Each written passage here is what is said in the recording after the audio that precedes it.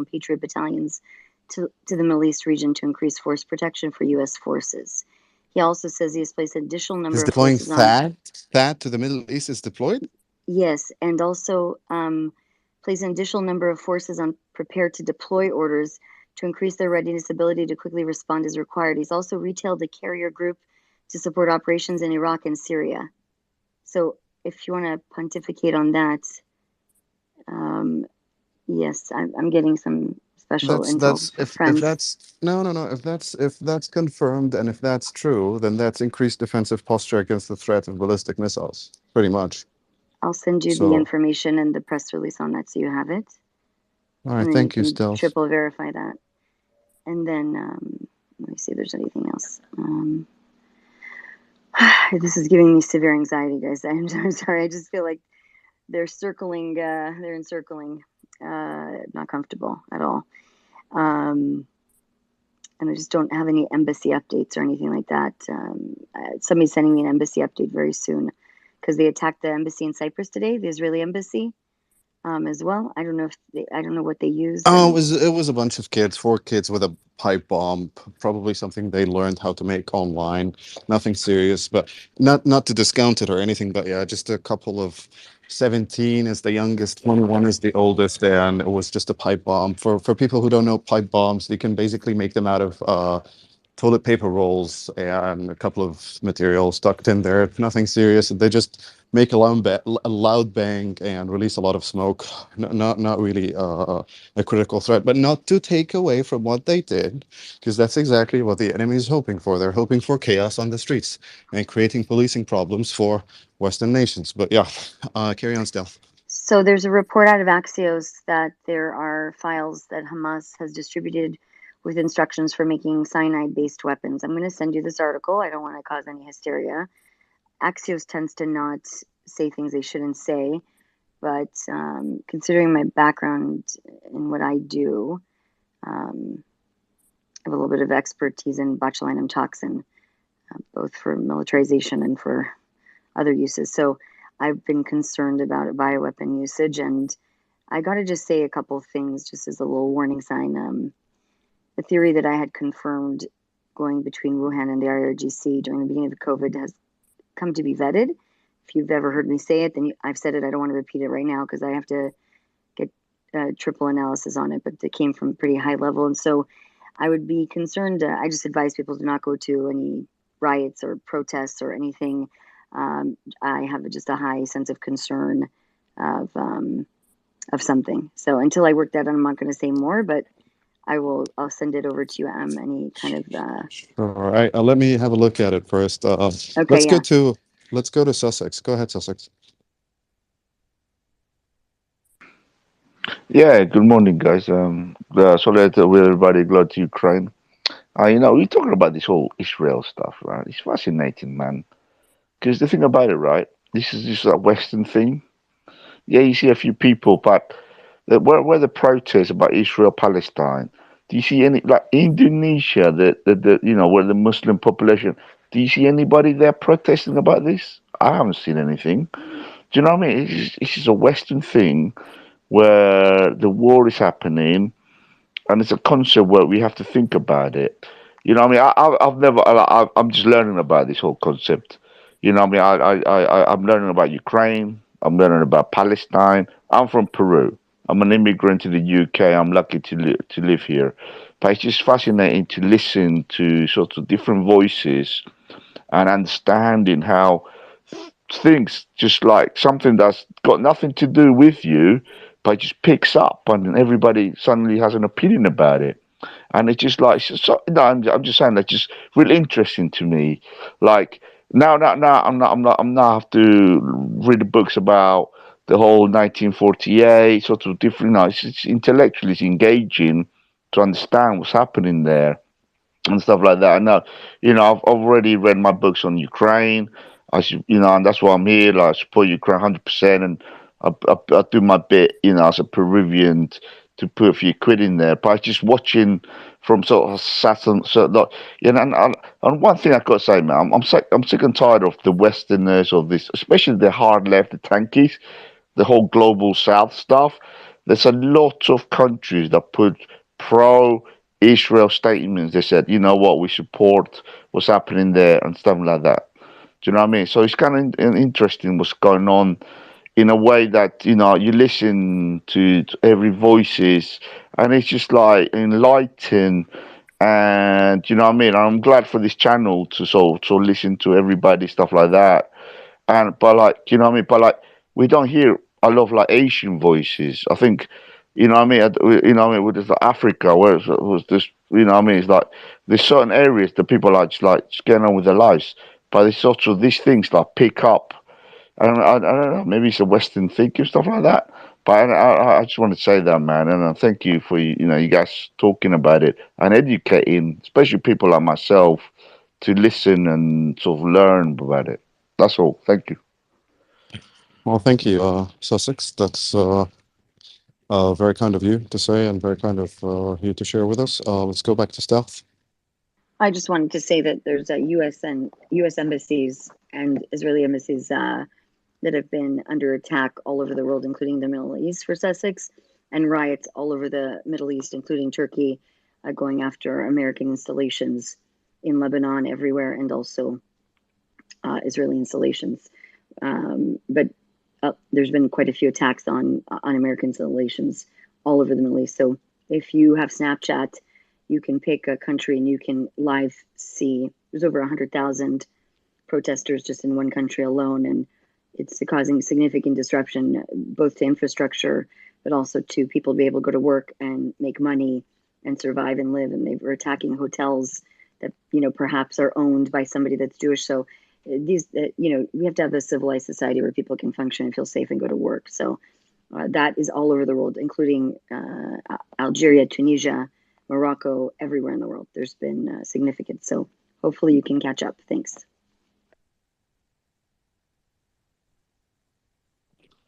All right. It seems the Middle East hostile takeover hour has been going quite well, except that my co-host is missing in action. He kind of bailed out of the negotiations. That should tell you everything. Haha, bad joke.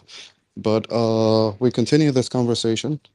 We're discussing what's happening in Israel, the Palestinian-Israeli conflict, how we can resolve it, who's to blame, which came first, the egg or the chicken, why some people don't take agency for their actions, and how we can solve all those problems going forward. And it all came from, a position of discussing global conflicts after being immersed in the war in Ukraine, after the Russian Federation invaded Ukraine and decided to conduct genocide against Ukrainians. And we decided to come together to work against it and try to stop it. Beat it, go ahead. Yeah, hi, just to let you know that the IDF are live streaming a situation update. Just passing that on over.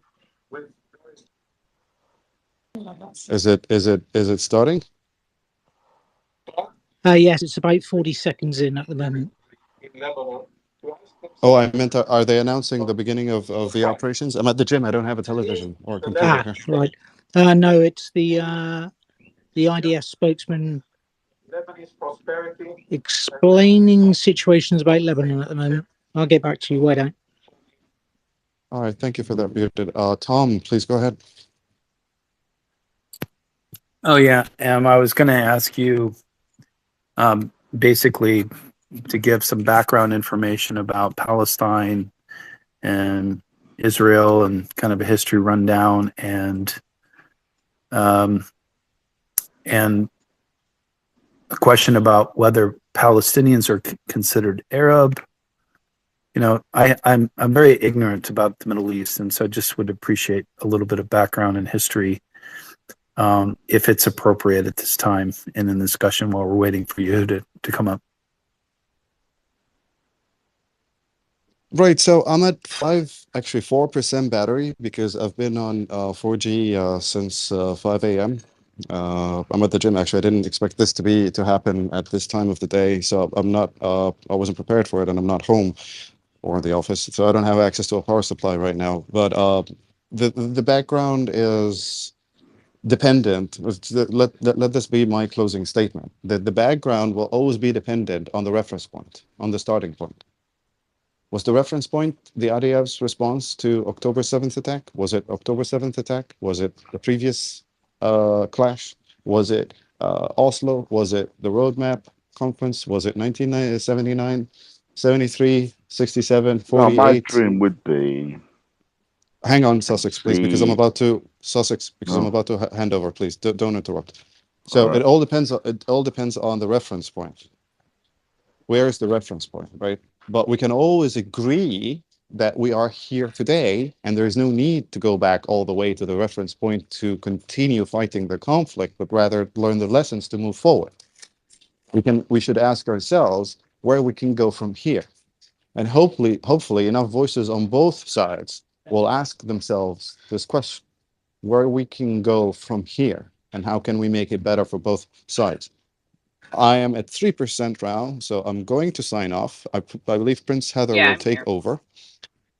And thank you so much, everyone, for being with us the last couple of hours. We'll be doing this more often. And I'll just finish my workout, take a shower, go to the office, charge my phone, and then rejoin you. So stay tuned. Heather will lead the conversation from here until Yehuda manages to escape being held hostage by his mother-in-law and join us again. So enjoy the rest of your day and good night if you're in North America. Good morning if you're in Europe, and I'll see you soon. Thank you so much, Em. And we'll see if we can figure out what's going on with Yehuda. It might be time to put him to bed, and we'll figure it out. We got it. Bearded, I would like to know if you finished watching. Well, I know you didn't finish watching because I had it up on my screen when I realized that Em was going to have to leave. So, Bearded, what do you have to add about the update that Jonathan, I can't remember his last name, has? Hi, Prince. Hi again, everybody. Yes, very much explaining the situation with the Israeli-Lebanese border, explaining why they are moving civilians out of that border area for their own safety and are advising the Lebanese to do the same. They're also advising the Lebanese to think very carefully about what Hezbollah is doing by increasing tensions on the border. The explanation was comparing how Israel had been clearing the danger areas around the Gaza Strip, and they're just doing this as a precautionary measure. But there was a firmness in the voice regarding the Israelis being prepared for anything that might or might not happen on the Lebanese-Israeli border. Over. Thank you very much. And if you get more information that you have available to share with us, I would appreciate it. Now, I am not anywhere near a subject matter on what is happening with Israel and Hamas. That is the first thing that I am going to say here. So, Arias, I'm going to go ahead and have you say what you want to say, and either hope that somebody who is on the panel has an answer for you, or somebody will come up with an answer for you, or we will have to delay it until Yehuda or Emma returned, and I apologize for that. But go ahead, Arias. Thank you so much. Appreciate the opportunity. One of the biggest things that kind of like sticks out like a sore thumb in this entire ordeal is the parachutes. See, I'm a military person, right? As a military person, I know the extraneous training that one has to do to even get to do an airborne mission of such stance, right? So it baffles me to think that there's a group of individuals that is called Hamas that are so well trained. And this is, now mind you, in the last week there was you have the IDF commander that was speaking, and then you also have a naval, I guess he was retired Navy commander that was also speaking, and both of them are almost giving credit to Hamas as to have been this type of force. But when I asked the question as, is Hamas considered an elite force? The answer is no. By any means, they are not an elite force.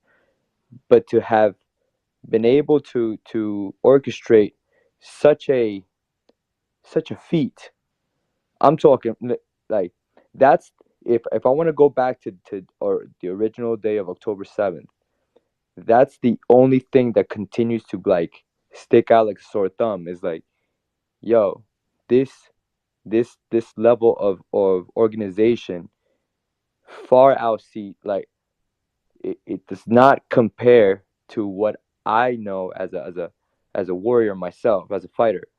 Like it does not compare. You're talking about like an ordinary militia to special forces. Like it's not. Is for me is impossible. Now I could be wrong, but then the question would be then who trained Hamas to be so elite? Who's behind Hamas?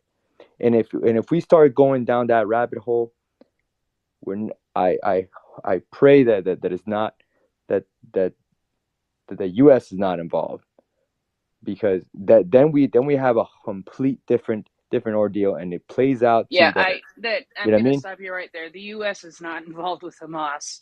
I hope not. No, I can tell you that it is Russia and Iran who helps Hamas. It is Russia and Do you know Iran. this for a fact? There is evidence that says that. James, go ahead.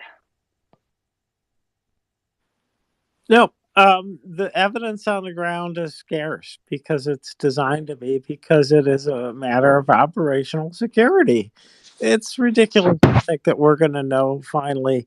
If you think that the United States, however, is involved in backing Hamas, when we go to great trouble to openly say we are going to defeat Hamas, and we go about defeating Hamas as we can when we should, and other terrorist organizations around the world, that's sort of the word escapes me that's polite about it. It's kind of strange at the least. It's a problem in logic.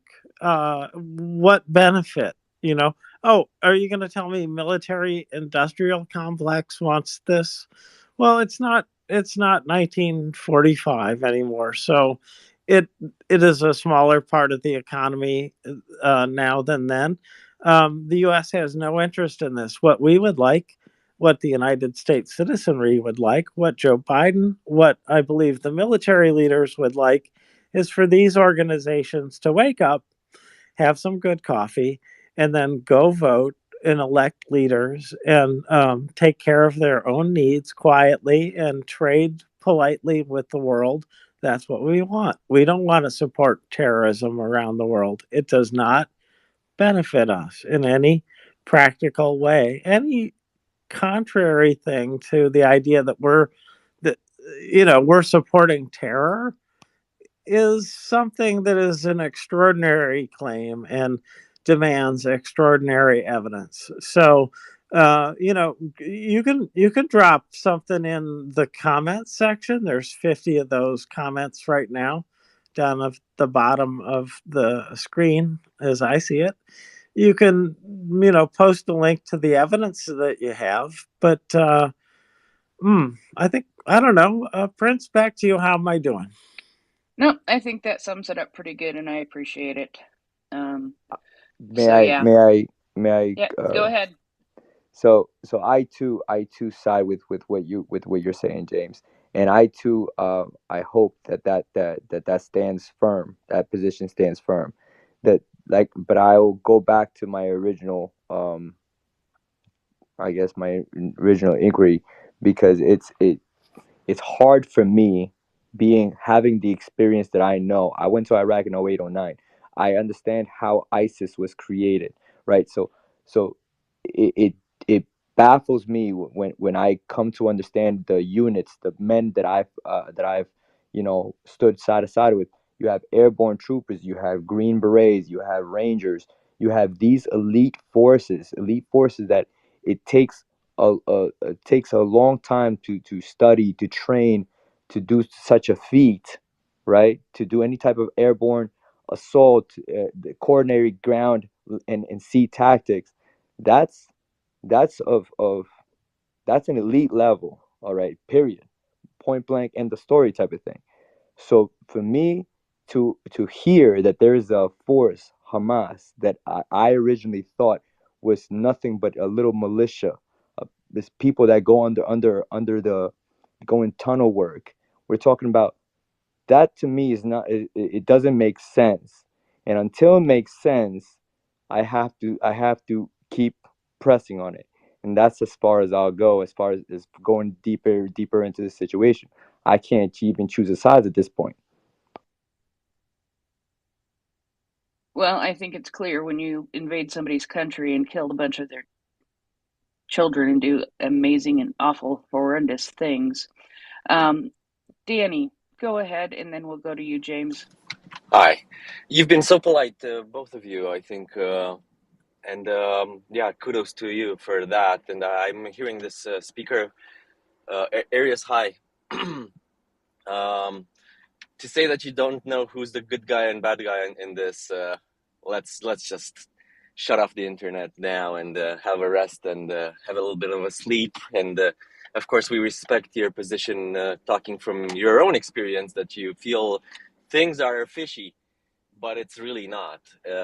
It would be equal to a country that's neighboring yours invading you. Let's say your neighbors in the north, the lovely Canadians, killing a bunch of your people. To the extent of, if we calculate in proportion, more than 30,000 people would have to have died from the U.S. to equate proportionally to the people that were murdered by the terrorists invading over the border.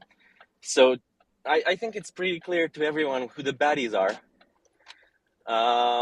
Doesn't even matter if you would have been, let's say, supposedly invading Canada for years and taking over their territory. That's not how you fight conflicts, and you know that because you're a military person. So you don't go invading in the night over the border to kill specifically women, children, elderly, behead them, set fire to them, desecrate their bodies, film yourself doing it, send it to everyone on the planet to see, and then we just look around and who's the bad guy in this? It's really not that difficult to determine who the bad guy is.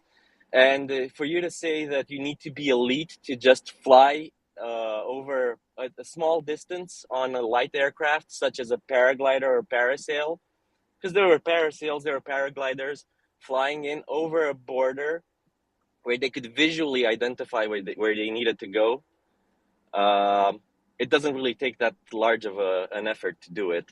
You get one paragliding lesson, one of them, how to take off and how to supposedly maybe even land it, and you're there. The reason why I'm saying this, and maybe you're making a false equivalency, is that you were trained to be elite. Your colleagues were trained to be elite. The reason for it is because your nation, the one that you're fighting for to protect, the one that trained you to be a military person, wants you back alive. It's not the case when you're a one-way terrorist assault, right? Because they didn't expect to come back alive. Their commanders said, don't expect to come back, just go do your mission. And if that means failing when you're paragliding over the border and crashing and not making it over the border, that was fine with them. Even if it was a 50% chance of you making it over the border to go then kill people in their homes, again, no, I don't know. From my perspective, there's no really any ambiguity of who's the bad guy in this. So they weren't expected to necessarily make it over the border on a parasail or whatever that was. So I think that's an explanation. We were looking into it too deeply. Ooh, they must be so elite that they managed to do it. No, they did a surprise attack when the defenders were sleeping and not really paying attention. Why? I really don't know why they were so unprepared to fight back. May I, once, I'm sorry. You may, I'm sure, after I'm done, to reply, because I wasn't done. But I appreciate you wanting to reply to me.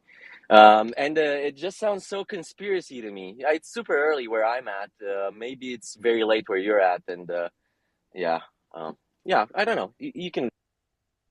So here's a reply, and I understand fully of what you're saying. So I'm taking everything, um, you know, I'm everything's good. The conversation's a conversation. If I wanted to kind of like put together who they are versus, let's say, for instance, the cartel of Sinaloa. Cartel of Sinaloa is right behind is right by in our border. You mentioned borders, so they're there. They kill, they cut people's heads off. And it's all there. It's within our borders, right? We're seeing this live. So when I look at them versus a military force or a militant force, right? It still does not add up, right? Because what the cartel does, they'll walk in like complete bosses. They'll take over a certain thing. They'll shoot down whoever they need to. They'll maim whoever they need to maim, and they'll do what they need. They Yeah, don't need but to we're not talking paraglide. about the United States border. James, go ahead. Yeah, thank you. So yeah, you may be confusing some things here, I think. So where to start? Yeah, it took some organization to do what Hamas did. It did take some organization to do it. There's 3,000 rockets involved in the first day alone. There's tunnels underneath the earth, right? That allowed them access. They had planned for a long time on how to desensitize the guard by having kids play against the wall, things like this.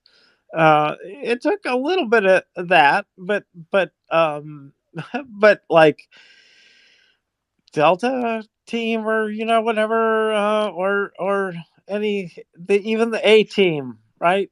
It wasn't the A team that did that. It didn't take that. It didn't take a huge amount of sophistication. If they were sophisticated, well, it could have been a lot worse. But what it was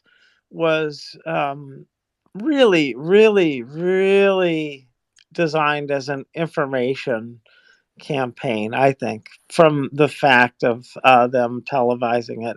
So if you want to give them credit for being, agent provocateurs is a word I heard lately, then you could say, yes, they were. Were they militarily sophisticated in their actions? No, they were not. They just weren't. So I think that this is probably, what do they call that? A rabbit hole that we don't need to go down. And Danny can probably finish out on this. So, Yeah, yeah. Danny. Just very briefly.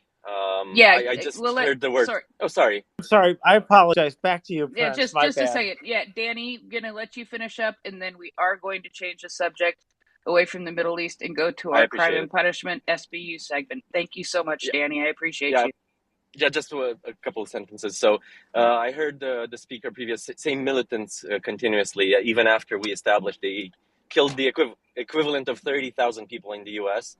I wouldn't call them militants. That's not you pleading your cause. That's causing a terrorist attack that murdered thousands of civilians. So they're not militants. They're terrorists. That's pretty clear. Um, Secondly, you said the cartels are equally as dangerous. I've not heard on the news that 30,000 Americans were murdered in their homes and beheaded. I must just not watch the same news as you do. So I don't think you're coming from a space where you do want to have a legit conversation. I just, my bullshit detector just is telling me that you're trying to sway maybe people that are on the fence, though. Oh, maybe they're militants. They're just militating for their own cause. No, they're not. They've it's in their organization's brief that they must murder all Jews. So that sounds very, very anti-Semitical to me. Sounds very set up to cause genocide because it's stated in their status quo. It's in their founding document, right? So it's really not unclear at all. You trying to say that it's unclear, I think, is coming from a negative place that you're trying to push a narrative, but that's just me. It might not be the case. Thank you, It, everyone. I would look it's not forward to my the case. SBU discussion. I'm sorry for the room. I don't mean to cause anybody any issues. It You was might not simply mean Yeah. to. You I might was say you simply do, not mean asking to. because It's this just my room. opinion, mate. I got you. I was asking clearly because this room is specifically on leaning to this side, and Okay, Arias, what I'm going to say is how I was going to finish this up when Daddy was done before you started talking. We had a special time for a couple of hours with Yehuda and M up co-hosting. Yehuda and M are subject matter experts when it comes to Israel and to Hamas and to the Middle East in general. A Muslim and a Jew um, who live in North America and in Egypt are the perfect people to talk about these kinds of things. And we appreciate what they come on and share because there is a connection when it comes to what is happening with Hamas and Israel, and they are the best people to address that. Unfortunately, some things happened, and they had to go on shorter notice than expected. So I was trying to put it, transition smoothly, but I'm going to have to transition a little bit more abruptly than I liked. So I appreciate it all. I appreciate all of you with your understanding and patience in the situation, and we will get through, and we will move on to talking about crime and punishment SBU, which we talk about every week. We talk about the cases that have been done by the SBU in Ukraine, the kinds of cases that they've arrested, the kinds of cases that have been brought to an end, and prison sentences have been handed out, the kind of crimes that people are busted for. And as soon as Tracy comes back up, who has the beginning of the show ready to go, I think, then we will get that going. So in the meantime, Danny, thank you for hopping up and helping out with that. I appreciate it very much. James, thank you. As I always say, it takes teamwork to make the dream work, and Mriya means dream, and that's the only way that we manage to do it. And there is a lot of teamwork that happens on this space, happens in front of your eyes, and it happens behind the scenes more than you have any than you could ever imagine. So good evening, Tracy. How are you? Or good middle of the night. Good morning. And good day to you too, Prince. How are you doing? I am doing just okie dokie. I am fine. And it's our Saturday night, your Sunday morning, and she leaves again. Well, look at that. These things happen. Twitter is sometimes cranky. Twitter is sometimes not our friend. And so that's okay. We will figure it out, and we will keep on moving. So I will go ahead and grab those notes really quick. And tonight, this week, we're going to focus a little bit on war crimes cases. War crimes cases are extremely important because we see different things that happen when it comes to the war crimes that are committed in Ukraine. And they can range a whole wide range of things. They can range from, recently we've talked about and heard about suspicion being sent or announced for people who, during the Kyiv offensive, when Russia was trying to take Kyiv, soldiers of the Russian army who shot Ukrainians as they were trying to flee. And we've heard, some awful things that people are doing to Ukrainians, soldiers, and actually sometimes fellow Ukrainians. But we try to address them so that we can find out exactly what's going on and see how good the SBU is trying to do to put an end to this kind of thing happening in Ukraine. And we find a bunch of corruption that gets weeded out along the way too, and that is always a good thing, because we see Ukraine making great progress as far as that goes. Welcome back, Tracy. Just when I was going to ask you to explain what we were going to talk about tonight, but I think I just sort of gave an overview of the numbers and talking about the war crime cases this week, and that's about all I did. But so if you want to pick up from there, I would be happy. I would be happy with that. Thank you, Prince. I think you did absolutely amazingly, and I'm so sorry for ceremoniously getting dumped there, just right at the worst moment for you. So, we're going to be looking at war crimes, like you said, this week. And, we know that's really important for a number of reasons, but also it's just great to be able to see, I think, the powers that Ukraine has in able to bring these people to justice, because at the end of the day, everybody wants to see them have to face justice. And I think if Ukrainian soldiers can go through having to arrest prisoners of war and go through what must be extremely difficult in being humane towards them, I can understand why some would find that hard.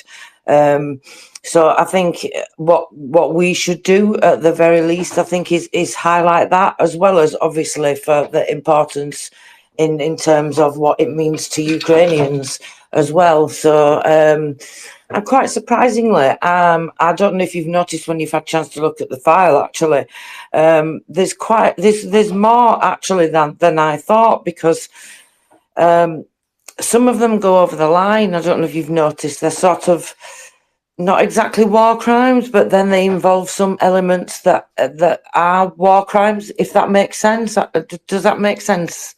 Yeah, of course it makes sense. There are some elements that are war crimes that don't seem to be war crimes too, I think at times. So it's all very interesting to look at, and I'm glad that we do that, and I'm glad that the way the SBU shares information so openly gives us that opportunity.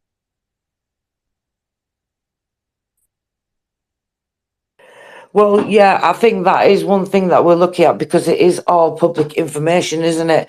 And I mean, you can check on the other websites that we use, and then the prosecutor's sites. And actually, interestingly, I've seen that happen this week.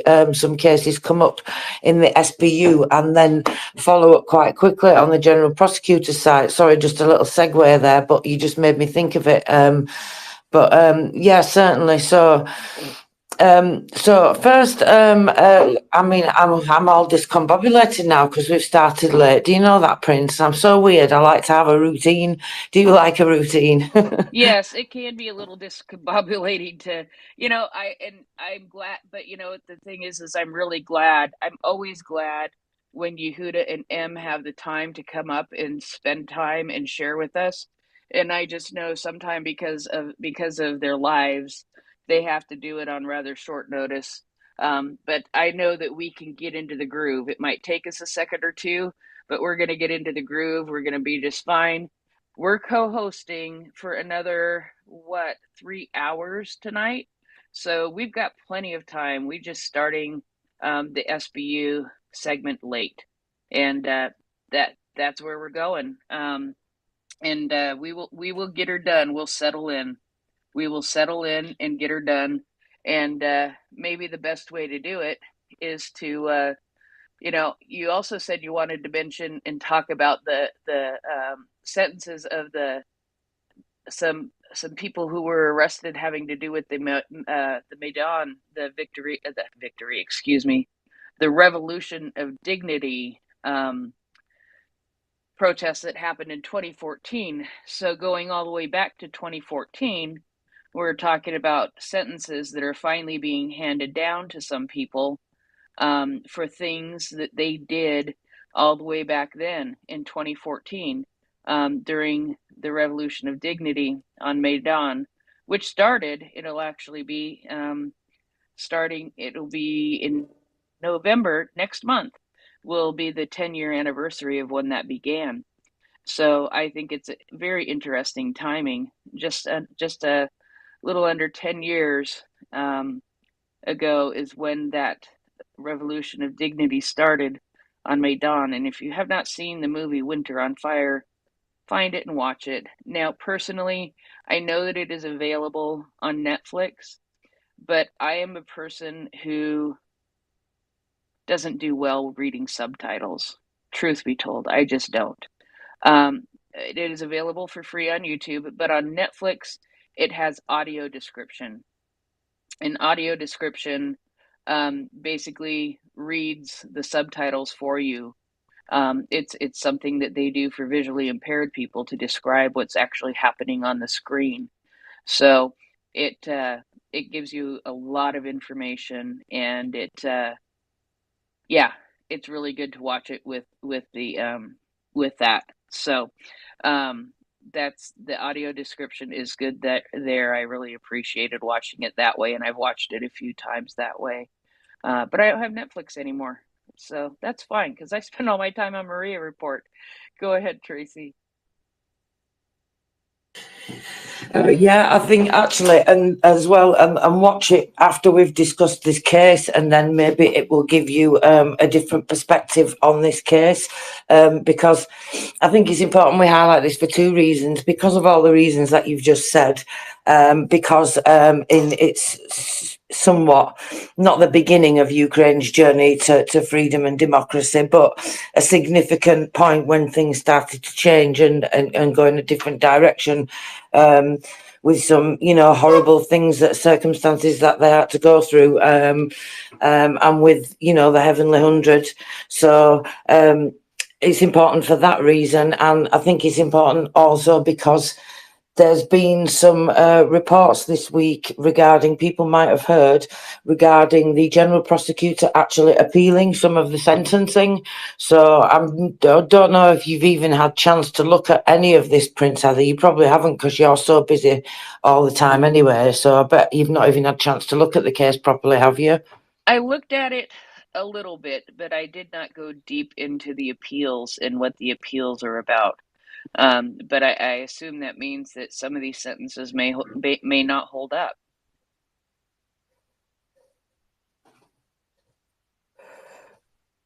Yeah, so basically, so it took me a while of digging into it and trying to work it out, because I had to download the legal document and, with all the sentencing on and everything, and then translate it. And then I had to translate it a couple of times just to make sure, that it's telling me like it's correct and everything. But basically, from what I'm taking from it, what's happened, the part that the a general prosecutor is appealing, I think, is actually, from what I'm understanding from it, is actually that the sentence is not long enough or is not severe enough. So I'm thinking that they're going to be wanting life imprisonment, because, and I'll tell you for why, when you read the document about what it says regarding, so let me just go to where I've made notes of it. If you read the document, it talks about the length of the sentencing, and it also, so I'll start from the beginning and then it'll probably make more sense to people. So the court handed down a verdict against those accused of mass shootings of activists on February the 20th, 2014, in the Maidan cases. So they were accused of mass shootings, and the I'm not sure I'm going to be able to pronounce that. Svatoshinsky District Court of Kyiv sentenced 5 employees of the Berkut Special Purpose Unit of the Military Police of Ukraine, the subordinate to the Ministry of Internal Affairs and the Communications of the Ukraine in Kyiv, for maintaining public incitement by the prosecutors of the General Prosecutor's Office. So the punishments were: Oleg Yanishevsky was in life imprisonment, Pavlo Abroskin 15 years, Serhiy Zinchenko 15 years, Alexander Marichenko 5 years, which seems low, I think, so possibly maybe that's the one that's being appealed. at the same time, the accused, Sir Hirtanta, was acquitted. So now this is where we discussed, you and I, I'm not sure if it was you and I briefly, I discussed with somebody briefly about the difference between acquitted and not guilty, because I don't know what the terms are in the States or any other country, but in the UK, if you're acquitted of a crime, that means you walk free from court, but it doesn't mean that you're not guilty. So therefore you can be then, there's like none of that, double jeopardy type of thing that I think you have in the US, that because if you are found not guilty, then you've already been tried of the crime and you've been found not guilty. So you can't be tried again unless new evidence comes to light that changes the nature of the case or changes the, the facts or something like that. So I'm wondering if that's where the difference is. So the court established a legal fact that the employee of Burkut, a special unit in fulfilment of an obviously criminal order, committed mass and indiscriminate murders and attempted murders of protesters on the street. Also, part of the civil lawsuits of the victim were satisfied by the verdict. A special in absentia procedure was applied to 3 of the accused in connection with them hiding in the territory of the aggressor country, and in the temporarily occupied territories of Ukraine. So after receiving the full text of the verdict, which was more than 1,700 pages long, the prosecutor and the Prosecutor General's office intended to challenge the appeals and appealing court, in particular, in connection with, it says groundless. So I think what they're talking about, and it goes on to explain more about the law further on, is a specific part of the crime. So for reference, the policemen of the Special Purpose Company of the Burkut Military Police were accused of being on the street. And it's all about the fact that they've used these weapons and then they've tried to hide these weapons. And the fact that they've tried to specifically hide these weapons is significant for some reason, because they mention it here in the document. So it's not 100% clear, because you have to take my interpretation of this, and I'm not a lawyer, which is why I just was asking if you'd read it, because I just wondered what your opinion, if you would form the same opinion that I have of the text. So the trial lasted from May 2015 to November 2022. So that's a long time, isn't it, for them to go over? So you can imagine the amount of evidence that they've had to deal with. And the jury was in the deliberation room for almost a year. So it took them a long time to go through that. In the opinion of the prosecutors, the acquittal of those accused of committing a terrorist act and illegal obstruction of protest of theft of firearms, with which murders and attempted murders of the protesters were committed, as well as in connection with the acquittal of 2 of the accused committing intentional murders. So do you take what I take from that, Prince, that means that that's the part that the prosecutor's challenging on, is those crimes in particular?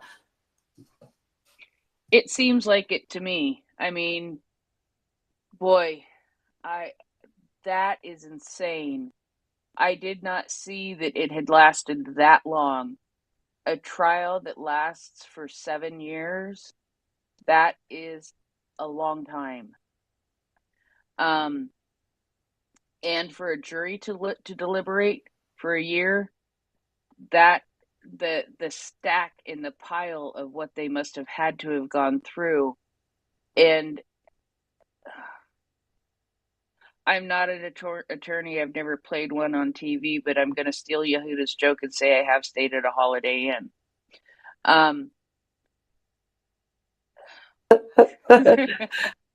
Yeah, I figured you'd get a laugh out of that one. And that has no help. That does no good, having stayed in a Holiday Inn. Yeah, I think that I can only imagine that if I was a defense attorney, that I would be wanting to review a whole bunch of stuff here, and I'm betting there's going to be appeals beyond appeals, or at least it would in the United States, because I can't imagine how there wouldn't be things that you could appeal in that amount of time. But this is the prosecutor appealing, which is even more odd. And I think that you're right. I think that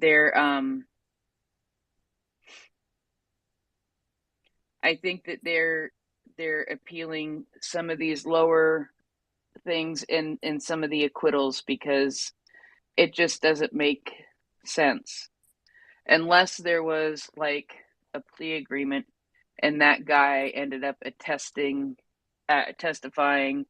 on behalf of the state, as we would call it.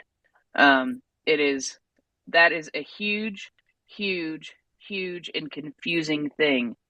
I'm glad to see that some of them got decent prison terms.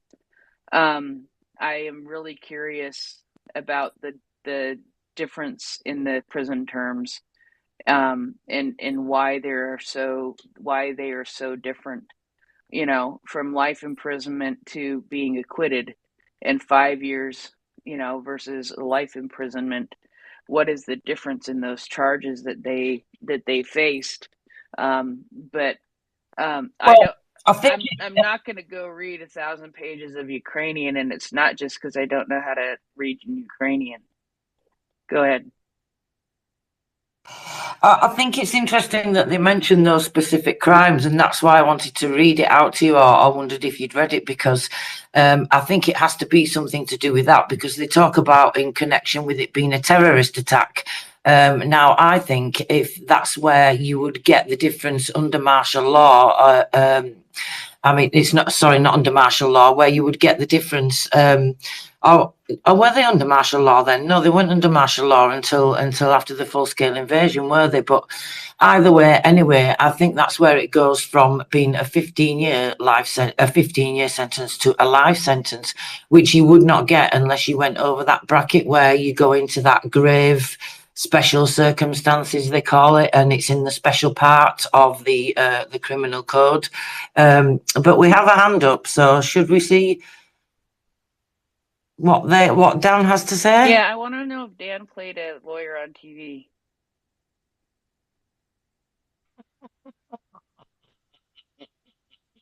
No. Anyways, no. I just want. No, I'm not no lawyer, but do you think the war might have this last invasion might have caused us? I know Ukraine's good at walking and chewing gum at the same time, but do you think this might have slowed down their justice system a little bit? And that might be the explanation for taking so long? No. And that's my dump. No. All right. It was just a messy case. All right. It was just a huge case. And no, I mean, Yeah. if the full-scale invasion had affected the length of the trial, then you would have thought perhaps it had just, been in the last, year and a half since the full-scale invasion started. However, that trial's been going on since 2015, and they deliberated for a year. So, yeah, I don't think that has anything to do with it. Sorry, Tracy, go ahead. Thank you. Oh, no, that's okay. I was just going to say, like the general prosecutor said, there's like 1,700 pages of documents to look through. So there's a lot of evidence, and they hid evidence for a long time as well. They hid that's when he was talking about the deliberate hiding of the firearms, which I think is another reason why it's been mentioned in the appeal that the general prosecutor is going to have, because I guess they must look at it more seriously when you deliberately try to hide evidence from them. It's like in this country, I guess, if you come forward and you admit what you've done, then they take lenience on you somewhat supposedly. I don't know if that actually, I mean, that's the law, but I don't know what the sentences would be, so I wouldn't be able to evaluate that. But that's the letter of the law, isn't it? And also, I just think a lot of it involves some of these people are like former Ukrainian members of government, you know, so I think that makes a difference as well. They have to make sure that they thoroughly investigate everything and make sure they consider all evidence is all, I think. Don't you, Prince? Yeah, and it was even, it's even, I mean, okay, so that's where it really gets me. The verdict, the text of the verdict was more than 1,700 pages long. That was just the verdict. I mean, and typically they read the verdict like out in court. That had to have taken a couple of weeks. Okay, maybe not a couple of weeks, but a good length of time. Actually, I have a video. It's not from the general prosecutor. I forget his name off the top of my head. I'll have to double check. But it's regarding the general prosecutor appeal. It doesn't really say anything more than I've already told you. But I will tweet it out for people to see. I will post it for people to see, because I did add subtitles to it as well. It's not very long, but he does say because of the length of those, like you say, the amount of pages. Is that they have a 30 days, I think it was that he said, I can't remember if he said 30 days or a month, but I think, well, that's a month anyway, isn't it? 30 days. But yeah, they have 30 days to make their appeal. Because, I mean, I guess if they can't do it by then with that paperwork, they'd have to maybe apply for an extension, if that's even possible. I don't know. But it certainly seemed to be saying from what I was taking that it's probably going to take the full 30 days before they can get the appeal in, given the amount that there is to read through. Yeah, I don't think we've heard the end of this case. I mean, I'm glad they've gotten some verdicts. I'm glad that some people are looking at some prison time and to be held responsible. But I think that this case is going to go on for a goodly spell from here on out, because yeah, I don't think this is the last that we will have heard of this case, and it's going to keep coming up as time goes on, and it's just something that we're going to have to keep our eye out for, because it's really dang interesting. I mean, it really is interesting, but it's very, very confusing and very complex also. Perhaps, Tracy, if you did nothing but that for a week, you might be able to figure it out, but I'm not even sure that would be, if that would do it. Well, I think since it's come up now, it's definitely something that I'm going to be looking at every day, probably, until I get to the bottom of it. Just because I'm like you, you know, I'm intrigued, and it's interesting and fascinating, and I feel wrong saying those kind of words about something like this. You know, I don't mean it for all the wrong reasons. You know, I mean it for the right reasons.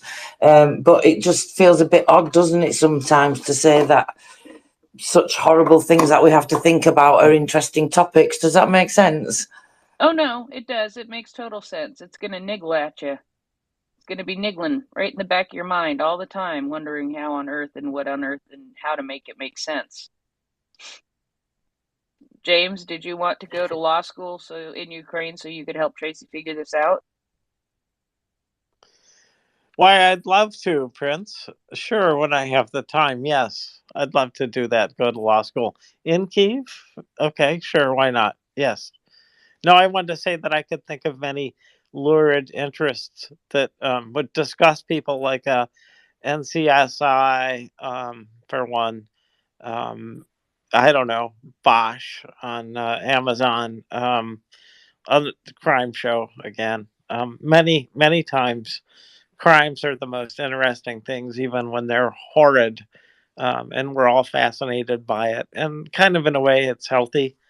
But you guys are sick. No, you're doing a good job by tracking down the evil and, you know, following up on it, because it is important. It's important work. So, how long was the verdict? 1,700 pages. 1,700 pages. I thought it was guilty or some other word. Yeah, typically there's a whole lot of words that explain the charge, and on and on and on about that, and then you're given different options for how they are found, and at least that's how it is here. I don't know how it is in Ukraine, and I don't know what all the charges were on this case. Go ahead, James. So the verdict sounds like an explanation of why the verdict. Okay, that does make sense. Yeah, it could be. It's just dumbfounded. I'm dumbfounded by a 1,700 page verdict. I don't know how common that kind of thing is. I don't get the feeling that it's very common. So yeah. No, I mean, I think they mentioned it for a reason, don't you? I mean, it's not the kind of thing that you normally put in a legal report. So I guess the length of it. So I think they pointed it out for that reason. I got the impression anyway. You would put something extraordinary in a press release like that, I suppose. Go ahead, James. Yeah, so this is about a war crime. So it's investigating perhaps an organization, was it? Or was it? It wasn't just a single person, was it? It was several people. They were the Berkut. Okay, so that makes sense to me that it's going to get longer by the person involved and the number of interactions that they have and the complexity of all the different individual charges that go into it. So I could see how that could run on and on, honestly, because when it's especially in a bigger unit, but in any unit, even a relatively small handful of people can do a lot of harm. And if they've got, fields of evidence, I could see how it could take a lot of paper.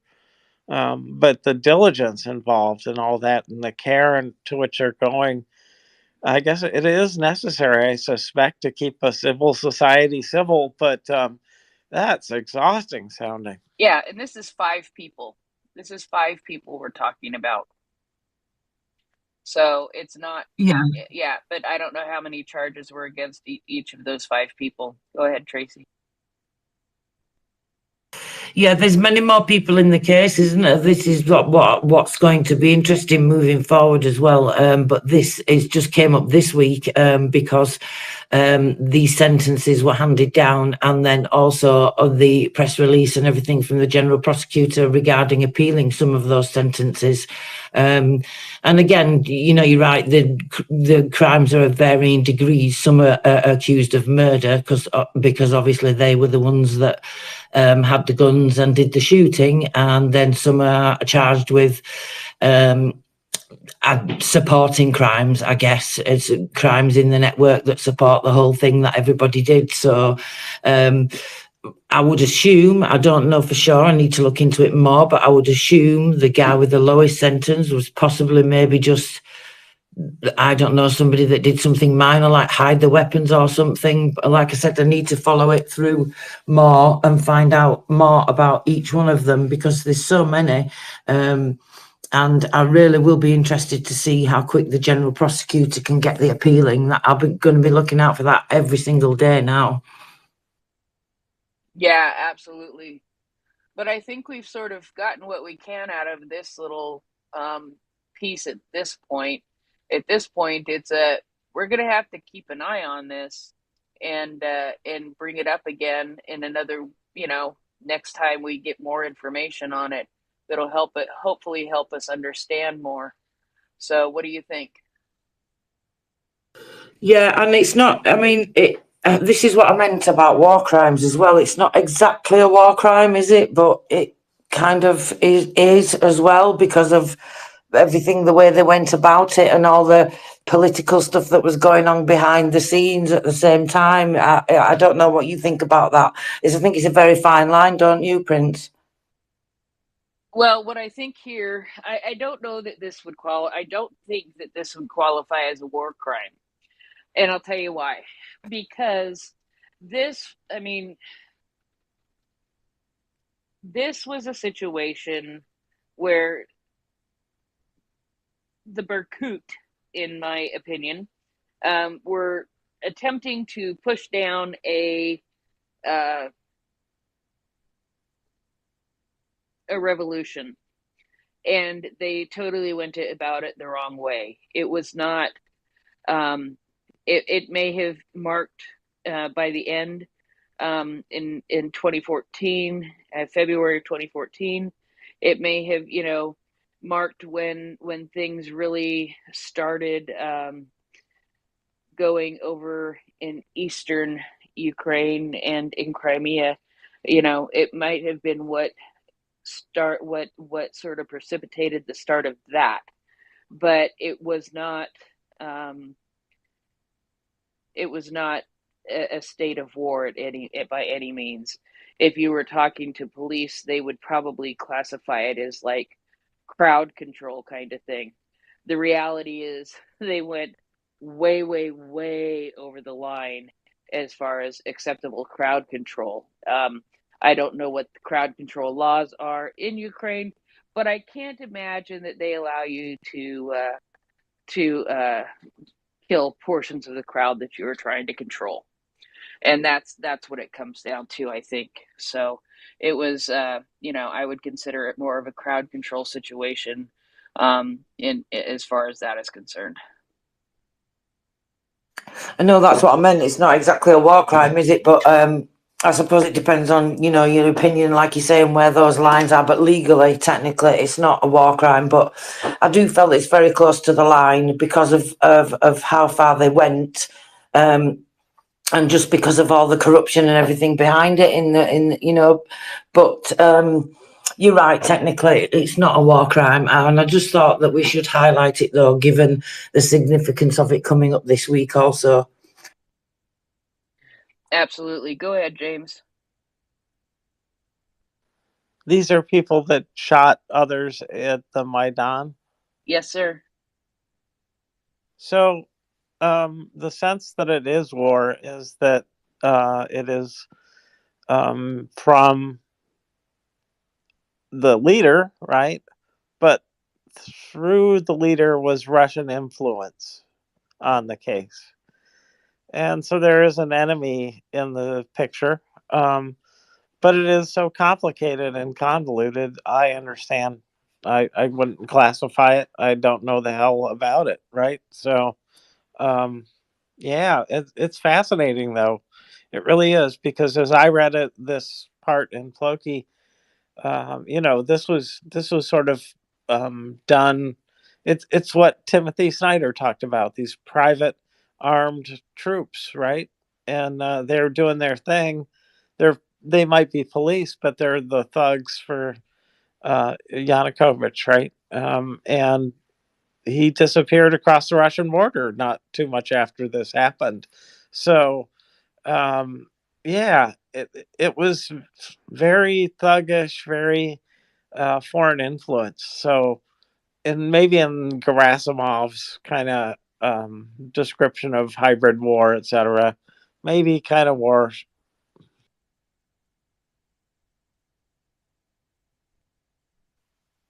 Did James just cut off then, or were you finished, James? You stopped quite suddenly. I did. I should give warning. 3, 2, over. Thank you, James. That's a very good point. Thank you. I'm glad you're here tonight. Anyway, you always have great contributions. And I'm obviously glad that everybody else is here also. Even if you're just a listener, you're just as valuable too. So, Prince, shall we move on? Let us move on. What shall we do next? Well, we can look at some numbers, or we can move on to war crimes cases. Which would you prefer?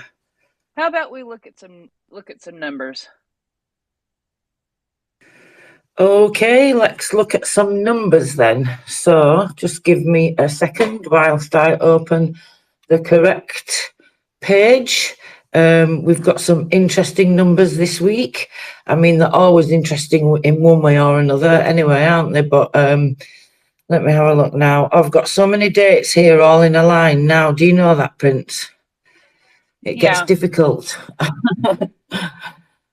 Okay, so this week, let's have a look. In the strategic category this week, we have a total of 14 cases. That's 10 detained, 1 sentenced, 3 served. Let's have a look at the sentences. Are 15 years for the sentences. So, I mean, it's better when we see them get life sentence, isn't it? But anyway, never mind. At least 15 years is better than not being caught at all, I guess. So that's the strategic locations this week. In embezzlement and extortion this week, we have 2 detained, and cases were built against them. So what that means is that they were detained and they were served the case, and then obviously, as the law says, they'll go free until they go to court. So then we move on to the next category, which is torture. This week we have, and I'm going to repeat this because you're not going to believe me when I say this, we have a total of 63 cases in the torture category this week. So yes, everybody listening, I did say 63 cases. So we've got 57 built cases against, we'll speak about that because that's one of the cases that I want to highlight, because that involves war crimes. Obviously torturing Ukrainians, I guess most people would understand that's a war crime. Then we have 1 sentenced, no, sorry, looking at the wrong number there. So 57 with the built cases, 4 were served and 2 were sentenced, and the sentences were 7 years and 12 years. And again, we'll go over that shortly because we'll be covering that case in the war crimes. So now we move on to propaganda, and in propaganda this week we have 1 sentenced, 1 served and 1 exposed. So the 1 sentenced was, let's have a look. Oh, I haven't written down a sentence here, so I'm going to have to look at that sentence for you and double check that. Sorry about that, guys. And then we have here in the next category, which is evading. We've got some good results in the evading category this week because we have a total of 6. 4 were detained and 2 were exposed, but that involved 4 schemes also. So there'll be more people, no doubt, more arrests to come in that case. But I thought that was quite some good numbers because we've not got many evading cases this week. It's just that only 1 this week. So that's a total of 86 this week. So that's a really good number, that, isn't it? 86 nasty, horrible people either served, sentenced, detained, or built cases against. So what do you think about them numbers? They're like almost as good as the general staff's numbers, aren't they? That is a good number. And I have to tell you, the 1 evasion case this week, that one was despicable and disgusting this week, I think. Yeah, absolutely. I mean, I've highlighted that case this week, although it's not war crimes. We can talk about it later when we move on to like general security news and other cases of interest that you and I have picked out to have a look at. But yeah, that was really, really, I mean, disturbing. It's horrible, isn't it? The thing is that, yeah, it is. And it almost, it almost feels like a war crime to me, but I don't know how you can, I don't know that it is. I mean, evading conscription, evading military service. Is evading military service during a time of war a war crime? I don't know. I'm not a lawyer, haven't played one on TV. I've only stayed at a Holiday Inn. And yeah, so I don't know. that would be something you would definitely have to look up in statutes and find out. And so I just, because I want to make Dan laugh again, I'm just gonna say, I could go and have a meeting with my Anderson Cooper prayer candle, and maybe I would be divined with the answer as to if it was a war crime or not. But I only actually said that to make Dan laugh. It's just, it's despicable, isn't it, though? I mean, involving people with disabilities and marrying them and all sorts of things. Well, let's talk like, about it, because now we're talking about it and not telling them what it is. Let's talk about it real quick. And then we'll come back, because it is one of the most despicable things I can imagine. Okay, let's go over that one then. Where are we? Give me a second. That's torture.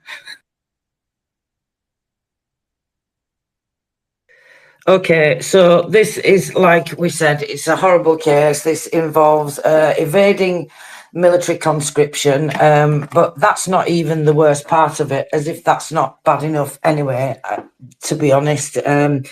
So the SBU blocked another 4 mobilization evasion schemes in Odessa, Zakarpattia and Ivano-Frankivsk. The organisers offered men of call-up age to evade conscription and leave Ukraine using counterfeit documents or bypassing checkpoints. The price for such services ranged from $3,000 to $12,500 depending on the urgency of the departure and the method of fleeing abroad. Due to the SBU's prompt response, over 100 potential conscripts were prevented from departing to the EU. For example, in Odessa, a local businessman was taken into custody for offering married men to evade mobilization by obtaining fake disability certificates for their wives. Then they could cross the border as accompanying persons for their loved ones.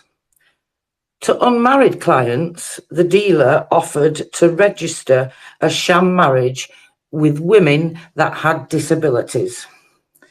In Zakarpattia, a resident of Berehova district was detained for smuggling draft evaders to the neighbouring county across the border river. Across the river.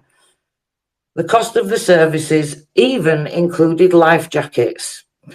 I suppose at least they gave you a life jacket. About 5 persons could use this illegal migration channel per week. In Ivano-Frankivsk region, 2 suspects were apprehended.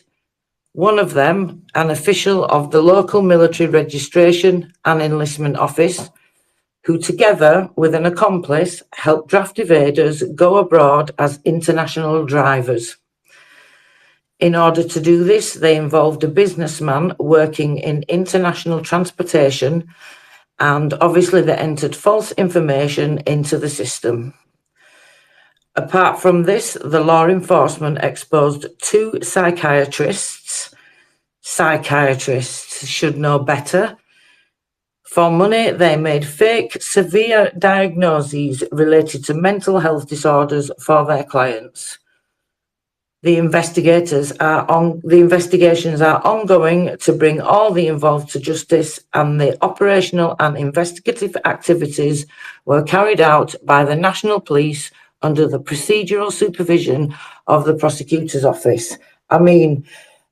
It's just it's like when they use religion as well, like it's particularly disgusting, and they use it's like those people that park in disabled people's spots. Obviously that's a bad comparison because this is way worse, but do you know what I mean? Just the fact that you're trying to manipulate disabled people or involve vulnerable disabled people, it's just disgusting, isn't it? It is. And that was the part that made me, I don't even think that I read the rest of this last night. I think that I got to the part where, they did sham marriages with a woman with disability Seriously? Seriously. You did a sham marriage with somebody with a disability to get out of serving. But what gets me is, where did all these disabled people come from? Because if you notice, it says if they weren't married. So was it just the one woman that married them all and then committed bigotry as well? Or was it like loads of different women? That's even worse.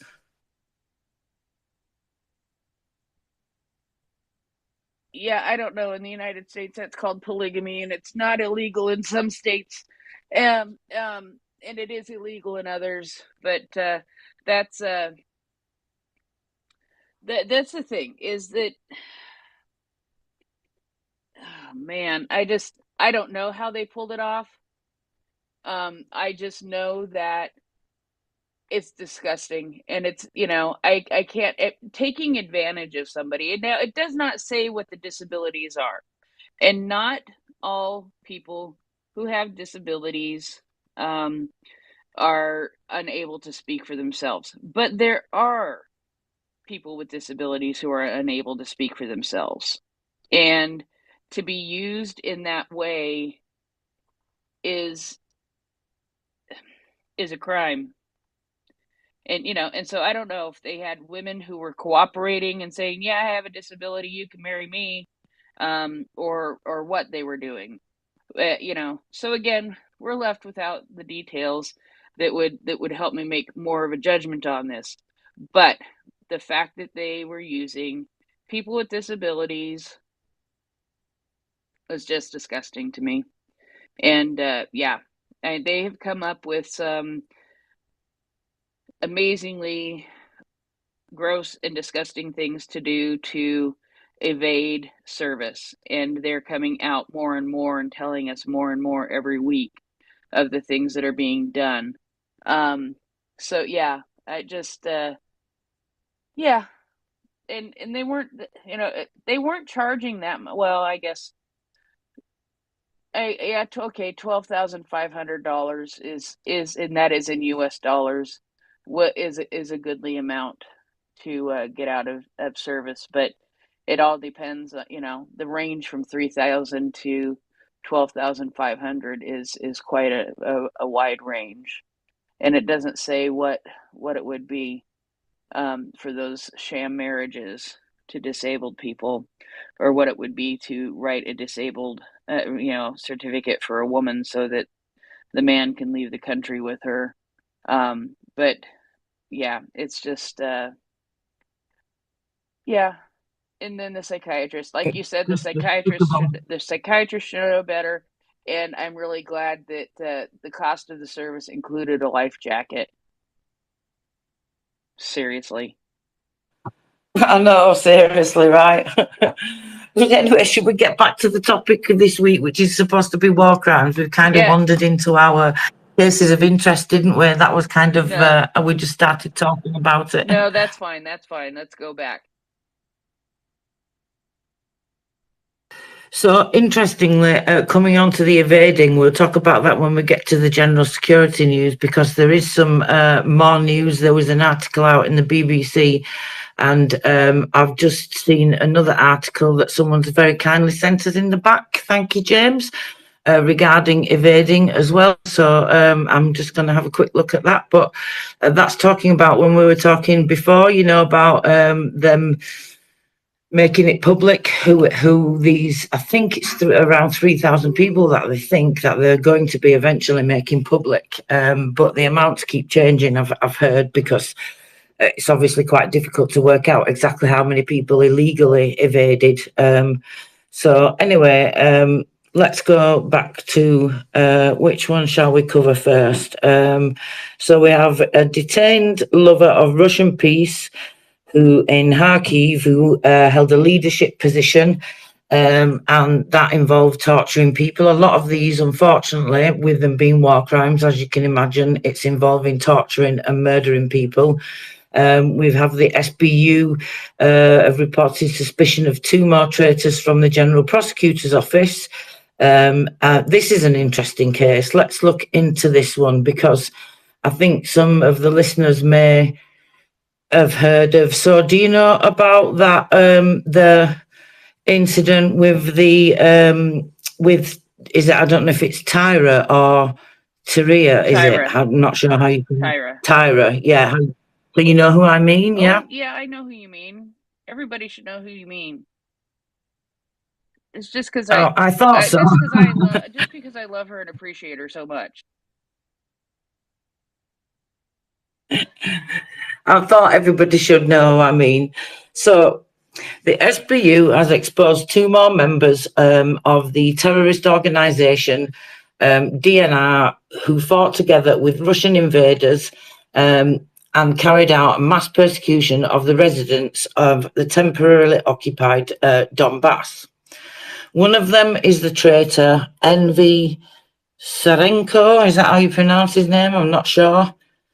The so-called investigator of the occupation, the General Prosecutor's Office in Donetsk, who actually was involved in fabricating the case against the Ukrainian paramedic, Yulia Paveska. Is that how I pronounce her name? With the call sign Tyra. Yeah, I think so. So after her abduction in Mariupol, the person involved tried to sell the victim a shot article for providing medical aid to the wounded and evacuating children and women from the city. According to the investigation, the attacker turned out to be a resident of Kharkiv who, after obtaining a law degree, why is it some of these people are so highly educated? It's like, anyway, I'm just going to get sidetracked, sorry.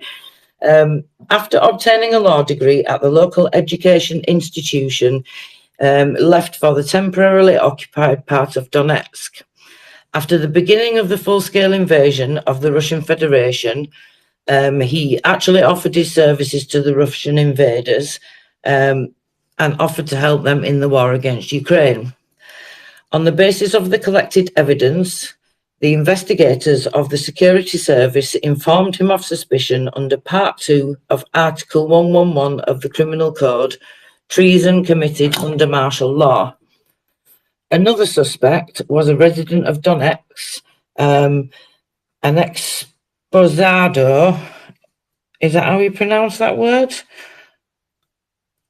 Of the disbanded militia who supported terrorists in the east of Ukraine back in 2014.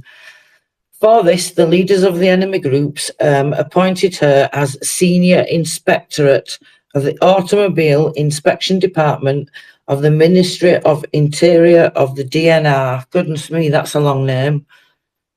In this position, she participated in illegal searches of cars in Donetsk, searched residents' cars, and forced local drivers to re-register their vehicles with Russian license plates. So far, the SBU investigators have informed the suspects of suspicion under 2 articles of the Criminal Code, Part 7 of Article 111, Collaborative Activity, and Part 1 of Article 258, Participation in a Terrorist Group or Terrorist Organisation. So, what do you think about that, Prince? Yeah, I'll tell you what I think. I think that anything that involves Tyra gets my attention. And this other one is, you know, why on earth do they do these kinds of things? I don't get it. You know, they're trying to get her. They're trying to get her. Because this is 2 separate accused people, right? So, what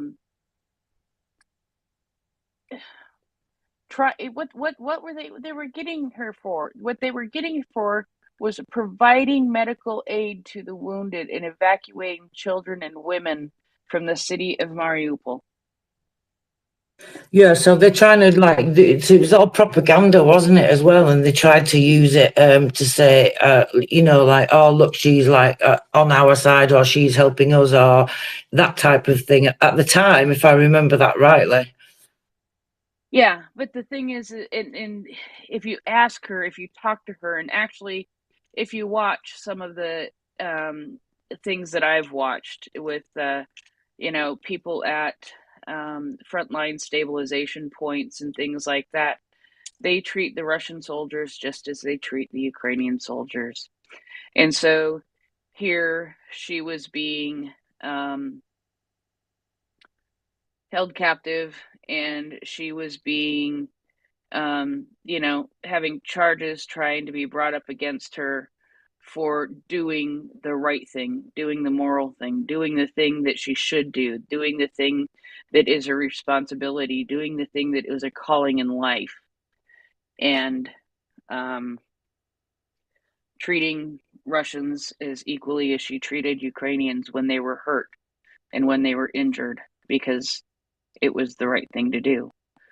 Our instinct may say no, don't help the Russians, but that's not the reality. Once they're injured, they're not a combatant anymore usually, and they deserve the treatment, just like the Ukrainians who are injured do. And we know that the Russians don't do the same for the Ukrainians. But it just, because she is a name that people recognize, she is a name that people know. I was glad to see that this suspicion was being publicized, so that people know that there are people who are going to be hopefully be held accountable for what they did to her, and of course, what they've done to others at the same time. And I wish that those charges could be more severe. They feel like they should be more severe. But I also just, since I heard her testify at the Helsinki Commission in September of 2022, I've just really sort of taken a liking to her and admire her strength. No, I absolutely agree. And I thought you will think that as well, because I thought it was you that had mentioned watching that, and I wasn't 100% sure if it was, but I remember you talking about that. And yeah, I think it's really twisted what they did, isn't it? But I mean, we struggle to understand it because we are who we are, and to them it makes complete sense, doesn't it? Because they're Russian, so to them it would make complete sense that you could punish someone for when she's doing absolutely nothing wrong whatsoever, and when they're holding her captive anyway, it's just despicable. But certainly I'm glad to see that they're hiding in the temporarily occupied territories anyway, because that means that there's more chance of them being caught up with than as if they were in the Russian Federation, obviously. So that's some hope, at least. Yeah, I hope so. And if anybody knows, I have followed Tyra, and she competed in the Invictus Games this year, and she is doing a lot for her country, and it's not just playing in the Invictus Games, but it's doing many other things. She is on some committees and working closely with some ministries on different projects, and so that is all good stuff. And I'm glad to see that she has made a recovery. And I'm sure that there are still very, very difficult times that she has, but she actually stayed in Germany after the Invictus Games and had a surgery, and it's helped her to walk better now. So that's a good thing too. So I could talk about her for a while, but so we should probably move on. Sorry. No, that's all. I was really enjoying listening to that because I didn't know any of that. So thank you, Prince. That was, I didn't know that she participated in the Invictus Games. She's very. Go on. Greg, I should send this to you. She's very active on Facebook. So yeah, she's active on Facebook, not so much on Twitter. But I will send you her Facebook profile, and maybe you could get her to join our Facebook group. That would be really cool. Oh my goodness, that would be absolutely amazing if I could get her to do that. That would have to be my claim to fame, I would think. What do you reckon? Yeah, it would be rather cool. She's one of those people you would love to sit down and talk to, you know? You would love to just be able to sit down and talk to her. Yeah, I don't know how you got through that testimony of hers. I mean, you must have had boxes and boxes of tissues with you, or were you just completely the opposite and completely just stunned into no tears? Oh yeah, absolutely. Yeah, she's just one of those people you just want to give a hug to, and but she's also one of those people who may be one of those people who doesn't like hugs too. Yes, and incredibly inspiring as well. So we have to say that. So I hope she'll take what's the word? I don't want to say comfort. That's the wrong word, but I hope she'll take some solace in the fact that they might actually get these people and might be able to lock them up for a good long time for what they did. Yeah, I sure hope so, because it's what they deserve. What are we going to look at next? So, well, more cases than I thought we had to look at, so we might not have time to go through them all. So, let's just see what headlines are. I'll read you some of them, just the headlines, and then you can either pick one or we can pick one together, or maybe we have a listener that might. You're going to I got to get to the right screen so I can keep up with you. I gotta get to the right screen so I can keep up with where you're reading. Well, I'm just going to read out the headlines from the show plan. So I'm just going to go down the headlines and just go through another one or two or three or four of all these war crimes cases. We have the evidence on Kadrovites who tortured Ukrainians, suspicion of an occupier who boasted to his relatives about torturing Ukrainians, a collaborator from Kupiansk Interior Ministry who robbed Ukrainians. Okay, wait a minute.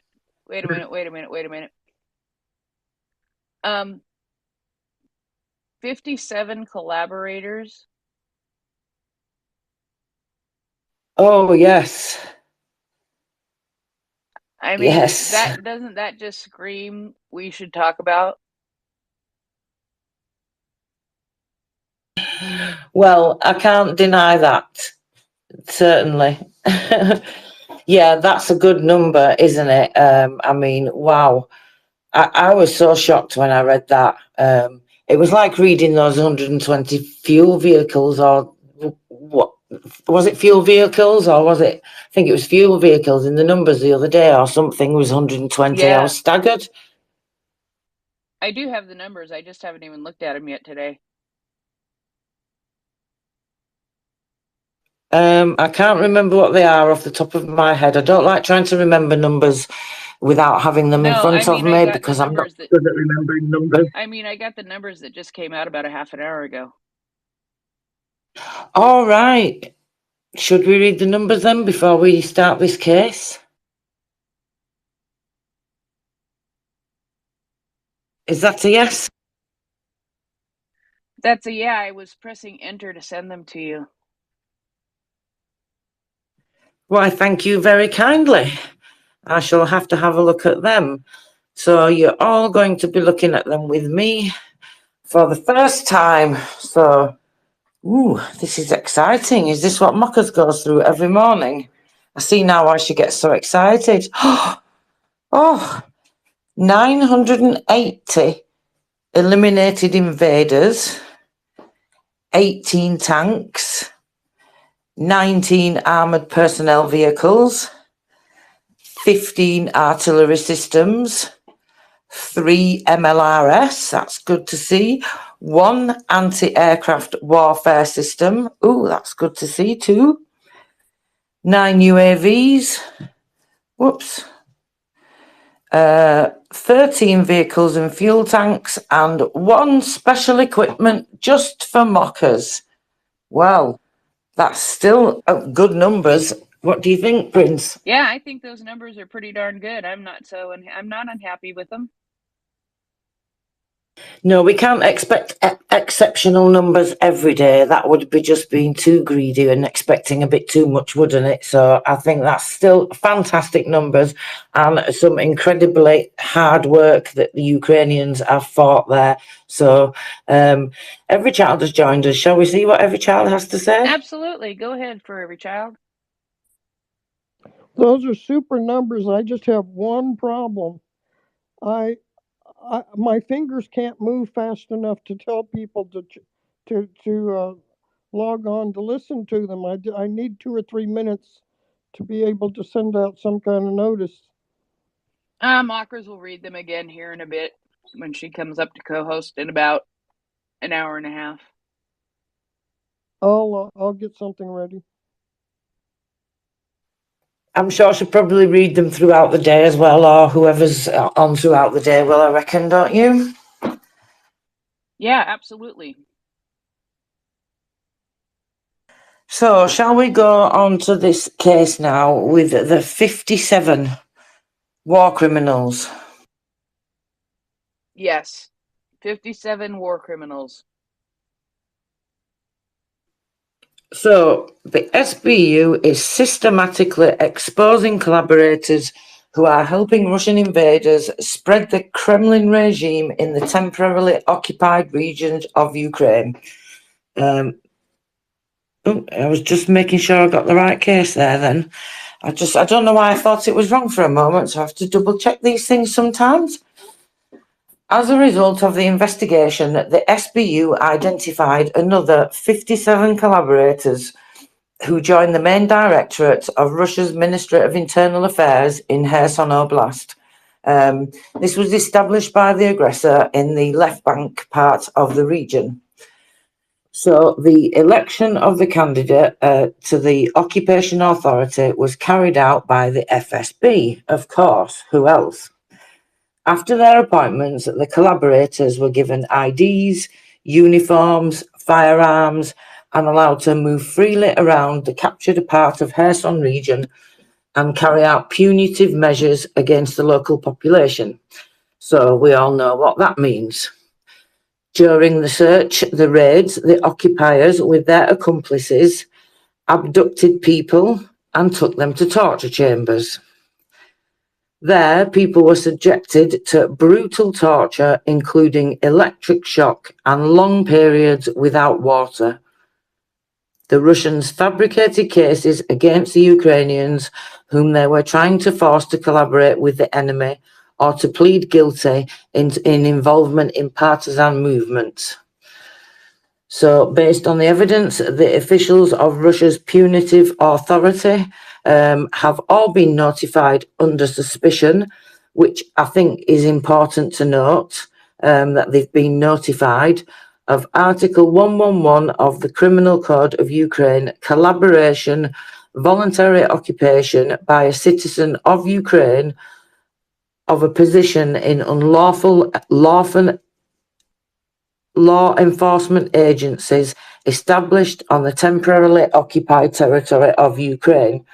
I think it's important that they say that they've been notified of suspicion, because that makes me think of that report that you were reading, the very, very long report that you mentioned, Prince Heather, that were talking about something to do with that, weren't they? About upcoming, was it to do with upcoming law changes, if I remember rightly? Or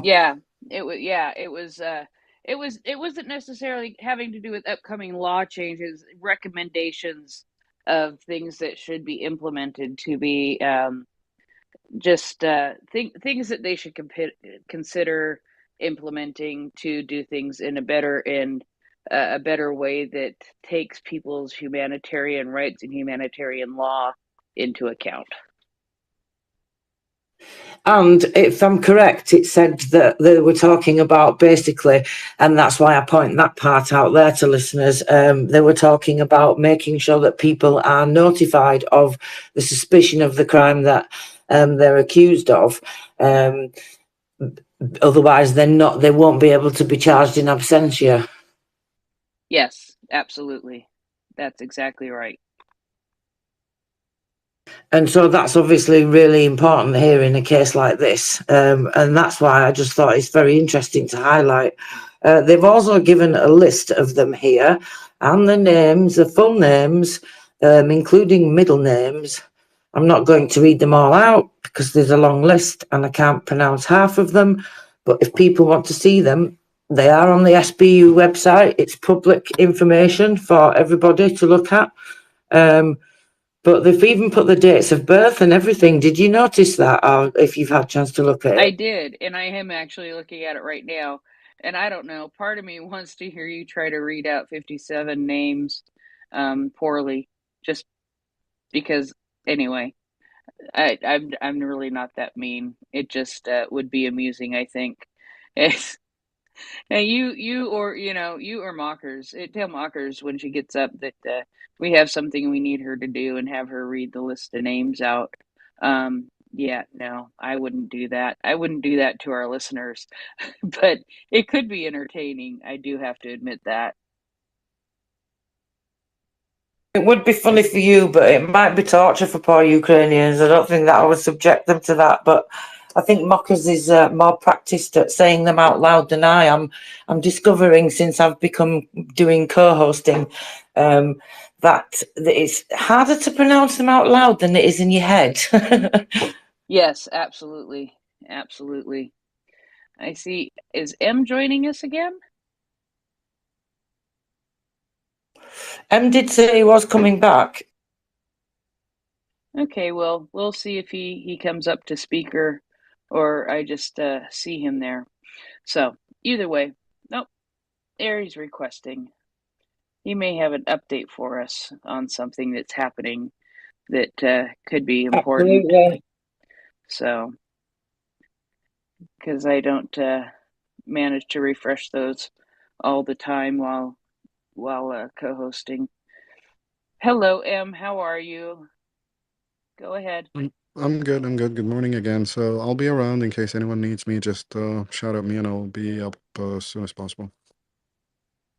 Thank you so much. I don't know if you had any updates or anything that you wanted to share since you came back up, but thanks for popping up and letting us know you're back in the land of the working phones. Go ahead, Em. Indeed, electricity is a beautiful thing. It is confirmed that the United States will change the posture of its forces across the Middle East, and they will reinforce their air defenses. They are deploying extra Patriot batteries. They are deploying a THAAD battery, and Eisenhower has been tasked to establish a presence in the greater Middle East, and it has been transferred to CENTCOM. All signs are pointing towards a serious escalation. If the United States government is changing its defensive posture regarding air defense batteries specifically, that means that they have actionable intelligence on an increased threat of rockets and missiles. So this thing is escalating, and it's escalating because of what Hamas did, and it's escalating because they are keeping more than 200 hostages, and they're escalating because other non-state actors supported by Iran, state sponsor of terrorism, are also increasing the tempo of their harassment operations. So Hezbollah is increasingly harassing and firing at Israeli troops and sites on the northern front, and the Shia militias aligned with the Islamic Republic of Iran are also increasing their activities against American troops and American presence in the region. So seems that we are heading to a serious escalation. I hope cooler heads prevail and this de-escalates, but so far there are no signs for de-escalation, and it's continuing to escalate and simmer. So we'll see. It's a failed gambit on their part, and a very serious adventure, or a misadventure, if I can call it that. This will not end well for them. If they continue down this path, not only will they drag the whole region into a regional war, but also they risk their own country. There must be something that they know that we don't, but I guess as soon as the land incursion starts, as soon as ground operations start in Gaza again, everyone will show their true disposition, and the real game will start. But so far, it's escalating quickly. Thank you. Thanks very much. I appreciate it. Always appreciate your input. And if you have anything additional, let me know, or come up and share with us. And go ahead. Just one last thing. This is beyond Gaza, and this is beyond Hamas, and this is beyond the Palestinian question or the Palestinian cause, struggle, uh, whatever you want to call it, mission towards independence and statehood, or a two-state solution, or a just solution. Name it whatever you want to name it. This is shaping up to be a direct attack against democracies. The ultimate goal here is to destabilize democracies. We're seeing demonstrations, we're seeing political capital quickly being diminished. So it seems that Putin calculated this time that he needs another front in order to destabilize President Biden's bid for a second term. I guess they are back for their old trick. They want Trump, and I don't know how they still believe that this man can be elected into office unless they are calculating that there is enough agitation in U.S. politics and enough polarization to destabilize the United States. This is not just about Hamas. This is not about the Palestinians. This is about destabilizing democracies across the world and presenting them with domestic challenges and security challenges, and also trying to stretch their military assets and resources across fronts and across the world. We'll probably see increased activities by the Chinese as well. They actually managed to stop a resupply mission that was trying to resupply the troops on that boat in the Philippines, Filipino waters. So yeah, it's escalating across several fronts, and no end in sight. Again, the land incursion will be the decisive factor here. It's the only thing that will put all the cards on the table and show the true disposition of all actors involved. Yeah, thank you, Em. When I saw that press release from Lloyd Austin earlier tonight, I thought, okay, this this means something, and I'm glad you came and shared with us and helped us understand a little bit of what it means, because there are so many things that are so subtle. One last thing. Yes, there's a confirmed Israeli Air Force strike against both Damascus and Aleppo international airports, and both of them are out of service. So it seems that the Iranians are still adamant on trying to resupply Hezbollah and other proxies in Syria and in Lebanon through those two airports. And the Israeli Air Force is adamant on denying them that capability. So this is probably the fourth or the fifth time that both airports had been hit over the last week, 10 days, and probably will continue to be the case. They have ground crews that can fix the tarmac and the runways, but the Israeli Air Force will continue to either bomb the runways or interdict any shipments while the Iranians attempt to deliver them to their proxies in the region. So, yep, confirmed both Damascus and Aleppo international airports have been taken out of service. Thank you. Thank you very much. And yeah, I haven't seen Yehudit anymore, and we're talking about the cases the SBU has done, but I appreciate it. And like I said, if you have breaking news that you think that we should share out here, please come back and share it with us anytime. And if I see anything I have questions about, I think you've gotten used to these messages of, M, can you please explain this to me? Or does it actually mean this? Because I always do send you a message to make sure that I know before I say anything. So I appreciate you very much, M. And no worries. I will continue to send those messages as needed. So thanks, M. So Tracy, 57 people for collaborating in Ukraine, in the occupied territories of Ukraine. That is insane, isn't it? Not just that, 57 people, but that's 57 cases of goodness knows how long each one was, all built, all ready, all served, suspicion served against the people, so they can't say that they don't know about it. And so when those territories of Ukraine are finally deoccupied, whichever part it is that they're in, then all those cases are ready to go.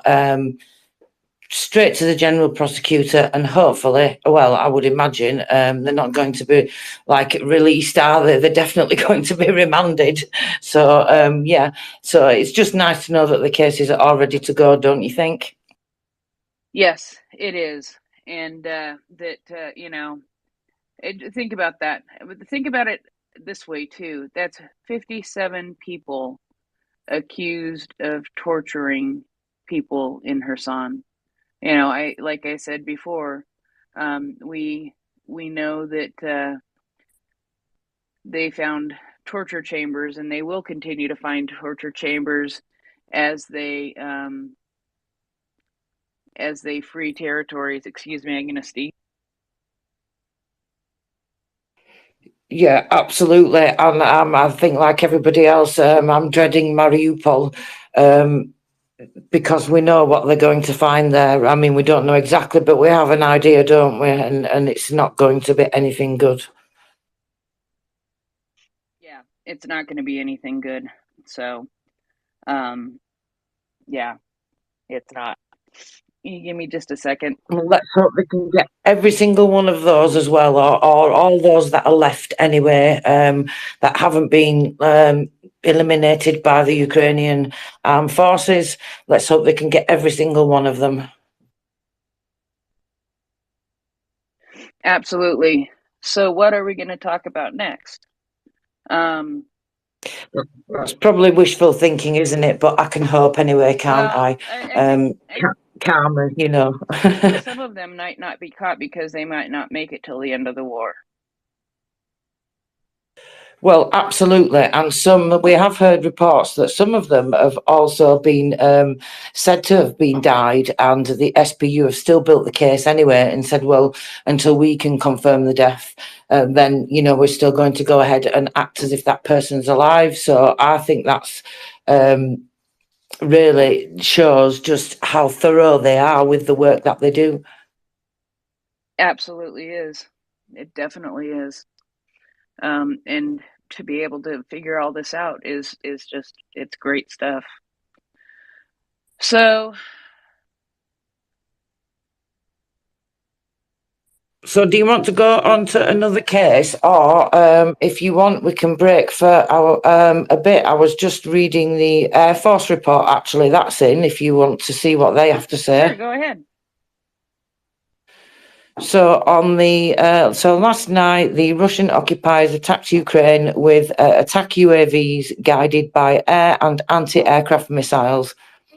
8 launches of S-300 missiles were recorded from the Belgorod region and the temporarily occupied territory of Donetsk. The enemy also used a Kh-59 guided air missile from an Su-34 aircraft from the airspace of the temporarily occupied part of the Zaporizhzhia region. They launched 2 UAVs of unknown type from the northern direction, and 3 strike UAVs of the Shahed 136 and 133 type from the area of Cape Chowder in Crimea. And they managed to take down 4 air targets, 1 Kh-59 guided air missile, and 3 Shahed UAVs. And so that was what they've reported this morning. Very good. Very, very, very good. So now there's sometimes just words catch my attention.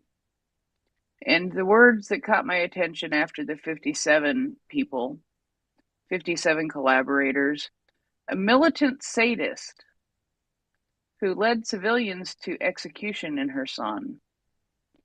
I like it when they get sentenced.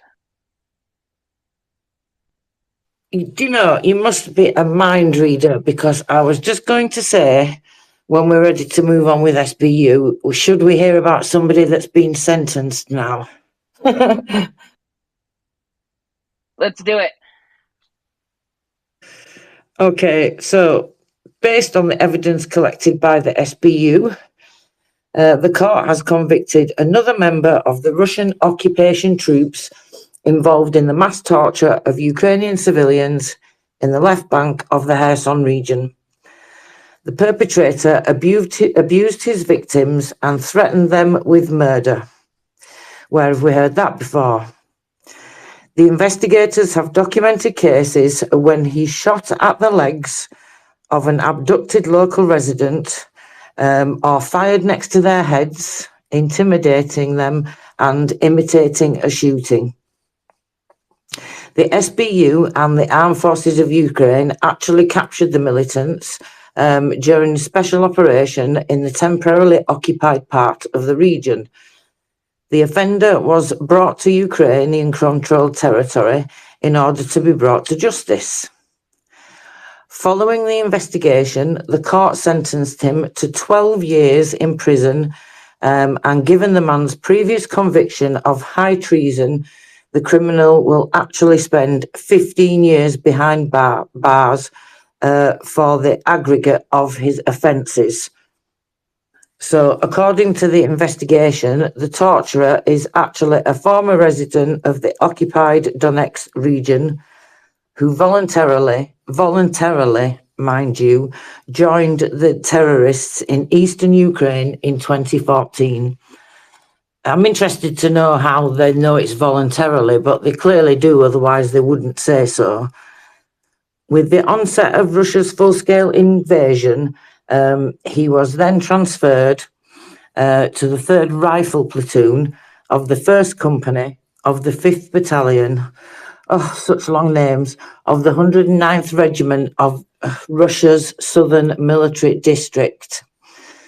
Together with the invaders, he then fought against Ukraine's defence forces and actually took part in occupying the left bank of the Kherson region.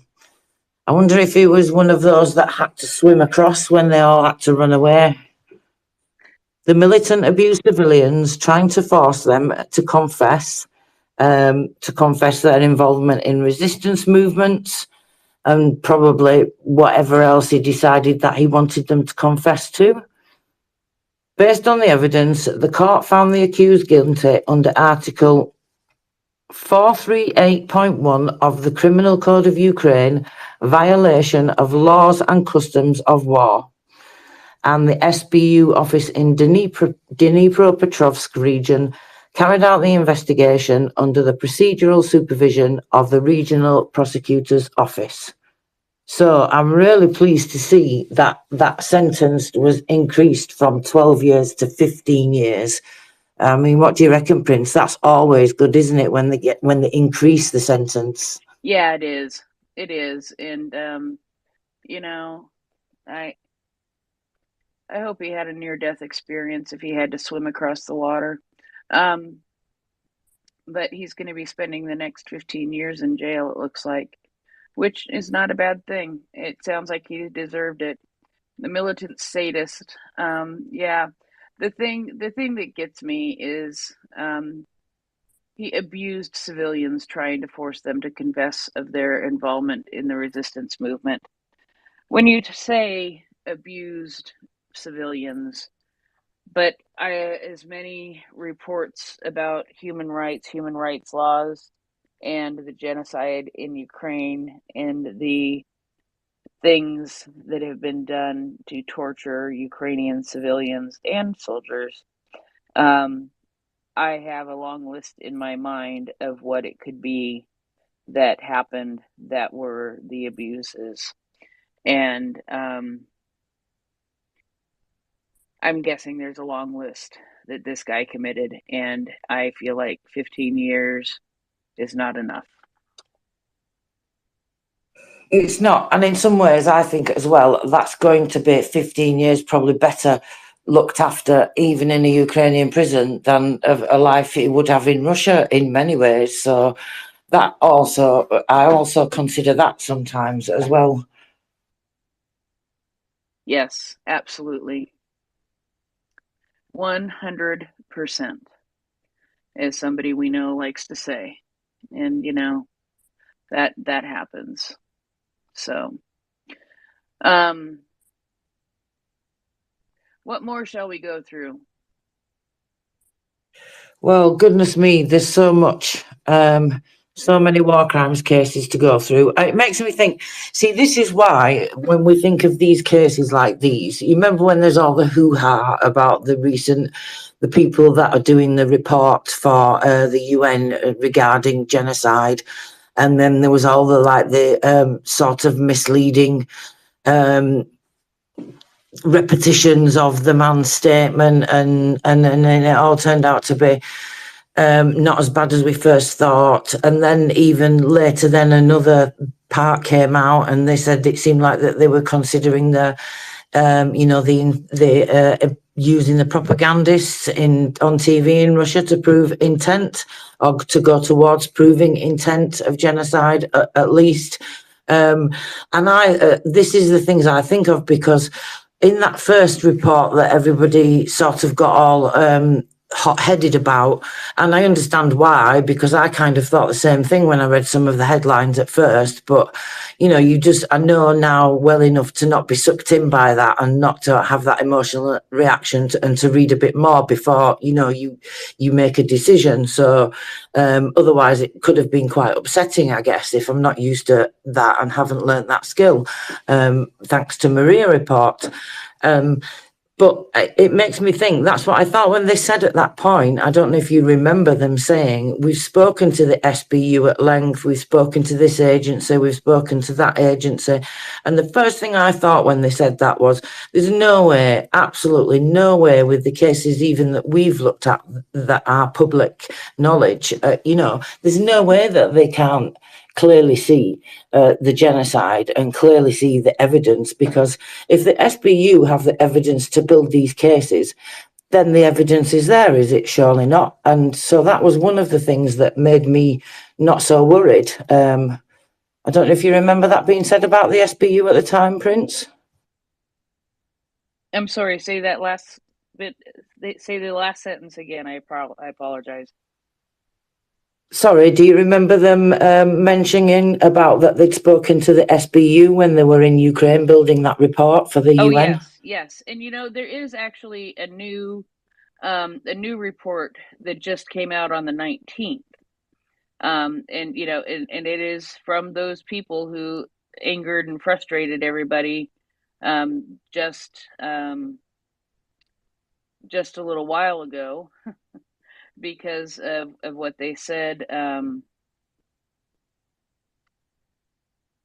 as far as not being able to call it genocide at this point. There is a new report that just came out on the 19th that I have not been able to read yet. And it is very clearly noted and watermarked on every single page that it is an advanced, unedited version, but it will be going to the Secretary General from the Secretary, This will be transmitted to the General Assembly, a report on the Independent International Commission of Inquiry on Ukraine. It's being submitted in response to their charge, to what they are charged to do. And like I said, I have not had a chance to finish reading it. I'm partway through, but we talked about it a little bit last night, and I think we're going to end up going through it. Basically, what it's turning out to be is a whole lot more of what we've already heard, and a lot more detail about what we've already heard, and a lot more instances about what we've already heard. And so they're doing their due diligence. I hate it. I hate that it's annoying, and it's annoying, and it's frustrating that it's taking so long. But you know what? I'd rather it take longer than I like than for it to be done quickly and not have the teeth that it needs to have. There was something that we also talked about last night, and it's going to take me a minute to find it. But it was about genocide. Let's see here. I have to figure out where it is. There it is. Of course, we know, for people who listen to the genocide talks, we know that under the Genocide Convention, parties must act to prevent genocide per Article 1. At the moment they know or reasonably should have known that there's a serious risk of genocide, and to punish substantive breaches of the Genocide Convention stipulated in Article 3. So they're pointing out that going back all the way to May of 2022, in the New Lines Institute, Raoul Wallenberg Center legal analysis that detailed the Russian Federation's breaches of the Genocide Convention, and over a year later, the following report and continuing evidence to show that Russia is engaging in a systematic and targeted campaign of genocide against Ukraine. It's basically saying that the Genocide Convention is as a vehicle for state parties to act. For example, states with stronger political links to Russia have a greater duty to use their influence in this regard, while other states can send more military supplies and weapons to Ukraine to prevent the humanitarian crisis from worsening. So that's, they're, like I said last night, what I would love to see is, NATO jets and NATO forces just kicking the Russian booty out of Ukraine all the way back to the 1991 borders. I would actually I could actually probably pick a border from a different century to give Ukraine more territory, in my personal opinion, but that's just because I'm pissed off about it. But realistically, that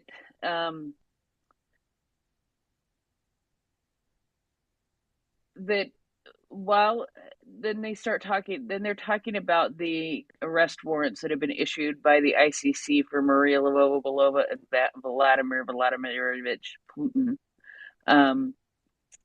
regarding the children, and stating that even though that those are seen as a war crime under the Rome Statute and the ICC, while these acts are currently categorized as war crimes, the arrest warrants also put state parties to the Genocide Convention on notice that potential genocidal acts can be occurring, thus triggering the duty to prevent any of the 152 state parties and not least the half dozen or so countries whose parliaments have already determined genocide is taking place should immediately take action to the best of their ability to prevent more genocidal acts from occurring, especially by these individuals who have ordered and are instrumental in forcible transfer of Ukrainian children, among other crimes.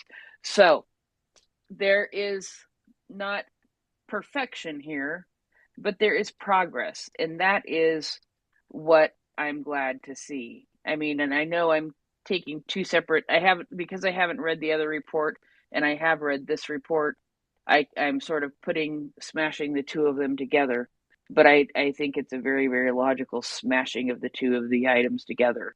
And so it's saying that duty to prevent should already be triggered. And yes, we see things happening. We see that sanctions are being put on Russia. We see that arms are being provided to Ukraine. All of those things fall into items that are seen as things that fall under that duty to prevent. And so just doing that more and more and more is considering trying to prevent it. Like I said, I don't feel like it's enough. I feel like there should be more. And to me, it's just, I want to bomb the hell out of Russia just because it's frustrating. And I'm not tired of reading reports. I can't say that. I wish I didn't have to read more reports about the horrible things that are happening in Ukraine and to Ukrainians. I know, and it's frustrating, isn't it, when we have to wait for the law and the wheels of justice to turn as slow as they do. But what I take from that, what you just read, is, and correct me if I'm wrong, but I take that they're looking at charging other people involved in the transfer of those children with similar and or the same crimes, and also that they're looking at, well, they're basically saying that Lvova Belova fell over and the indicted child snatcher, they're possibly looking at genocide. I mean, am I taking too much from that? No, I don't think you are taking too much from that. I think it is a first step. Calling them war crimes is a step in the right direction. The next thing, would be like crimes against humanity, and then the next thing would be genocide. But I think as much as we can look at it and say, yes, that's genocide, they have to take a more reasoned and incremental approach because they want to be able to prove that case of genocide in a court so that the people can be held accountable. And I'd rather them do it right than get what I want now. Make sense, Tracy? Yeah, that's it. As annoying as it is, like you say, it's the way of having a democratic rule of law society, isn't it? So, but I'm with you. I would just wish we could just send NATO in there and send everything in there. But it does interestingly make me think because once then that there's more responsibility, because as you said, various countries' parliaments have already said they classified it as genocide anyway. But then once they have this legal thing, does that then? I'm thinking maybe hopefully it gives countries more powers to act in. I don't know how else we can act. Other sanctions, I don't know, block Russia out from the rest of the world more. I don't know, suspend the vote from the Security Council or whatever, votes they have left in the UN, or I don't know what else they can do other than that and completely cut them off. But because we're not going to go in militarily, are we? And Ukraine doesn't want us to anyway, so that's out of the question, no matter how much you and I and many others would like to just see Russia get what they deserve from NATO. But given what we've learned tonight anyway from the US news, that might not even be that far away anyway, something escalating further than this. I don't like using that word because it makes me... It's so sad that Russia taints some words, isn't it, that you feel like that you don't want to use them in the language anymore because they've used them so much in propaganda. Have you noticed that, Prince, when you're using certain words? Oh, yeah. Yes. And escalation is one of them. And, as much as it may look like we're, as M says, it looks like we're heading towards escalation, and I'm just going to say in the Middle East, and in that it is, Putin who is trying to drive this distraction, which I do firmly believe that it is Putin driving this distraction and driving this conflict, even in the Middle East. What he's doing is trying to distract from how badly he's losing in Ukraine, and we can't let that stop. We cannot stop looking at what is happening in Ukraine, because as soon as we stop looking at what's happening in Ukraine and focus on the Middle East, then is when he will do something extremely atrocious, and we'll be going, oh my God, I didn't realize that was going to happen. So if we can keep an eye on it and watch it, we might be able to see it coming, and maybe we can help. And I know that the United States will do that. The United States will be there for Ukraine. I know that with all my heart. So sorry. Go ahead, Tracy, and then we do have every child has their hand up. No, I absolutely 100% believe that as well. That I agree with you.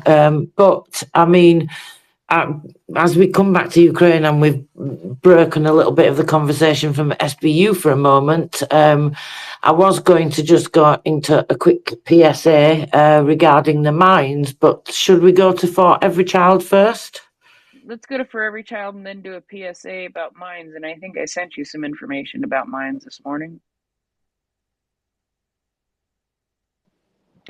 I wanted to float this as a perspective question for him, but I don't want it to be given any time at all unless he considers it to be worthy of consideration. Um, I'm just seeing some things here and there as I scroll through the evening, and I'm wondering if there wasn't a deliberate execution of peace leaders, Israeli peace leaders, to obstruct any progress in that direction. But that may not be something that has a priority right now. Yeah, I think we'll hold off there for a minute. Yeah, and he'll be up. I'm sure that he and Yehuda will be up again in the next day or two. I would bet sometime in the next 24 hours that they will come up. It just is when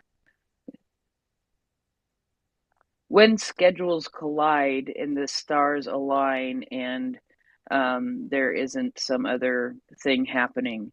And so, yeah, you put the two disparate time zones together, erratic sleep patterns on both of their side, and real other life things that happen. And yeah, it's like all of a sudden they look at each other and go, "You got time?" And the other goes, "Yeah." "You got time?" And they go, "Yeah, let's do it."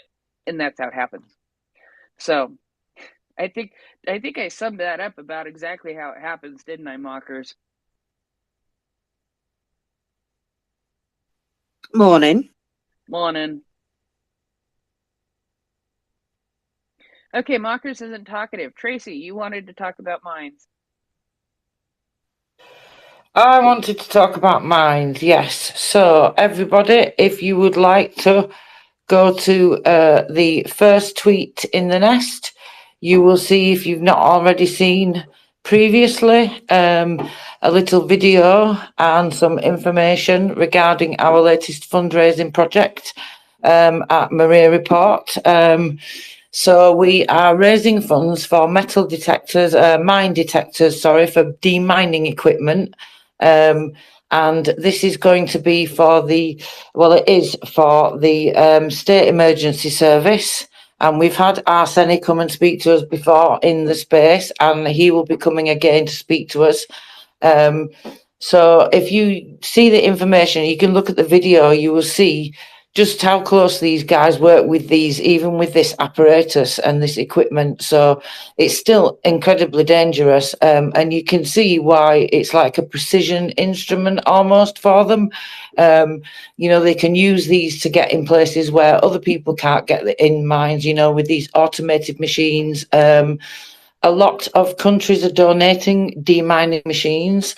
A lot of NGOs are helping in Ukraine with demining, but a lot of the things that are being donated are a large equipment, and rightfully so, because that's so desperately needed.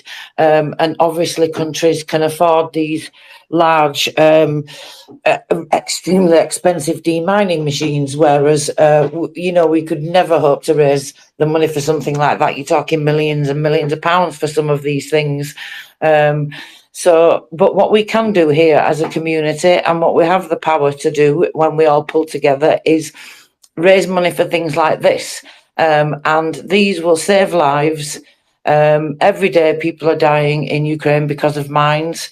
250 people have died up to now, and over 500 people have been injured or maimed by mines. So it's a really serious thing. 174,000 square kilometres of Ukraine is mined. That's like up to 30%, I believe, if I remember rightly, the percentage, but don't quote me on that, but you can quote me on the square kilometres because I'm reading that right in front of me. And today the Coordination Centre for the Mine Safety Monitoring from the State Transport Service, they post every day, and their numbers this morning are, and this is in 24 hours, they've demined and neutralised another 331.82 hectares of land, and destroyed an extra 375 explosives. Now that's actually quite low. Some days you see it 900, 1,000 per day. It all depends how much these guys get called out, because they are the state emergency service, so they do get called out by the members of the public as well. Children are having to have mine safety classes instead of being able to play out in nature, and just basically be children and not have to worry about serious things and dangerous things like this. So if you are able to donate, please consider this fundraiser. It is really, really important. And it is true what they say, that the war will not end in Ukraine until the last mine is destroyed. Now, according to industry experts, Ukraine's ambitions of demining in 10 years is extremely ambitious. But they've got people like us, and they've got other NGOs and other charities doing what they can. So if we can all pull together, even if it's just a little bit, if we all do a little bit, then we get really far together, as we've done with other projects, such as when we collected money for the deputy mayor of Kherson for the children's hospital, and for civilians in Kherson to be able to cook because they have no power after the dam was blown, no power, no water, nothing. So that was a really difficult time. We were able to do so much good there, and I'll never forget the video that we saw when the deputy mayor of Kherson, she was so overwhelmed, so to know that we can do that much good for people, and that's just like helping out in terms of humanitarian. So, your money, when you donate for mines, it never stops saving lives. For the life of that equipment that you've bought, basically you just keep saving a life. Your dollar just keeps saving a life. Your pound just keeps saving a life over and over and over. So if you can donate, go to MriyaReport.org and donate there, or use the easy payment link in the tweet, which is my preferred method because it's so quick and easy. But if you want to set up a recurring donation, you can do that also, or you can just give a one-off amount of your choice, whatever you can afford. In some ways, the smaller, the less amount you can afford, the more appreciative we are, because we know how incredibly difficult it is for you to afford that. But if you can't afford it, please don't feel guilty, because you can still retweet and you can still repost, and that's a massive help. Also, you raise awareness that way, and you get the fundraiser campaign out there for more people to see. So we all pull together and we all help, and we're all a team. So everything that we do, we can all take pride in it because we're doing it together. And we couldn't all do it on our own. So let's use the power of the community and pull together and get lots and lots and lots of these mine devices, please, these mine equipment devices. And I will love you all forever if you do that. Thank you very much. So back to you, Prince. Evidently, Tracy's love is conditional. So while we're at it, go ahead and retweet the space. Get some more people in here. We always like to have more people joining us. As the morning goes on, we start to get more people in here, and that is always something that we appreciate. And We ignored Mocker so long that she had to put her hand down, and then she fell down. And I think perhaps she's managing to come back up. I have sent her a few pieces of information this morning, but we will see how the rest of the morning progresses. So shall we do another case? But Mockers did have her hand up. Mockers, did you want to say something before we go on to another SBU case? Well, it's that time of the morning, isn't it?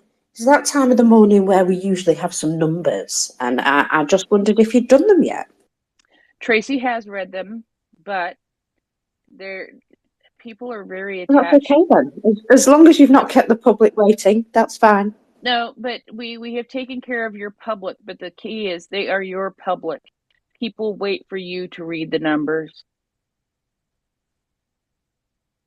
Oh, bless. Oh, bless. Your public is waiting, Mockers.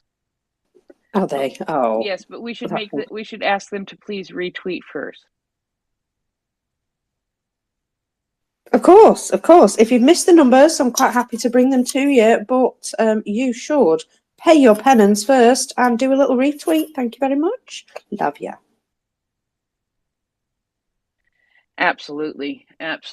And we have finished talking. Now that you're here, we've finished talking about the sadist among the Russian, and that's literally what it said in the news release. It said militant sadist. It was not let's put it this way. The guy should have gotten more than 15 years, because I've read things that people do to other people, civilians, Ukrainian civilians, and I'm sure he deserved more than that. Anyway. So sometimes it's about the law, though, isn't it? It's about the law and what they can and cannot do with it, I believe. Doesn't mean I have to like it. Oh, no, I'm totally in agreement. It's the same here. In the UK,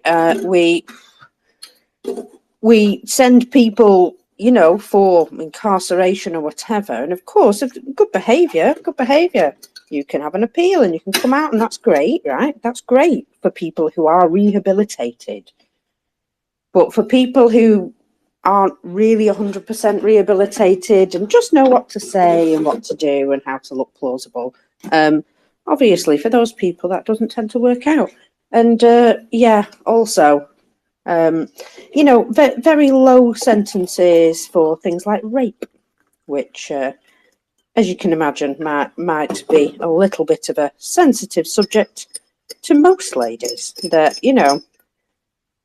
it's all very well and good to be taken seriously and to go through the massive ordeal of having to deal with a trial and all that, cross-examination, being made to look like the Scarlet Woman, which you obviously are, and all of that palaver. And then they get, a relatively short sentence, and you think, oh, I'm glad I went through all that. I know somebody who went through this. And she went through this massive ordeal of the trial and everything. And I think the guy got 7 years and he was out in 2 or 3. It wasn't anyway. And it was particularly brutal and awful and blah, blah, blah. And he was very quick out. And let's just say it didn't seem like justice to me. Mockers, I'm going to drift again here. Poor Tracy. I am going to drift for a second, but I might have to cough first. But you sleep through the genocide conversation, so I'm going to repeat it. There are some recommendations in the current report we're going through. Hang on a second.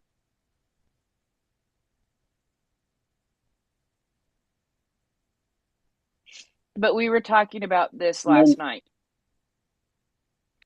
We are reading Conflict-Related Sexual Violence in Ukraine, Lessons from Bosnia and Herzegovina, and Policy Options for Ukraine, the United States, and the international community. So I'm going to try to find this part that you are making me think of. And what it is a way to approach the I don't want to call them victims. I hate that word, but the people who have lived through conflict-related sexual violence, the people who are survivors of conflict-related sexual violence. And one of the big, huge flaws, like you just pointed out, what you just said is one of the big, huge flaws in the system when it comes to convicting convictions of rape, is the re-traumatization of the survivor of the rape.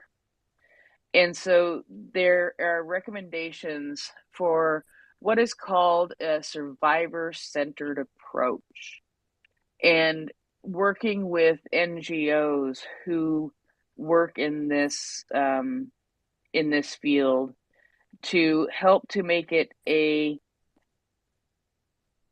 situation where, for example, a trial would not be, I mean, I'm sure it would still be to some degree, but there are things that can be done so that it is not as traumatic, so it is not re-traumatizing the people who are trying to find justice. And, all kinds of things, including psychological assistance, legal aid, just a whole variety of different things that should be done by looking at it from a survivor-centered approach in order to make it less traumatic and something that that is something that people are, they don't come out of that thinking, oh God, I just survived that too. You know what I mean? That's kind of what I'm talking about. So the fact that they're talking about this kind of thing and they're looking at ways to make this easier on people who have survived conflict-related sexual violence, I think at this point is a good thing. So I know you keep giving me the thumbs up, but I think that's a thumbs up. Stop talking, Heather. I got the point. Did I? Was that me? Oh, hello. No. Anyway, the whole point is it's an ordeal in itself to give the evidence. And I believe that in some cases, especially with the case of, younger people, shall we say, video testimony and written testimony can also be accepted. I think video testimony is more likely to be used. But yeah, there are an awful lot of difficult emotions to be brought up when dealing with something like that. And then, of course, you want them to get the correct conviction as well. So you want to be able to give, as much evidence as you can, correct information, blah, blah, blah. And even though it's very, hard to do, shall we say, hard. So yeah, it's a difficult subject, and somebody, lays their soul out to the world to see in order to, have this person convicted. And then when they're out after a very short time, it does seem, as though more could be done, especially when there's violence involved. It just it's obvious that that's no misunderstanding when there's violence involved, and there should never be any misunderstanding anyway. You know what I mean? But you know what I mean. You beat the crap out of somebody, you don't love them. That's what I mean. I know what you mean, Mockers. It annoys me particularly when they say life and then that's 25 years. Like, life should mean life as far as I'm concerned. But yes, so we better not get it too far into UK sentencing laws, had we? Bringing it back to what we were saying earlier, Prince Heather, about the case with Tyra. Imagine having to go through that in front of, like you said, the testimony that she had to give at the Helsinki Commission, and it's just astounding, really, isn't it? A bravery and a strength to sit there and be able to go through that. Is Prince Yes, still with us, Mockers? I'm here. I'm here. I was trying to do something and my computer started misbehaving and it's making me angry now. But I have beat it into submission. Well, yeah, that'll work. It's tapping extremely angrily. That's what you do. You just tap extra angry and then it works. I know, because it works with my phone all the time. Yeah. Just never throw it against the wall, Mockers. You need your phone. We need you to have your phone. But no, where I was going with that is, there is video testimony, and they're looking at new ways even to protect identities and make people more comfortable in the while testifying. Let's put it that way. And so I think there's going to be some options, and I think that they're learning lessons. I mean, as awful as it is, they have learned a lot of lessons from Bosnia Herzegovina and the crimes that have been tried there, and they're trying to put those lessons into preparing for what the future holds in Ukraine, and that's a good thing. And perhaps, actually, Tracy, this is a good opportunity to slide into what was Andre Costin doing this week. What was he doing this week? Did you see what he was up to this week, Prince? Well, I did. You did? Yeah. It would not involve Nabu. Is that what you're talking about? Or are you talking about when he met with... Was it? Okay. When he met with international partners in The Hague, you mean? Sorry. Yeah, that was it. Didn't they do some training at The Hague? Yeah, they certainly did. I believe, let me just open the file, that I think it was police officers, if I remember rightly, off the top of my head. It is, let's have a look. It's very early in the morning here, and I don't want to get any information incorrect. So, the first Deputy Prosecutor General met with international partners in The Hague. They took part in a visit of representatives of law enforcement agencies of Ukraine to The Hague in the Kingdom of the Netherlands. They thanked them for the support in the Kingdom of the Netherlands, in particular in the field of holding Russia accountable for all international crimes, as well as for an active position in the implementation of the Ukrainian peace formula. Members of the Ukrainian delegation met with representatives of the government and law enforcement agencies of the Netherlands, the International Criminal Court, the International Court of the United Nations, Eurojust and Europol, and they agreed on ways to strengthen cooperation and exchanged experience in the investigation of war and other international crimes. So they went on to discuss many different things, as you can imagine, and they've set up an advisory board. And then on top of that, just let me go back to the file now. I'm getting like you, Prince Heather, with like so many different windows open. I'm confusing myself. So whilst I find that, let's see what Mockers has got to say. Mockers? And that is why I don't have my two laptops open. That's why I like to use my phone. I like to travel light. So What I was just going to mention was, did we notice that yesterday the Russians thought that it would be a good idea to, well, because you know, America is not the land of the free anymore. It's just, you know, I don't know what they say it is. It's some sort of quoted state anyway, whatever they say it is. And they decided that America shouldn't have the Statue of Liberty anymore. Oh no. Oh my God. Yeah. This is how serious these people are. The State Duma proposed to move the Statue of Liberty to Russia because they are such a liberal state. In fact, the US doesn't deserve liberty because it lost the right to be considered a democracy long ago. So the statue should be transferred to Russia.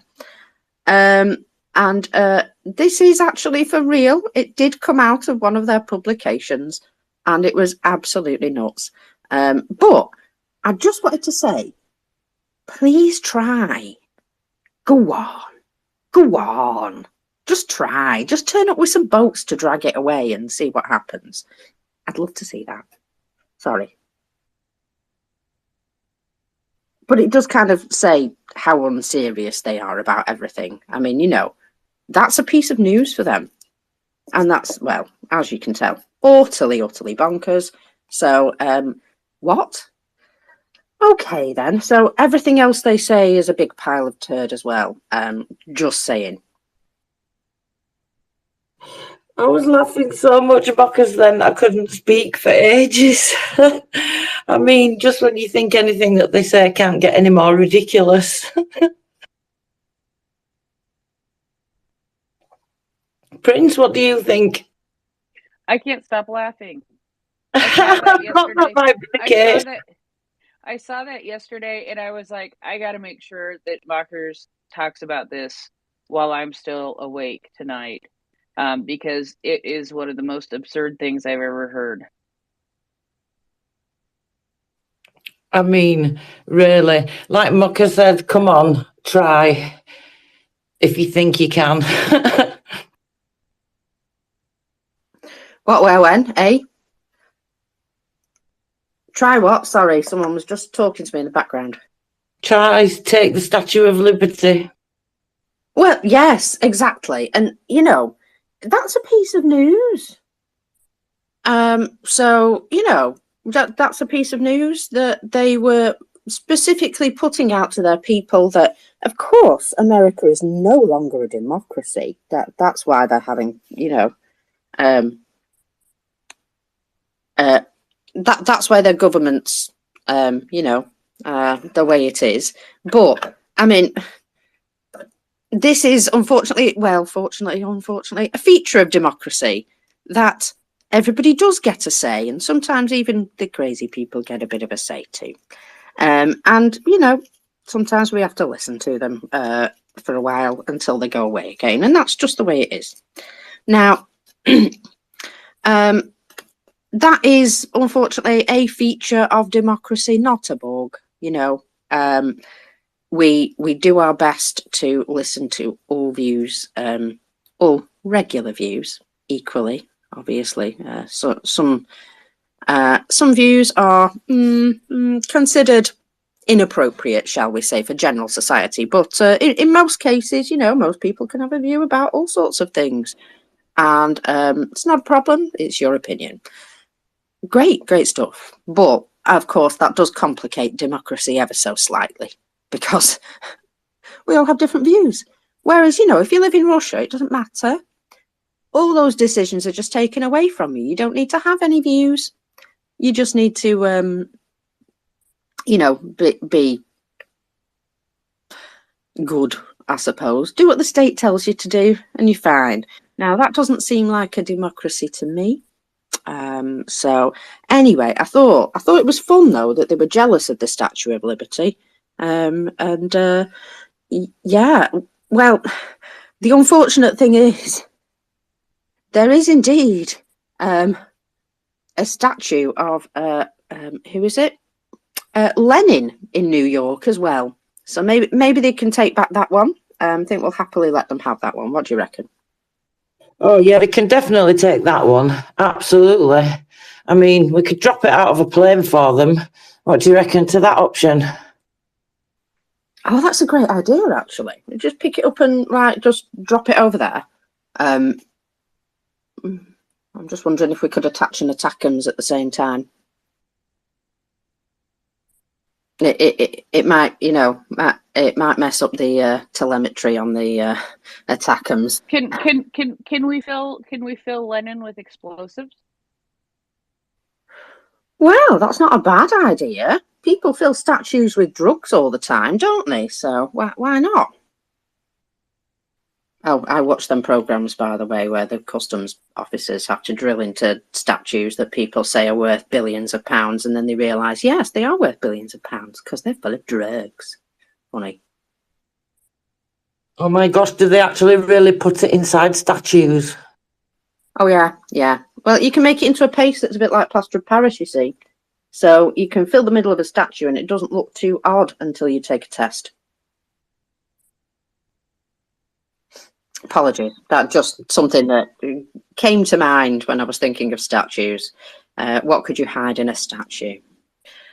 So somebody's just mentioned here, well, Russia's already got enough washing machines and toilets. Now they're looking for something truly unique. So, we could swap it for a gold leaf dome from Red Square. Quite happy to maybe tender some sort of swap. Sounds fair to me. Or we could just drop it onto the domes of Red Square. No? Okay. Sorry, that's yeah, I'm going for yes. I think drop it on the dome. Absolutely.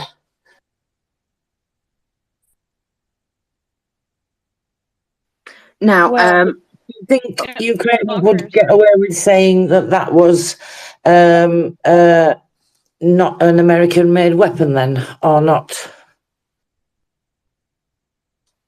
Oh, you know what? It would be lovely to see Lady Liberty crush the Kremlin, but I'm going to say she's probably good where she is. I think they've got other things that they could do that with. So let's not worry too much.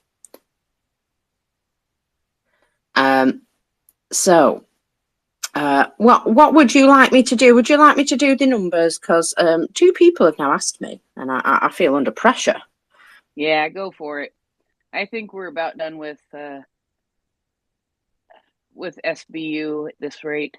We've got about 29 minutes left to go. What do you think, Tracy? Yeah, read the numbers, muckers. Well, we can always go back to something juicy if you're sitting on anything. Oh, sorry, that I'll not tell you why. Yeah. Right. Apologies. Make up your own jokes. Right. Okay. We have calls on the doors. 980 liquidated personnel. 18 tanks. Did we have something similar yesterday? It was in the teens yesterday. Yeah. 19 armoured personnel vehicles. Now, obviously, these numbers aren't quite as impressive over the last few days, but you've got to remember that they've been sending in very few vehicles now with lots of extra infantry, and those numbers reflect that. We have another 15 artillery systems, but 3 more MLRS, which is just awesome. And 1 more anti-aircraft system. Now, again, I will note there are no aircraft or helicopters on these numbers. 9 UAVs. Again, it would appear that they are saving this stuff up because there's no cruise missiles either. And, well, we know what they're saving for, don't we? Not a rainy day, unfortunately, a cold day. 13 vehicles and fuel tanks. Ooh, and just the 1 special equipment. Let's hope it was very special indeed. But I believe that recently they have taken out a mine laying vehicle, and there's been a number of extremely lovely large booms, such as a field. Well, you know, when you say a field ammo dump, what you mean is just a pile of random ammo laying around with about 300 mines. And I watched a video of that blowing up, and I've got to say, those mines are really, really explodey, aren't they?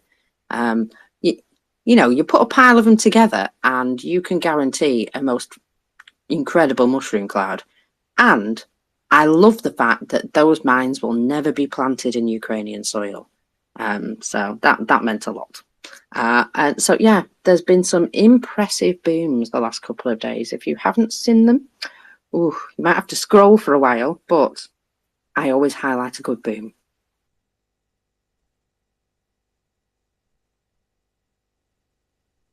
Yes, you do. And there's nothing wrong with loving a good boom. Now, the one thing I do want to do really quick. I do want to do. I think I just made up a song. I think it came from the 50s.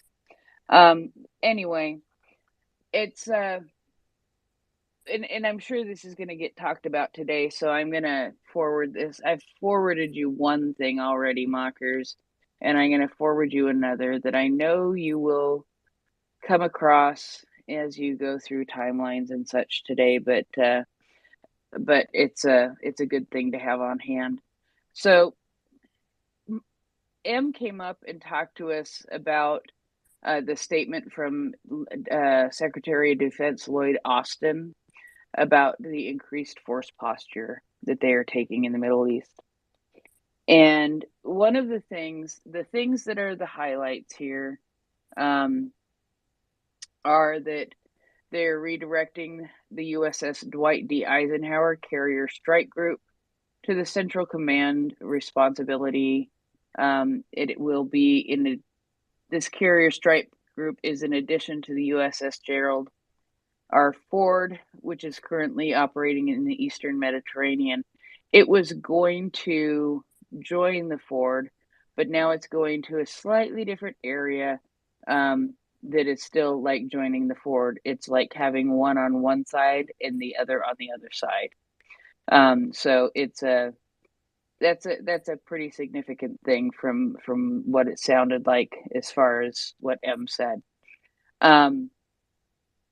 So that will further increase the force posture and strength of the capabilities and ability to respond to a range of contingencies. Now, here are the additional interesting thing is they have also activated and deployed the deployment of a THAAD battery as well as an additional Patriot additional Patriot battalions. I am going to say on the end of it because it does say Patriot battalions to locations throughout the region to increase force protection for U.S. forces. So then my question is, okay, so we've gotten really familiar with what a Patriot is. What's a THAAD? That was my question, and I just happened to run across something that says what's a THAAD, and it literally says that. What does a THAAD stand for? A THAAD stands for a terminal, not therminal, terminal. A terminal high altitude air defense, and so it is something that intercepts ballistic missiles during their final or terminal phase of flight. And it does fit into a C-17. So these are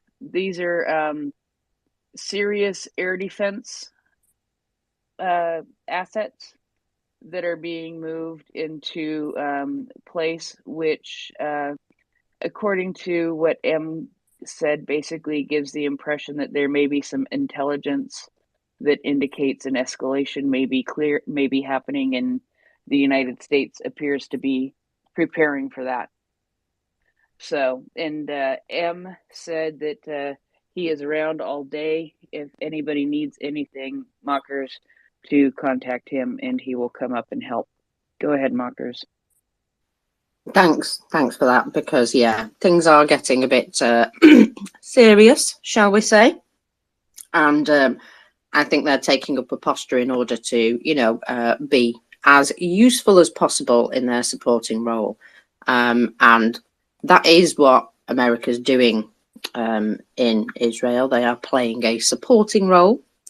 They are not, currently doing anything themselves with regards to troops, but they are certainly helping to protect the sky. And well, this is because of some of the things that told us. I mean, after 48 hours, they had run out of pretty much their air defense missiles and had to replenish them. And that's because this has been, a much bigger attack than they ever planned for, I think. So Iron Dome, it's great. It's amazing, but you've got to keep it replenished. And if you use it an awful lot, there's a finite number of missiles, and they needed some more. So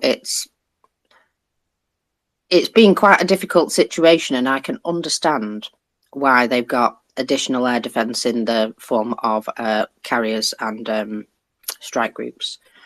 Because otherwise, I think, that there would be a lot more loss of life on all sides. I really do. Prince? Yeah, and just to add, I did actually leave a little bit out because I got excited about talking about the THAAD. Anyway, additionally, finally, Lloyd Austin says, I have placed an additional number of forces on prepare to deploy orders as part of prudent contingency planning to increase their readiness and ability to quickly respond as required. So, he will continue to assess our force posture and requirements in the region and consider deploying additional capabilities as necessary. So he's putting troops on alert just in case, basically. Mockers? And that also is strong messaging. The very fact that he's putting that out there, not keeping it quiet, he's giving a strong message and saying, look, this is how prepared we are. So, if you want to mess, we will be ready. But he's also trying to deter anything further by saying that, by giving that indication that they are prepared for other contingencies if necessary. It's a FAFO message. Yeah, basically, it's saying, we have the find out part ready. So, just in case you're thinking of effing around. Now, I have this morning's MOD report, if you would like it, because it's quite interesting. Please, go ahead. Yay. So, this is the latest British Defence Intelligence update for the 22nd of October 23. Recent Russian assaults in Avdiivka have contributed to a 90% increase in Russian casualties recorded by the Ukrainian MOD. Since February 22, Russia has significantly increased its force footprint on the ground in Ukraine by intensifying recruitment using financial incentives, and the partial mobilization conducted in autumn 22. The increase to personnel is the major factor behind Russia's ability to both defend held territory and conduct their costly assaults. It is likely that Russia has suffered 150,000 to 190,000 permanent casualties. This is considered killed and permanently wounded by the British MOD here. since the conflict began, with the total figure including temporary wounded, recovered and due to return to the battlefield in some capacity, in the region of 240 to 290,000. This does not include Wagner Group or prisoner battalions who fought in Bakhmut. That is just purely Russian soldiers there. So you can obviously see the situation with what they're doing there. That a 90% increase in casualties. Gosh. I mean, it doesn't make me sad, Muckers, does it you? Yes and no. Yeah, I'm not sad that these people have not succeeded, obviously. I am sad for the immense waste of people. And, you know, the individuals, no matter who they are, no matter what they've done, a lot of them have been dragged out of a, you know, normal life, normal job, whatever, and sort of thrown into these assaults. And these new guys that are coming in have not been there, you know, occupying the place, especially directly. They are literally just being taken from wherever they live and thrown directly to the front line with, shall we say, a minimum of training. And so, you know, these guys haven't had the benefit of being able to loot anything or rape any women, because, you know, they've literally just been recruited. So, you know, they've not had the benefits of being able to occupy people's houses and steal their stuff. They've not had any of the benefits of even being paid. They moved to the front. They are thoroughly forgotten about, and oh dear, we'll just cross them off the list as missing, you know. So I have a slight I'm not going to say that I feel sorry for them in particular, but I have a slight sort of feeling that it is just a terrible waste of people. I mean, they may as well just shoot them where they stand before they even get to the battlefield, you know. Just it is murder. It is actual murder of their own people as well as everyone else. Sorry, Muckers, didn't mean to cut you off then. Go ahead, Prince. Yeah, you know, Mockers, I'm sure you saw it. I saw it. There was a like 5-minute video of what Russians do to themselves if they get injured, with basically ending their own lives with grenades and guns. And it was like a 5-minute video where it happened repeated, you know, all these different guys, instead of, you know, maybe they didn't know, maybe they knew that nobody would come to help them on the Russian side. And from all the crap that they've been fed, they were afraid of what they would encounter if the Ukrainians came to rescue them. What they would have encountered was some medical care and possibly the ability to live. But they made a choice to end their own lives. So yeah, it's I don't get it. I don't get it. It's a very desperate situation they're in. They can't go back. They don't feel that they can go forward. What are they left with? And yeah, it's unfortunate, but it just shows the level of absolute desperation and the level of absolute abuse that they get. That you know, that seems like a better decision. I can only say that it's better that they fight amongst themselves and take each other out than hurt Ukrainians in any way. And you know, the blue on blue action on their side, I find it both funny and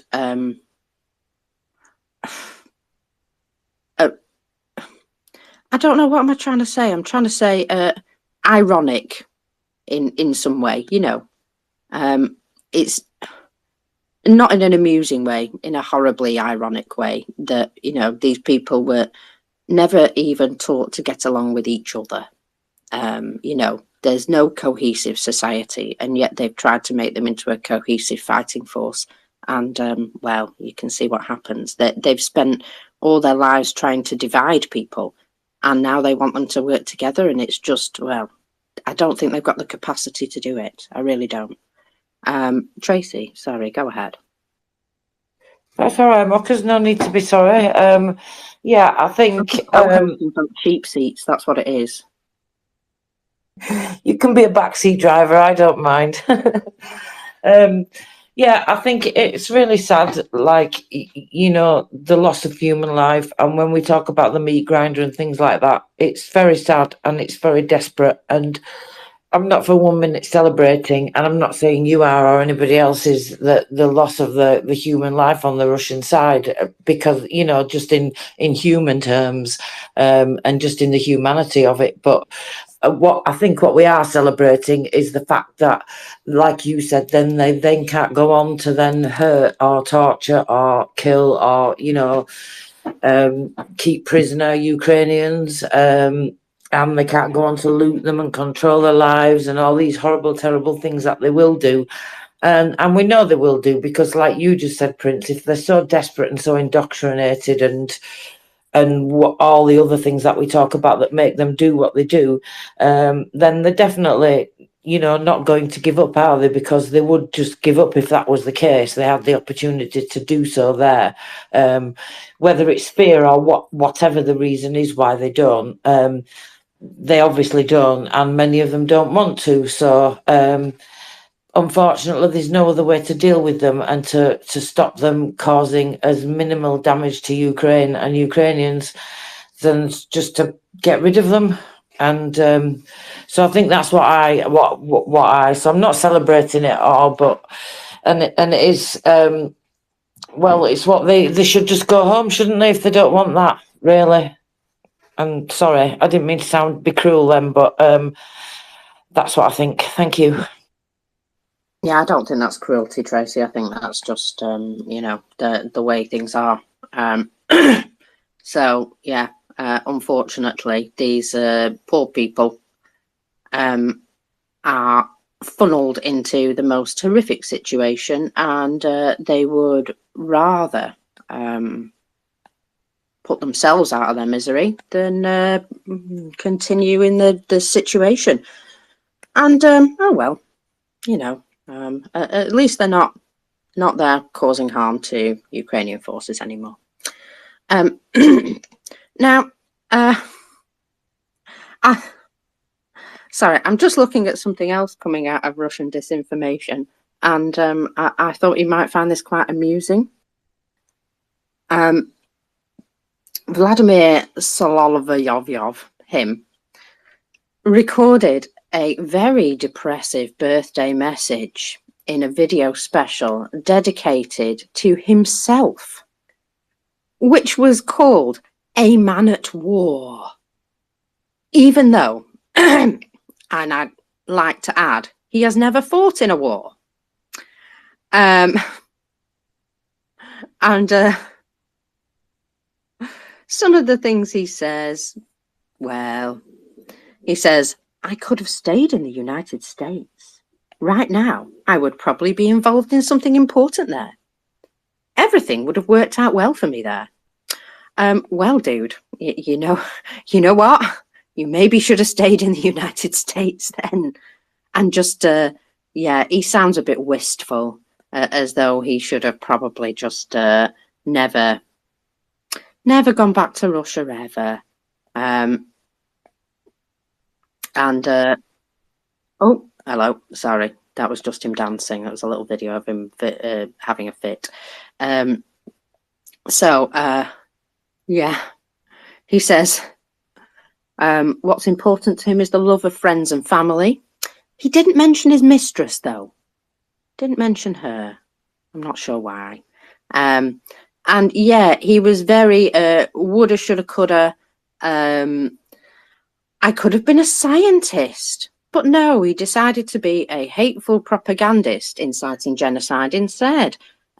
He goes through all of this sort of like, I could have been somebody, but instead I'm here. Anyway, he wasn't very happy, and happy birthday to him, hey? Happy birthday indeed. He sounds very, very solemn, doesn't it? Poor thing. Who knows? These are the consequences of my own actions. It's genius, isn't it? In the USA, so that's the best part. I mean, what does he think would have happened, Mockers, if he was in the USA now? I mean, I don't think he would be just left alone to just live a normal, everyday life. Do you?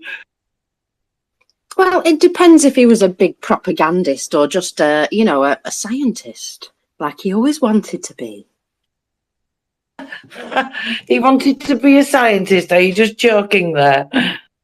No, apparently he was very good at his studies, and he could have been a scientist, but he decided he wanted to become a hateful propagandist instead. I don't know, maybe it paid better. Well, I suppose it depends who your friends are, and you just have to be careful who you're around, what windows you go around, what tales you tell, what tea you drink. Have you spotted how much the propagandists currently hate one another? Because they've been having a real hate-off with one another recently. Now, Solovyov, him, has sacked one of his team because he had a right good go at Zakharova, saying that she was a drunk, which he is, a drunk, and that she was just drunk all the time, and so Solovyov guy, he stood up for her, and he went and sacked him, got rid of him, and so very, very good, good for him. But then he also went on air and slagged people off. Did exactly the same thing that this other guy did, but also, here he is, the other guy, Santanovsky, and so Santanovsky decided after that he would go on and say a bit more. So he then said, there are people in positions of power have stuck their tongues where the sun don't shine, and they don't want to lose their positions. I think he's talking about his friend Solovyov there. Now, he might just be playing some sort of game. He has been loyal to the regime for a long time, but he apparently regrets nothing. He was interviewed by an Israeli YouTuber. That's where all of this came from. And the things he says about Zakharova are hilarious. He calls her an alcoholic anti-Semite, and he's, well, let's just say his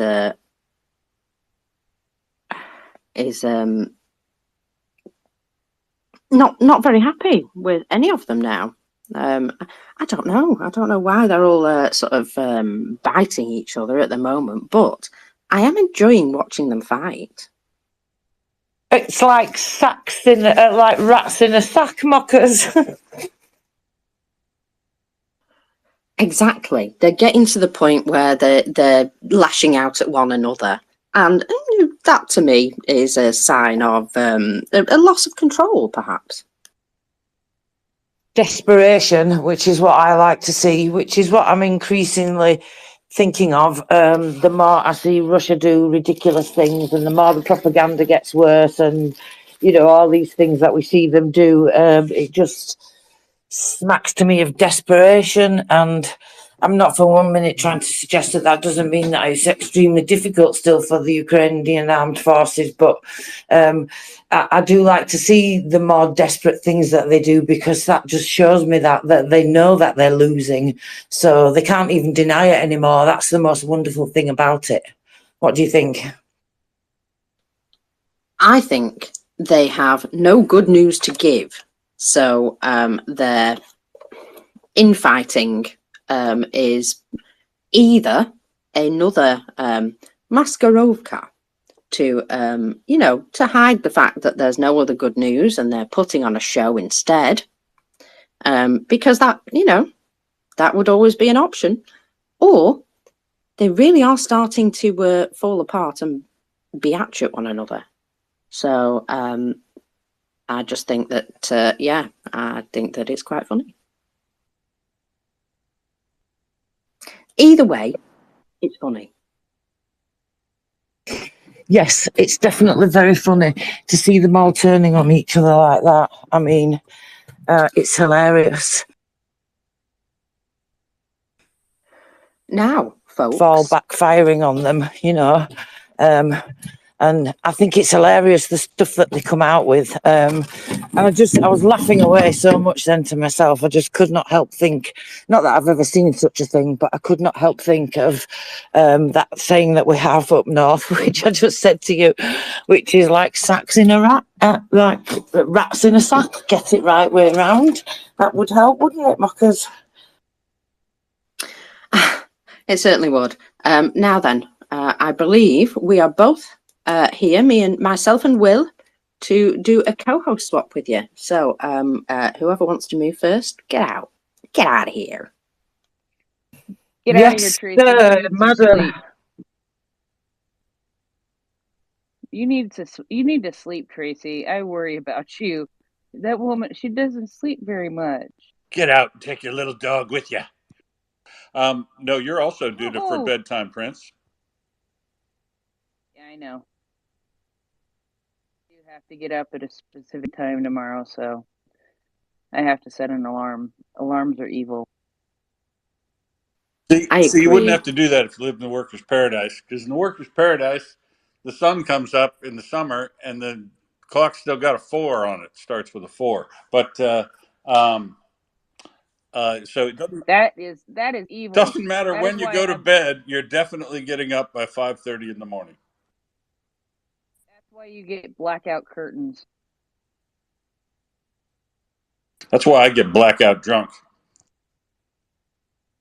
Yeah, that's funny. Thank you all. It's been a pleasure as always. You guys have a blast. Slava Ukraini, and if I feel the need to come up and harass you, I will. Good night. Haram Slava. Yeah, so you mean I'll see you in a few minutes? I sometimes say things that set Prince off from when we first met.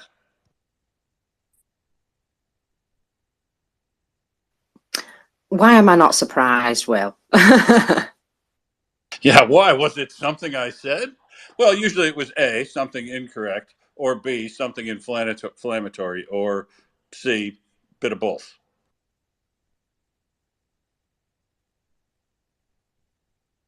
Right. Now, I have exactly no idea what you folks have been talking about, of course, because I was doing my other part of my life up until 3 p.m. almost exactly. And so if we end up going over some things that we've done before, I apologize.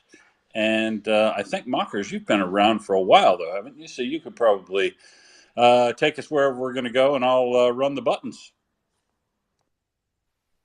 Well, yeah, I did wake up and actually begin my day a little bit earlier, just to make sure that the ladies were, entertained before they left. But yeah, there's been stuff going on, which I have been having a little look at. And oh, crikey, there's lots of messages jumping up in front of what I'm doing. Right, okay. So on the left bank of the Dnipro, we know that there's been some movement, some definite movement by the Ukrainian armed forces In fact, there's been some pictures released cryptically, and I just have to say that there's some familiar looking areas, shall I just say that, that look a bit sandy. That's all I'm going to say. And so on the left bank of the Dnipro, as of October the 22nd, today, the armed forces of Ukraine do remain present in Krinky. I like that place, I can say it. Recent Russian attempts to dislodge them from this strategically important settlement have so far all ended in failure. Now, tactically important, I would say more, in this area.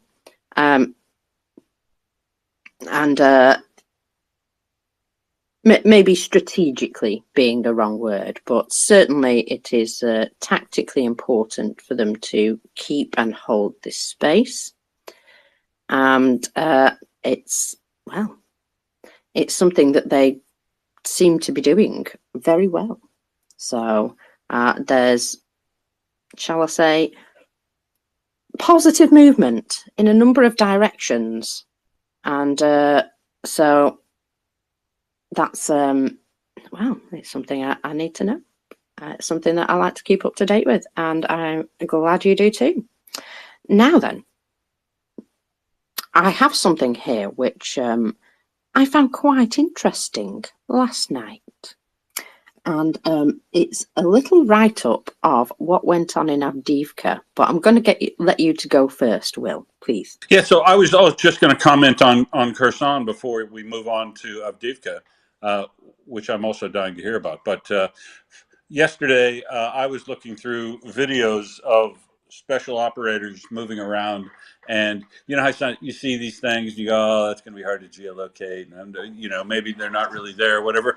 But the guy walks past a sign that says Poima on it, Poima. So I went, "Oh, well, they're definitely there." Now, there's good news and bad news, or these things kind of go back and forth. But as far as I can tell, special operators of Ukraine are operating essentially all the way from Dachi all the way up through Krinky and along the water banks there, and I'm sure way more at night. And the Russians have reported that they've driven them back out of Pishanivka and Poima, but that's probably only till the nighttime. It's going back and forth. There's a lot of activity, and the reason we definitely it's interesting that this activity is going on regardless of whatever it is, and they're very quiet about it all. But I will note also from stuff we were talking about in the last 2 weeks, Ming brought us that a report from The Economist, where they did a heat map of where all the firms data, no pun intended, they did a concentration map on bigger spots with more shells of firm data on all the explosions in and around the entire battlefield line. And you would be surprised to know that the second biggest spot on the entire map, I believe, was the area south of Kherson all the way down to Skadovsk. It was a big heat map circle in there. So Ukraine has been using feverishly the FPV drones and drones spotting for artillery or GIMLers, and then flying the observation drone in, which is a really interesting innovation. Fly up and do observation with a first-person killer drone, and then when it starts to run out of battery, find something and kill it. It's real T-Rex move. So I think there's a lot going on down here in Kherson. You won't see probably any videos or stuff of big movements there. We do see guys sneaking around on boats and in the dark and all in there, and that'll continue, I reckon. But the real attritional battles, where you're going to go next, of course, is Avdiivka. Go ahead. Yes, so this is a report from a pro-Russian Telegram channel called The Spies Dossier. And they wrote this following scathing critique of the Russian command concerning their planning and execution of the offensive to capture Avdiivka. It begins as such. Avdiivka Interim results. The 10th day of the offensive operation in the Avdiivka direction is coming to an end. I will allow myself to give a brief outline of what is happening in this sector on the front, compiled on the basis of comments from servicemen participating in offensive combat operations. The Avdiivka operation, in the heads of the command of the armed forces of the Russian Federation, was planned as something very military cunning. The plan consisted of a rapid offensive with armoured fist from two directions to cut off the main armed forces of Ukraine grouping in Avdiivka. Further formation of this boiler would include blocking the railway north and the road south, supply routes of the city, and iron out enemy forces in the city with artillery. That was the plan. On the side of the armed forces of the Russian Federation, we had, according to them, a high number of trained and fresh personnel, armoured vehicles and artillery, and the possibility of using aviation, plus a surprise effect. These are the advantages that were reported to the top management during the preparation of this offensive. Let's see what happened in practice. Shall we go through it briefly? Personnel. Indeed, the units of the armed forces of the Russian Federation managed to accumulate a relatively large grouping in this direction. And indeed, they were non-combat weary servicemen. The question is, was that good? The personnel involved is a fresh replenishment of military units that suffered losses during the special military operation. So these are people who were actually not shot. For a significant part of the military, this was their first battle. Moreover, for the privates and for the sergeants, throwing them at once into such a complex offensive operation was a controversial idea. Armoured vehicles and artillery. Here I would like to note the genius of the very idea of breakthrough with an armoured fist. The planning of the operation was entrusted to morons, carpet generals and colonels who saw the war only on maps in their offices, brought up on their Soviet doctrine of armoured breakthroughs during the Second World War. They did not have the sense to realise the suicidal nature of the plan. And the result, 63 lost pieces of equipment as of yesterday, and these are only the confirmed by photo video. Here are various modifications of things lost. T72, T80 BVM, MTLB, etc. And why? The low efficiency of the KBB due to the shorter firing range, the insecurity in general, a large number of ATGMs in the armed forces of Ukraine. Separately, according to the information, the provision of shells in places reached less than 10% of the norm. Less than 10% for an offensive operation. That doesn't seem correct. Aviation. Again, this was wishful thinking of the carpet generals. The aviation only harmed their own troops. The General Staff of the Armed Forces of Ukraine claims that over the past 10 days, they may have shot down at least 5 aircraft of the Armed Forces of the Russian Federation. The activity of Ukrainian air defense largely constrains the capabilities of our armed forces in covering our advance. And without this, what happens is what's described above. Also, it's worth noting the regular combat sorties of the helicopter aviation of the Armed Forces of Ukraine have been in the direct collision line. The effect of surprise, well, there's nothing to comment on there. To believe the possibility of a covert accumulation of forces and means in an area of satellite technology is to remain a graduate of the Soviet School of Military Affairs. Are there any positive results for the armed forces of the Russian Federation? There are. First, as of the evening of October 18, there was a slight advance of the armed forces of the Russian Federation in the area of Vodiane in the south of Krasnohorivka in the north. Is this the result expected on the 10th day of this offensive? The question is rhetorical. Secondly, further from the words of the servicemen of armed forces of the Russian Federation in this direction, the work on intercepting enemy radio messages is positive, but there is also a lack of operational response to these interceptions. For example, the unit of my interlocutor removed information about the detection of a group of personnel of the armed forces of the Russian Federation and the preparation of the AFU firing squad to strike at that point. Despite the transfer of this information to the command, there was no reaction and the personnel came under enemy fire as expected. So basically what he's saying, Will, is they made a right mess of it for a number of reasons. Yes, catastrophe. Catastrophe is the only thing I can describe those attacks, and they continue in Avdiivka.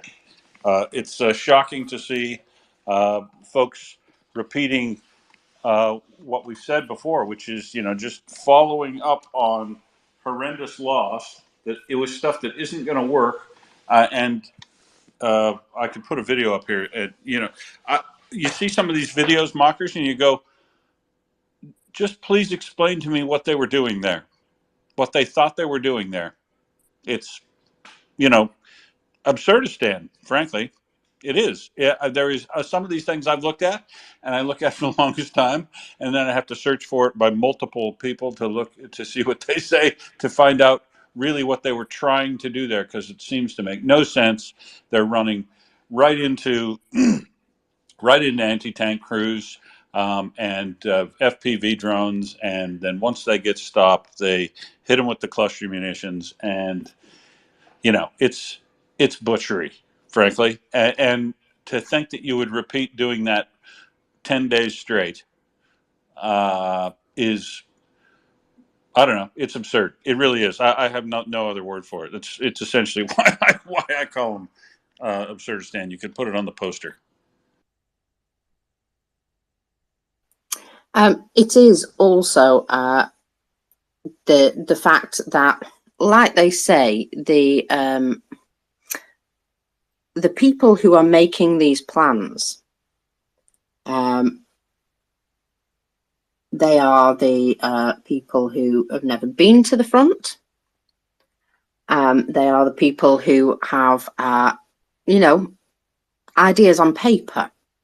And when they say we've got a load of fresh troops, in their heads, a load of fresh troops to them is people who are ready and capable of fighting, well trained, all of that. And they're just not. They're just guys fresh off the street, fresh out of their jobs or wherever they've come from, for the promise of better pay, which they never receive, obviously.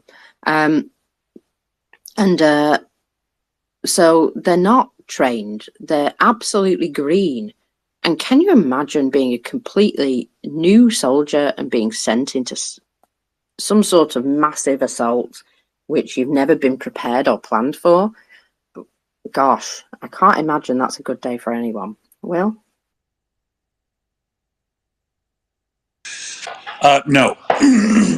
And when you see this thing in Avdiivka, and then you put that in context, we see they're moving troops from other locations to reinforce the assaults in Avdiivka.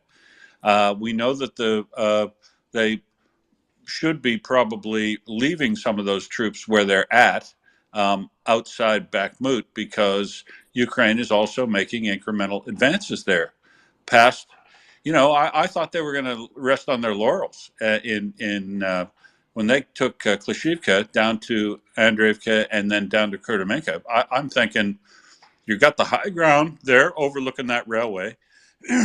There's you can probably see over to the next highway over, so you kind of have fire control. Rest on your laurels there.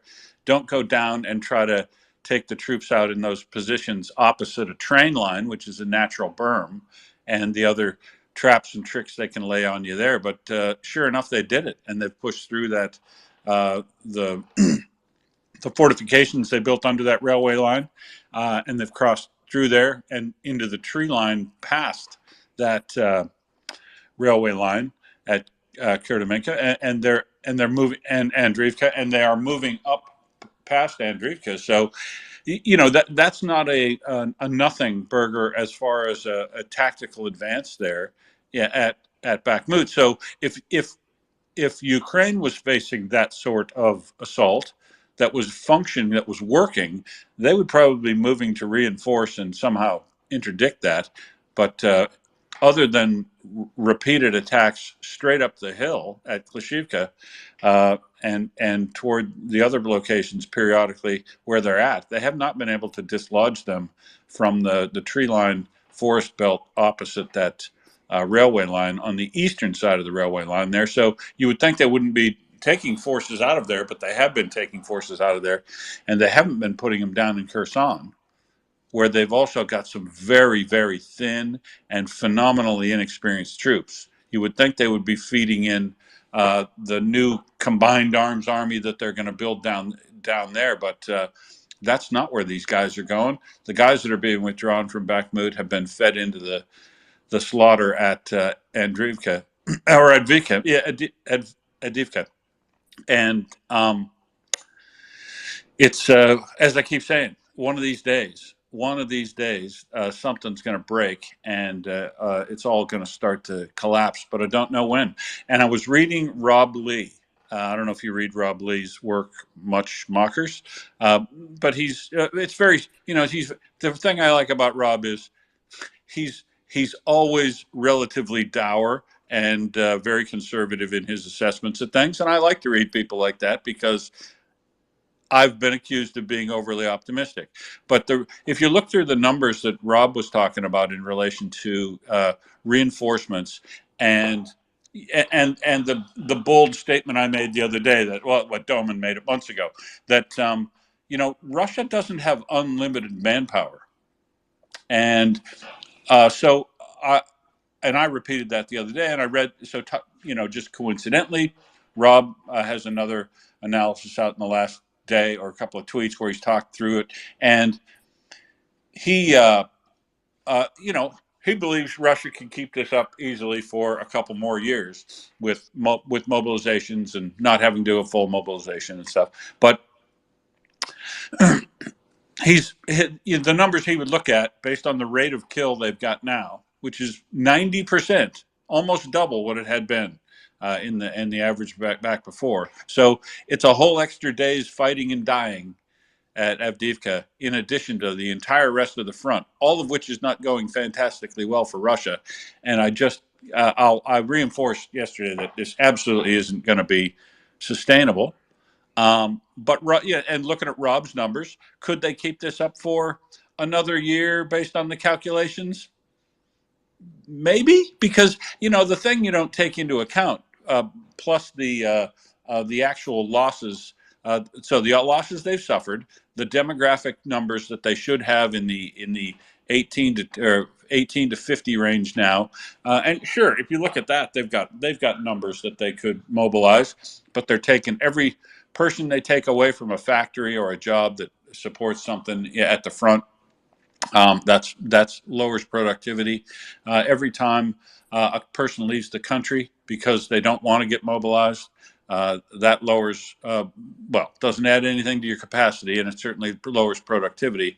And those people are also likely to be some of the best educated and more affluent in your country, so they would be more likely to pay tax or have the capacity to pay tax, because they're also often criminals, but or they also cheat on their tax, but they're also people that produce IT professionals and whatever. You know, they're smart enough to be a little bit rich, and they're smart enough to get the hell out of Russia. So I'm not sure these conscription numbers, or I think he'll either start having to break the rules in Russia, and Putin will actually move conscripts. The 130,000 people in conscripts they take in every 6 months and then rotate every 2 years. So he'll either have to start breaking the law, the Constitution, and moving conscripts into the fight directly, or I don't know. They do a full mobilization, because I don't know that they're going to keep getting enough in dribs and drabs the way they've been doing it to keep up the rate of destruction of human beings that they've got at the front. And and I know that this case of you don't have enough people, you don't have enough, you've got jobs going empty right now, your tax receipts are down, everything's down, morale's down, you're not people, your demographics are terrible, you're you aren't having babies, you know, the future is not bright in any way in Russia. And that also goes to the human beings going there, but also in equipment. Russia does not have an infinite capacity to produce tanks, armored personnel carriers, and tubed artillery, and shells to go in that tubed artillery. They just don't. And we have thought about Russia or the Soviet Union as the big bad wolf, for big bad bear, I guess I should say, for so long that I think there's misconceptions about what Russia's capability to produce and capacity is. And we can talk more about that later too, because there's some more analysis out on artillery shells fired today, Mockers. But back to you. Yeah, well, obviously, a full mobilization would be thoroughly unpopular, and you know that there's a election coming up. But even so, that wouldn't necessarily affect the results of the election. Obviously, we know how that is. But still, it doesn't look good if people are, you know, particularly up in arms about mobilization. So I think they will continue with this very unobvious shadow mobilization, not, you know. But I also think that, you know, it's all very well and good being able to get fellas, right? Being able to put men and people into the front. But what about their stuff? Because they've lost an awful lot of stuff recently. And, well, we've seen all these Franken vehicles that they've been putting into the front. And I don't know. I just feel as though they wouldn't be building that stuff if they didn't need to. And that's what makes me think that, you know, maybe they can continue with men, but vehicles and what have you, I think they're getting a bit low on things. Well, and the other thing is, Mockers, it isn't just the really old Franken vehicles and armored tractors that are literally from 1950. You know how you find these things and they've got markings on them that come from that there are some literally that old that they're running now. But this amazing thing too is, Mockers, they're killing so many. You should see all the BTR-82s and BTR. There's a lot of new kit out there that should be valuable as far as, you know, infantry fighting vehicles like a Bradley. I'm not a good like a Bradley, but a BTR-80s, you know, they've got a 30 millimeter autocannon on them. That they should be excellent at doing the activity they're trying to do. So it's top of the line kit and old really crappy kit. And it's all being lost all at once. And I believe it. I agree with you 100%. Cannot possibly be sustainable. But we need to keep pushing to get more into Ukraine's side, because while it absolutely can't be sustainable by Russia, it is totally easy to replace when you're talking about the friends that Ukraine's got. Exactly. Prince, please go ahead. Will, did you say that they're not sending conscripts to the front? They've been doing that for a long time, I thought. No, they've been moving them into areas not at the front. They're not actually allowed to deploy them outside Russia. So what they do is they deploy them close to the front, down in Rostov-on-Don, Taganrog, and places like that. But you're not actually allowed to move conscripts into war zones, or I think into war zones in other countries without approval. You just without declaring war, and that there's other steps you would have to take. So no conscripts, but they're still in danger, right, Prince? Don't be confused. They're not at the front, and they're not outside Russia, but they certainly are within ATACMS range or Storm Shadow range. So and they're doing. Don't forget the drones. Yeah, they're doing sort of dangerous activities sometimes. Okay, because I thought that they had broken that already long ago and were sending conscripts. But okay, thanks, Will.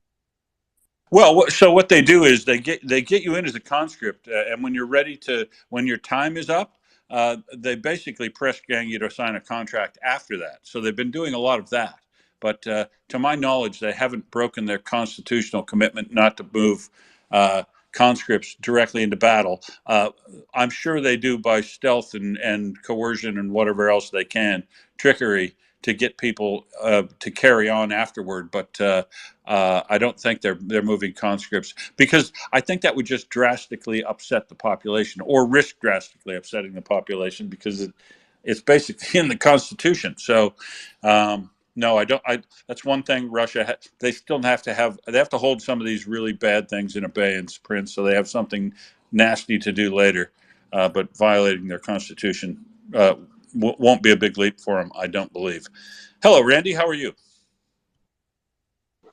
Good. I think I disagree with you, Will. I think there are actual stories of conscripts that were told they were going to be doing behind the line stuff, and then they were put in buses and brought up to the front. It'd be interesting to go back. I think you even had a story on the space about the 60-year-old guy from Eastern Russia who 15 days after he was conscripted was captured in Ukraine. But they're definitely doing things like there are multiple stories recently about them getting them naked down to the waist out in freezing weather and making them stand outside the barracks and say they can't come back in the barracks till they sign the contract. So in effect, they're using conscription one way or the other to fill the holes. I have a whole different take on what Putin is doing. It's all a head fake. Here's my reasoning. The long war is a head fake. One, we're seeing all over the place, even the propagandists on Russian TV, Putin's speeches are starting to reflect the same thing that we've seen in the general's communications and the leaked communication, which is that their weapons are inferior to the West. Their artillery doesn't have the range; it's imprecise. And Putin just made a speech a week ago, I think, where he said they're going to fight the long war and build more modern weapons. And that's a fake, because he can't build more modern weapons, and everyone knows that. But they know that. But just saying that recognizes the deficiency.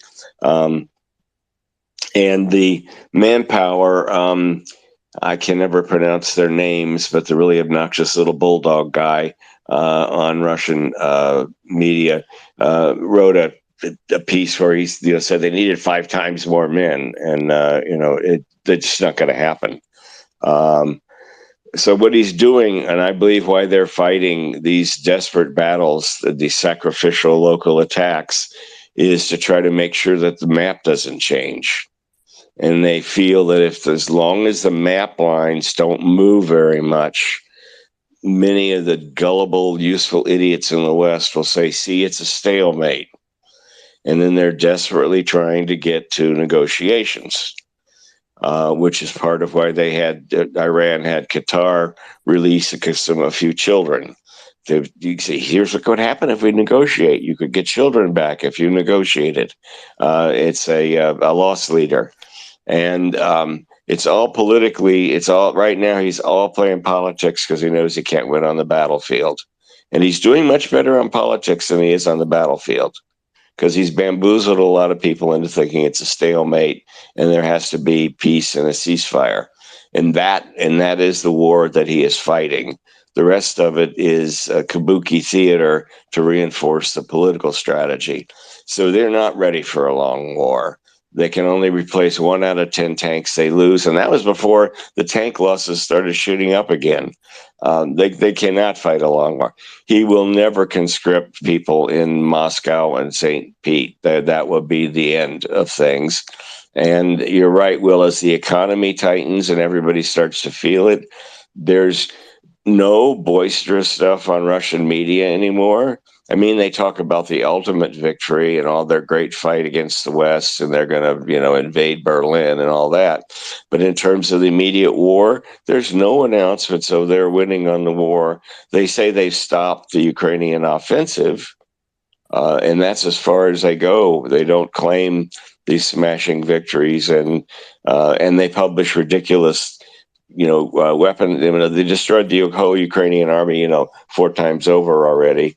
But in terms of tone on the media, it's not that Russia's winning the war. And all the talk of nuclear weapons is an admission that they're losing the war with conventional weapons. Yeah, I did hear. What's the most absurd thing you heard them say in the last, say, 24, 48 hours, Randy? Because I heard the take that was the funniest thing of all time was one of the commentators on RI Novosti, I think it was, said that the ATACMS use of ATACMS was a sign of desperation by the West because Russia had knocked out all of the Scalp and Storm Shadow warehouses where they were storing those missiles. That was his take on why ATACMS was used, and I agree with almost everything you said. Your take on it, even though I have a little different take, but yeah, it is absurd, is it not? Yeah, no, and in the Russian public, I mean, the people that matter in Russia, all right, that run things and vacation in Italy, and who and Putin needs their support, whether it's out of loyalty or fear. Those people know that this is ridiculous. The soldiers from different provinces that were going through Moscow in their uniforms were scorned, which reminded me of the Vietnam era when American soldiers coming back from Vietnam were scorned by the public. I mean, it's not a popular war. And the polling doesn't matter or anything else. There's a limit to the capacity of this tiny economy, but it's somewhere between the size of Belgium and Italy, to bear these costs. And you're right when you mention the people who flee. It's also the money who fled. I haven't seen numbers, but I'm sure a lot of the oligarchs were moving all the money they could, and maybe those are some of the people that were falling out of windows if they got caught, because some of those accidents happened outside Russia. But then you have all these people. If the family had enough money for an airline ticket last March or April, their draft age kids are gone all over. So I think the long war is a head fake, that there's no way they can do it. And I think that if you look at it realistically, their best shot is still politically neutralizing the West and aging on Iran and Hamas and Israel, trying to get the Serbs to fight, unrest in Africa. All those things are connected. They're trying to make they're trying to reinforce the isolationist movement in the West, to say, why are we involved in all these conflicts? Look, all this fighting all over the world. Let's just stay home and take care of our own problems. And they're making that war we're still winning it, but it's a hell of a lot closer than Andivka was, for sure. That's true, and essentially so I agree that they're basically don't want to have anything. If nothing moves on the map, they're okay. But really, this Avdiivka thing had to be, they just wanted to get one big win, right? They were going to throw bodies, as many bodies as required, to try to envelop and take Avdiivka, so that they could claim a glorious win over the winter. The map didn't move. We took another big city, and that's what they wanted to sell their population, because had they had that, Randy, they may well have been able to reach better numbers as far as mobilization goes and contract soldiers, because anything to build morale.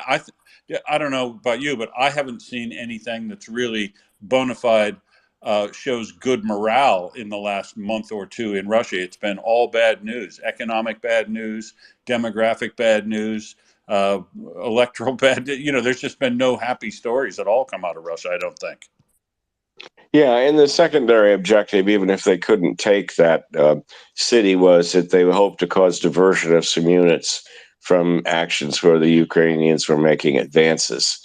And there is at least one indication that I think some Leopard 2s were moved to that, were involved in the Ukrainian defense. And I don't know if that was portions of a reserve unit or a unit that was being rotated, or I don't think an actual unit was actually moved from the south to that area.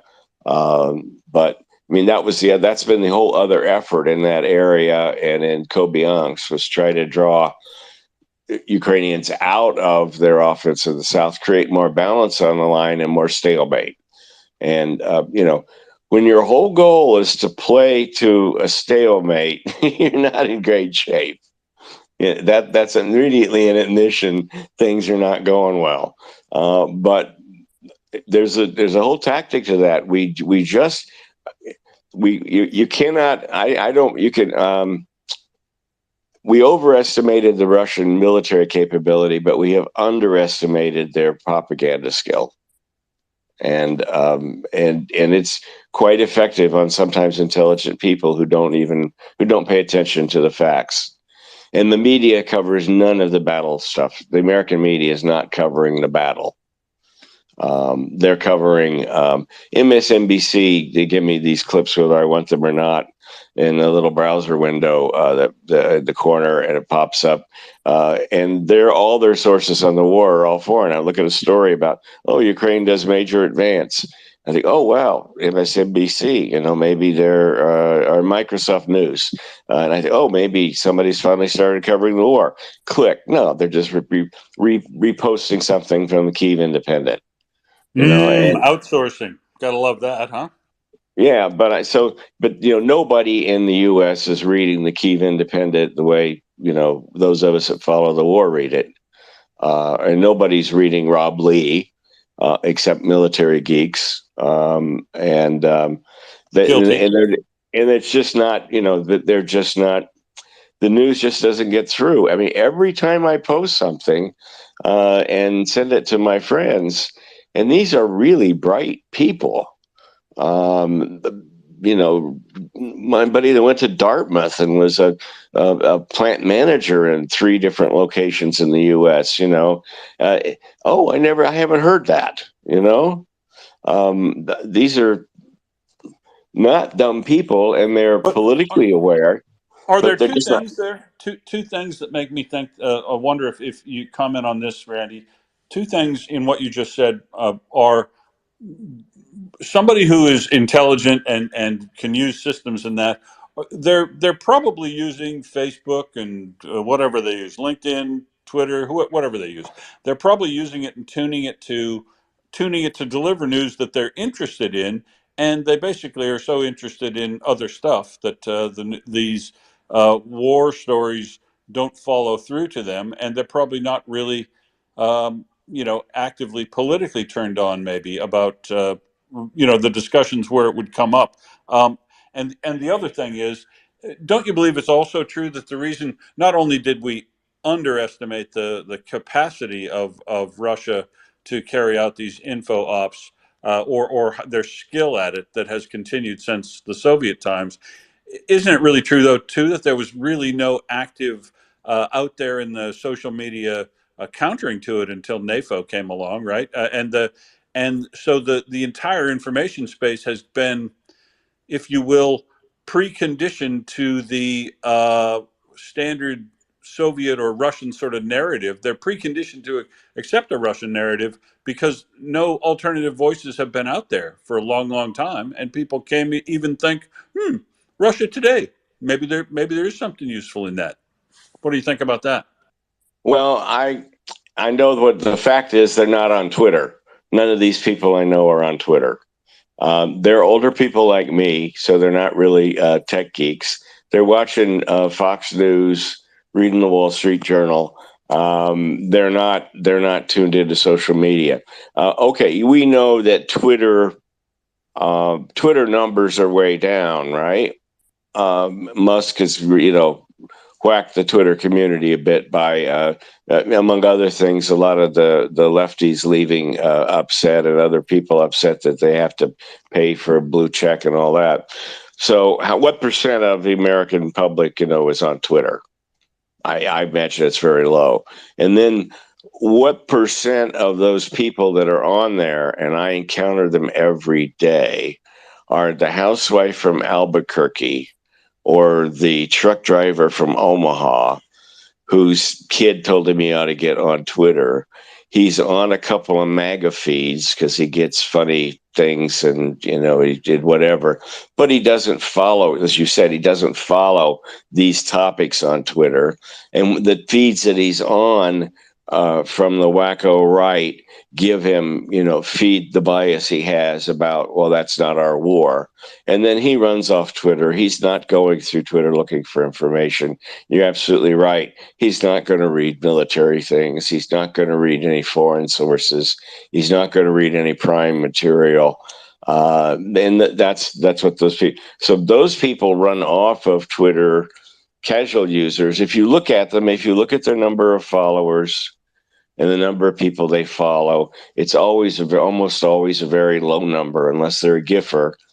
And giffers, why are we involved in Ukraine? And they're asking the question to get clicks. And you look and they've got 80,000 followers, and you go back to their profile and they've never made a substantive post about anything. Okay, so scratch those people aside. They're just taking advantage of the ignorant. But you look at the people that go, well, it's not our war. I don't want my son to die, and be sent to a foreign war. All the time you see kind of stuff like that. Check the number of followers, 110 followers, 43. They're just not on Twitter very much. And so they're not searching out anything. The followed and the followers are very low numbers. They're not looking for anything. They got into the first. It may be they got on because they got campaign literature. They got campaign literature from one of the far right Republicans that said, follow us on Twitter. So they click, and then they start getting suggested feeds on Twitter that come from additional fringe right sources suggested for them. They're not seeking anything. They're passive. They're not going to do word searches up at the top. And they're getting this, so they're running off Twitter, having simply reinforced their biases, because it is a task. We've all tried to find things on Twitter.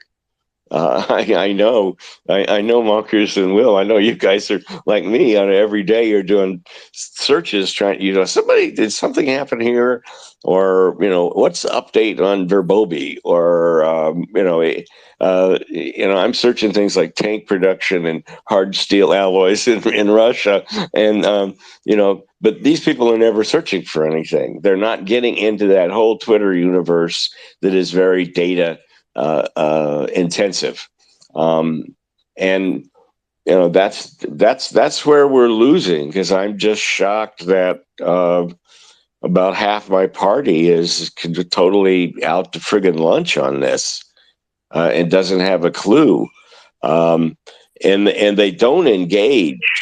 There's no engagement when you discuss things with them, either with the candidates or others. Now, Mike Lee tried when NAFO descended on him, and I was part of that. He's a senator from Utah. He tried a couple of things and just got whacked, but they don't respond at all. Now, part of it is that the elected people have young staffers who write their feeds generally, and they're all one way. They're using it like a newsletter, not to engage, but simply to broadcast. So that's one thing. But the people who are writing bad things about helping Ukraine, almost none of them engage. 1 in 50. They're only doing punchlines for their friends. The one that's so sickening is the giffer who never posts anything substantive will post, "Why are we helping Ukraine when we have these problems at home?" You look at their profile, of course, never any analysis of anything, never any facts, just all, gimmicks, cutesy crap and stuff to get people to click.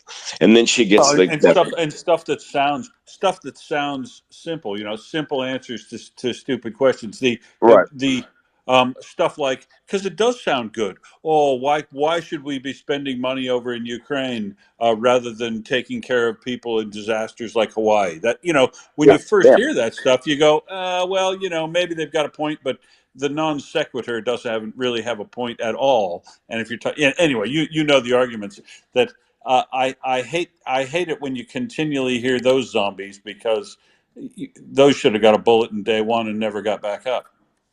Yeah, well, why are we spending any money in the federal government when we still have cancer?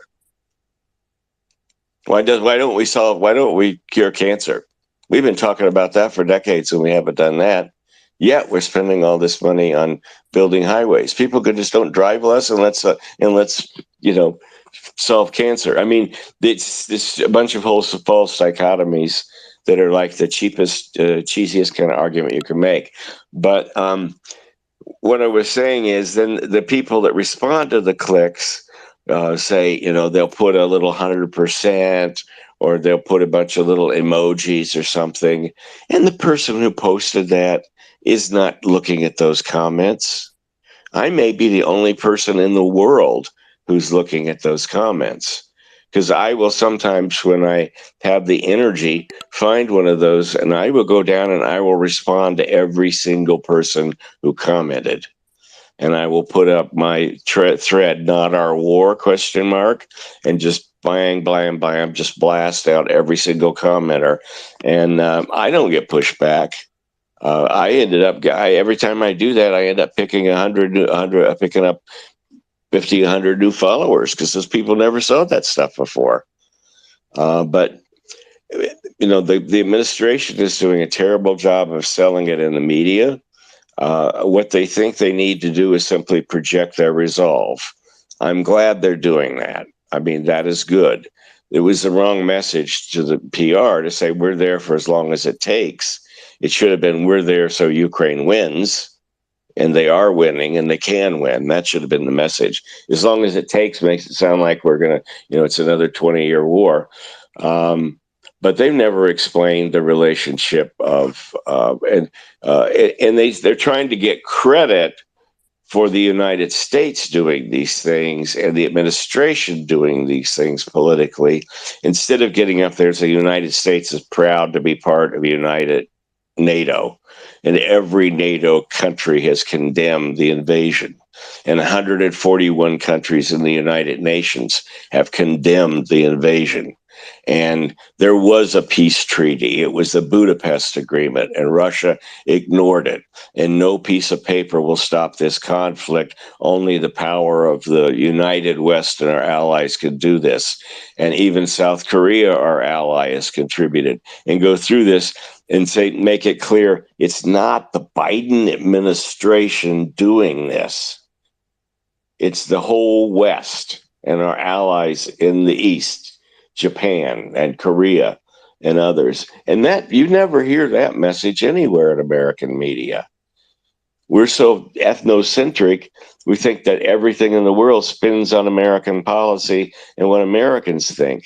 And the argument I make the argument, look at all these other countries. Look at the Baltics and Poland and the commitments they're making.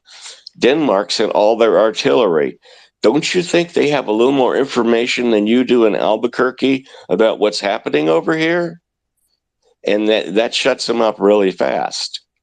But they never hear that anywhere on American media. And the talking heads that we put on in favor of Ukraine are not professional. I don't what do I want to say. They're not professional PR people or professional advocates that understand the buttons to push, and it's just disgusting. But I don't know. Maybe they'll put me on Fox someday. Randy Moss. Maybe I'll do Well, better. you should go. You should go on Fox because your credibility would be there.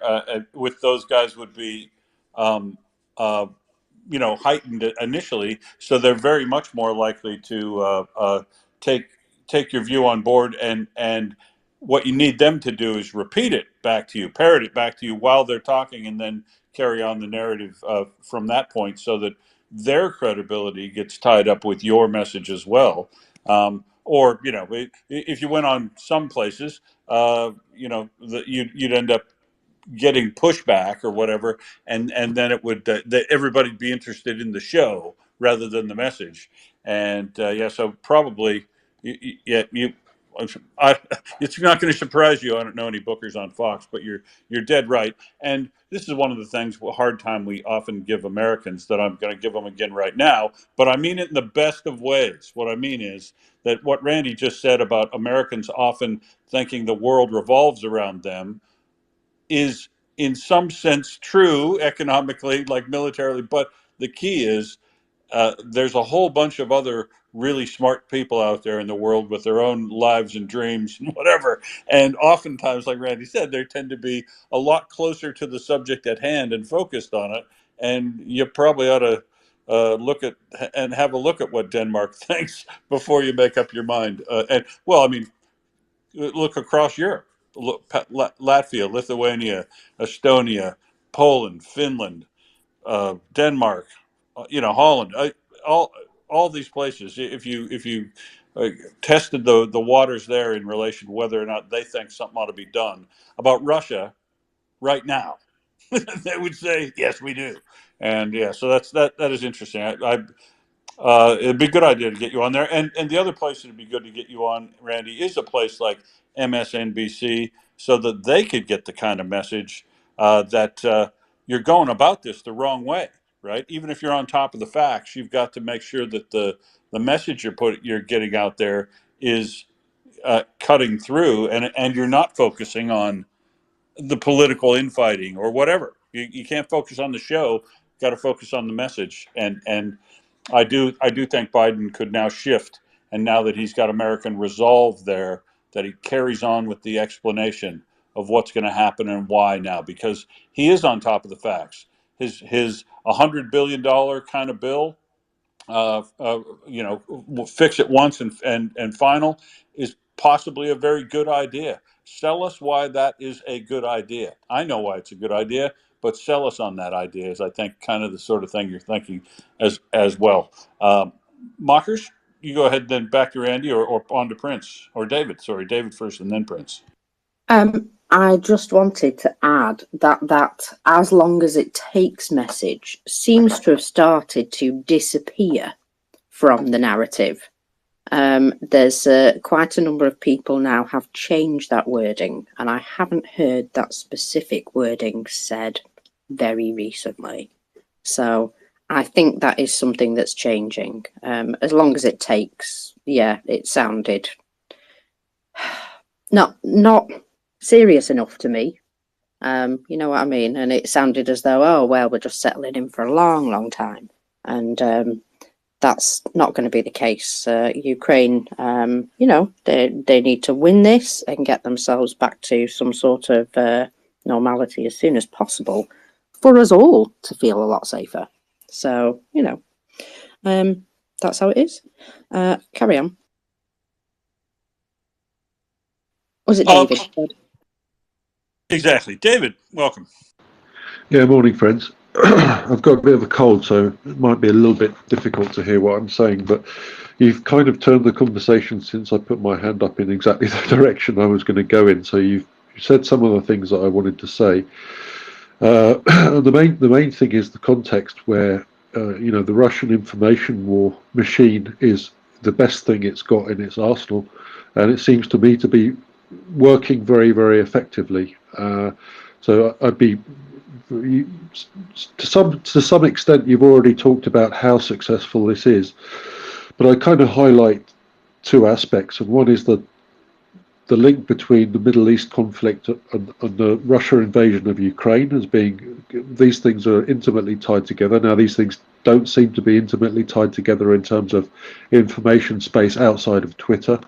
I think I agree with Randy that the Twitter warfare theatre, if you like, is a limited one.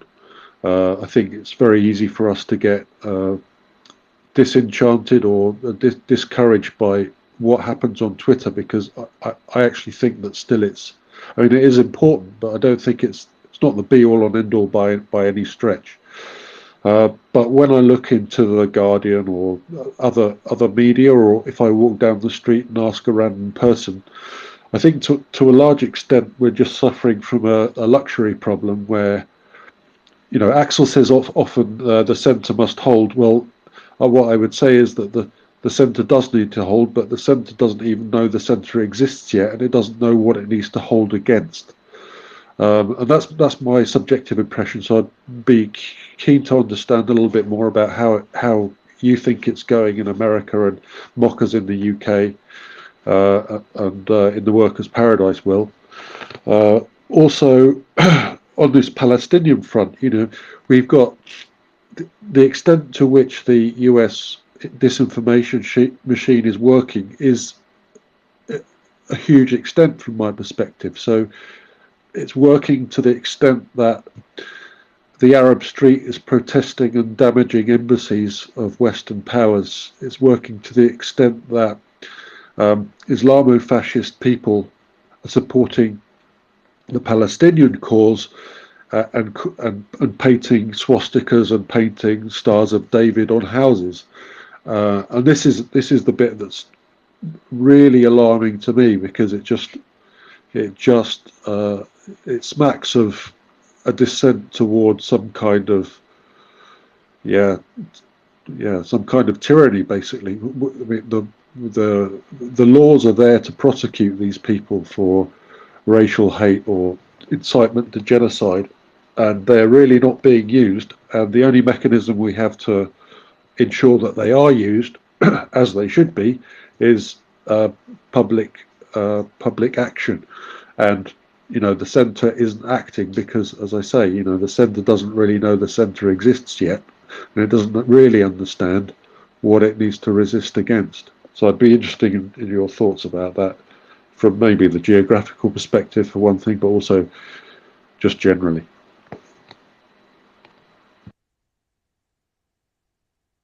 Well, I'll tell you what, we'll let Prince start, and then she can also chip in what she wanted to add. Prince? Well, actually, the only thing I wanted to say is, as a lifelong Democrat, I want to say Randy Mott 2024.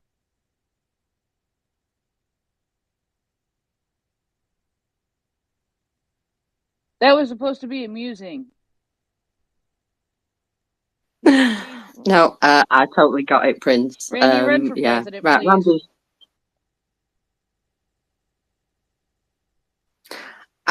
I'm not sure he's in the right country. Yeah, I'm not sure he's in the right country to run for president at the moment. He's an American citizen. He's a resident of the United States. He can figure it out, I think, Yeah. Sorry, I was starting to make pancakes. Well, see, another reason why he'd win, because he's a guy that makes pancakes for his kids on Sunday morning, Probably for himself, to be fair. But yeah, but can you get more American than that? Makes pancakes on Sunday morning. Well, there you go. All American, woohoo! Yeah, I'm gonna go back to some positive news from Russian sources. Would you like it? Not positive for Russians, obviously. Of course you would. So, the enemy claims that fighting in the Kherson direction is continuing in Krinky.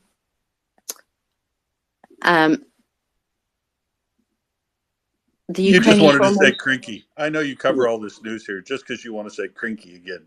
It's because I can. Yeah, they also mentioned a foothold north of Oleshki. At the same time, the Ukrainian armed forces were completely, apparently, according to them, forced out of those two places that begin with a P, Peshkanivka and Poima, apparently. But they say, due to bad weather, the capabilities of Russian artillery and aviation have been reduced. But of course, it also must make it more difficult for the enemy to transfer reinforcements to the left bank because, you know, a bit of rain's going to stop that. Well, that did seem a little strange to me too when I read that, because it said, you know, I can understand aircraft not really being as useful in poor weather, poor visibility, but you would still think that they could get drones up, and unless it's really, really windy, and you'd think that they would still be able to fire artillery. I mean, they seem to have found Kherson City again with 20 artillery shells. Can you imagine that? I mean, think about this in terms of what's happened in Israel and Gaza and all this stuff just recently. Uh, I think we're up to 610 or 12 days. There basically hasn't been a day gone by. And today, so you know how big an artillery shell is now, because you see them landing in Israel and all this. And you know, they talk about the devastation, how horrific it is. 20 artillery shells fell in Kherson City and its suburbs yesterday. 20. Can you imagine living in that, basically day by day by day? Horrendous. Anyway, I'm surprised they can't get their drones up to give more supporting fire to their troops when bad weather is gone with artillery. I guess I understand the planes a little bit, but boo-hoo, I guess. Anyway.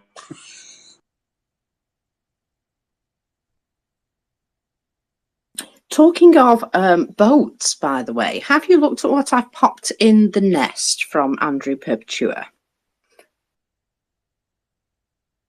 Just looking at it now.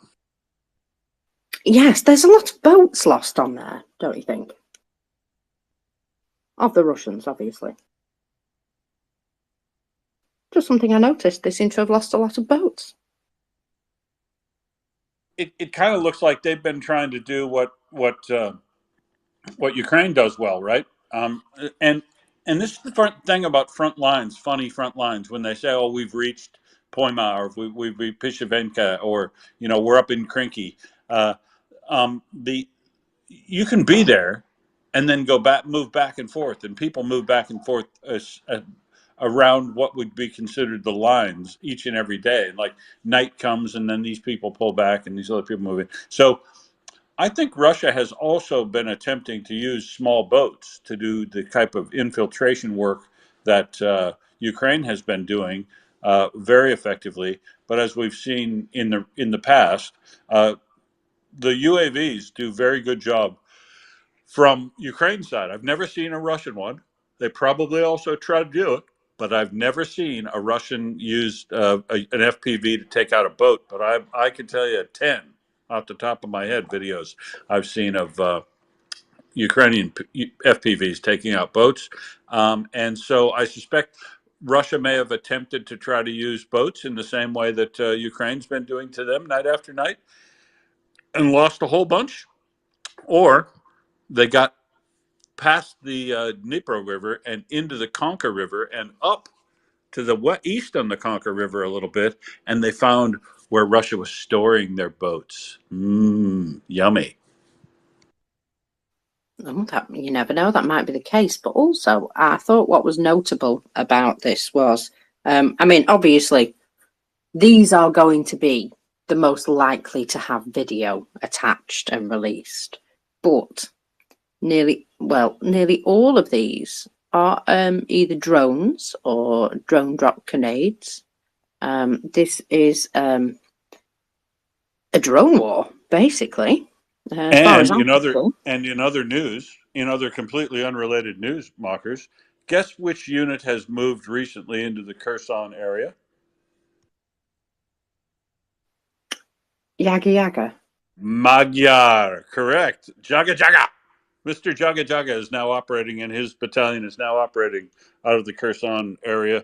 And I read that yesterday, and so yeah, you can expect that sort of entertainment to continue.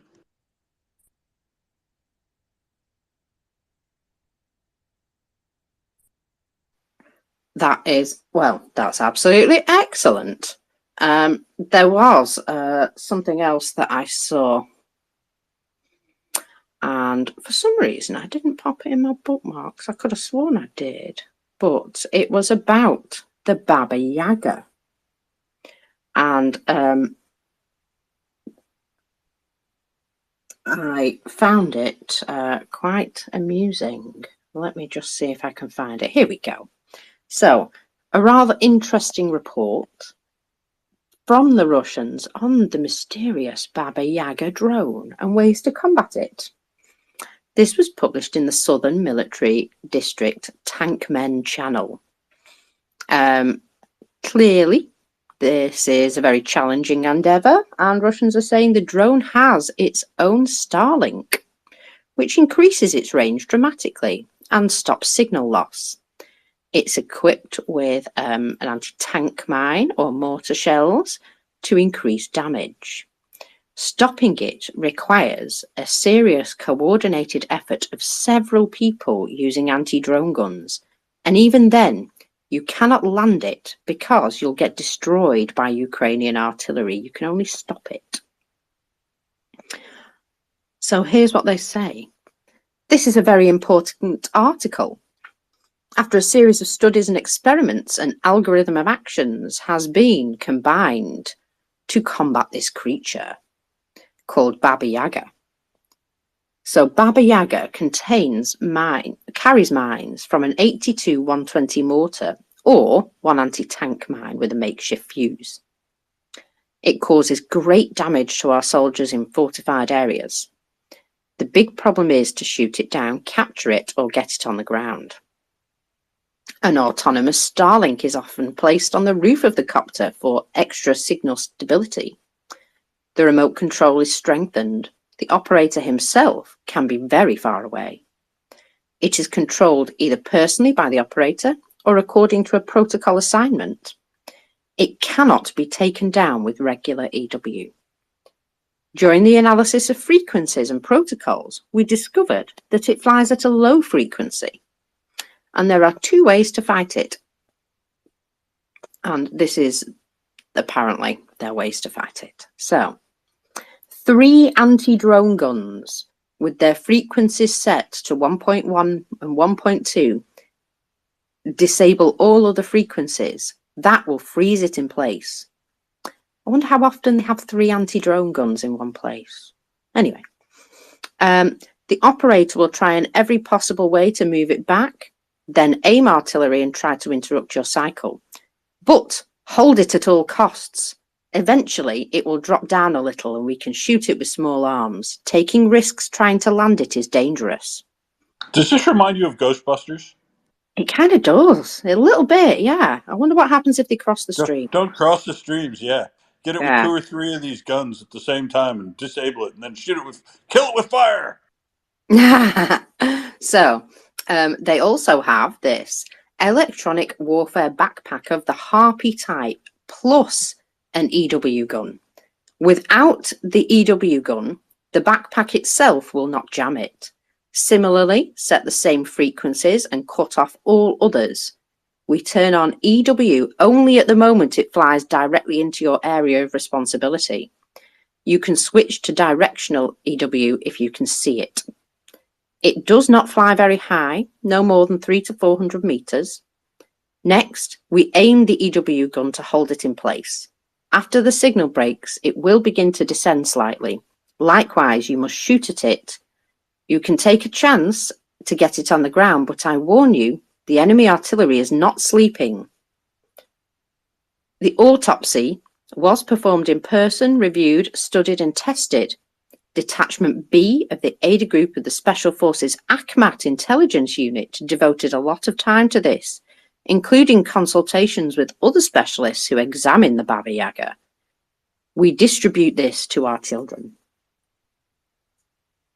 So they're basically saying that, yeah, it requires a concerted effort to even get it to stop and be held in place. And even then, they can't really bring it down because A, it might explode, and B, it's unlikely that you would be able to do that before the artillery rains in and interrupts your whatever you're doing. So yeah, it takes a team of 3 anti-drone guns or a fancy whatever backpack and an anti-drone gun as well. Now, I don't know how many of their teams are carrying all this extra equipment, but I'm going to say it's possible that not all of them have it.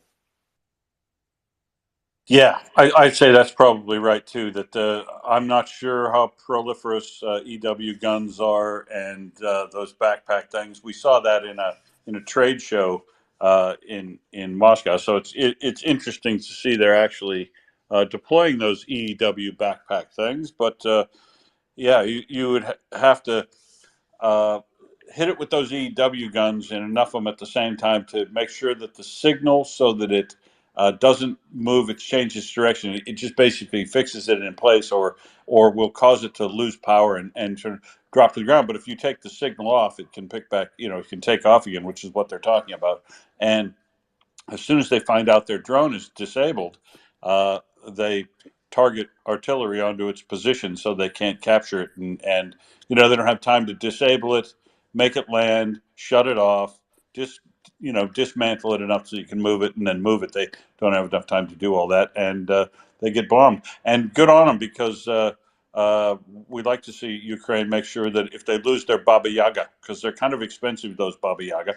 They're kind of big and expensive, and if they've got their own Starlink, that's a kind of a spendy item too. And I believe the Baba Yagas are also typically equipped with an infrared camera so that they can work at night and keep everybody awake with nice T-62 mine drops. So yeah, it'd be kind of expensive kit, very big, very scary, and it'd be weird to see these guys all trying to take it down like the Ghostbusters, hitting it with the unlicensed nuclear accelerators, and then somebody jumping on it and turning it off or whatever. But they don't have time to do that, and that's good, because we love the Baba Yaga. Yeah, I also want to add, it sounds like an awful lot of copium to me. But okay, that too. It was nice of them to give Ukrainians the information that they've got with regards to how they're trying to disable them. The frequencies and everything,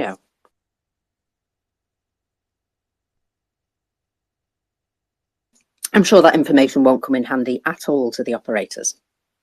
No, I feel a little guilty because if it does turn out to be true, I've just told them how to kill it, right? Get them all to the ground with the EW and then kill it with fire. Hit it with the flamethrower. But they're not listening. Nobody listens to Mockers. That's a good thing. Well, I don't know if they're listening, but either way, they've already given away their information. So, now, I don't know about you, but I believe that the problems in Russia are quite bad. Now, the reason I say this is because of something that David posted this morning with regards to just how broken their current supplies are. Let me just find what it was. And how the here we go. How the Ukrainians are methodically hitting them in the deep rear, make up your own jokes. So, due to accuracy and the special ops forces, some ATACMS missiles, Melitopol partisans, all of these things, well, it's eliminating their their supply into this area. So we have, obviously, the elimination of the Berdyansk and Luhansk airfields. Then we've got Tokmak, Melitopol. Oh, Melitopol again. The Berdyansk airfield again. And occupied Donetsk, where a troop base was hit, which was apparently the base area for one of the groups being sent to Avdiivka. Now, I'm just going to say that it would seem that Ukraine's got a bit of a plan here, and they are, they're doing these things in a methodical way, and you can actually see what they're aiming for. All of this is hitting Russian logistics trains and command and control, and eventually there's going to be a breakdown somewhere. That they're looking to cause a break in all of these things at once, as far as I can tell. The constant pushing against all the lines as well, that consistent pressure. I think all of these things combined are just, stretching the Russians to some sort of breaking point, and eventually will. Snap. Yeah. I'm glad you agree with me. Yeah, I do agree with you that eventually, look, it's like I was saying the other day, that we know it's going to happen. We know that the continual sapping of capabilities and stretching lines and attrition of everything is going to break somewhere, but we don't know where. It's like I said, watching that movie, The Big Short, where that analyst knows for like 2.5 years that the housing market in America is going to collapse and cause this massive loss of big banks and all these things. But first, nobody really cares, and then nobody listens to him for the longest time. But he knows it's going to happen, and then after his investors start threatening to sue him, then boom, boom, boom, boom. Within days, it starts turning around, and they all made scads of money off of betting against the housing market at the time. But that's essentially what it feels like looking at this very closely, day by day by day. You know that 1,400 people dying in a day and losing 120 armored fighting vehicles and 30, 40, 44 tanks and over a week, the basic doubling of everything. Sorry? 55. It was 55. 55. Yeah, 55. So, you know that's unsustainable. Russia can't make everything as it just can't keep up with it. Even if you assume some of the lies that they've told us about their production capacity are true, they can't even keep up with their own lies anymore. And like we were talking about, people wise, one of these days soon they're going to start making the calls for people, and they're going to kill the recruitment officers essentially. I don't think it'll lead to big change of government in Russia, but boy, I see a massive evasion and refusal to fight at some point here, because how would you so Randy said, and there's probably some definite truth to this, that everybody in the hierarchy of Russia's economic and political strategy, the higher stratum of those groups, all got to know this is foolhardy, foolish.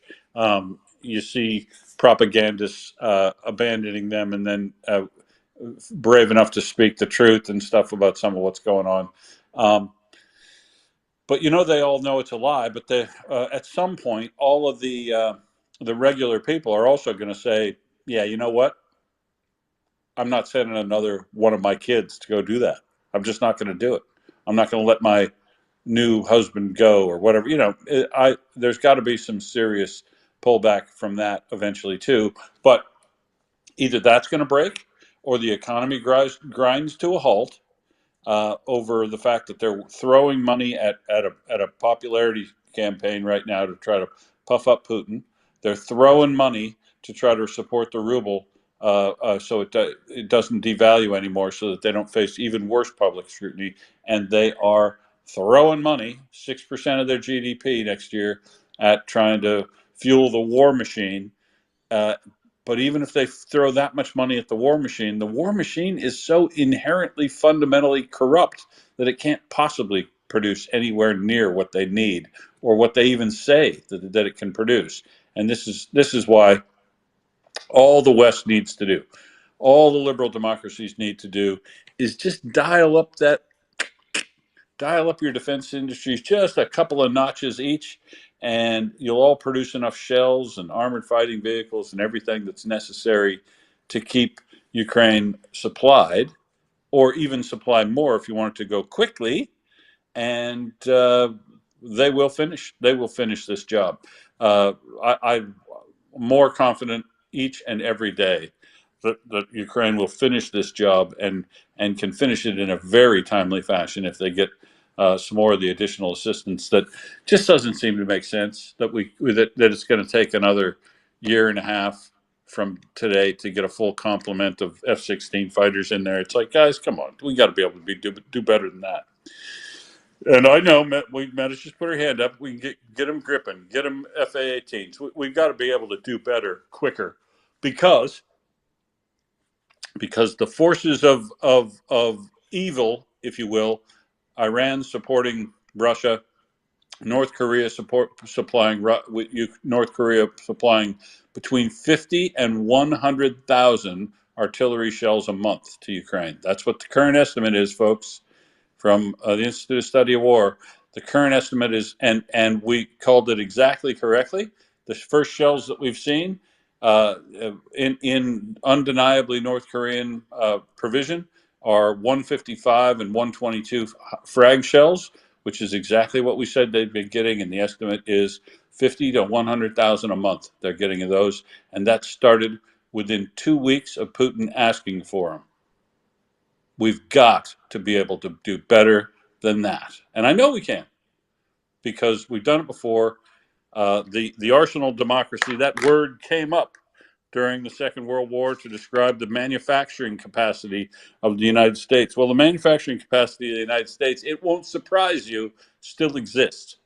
And if they just dial it up next year, or now, from right now, and quit stuffing around, dial it up now. You know what you need to do? You know what it takes to get it? Get it going now, because there is an urgency in this. Europe, same thing. Get it going now. The stuff that you need to do. Bullets for everything, every month. Got to have it. Got to have it, and got to have it right now, because Russia's getting theirs. And if Russia gets 50 to 100,000 additional shells from North Korea, all the work that's gone in to this counter battery excellence, and the real possibility now that Ukraine is close to artillery parity, between 7,000 and 9,000 shells a day to be able to fire. To think that they got to nearly artillery parity, and we would piss all that away by letting Russia get a double amount of the shells that it can produce in a month in there, and offset that again. Cannot let that sort of thing happen. Absolutely cannot. Which means we need to make sure that they have 300-kilometer ATACMS in both variants, so that when those trains get anywhere between Taganrog and Rostov-on-Don, ba-boom! They need to go, those North Korean trains. And hopefully they're North Korean cars that they got on loan, so they have to pay them for the cars when they're blown up too. We really need to see interdiction of Russia's supply, and further cranking up the supply of our own. During the Second World War, the manufacturing capacities of the liberal democracies, the liberal democracies with their free market economies and their capability to ramp up production, is what won that war. Nobody will argue with that. Soviet Union wouldn't argue with it. Britain wouldn't argue with it. America couldn't argue with it. That is the fact of the matter. That's how that went. We out manufactured and out free market economy, ran the economic systems to the point where the bad people can't keep up. It's also the way the Cold War was won, by the way. The Soviet Union was broken because it was broke. It was broken because it threw these 10-year, 5-year plans to try to produce all these arms and armaments, and they were all fake, and it all went corrupt. But we made them run it. They ran it like a absolute fastest as they possibly could. Had the nuclear arms race, everything. They ran their system as fast and hard as they could, and it broke it and killed it. That's great. The Cold War was great. That all we ever had to do was run the economic engine to smash the Soviet Union. But the key is now they've invaded their neighbor, and we can't wait around just to let the manufacturing capability win in the end. It will win in the end, but I want Ukraine to win quickly. And the answer is dial it up a little bit quicker. Let's cut through some of the red tape and let's get some fighter aircraft into those folks now and keep the ATACMS coming, the long range ones, so you can offset their capability to bring in arms and armaments from North Korea, and just make that a wasted exercise on their behalf, because all those 50,000 additional artillery shells to 100,000 a month from Ukraine can kill a lot of people. I'll bet they did a lot of damage and killed some people in Kherson again today. I want to get to a day where Russia doesn't have 20 shells to send into Kherson because they're too busy trying to keep the angry ants off of them in their own backyard. Anyway, sorry, I got ranty. Meta. No, I like your rants because I agree with you totally. I just wanted to point out some things. Is it Tu-34s that are the ones that are carrying all these missiles? Is it So the ones that carry the Tu-34? big missiles are Yeah. the MiG-31s carry the Kinzhals. Su-34s can carry Oh, glide Su-34. boosters. Yeah, Yeah, because Su-27, they Su-34. are parked now in Murmansk, like 1,000 kilometers away. And let me tell you that a Gripen with a meteor can just take down one of those planes as soon as it takes off from Murmansk, and so let's get them Gripens. I have to have some round of Gripens every day. So, but what I was coming at is, we really are out shelled, so to say, now with the North Korean ones, and the Israeli situation doesn't help because US has to support them, and I really understand that. So we have to cut their supplies so that they don't get those shells to the battleground. And there I call for Olaf Scholting. We need to get rid of that damn bridge, and we need to get rid of all the Jankoi railways, and so that they just won't get those shells to the battlefield. It has to go that way, but of course we will ramp up the production, and unfortunately it's 155 that everyone's using and needing. So it's a bad development, but on the other hand, they have to have something to shoot those shells with, and what Ukraine is doing now, it was a good. There was a good observation that the record day. What was it? Yeah, 2 days ago. Russia lost as many tanks in one day as they can produce in a year at the moment. So that's a pretty good ratio. So if they don't have those anything to shoot them with, then it doesn't matter. They can't throw them as a javelin, And I saw a funny video today about a missile that was apparently North Korean. They shot it, and it just fell down like 10 meters after. So we don't know. We can't, but we have to cut those supply lines. That's the most, and shoot them airports, and so we need Taurus. We really need Taurus at the moment because of the world situation. And you described exactly why that is. So if the Taurus missile was available, which is superb at flying in, longitudinally on a big long bridge like the Kerch Bridge, puncturing through the deck and down into the pillars, taking out the foundations of the pillars such that the thing will drop from both ends and won't be put up for a long, long time. It'd be the ideal tool for that job, the Taurus. So imagine how are they going to get 100,000 to 50 to 100,000 additional rounds of ammunition for their guns in Russia every month from North Korea if they drop the Kerch Bridge and they have ATACMS of 300-kilometer range, so that when any of those trains get anywhere between Rostov-on-Don and Taganrog, they can smoke Taganrog. They can smoke them, right? And then what are you going to do for ammunition? You're going to put it on LSTs and be bringing it in and out of Berdyansk Harbor. That's what you're going to be doing. It'll drastically slow the rate. And Berdyansk Harbor, as I'll remind you, is in ATACMS range, and they've hit ships there before. So, these LSTs we were laughing about, these roll-on, roll-off sort of ferries that we were looking at and going, yeah, nobody uses those anymore. They're kind of crappy. Russia will.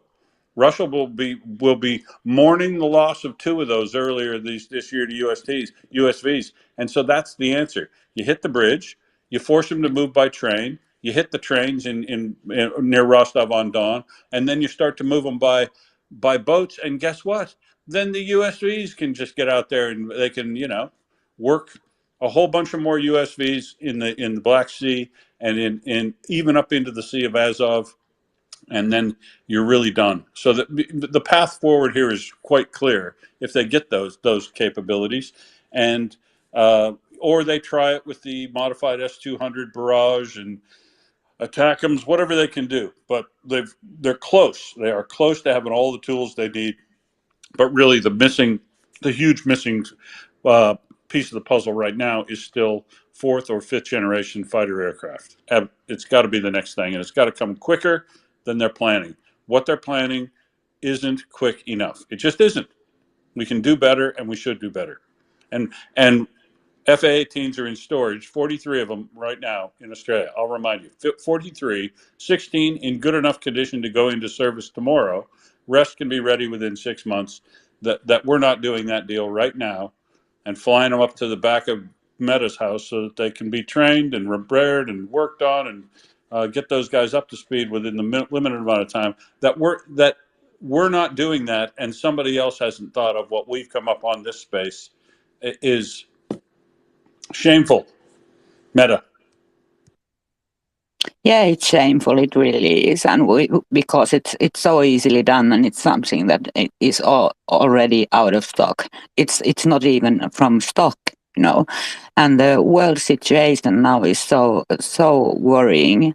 I was thinking about earlier when Prince and Tracy were still here. M popped in, and he was talking about the latest escalations, and he said that he would be available if some questions popped up. I don't know if you feel like it's okay to raise a few questions to him or try to bring him up, but if we want,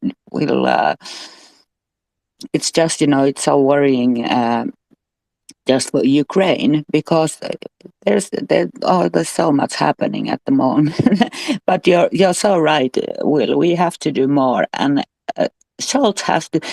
We are getting all these messages from Germany, from the politicians, from the press, from everyone, that it's just Scholz who knows that he has said that he is afraid that the Taurus will be used for the bridge. So on whose side is he on, really? That bridge is illegal, and it's vital for Ukraine to take down. I just can't understand that man. He's so intertwined with Russia, and it's so obvious, and it's so shameful. It's spineless. It's disaster. Especially now when the situation is escalating all the time, and all these brave men are dying on the battlefield, and civilians are dying tonight again. we just have to stop that, and the soldiering has to stop. But yeah, tell me if you think you are ready to ask him if he could comment on a couple of things, because there's been so much news this morning since he was here. So yeah, Slava Ukraini. Thank you. Harold Slava, I'll poke around in the background and see if we can rustle up an M for you. In the meantime, I have a little bit of further news from this Russian political scientist who was fired from the Solovyov show. Solovyov. Yeah, him. So obviously, after he called Zakharova a scumbag and a drunk, he got himself sacked. But not to be outdone, he decided to go after Medvedev. Now, this guy, I've just realised, his name is Satanovsky. Satanovsky. Okay. And he says that Medvedev is a small, weak piece of bleep. And, well, I'm just wondering if this guy is done with life. I was wondering if his first name was Adolf. Satanovsky, I know. Oyvind, welcome up. Yeah, good morning, guys. I just woke up. Great discussion. What really impressed me that people don't mention too much is how Ukraine have adapted. Because when this full-scale invasion started, they were stuck with a mass of, or not a mass, but what they had was Soviet Union area weapons, and then they had a few javelins and some Bayraktar, but it was mostly old Soviet Union weapons, and that transition into NATO weapon, how it was done was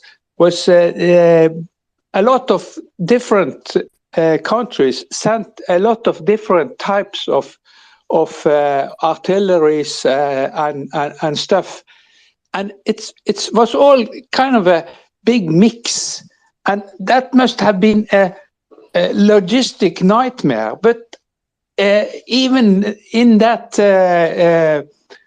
time, and with all that different stuff coming in from maybe from different direction as well, and going to different units in the front, they still managed to keep the Russians at bay and even push them away.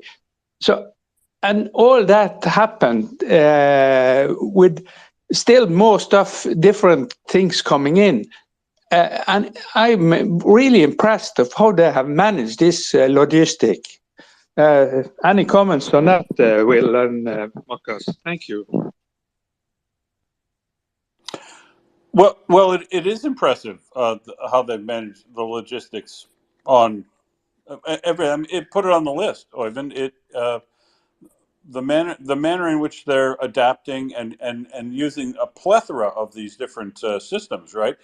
Every place you go across everything, whether it's, and this is why I'm also with Meta in relation to, give them Gripens, get the F-18s and get the F-16s all in there, because the common logic was that they can't manage three systems, right? We got to get them all of one. And all of one, well, we can't get them very fast. F-16s need to come in, whatever. We'll get them.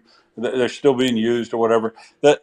I think Ukraine has shown an incredible capability to adapt only systems that weren't designed for certain things, logistics to be able to manage multiple different platforms in tanks, armored fighting vehicles, from stuff that is completely foreign. I mean, you could understand maybe that a Challenger might not necessarily be all that much different than a M1A1, say, or some of the systems within the Bradleys or the CV90s or stuff might be kind of complementary, but you got to marry that up with all the old Soviet stuff they're doing. So the logistics management for shells, ammunition, maintenance, spare parts, everything. But look, they've done it with everything. There's nothing that they've been given that they haven't been able to adapt and overcome weaknesses, and sometimes turn weaknesses into strengths.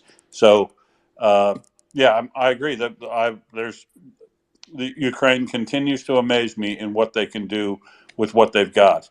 And the only thing I'm just continuing to be disappointed about is that it does seem that the Western world, including Australia, is treating this like some sort of weird science experiment where we try to figure out whether or not they can win without everything, rather than do what we do in our case, which is get absolutely everything and crush that walnut with the largest sledgehammer you can possibly get a hold of, and then borrow one for your buddy so you have it spare in case your first one breaks. That's my take on it, Oyvind.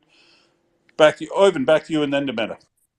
Yeah, and then they still have a lot of this Russian or Soviet made, or they made their own artillery with that use 152. So my question is, who's producing 152 artillery for them? I thought it was Slovakia, but they are now a little bit weak. Or was it Bulgaria? I don't know. How do you know who's producing 152 for Ukraine?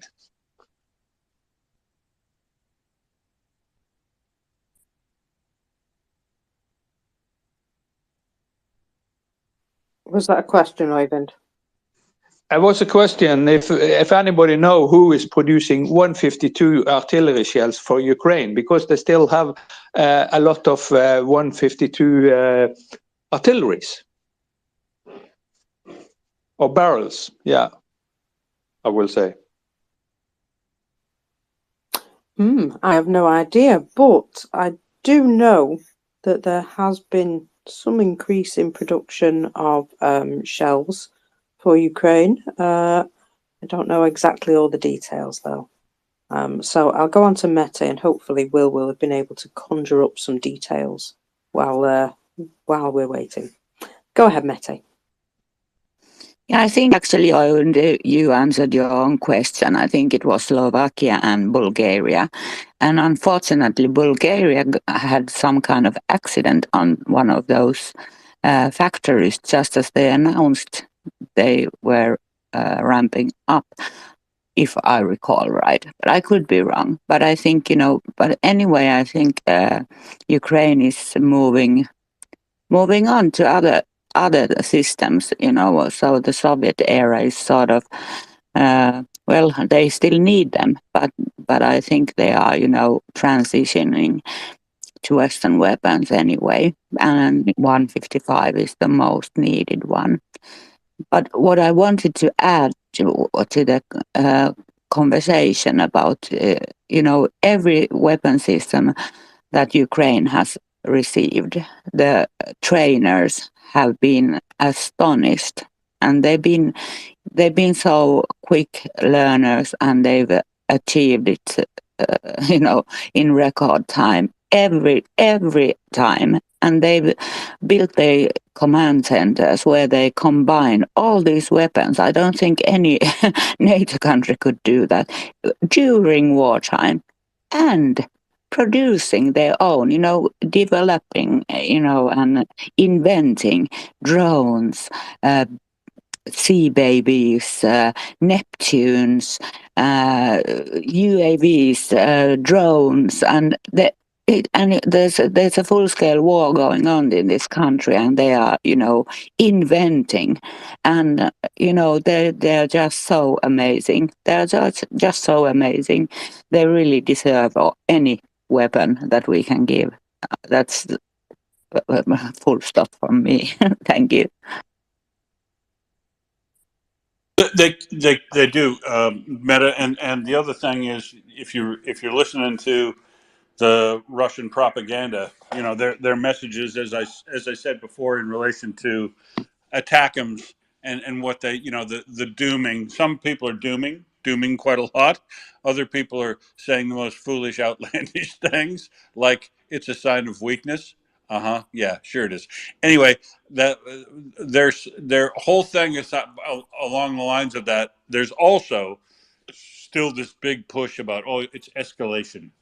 So, it has to be said once again that the only escalation in this war, the only escalation was Russia invading Ukraine. After that, any weapon system that Ukraine wants to use to defend itself is completely legal in the international law and rules of war.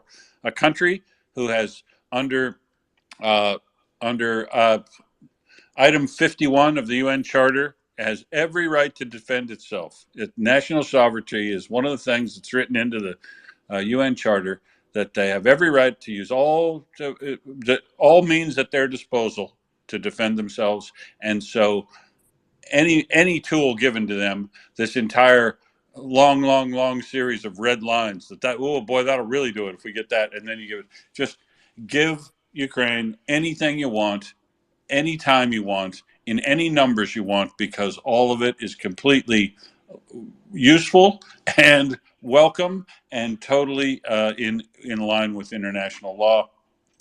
So ATACMS, they were lamenting when the longer range ones come in, and you see a lot of people trying to downplay the amount of damage that they did on those two heliports.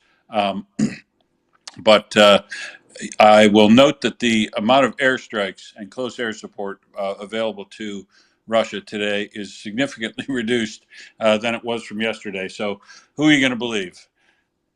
The Russian propagandist or your lion eyes is, where it's at. So there's no, because this will come up. Oh, that's an escalation. Short range ballistic missiles like the Iskander that have been used by Russia since day one of the war is all the ATACMS is. It's just a short range ballistic missile that's not even as long a range as the Iskander, to be honest. It's more accurate, it's better, but technically it's got a shorter range than the Iskander, so it's no escalation. You know what the next one's going to come up? Because you just know this is going to come up. What if somebody like Poland decided to give Ukraine, I don't know, 40 or 50 AH-64 attack helicopters, that they could do?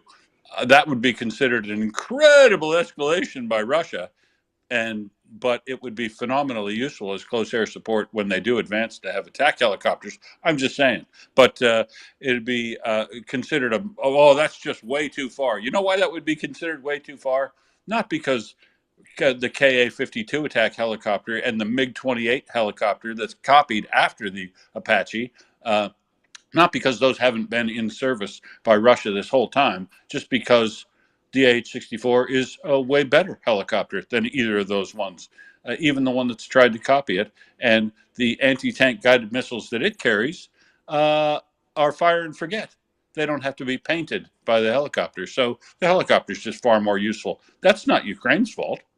And it wouldn't be an escalation, because an attack helicopter is an attack helicopter is an attack helicopter. So don't believe the hype. There is no such thing. There was one escalation in this war, and that was Russia invading. Everything beyond that, it is lies, damn lies, and statistics. Beyond that, there is no escalation. Nobody's given them nuclear weapons back, which they had before. So no escalation. Thanks, Meta. Yeah, girl. I was going to say, so I think that Ukraine is producing 152 shells. I don't know if someone said that while I was distracted. But what would be considered escalation? Because I think, to me, it seems Nuclear like weapons. Russia. So the things that Russia's done, like blowing the dam and things like that, that's not considered Well, escalation. those are war crimes. Yeah, Okay. sure, that's escalation. And yeah, let's say Ukraine went and used a whole bunch of ATACMS missiles on Rostov-on-Don, on the city, just the city itself. That would be war crimes on the level that Russia's doing day by day to all the major cities. But Ukraine isn't doing any war crimes. and so that's the escalation. Ukraine isn't moving into its neighbor's country to a third party country to attack Russia from. They haven't moved into Belarus. That would be that would be an escalation. But so it seems that there is escalation always on the behalf of Russians when they're not doing well. yeah, escalation's just baked into those guys.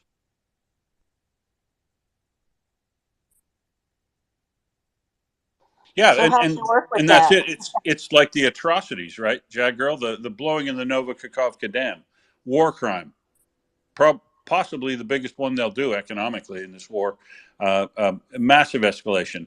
The firing on of S-300s into cities, unguided munitions indiscriminately into cities. The use of precision guided missiles on cities and power domestic activities rather than any military target. Shahed drones attacking grain loading facilities, escalation. All those things are any war crimes, all the genocide, all the shocking acts, even I would say Russia's involvement in stoking and using the activity that's going on, the Gaza attacks into Israel, all of that, all that's escalatory on their part too, because they're trying to distract and provide their support to withdraw to reduce support for Ukraine and take it out of the news. All that stuff is escalatory. You're right, but Russia always finds ways to escalate when they're losing, but Ukraine hasn't done any escalation at all because it's well within its rights to defend itself in any way it sees fit, and with any tool it can purchase or get loaned or given from its friends. And if Russia calls that an escalation, maybe they just need to get better friends. Go ahead, Jag Girl. I lost track. I can't remember what I was going to say. It's fine. It's good. It's Okay. just, I don't know how is like, we've talked a lot about how they're operating. Obviously, Ukraine with a disadvantage in that they're not going to commit the same war crimes. And also, they have to, mostly operate within Ukraine. And they don't have, they didn't start out with what they needed in the beginning. They're still not getting it. So it's, and the delays. So, with Russia escalating, at every turn, all the time. I mean, we keep seeing it. We see that Ukraine is doing well with what it has, but I don't know. Sometimes it's pretty infuriating, frankly. But I keep hoping when the war is won by the Ukrainians that there will be some unknown good reason for the delays and all. I'm not optimistic, but it's really tragic, as you said. It's being treated as if it's an experiment or something like that, and rather than something that's really serious. And I like Biden's speech, but I thought when they first started this war that he should have tied things together for the public. And so it's like at least a year and a half late, but anyway, it's already there. So it's there now, but I don't know. Very frustrating. That's all. Thanks. Yeah, I think as a group, Jag Girl, we have shared that frustration for a long time, and I'm very hopeful that we're getting to a point where the Ukrainian armed forces are just getting stronger and stronger, while the Russians are just getting weaker and weaker. I do kind of feel as though, in a way, that there may have been a management of aid, shall we say, in order to ensure that as much of the Russian armed forces were taken out as possible. Maybe. And that may have caused some of the frustration, but I know there's been a lot of hurdles to get over as well. So I can't say that that was actually a plan, but in the back of my mind, I just wonder. Sometimes, you know, if there's a bigger plan, and that bigger plan is to make Russia just incapable of doing this ever again. Jago? I remember thinking that over a year ago when I heard, I think it was Sirski, they had won a battle, I think somewhere in the southeast, not a bigger battle, but a good one. And he said, you know, I feel that they're giving us enough to stay afloat, but not enough to win. And then I think my first reaction was, I think my stomach dropped or something at the thought. And I thought about it for a while, whether that would be a valid maneuver to do that.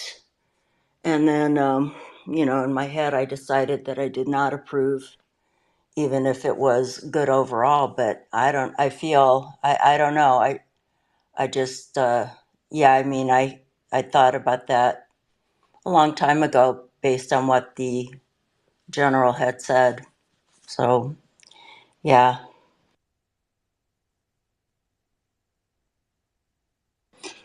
Thanks, yeah, girl. Hey, mockers, unless you've got something to bring us right away, I've got a question for you. What's that? Do you enjoy the work of a skilled professional? Always. So, you know, we've had a number of, well, there's been a lot of poo-pooing, frankly, poo-pooing of combined arms activity by the Ukrainians before, and how, you know, you can't get out there and move freely because of minefields, and how come we're not seeing them work like NATO does and stuff. So I put a couple of things up in the nest that I wanted to point out. The second one is something I didn't get to yesterday because we were invaded by that Jew and that Arab guy. The Muslim and the Jew Arab guy came in yesterday and invaded us, and we didn't get to all my fun news. But I wanted to, the second tweet in the nest. If you enjoy this type of work, and you want to know from me listening to Chuck or any of these folks about John Spencer about the way it's supposed to be done, and boy, don't I wish Angry Ants was here, because I'd just like him to quarterback this for us. If you look at this video of these two BMP, these Bradleys. So watch this video through for yourself, and note a few things that are going on here that are incredibly interesting and really good performance. In that, two Bradleys are pulling up along this tree line, and so that they can both provide cover to infantry that will be moving up through that tree line and screen themselves from any side attacks while they pin down covering fire on some positions at the end of that tree line, and continually moving in, getting hull down, moving again, displacing so that they can't be good targets for anybody sitting in front of them. Just watch how well those guys use the smoke mortars on their flank to cover the infantry, put down supporting fire, and let people move forward up through the smoke on the tree line. I'd heard a lot of people say that, oh, you know, they're not using enough smoke, they're not using these tools the right way. I would love to get Angry Ants here to have him walk you through that and see whether or not he agrees with me, because that's what he used to drive. I call that exceptionally good assault tactics, using armored fighting vehicles to support infantry advances in that area, and it wouldn't surprise me at all if we saw the results of that and it was quite successful. So I just wanted to highlight incredibly good work there. And then there's another one. Oh, wait, there's more. Well, I need to add Okay. that I haven't seen in that video them running over their own soldiers. No, But we have seen Russia do that. no, yeah, it's another thing I haven't seen them do in that situation is, running over their own soldiers, which is, and it isn't just one time. We've seen that multiple times, knockers. Multiple times we've seen this from the Russian side, where they jump troops off and then they spin the BMP around and drive over them. And you know, those guys yesterday that you saw, that one where he literally run over three of his own guys or knocked them off their feet turning, that's the VDV. That's the 76th VDV. That's a regiment of them. That's supposed to be the best of the best. the high quality troops right there, because you get extra points for driving down the high quality troops. Now, I have another bit of excellence to show you in another one of these tweets up above, but we're going to go to Joanna first because she's probably got something important to tell us first. Thank you, Will. No, actually, I wanted to comment on the previous subject that you had about escalation. You know, people are only talking about escalation with regards to Ukraine, but now that Ukraine used ATACMS with the range of what it is, 165 kilometers or something like this, do those people have in mind the fact that Iskanders have a 500-kilometer range, or that Kinjals have a 2,000-kilometer range? Actually, from the launching point of Kinjals, they can reach all Ukraine, Moldova, and Romania. So, do people know that the range of the Russian missiles is highly superior to everything that was delivered to Ukraine? And when the West offered what it was, about 100 tanks, maybe 200, if we are counting really in favor of everything that was given, Russia brought in Ukraine more than 5,000 tanks. Actually, 5,000 tanks were destroyed. We don't really know how many. Or 10,000 armored personnel vehicles. How many did the Ukraine get? 200, 300? Well, 10,000 armored personnel vehicles. And you know about the flights, the jets. We are thinking to give Ukraine maybe 60 or 70 modern jets. They already received some MiGs and older Russian planes that were probably used for the parts. Well, Russia came in with more than 300 planes. Actually, 300 were shut down. We know that Russia has many more than that. So this talk about escalation is highly one-sided, isn't it? Yeah, it's what we would normally refer to in the common vernacular as bullshit, frankly. I was just about to say something very similar. I was going to say, yeah, that's called a big old pile of bollocks. So, yeah. Or as Joe Biden says, malarkey.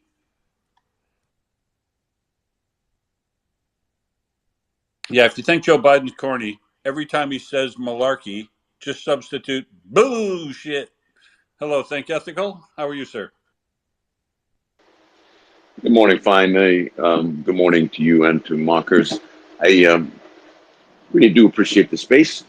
I have one question you might know a little bit about. On October the 18th, there was a suspension of the sanctions against Iranian importation or exportation of missiles and nuclear matter.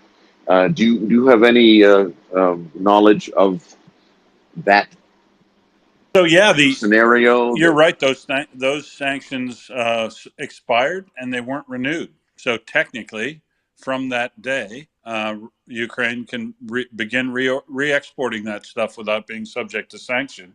So I'm imagining, and this is what Russia was talking to them about before. So I forget the name of the missiles that were covered by this from Ukraine, but they'd be running out of Iskanders and stuff too. So I'm relatively certain that Russia is, they're loading trains right now in Iran for Russia with additional short-range ballistic missile capability that I don't know for sure, but I suspect Russia is also running low on those. So this is another thing, Thank Ethical, that they have to interdict these things. When those things cross the border, and they need to. This is why it probably becoming that time when the Kerch Bridge really needs to drop, and it wouldn't surprise me if they found a time in the next few weeks and drop that, because that is another key issue that is going to be important. The capability for Russia or Iran to legally export again its ballistic missiles, and you know that the first willing buyer of those is going to be Russia, and they'll be shipping soon. So interdicting those and interdicting North Korean ammunition supplies, I think, is important. Um, it's not as important as the West jumping up its capacity to outproduce Russia and all of its evil little friends. But in the short term, interdicting those supplies could be critical to make sure that they have time to catch up in supply of 155 ammunition in particular, but other ammunition sizes. And this is where Europe and America, South Korea, and Japan really need to dig deep. They need to dig deep and ask themselves a serious question about how much 155 ammunition do we actually need to hold for ourselves in relation to what are realistically going to be the battles we're going to could get into in the near term, so that we can cover this gap until we can get our production up and running as fast as possible. And anybody who tries to stand in the way of it, I'm looking right at you, Erdogan, or Orban.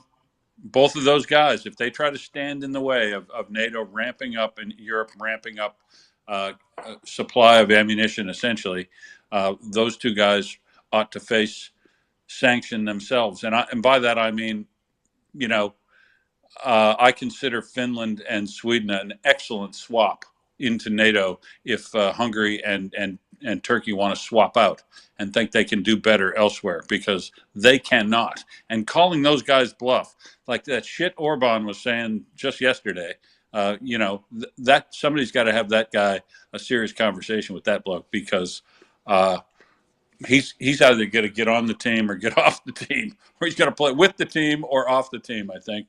Back to you again. Thank you, Ethical. That I definitely know they're capable of doing that. Well, he never was on the team, so he was on the wrong team from the beginning.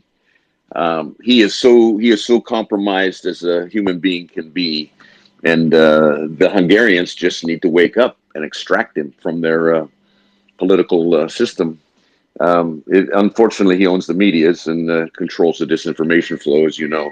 But back to the question about the lapse. Was it the Western world, the international community, just fall asleep and let this sanctions just lapse without? There was absolutely no way Russia and probably China was going to support. Go ahead. Can I add that this sanction that lapsed, or ban, or whatever it was, do we really think it stopped them from selling missiles to people? Did anybody really pay attention to it? Because I do believe that Iranian missiles have been discovered, believe it or not, in the Gaza Strip. So I'm just going to say, perhaps them doing it a bit more overtly because it's legal for them now might actually be easier to track. That's my only real thought around it. Did they pay any attention to the damn thing anyway? They appear to have been doing it on the down low. So if they no longer care about doing it on the down low, at least it'll be easier to track them. Yeah, that's a fair point. Go ahead. But I completely disagree. There has to be an international requirement of control that is in law codified. So it's naive to think otherwise. That there needs to be an actual policing. Yes, indeed. But I would have to say that 90 to 95% have been interdicted, or the threat of it has kept them from exporting their missiles. And yes, indeed, it is an Iranian source, and my studies now are leading to Tehran as being the father of all disinformation now, and the collusion with the Russians is not just tacit anymore; it's active. And so it's a situation now where we have to, as the free world, combine our efforts to keep intact the sanctions that we have put in place, and actually make them even stronger, because those those people will cheat. Yes, they indeed do cheat, but they need to know they're cheating from something. And if it's not illegal, they will just believe it's their world to actually cause horror. I'm still dealing with I'm still dealing with the massacre myself personally, and what I've seen and what I've allowed myself to see, and trying to cleanse my brain from those horrors. But that is literally the face of Hamas, and that is literally the face of Iran, and that is literally the face of Russia. So for us to be naive and not to do what we can do legally and morally and ethically, I think is naive, and we need to enforce in a way that actually hurts. So I just wondered if you had any insight as to the effects of those arms, because the supply chain certainly is coming from North Korea now, and actually the interdiction of those trains actually needs to be the targets of those ATACMS, the long range ones. Every time one leaves Pyongyang, I think we should just go as far as 1,500 kilometers myself, just to take those missiles out. Yeah, so I mean, I agree with you, of course, that the sanctions are necessary to establish the basis upon which they can't ship them. But I do also agree with Marcus that they were probably cheating.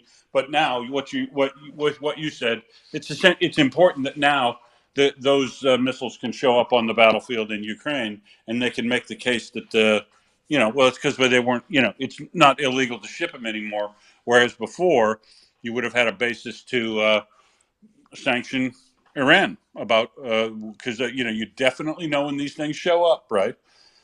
We found how many you can confirm how many ATACMS were fired, or ATACMS missiles were fired in Luhansk and in in Zaporizhia, because they find debris. They find marked number of debris. It'll be the same thing with those Iranian missiles, but now when they find them, the debris, it isn't the smoking gun proof that they've been evading sanctions and could be further sanctioned. I am not sure. I guess I don't know the full range of current sanctions on Iran, but I think it's pretty well sanctioned right now. I'm not sure what else could happen to them to make it effective. Probably somehow addressing their proxies in the Houthi rebels that fired on a U.S. destroyer yesterday, or the Hezbollah, who, as Mockers noted, have a significant amount of short-range ballistic missiles, something in the range of 100,000. Something I think somebody said. I don't know, but it's a lot, and they can reach a lot. These aren't little bitty homemade looking rockets. These are proper short range ballistic missiles that they've got in there to Hezbollah, and these are the folks, and that's why they took out the airfields in Syria today, because the two major airfields were taken out, bombed by Israel, so that Iran can't be moving any more large cargo jets full of arms and armaments to Hezbollah, and to their north. And fair enough. Let's just hope there were some Russian assets parked there at the same time, I guess, accidentally. Oops. Meta. Yeah, I think about the sanctions. Of course, the bit I'm most worried about is that is it free of charge to sell any components to Iran now, any microchips, anything that they need for these missiles from anyone. There's always people who are after the money, even in the West, and dropping those sanctions is enabling them to build more. The sales have been so obvious, you can always tell, but it's the production that should be stopped, and those sanctions should be absolutely brought back somehow. Thanks, that's my thought. Yeah, thanks, Meta. I don't know what more effectively could be done in relation to Iranian sanctions, and I also don't know if there are sanctions on them presently to get microchips and things like that, but they probably are already there. We'll have to get somebody who knows more about the Iranian sanctions regime that's already in place that might tell us. Oyvind might here in a second, but Think Ethical, go ahead first. Oh, and Think Ethical, you should mention to Oyvind that you know where the 155 manufacturer is. Sorry, 152 manufacturer is in Slovakia, because he asked about that earlier. Yeah, if he could follow me, then I can send it to him directly. I'm, as you know, like deeply now re-engaged in my training from long time ago, 45 years ago, and now I'm at the point where the intelligence that the West has and the capacities that we have and the ability that we have now need to be put into operation. And it's no longer a time for dilly-dallying. It's a time for action, and it's a time for preclusion of all of these threats and removal of all these threats. And what our space has done has been to integrate, the most recent integration being M and Yehuda's wonderful, brilliant analysis, teaming up as the Jew and the Arab friends, civilly discussing the matters of what needs to be understood, and that's the absolute red thread of Iran in everything, and that Russia now needs to be called into an account as they never have been, and completely and utterly, totally annihilated on the battlefield in Ukraine. And so the two things for me are not mutually exclusive. I understand Israel's need for extracting Hamas, but I also simultaneously understand the Palestinian people are not Hamas, so we need to apply humanitarian measures on their behalf and allow for them to exit. And it would be nice to have a place in the Arab world for them to exit to, but nobody is willing to accept them. So we also have to keep the laundering of humanitarian funds from occurring, which has been the source of their funding for all of their military, all of the NGOs who have given all the millions, and all the governments, and the United Nations program, which has just turned into actually a barter system for munitions. Here, take these poor Palestinian people's food and clothing for 50 cents on the dollar. Just give us weapons. Hamas has done this for the last 20 years. So this is what the target of the Israeli units are going to be, is to extract and actually annihilate those stores of munitions, and actually, unfortunately, kill the people that are believing, that the Jews have no right to exist. So that's a real genocide. Ukrainians are in a real genocide. So where do we draw the line? We don't. We have to apply ourselves to both in a way that is effectual and effective, and the West has to be unified, and we need to understand the source of this is Iran. And it's not Iran, it's the Islamic fundamentalists. The Iranian people are beautiful, the Persian people are absolutely wonderful. So we need to liberate Iran in the course of this. So there's three places that would win if we would just grab our blank and be the change that we have the capacity to be. So I don't know what's going to happen in Iran, and I know that there are a significant portion of the people who are willing to essentially rise up sort of right now and would like to change the government. I don't know what's going to happen there.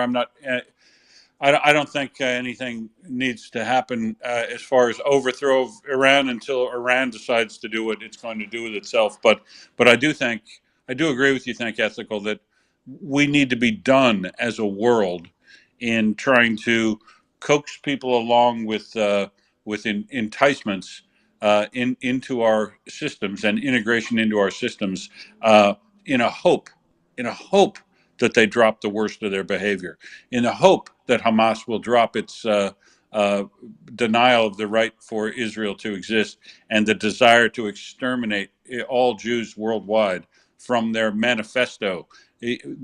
No negotiation with those guys should ever have started. And they started those negotiations, tried to draw them in good faith, in a hope that they'd drop that, and they never have. And we see where that's led. Russia, we tried to draw them into the world economy and hope that integration and enrichment would give the rising living standards throughout Russia, and that they would change their behavior. It didn't. All they did was enrich themselves so that they could go on and attack and invade their neighbors again. And same thing with Orban. Whether you're talking about war or you're talking about diplomacy, Orban needs to be told there are benefits and responsibilities to being in NATO and the EU, and you either live up to the standards, get your standards, and or Erdogan's been complaining about, well, I'll never get into EU. You'll never get into the EU, a-hole, because you haven't modified the systems that they required you to modify at the beginning of the process in order to get full ascension. If I tell you your scorecard is not high enough and I tell you the 10 things you need to fix if you want to get into my team, and you don't fix any of those things, that doesn't mean you get on the team. And Orban, if you want to be on the team, you can't shift into being an authoritarian appeaser of Russia and pining for those days in your country. Otherwise, you can stand on your own, and more power to you. Good luck. But you got to stop. You either get with the team, stop standing in the way of helping your democratic neighbor develop into a democracy, and quit coaxing the enemy of democracy, Russia, into thinking you're going to appease them or somehow get them to the peace table or do some deal. Nuh-uh.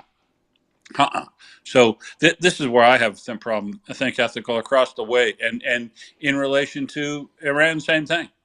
If I don't know what's going to happen in Iran, I don't want to have regime change in Iran. I want Iran to figure out Iran for itself.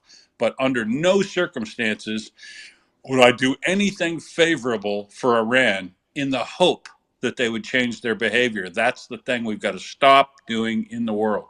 We need to stop being tolerant of the intolerant. And if we can't do that, we won't progress. We'll keep seeing these bad things keep coming up. Sorry to make you wait, Ovind. What would you like to add? I looked at this sanction on Iran, and it started already in 1995. The U.S. sanctioned them in missile industry, Islamic Revolution Guard, nuclear industry, energy, petroleum, banking, Central Bank of Iran, shipping, international trade, insurance. And then the EU follow up to doing the same from 2007, and the UN has also sanctioned them from 2006, but that was lifted in 2016, and it was that was all related to the Iranian nuclear program, and they had come a deal. And the problem with Iran is that they have lived so long under sanction that they have found way around it somehow. That's why we see all that stuff they are bringing in down on their head. But the sanction on Iran was related not to the terror they were doing and terror export, but was related to their nuclear program. So I think the whole thing have to be removed. And about sanction, it might not work very well against Iran, but we have evidence that it works towards Russia. We see all these planes that are grounded, and some of them are falling down from the sky, the commercial planes. And we know that Russia's logistic is very much related to the railway.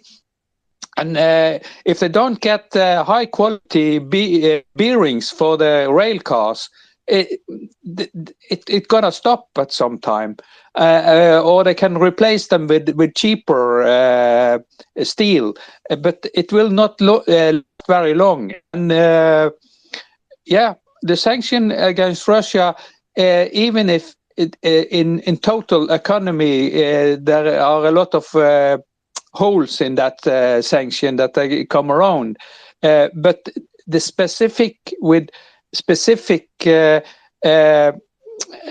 type of equipment that they need, when that is sanctioned, it will hurt the arms industry very much, and the logistic as well. We see that with the air traffic. Thank you very much. Thanks, Oyvind. And Think Ethical mentioned before. Yeah, if you follow Think Ethical, he can pass you a link to the Slovakian manufacturer of 152 ammunition that you'd asked about way earlier in the conversation. Because there's a Slovakian company that makes quite a lot of it, apparently. So, mockers, the other thing in the nest that I wanted to point out, the other day of excellent performance is after the item on the Bradleys using smoke. There's a very excellent example of artillery, precise artillery shooting, because the interesting thing to note about that, I think this is, it's cut together. They show a Paladin firing, or maybe it's an S90, I think, 155 self-propelled artillery firing from a location. I'm not sure. It's cut together, so that may not be the actual gun that shot that actual shell that took out that actual armored personnel carrier. But I'll do note that BMP was taken out, and there's no other smoke or any dust around that before it happened. So this is what we've heard about from the United States Artillery College. There's literally a school, like graduate school for artillery people in the United States Army, and the commandant of the artillery school in America was remarking on how incredibly impressed he is with the Ukrainians' ability, with their spotting capability and their adjusting capability, to get rounds on target first shot. And note in that background to that BMP getting hit there, that there's no other smoke, there's no other fire shot. You don't see, it's not like the fourth or fifth shot that he's fired to hit that thing, and he hits that thing, which looks to be like a BMP-2, maybe a BMP-3, and he gets it right in the top of the turret, right between the turret and the very back end of it. First shot in, first shot kill. Incredibly good shooting. Well done, boys. I hope they get lots and lots and lots of those, but apparently they are, because the head of the graduate school for artillerymen in America had said himself that he was impressed in training and impressed from looking at battle footage and statistics of what Ukraine is doing, how incredibly good they are at putting the very first round on target. So I put that one up there too, because I love people doing excellent work when they're Ukrainians. And I would probably put up Russian ones too, but frankly, you just don't see them. Think Ethical. This will be the last comment. I have two things. The what ifs of war. What if Ukraine had never given up their nuclear devices? They were arm twisted by George W. Bush, who actually is, in my estimation, the worst American president of the 20th century, 21st century for sure. In that, there would have been no war if they'd have kept three.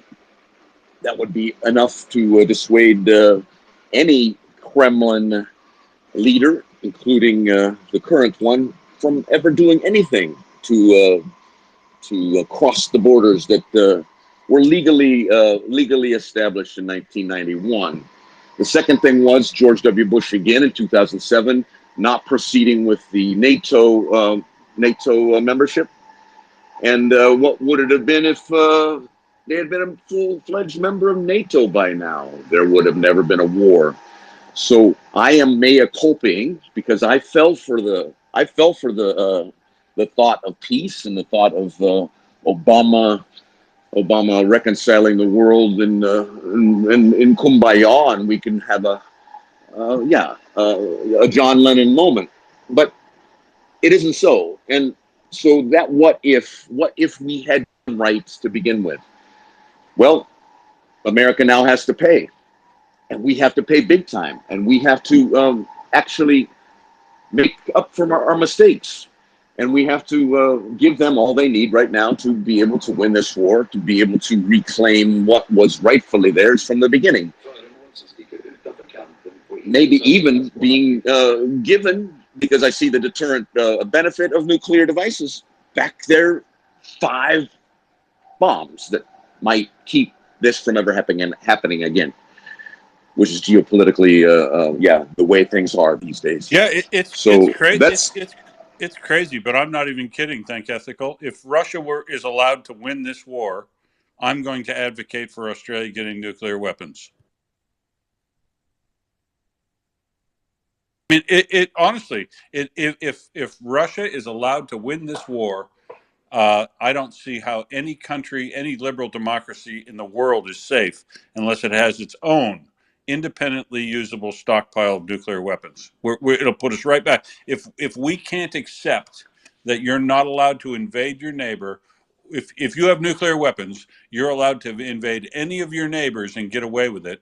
It's time every liberal democracy had nuclear weapons. This, we set up this the way the world works so that we could avoid all having nuclear weapons and avoid potential incidents and accidents in relation to those, and just avoid the waste of having to have these things that you never intend to use.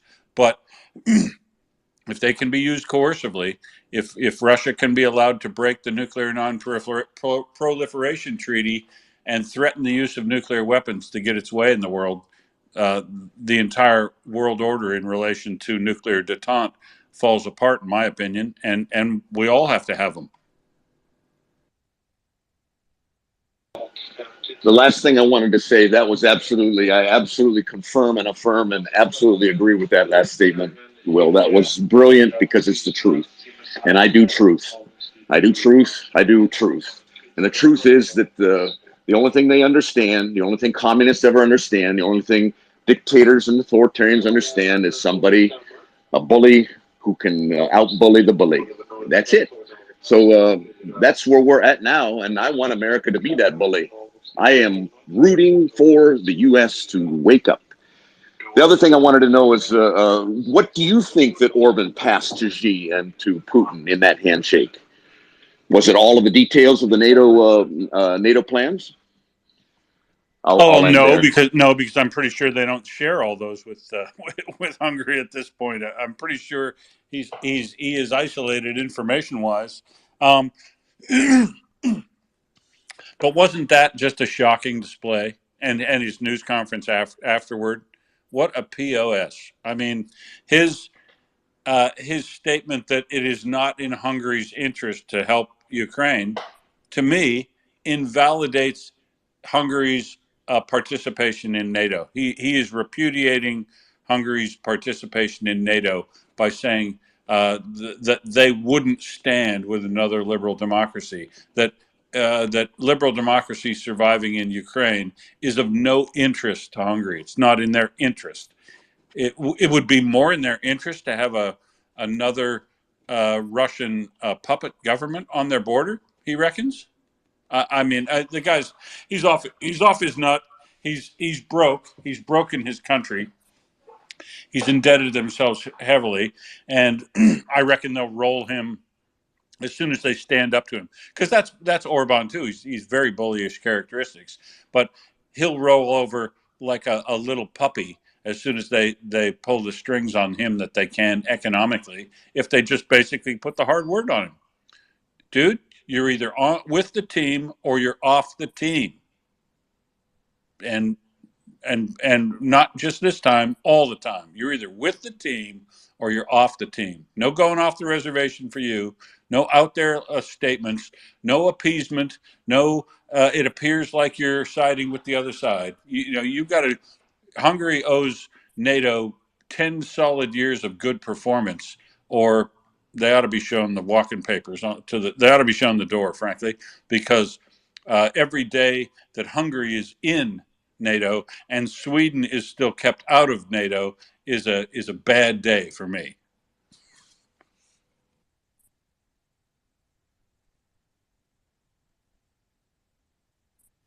So, Will, I'm seeing that there is in occupied Crimea a military base, possibly on fire.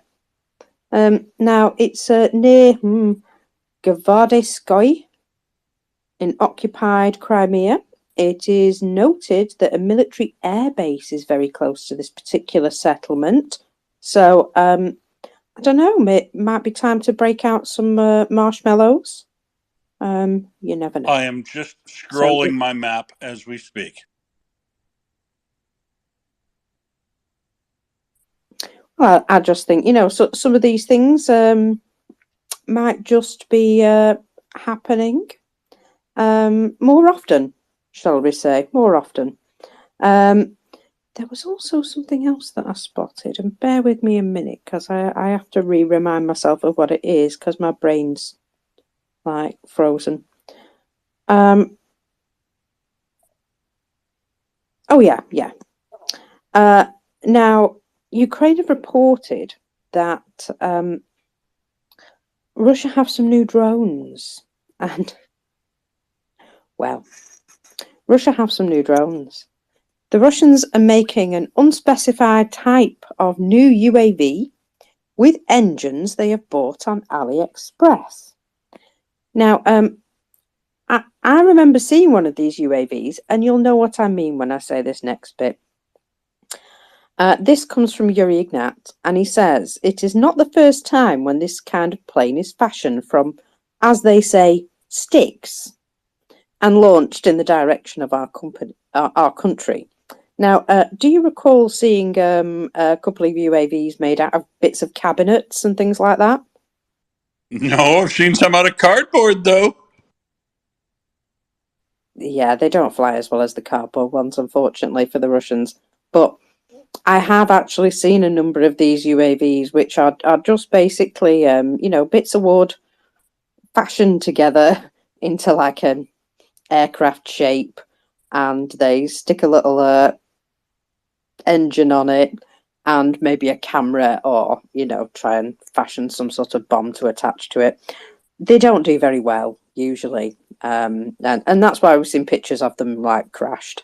So I'm just going to say that sorry, were they the second army in the world and they're now building UAVs out of sticks? The sticks and stones sort of situation. We said at some point they'll regress so far back they'll be hitting each other with sticks. And well, I'm just going to say there's evidence of that.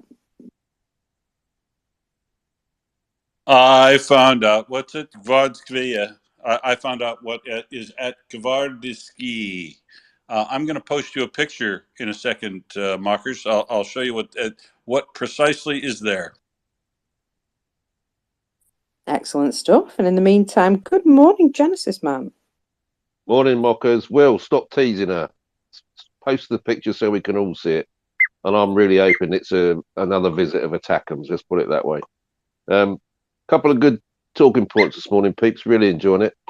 Just want to put my 2 penny in on what happens after we beat this shit out of the Russians. We've got to turn Ukraine into a Hungary 2.0, Poland 2.0, because those boys are itching for a fight. And park a HIMARS every 20 meters down the what's it with Russia, so they never ever even think about picking a rifle up again against them, the wonderful Ukrainian people. Jesus H Christ, I'm pissed off with them. Anyway, come on, Will, spill the beans. What's there? Wait for it. Patience. Now you know Well, I while don't you're do being patience. Sorry, patient, sorry. You know I don't do patience. Will you sod? say hello to the puppy for me. And while you're waiting, you could look at a nice video from Special Herson Cat that I've just popped in the nest of the consequences of the attack and strike on the Russian base at Luhansk. Now, this was the one that we didn't initially get a lot of information about, but I think you can see that their runway has several holes in. Not big holes, but they don't need to be big. It's what happened on the ground is more important. And well, you can see it looks as though quite a lot of the vehicles have been taken away, but some of them are still standing around. And I'm going to say the reason that they're still standing around is because they probably haven't been able to move them yet. Just a guess. There's a few sorry-looking helicopters, and there's even an aircraft in the distance there. So I thought you might like to have a little look at that. It's quite interesting.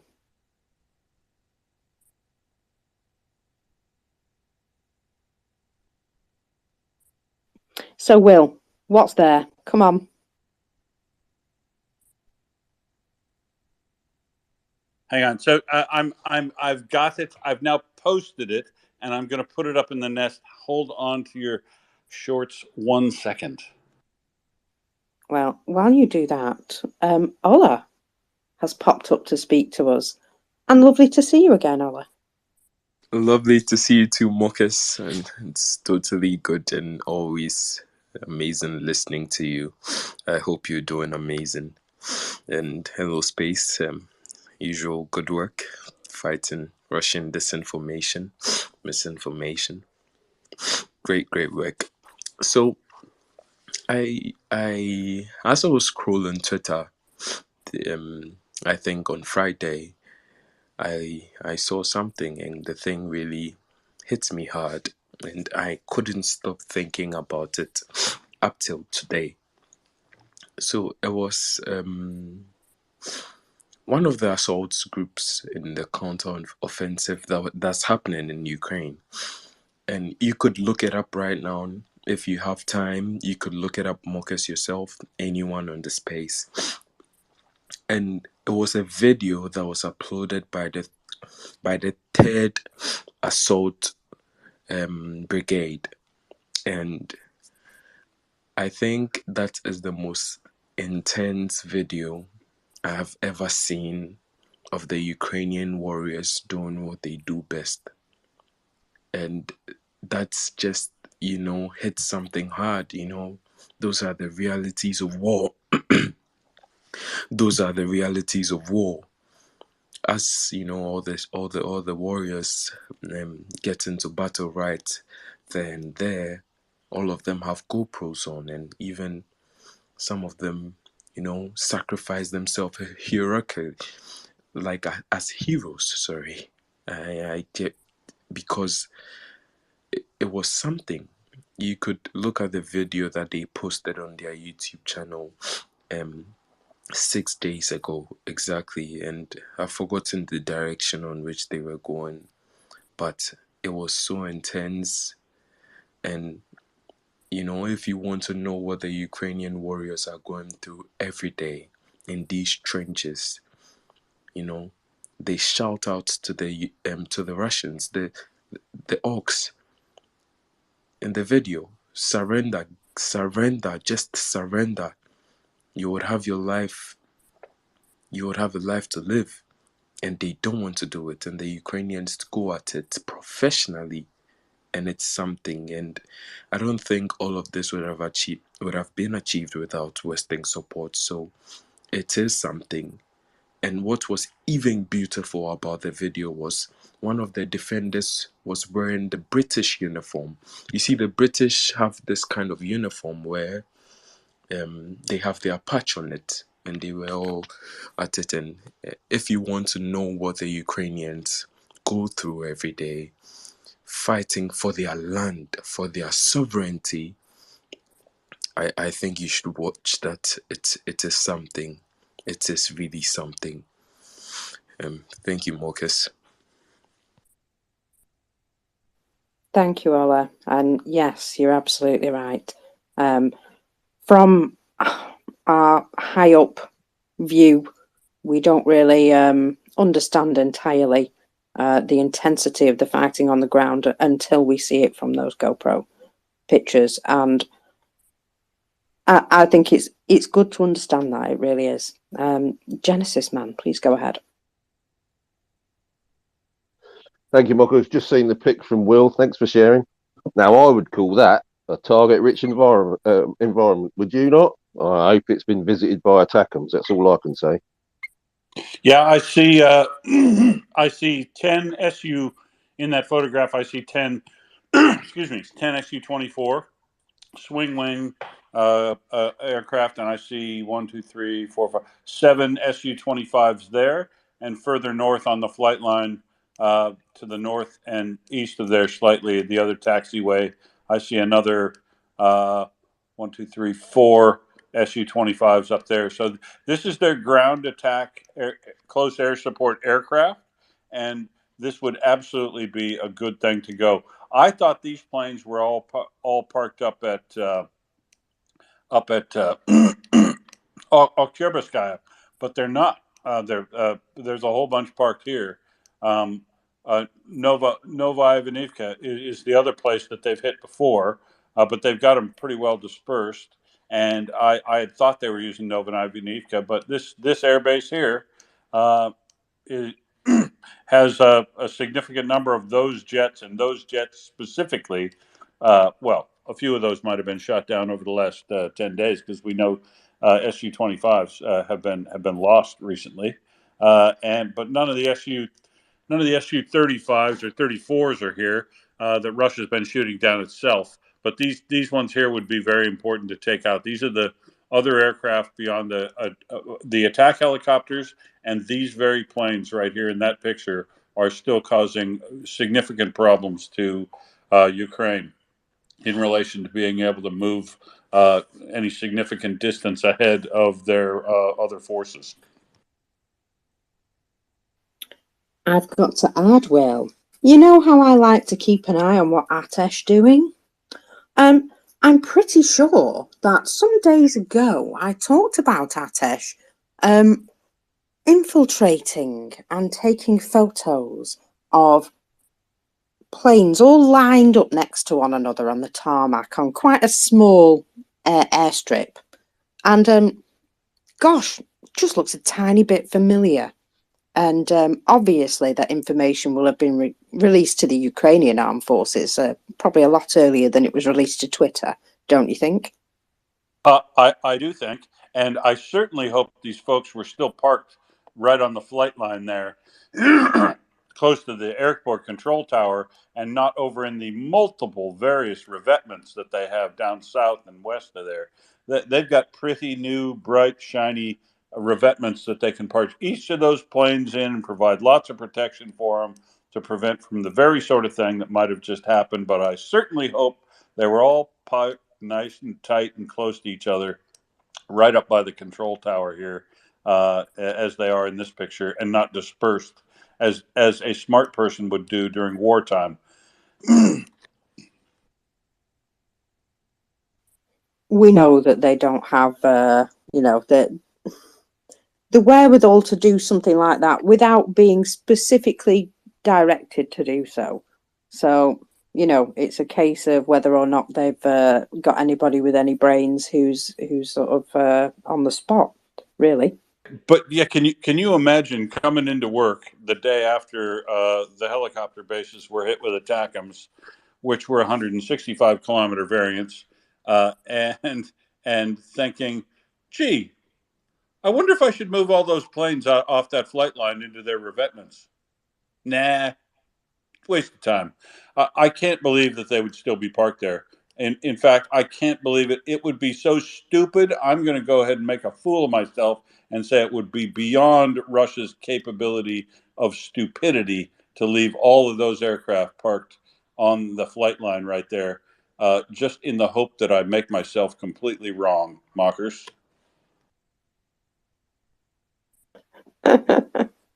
Well, we'll have to see what's happened there. I mean, it may be minor, but you know how they're going on about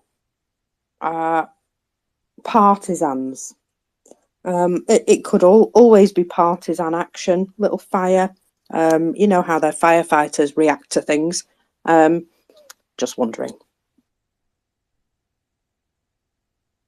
Have we seen any pictures or smoke at all from that Gvardsky area? Because I know that there's a current firebug in the room who would really love to analyze the smoke and tell us whether or not it was armaments, fuel oil, jet fuel, or anything like that.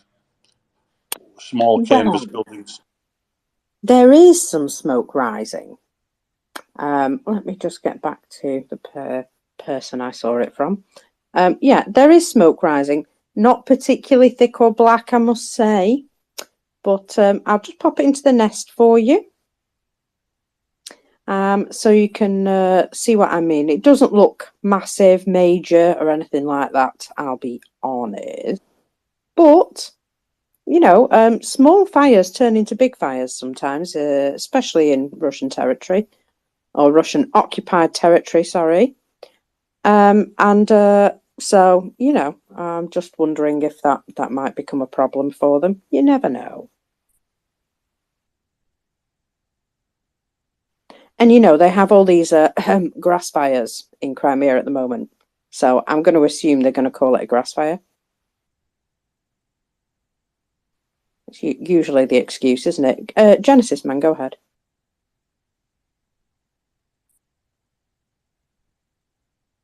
Or not. It appears he just disconnected, just as he was about to speak. Well, that's flipping typical, isn't it? So yeah, so not a lot of smoke in that thing from Max yet. It's quite a ways away. Looks like it might be a little black in that at source, or it's dispersing a lot, but it's got a lot of gray in it too. Kind of a long ways away. Not much smoke evolving out of all that as yet. That they could almost claim for real that one was a good grass fire, except it looks like it's got a little hydrocarbon in it. So I'm not sure. I would believe a grass fire, but it doesn't look big enough to be a bunch of airplanes burning. But who knows? Maybe they just hit them lightly, and emergency response will be as slow as we have seen it is, and maybe it'll start burning a little bit more vigorously, shall we say, in the near future. I've also just popped something else in the nest, which will turn up eventually, I'm sure. But there is a second appearance of mysterious smoke in Crimea today. Well,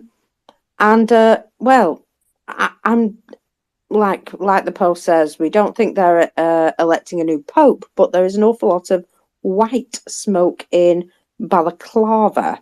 Now, this could be one of their smoke machines. You know how they seem to fire off smoke. And I'm just wondering if that's what they're doing in that particular area. It doesn't look dense enough. So evolving smoke from white phosphorus or whatever, looks like when those Bradleys are using it. The smoke mortars really produces a dense, thick smoke, or the smoke generators that they had on the Crimea Bridge a few weeks ago when it looked like we're trying to protect this. This smoke just looks like incidental smoke from an accidental fire or something else, but not really big yet. But whatever, at least they're having to respond to something down there. Genesis Man, what do you think? Yeah, sorry about that, peeps. I don't know what happened. Tried to come up but couldn't. So, what I noticed, Mock, as well, was that there's separate areas of smoke. So I think we might be onto a good thing here, because you may have hit it but not caused a complete fire. But it's either that, or like Will says, they missed it and hit the runway, and you got hit the side of the runway, and you got a grass fire going on. But yeah, one to watch, I think. Yeah, and this is the key point, right? There are two areas of smoke evolving from that in the distance there. It'd be nice if it was closer, and if he was stationary, so we could see that. But I agree, there are two sources of that smoke on the ground, and it isn't particularly black hydrocarbon, and it doesn't look like there's enough of it to really be a fire. But remember, when those ATACMS with the DPICM hit in them, those little M57 bomblets, they do what you've seen they do to those helicopters before. And if they're not parking these planes full of armaments, and they're not parking these planes, if they have dispersed them some, those attackers will land, do all their damage, and just pepper those things with holes. And anybody who flies an aircraft, whether it's a helicopter or a fixed wing plane, knows that if you look like somebody's just shotgunned the side of your plane, that you're probably not going to be going anywhere, even though the plane doesn't look damaged that much. So it wouldn't necessarily be the case that there would be a huge, massive fireball or a whole bunch of things if those things, let's say they had those dispersed in revetments, and they were only able to hit two or three of them with each ATACMS because it was dispersed well enough. You might see something like that if they weren't stored full of fuel, if they weren't stored with armaments on them. It might be something relatively simple like that, but here's hoping.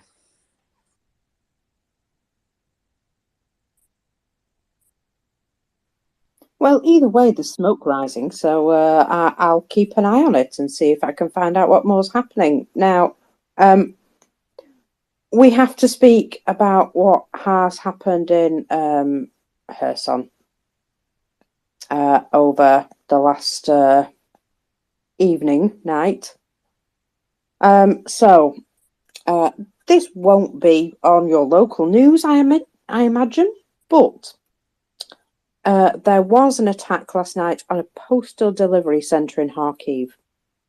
6 people have died at the Nova Post building and 14 have been injured, 2 of whom are currently fighting for their lives. From the fragments already discovered, it's almost certain that these were 2 S-300 missiles that were used to hit the building. Officials say they have been fired from the border region of Belgorod with just 60 seconds warning.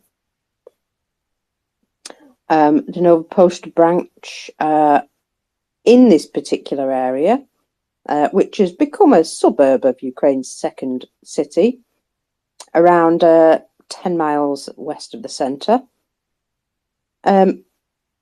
It's notable that not one of Russia's channels has even mentioned the Kharkiv attack currently or tried to justify it. And there was more attacks on civilian areas in Kharkiv a little later in the morning. 3 houses were shelled in Kupiansk, and a 15-year-old woman and a 63-year-old lady were seriously wounded. A boy aged 17 is currently stable in hospital. So, you know, this is why we have to keep supporting Ukraine to reduce Russia's capabilities. And I, for one, would be very glad to see those S-300 systems taken out. Yeah, I agree. I mean, it's when you're talking about war crimes, it is just the worst of behavior. Almost the crassness of using a surface-to-air defense missile in land attack mode that is by definition incapable of being targeted accurately and firing it into built-up civilian areas, specifically just to do whatever damage you can, is, well, it is a war crime, and Russia does this every day. Every day, the the UN report that's just been drafted, that's come out on war crimes, we become numb to it. Every day they shell civilian areas. Every day they use unguided or precision munitions to attack civilian targets fully. Shaheeds attacking grain terminals. There is no justification for any of that from a military perspective, and each and every instance is a war crime. And it is so telling that this incredible long list of war crimes that's being built up by the UN, even without any ability to support and get evidence from Russia. No cooperation from Russia at all on establishment of these things, but they've developed an incredibly long list that they can justify even without any access to Russian information. So, yeah, I would dearly love to see.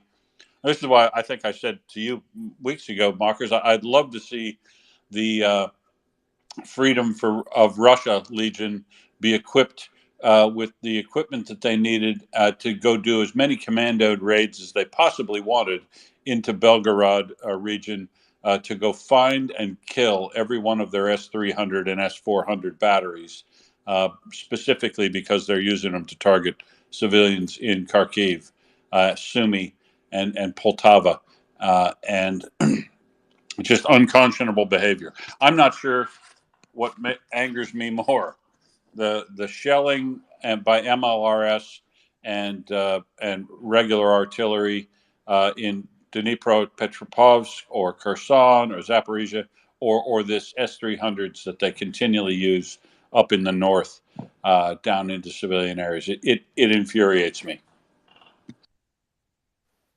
Yeah, me too. I do have some things that will cheer you up, though. And one of them, let me find it here, is one of Ukraine's overlooked major successes. I know we look at the offensive and we look at, what's happening in Crimea and so on. But Russia's navy has now been pushed back to the point that they won't appear to go anywhere near Ukraine's Black Sea shipping corridor. And as of yesterday, 33 commercial ships and counting have been able to visit Ukrainian ports, which Ambassador Bridget A. Brink, the United States ambassador to Ukraine, has mentioned. Over 1 million tons of grain, crops, iron, and other precious cargo has now been brought through the Black Sea humanitarian corridor. And Russia cannot prevent Ukraine from feeding the world and increasing their exports. And I think this is a huge win for Ukraine, absolutely huge. And it's just another one of those things that is incredible in the face of all the opposition that they've had. And for a country that has a very small navy, shall we say, that doesn't really have any proper naval ships, it does seem quite the dramatic feat, does it not?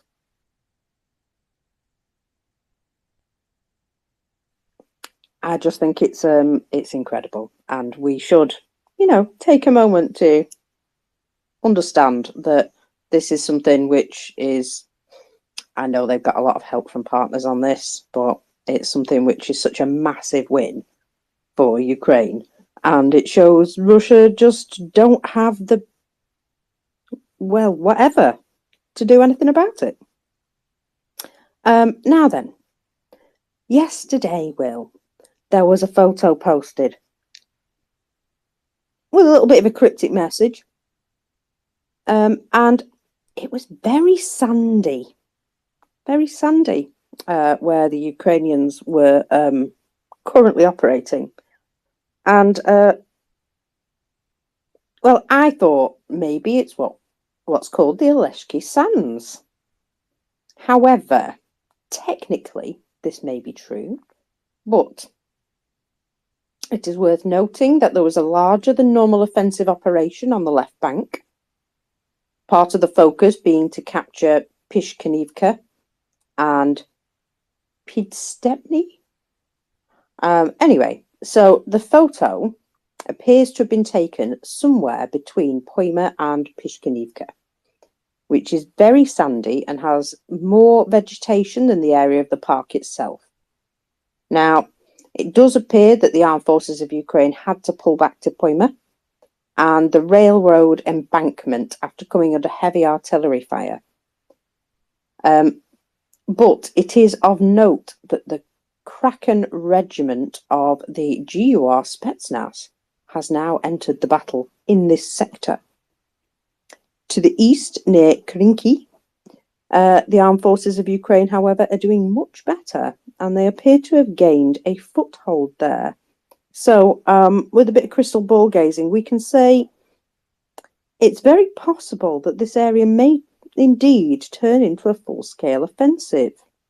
There's a substantial increase of Ukrainians' activity in the area, and there is also a possibility of a crossing somewhere between Novokhovka and Nerdagar. And also, the photo from the poster was released specifically to invoke a sense of location. Now, the specific time of the activity and the actual activity doesn't really matter. The photo was released with, sort of a message. It's very likely that this particular photo has not been taken during the war and was possibly taken during training prior to the war, but it's a message still. Also to note, cell phones are not allowed in that area of operation. Only drone footage has been released out of the battalion or brigade level coming from this location. And they do look very relaxed in the picture, as though it may be training, but I think it was released for a specific purpose, to say, look where we are. And I have no idea whose hand was next, Will. It was Ivan and then Meta. Ivan. Yeah, I can't find this Gvardiski district, Crimea. I find one in Kaliningrad or Königsberg, what I will call it. Just about 6 or 8 kilometers northwest of Simferopol. Okay, I will look. Thank you. So, sorry, 12 kilometers northwest of Simferopol Center City, you will find the little place called Hvardsky, and next to that is the Gvardskaya Piskolva Soviet, and Gvardskaya Skola 2. So Gvardskaya School 2, which is almost certainly for the Air Force, but the air base is right next to that. Thank you. Thank you very much. No worries, we're here to help. Mete, go ahead.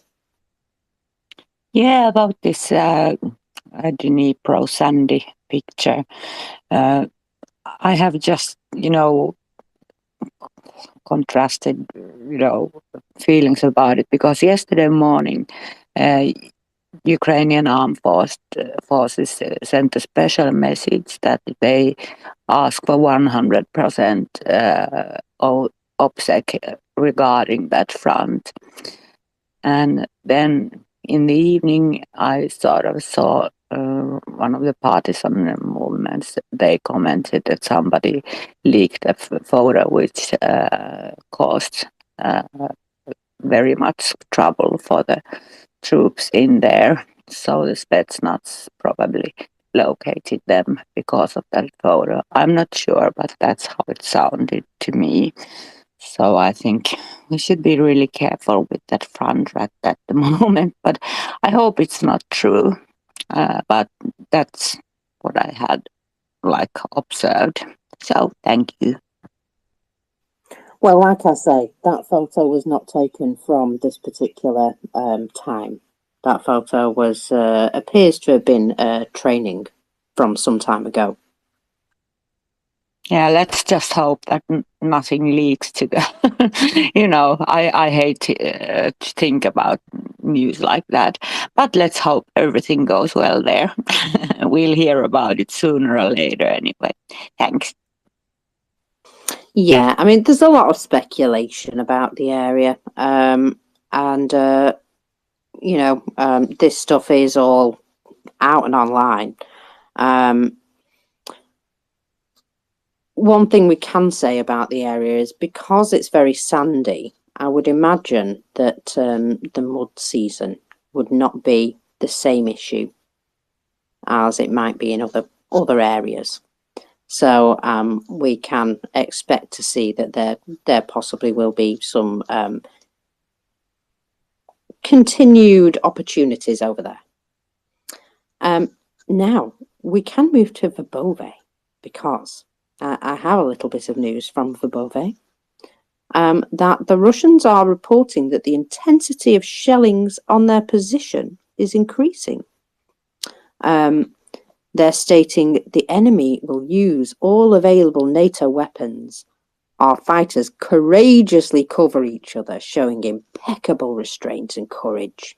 I'm not sure if that's a bit of cope in there. What do you think, Will? Do you think that's a bit of cope? Impeccable restraint and courage. Sounds a little coalicious to me.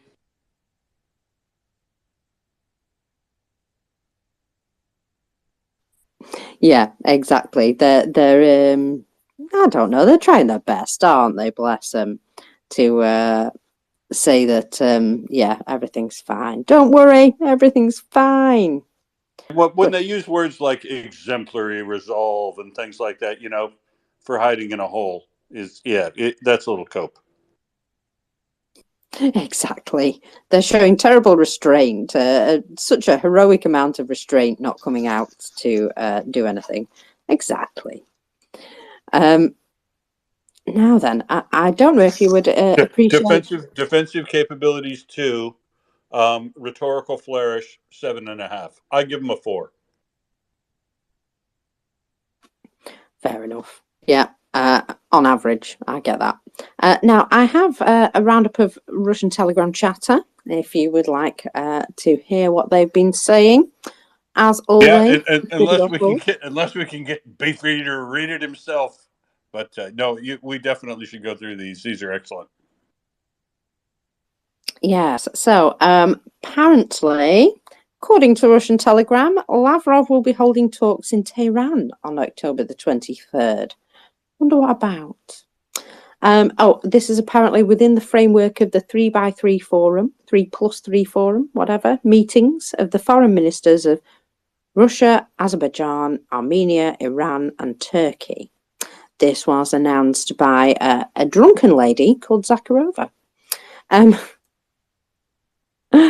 Now, this is... Could be worse. Could be a weak little shit.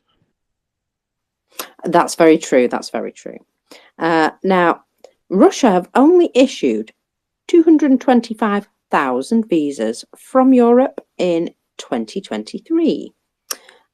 Before the pandemic in 2019, 1.65 million visas were issued in 9 months, including 1.1 million tourist visas. So it would seem that maybe we aren't, particularly having a visa problem, because they're struggling to get people to even, apply for them, by the looks of things. Well, I don't do my wonder where yearly all them trips people have anymore. gone. What's that, my dear? I certainly don't get my visas regularly anymore. Well, exactly. So, that's a shame for them, isn't it, that they've lost out on so much income. Now, would you believe the cabinet ministers of the Russian Federation did not support the recognition of crimes against the elderly as an aggravating circumstance? Deputy Speaker of the State Duma, Vladislav Davankov, proposed considering fraud against the elderly as an aggravating circumstance. However, the official response from the Cabinet of Ministers basically says there are too many problems in classifying the crime, and we can't be bothered. So the elderly will continue to get swindled, no doubt. With And we know this is going up, right? We've talked about this before in a Chris Wiki thing. How much more the fraud is costing old people in Russia as essentially the society starts to eat itself. Yeah, exactly. So the vulnerable have no protection, it would seem. The Duma doesn't give a damn. Now, residents of Nepal, in order to earn money, are given the opportunity to fight in Ukraine. According to the New York Times, on both sides, it says here.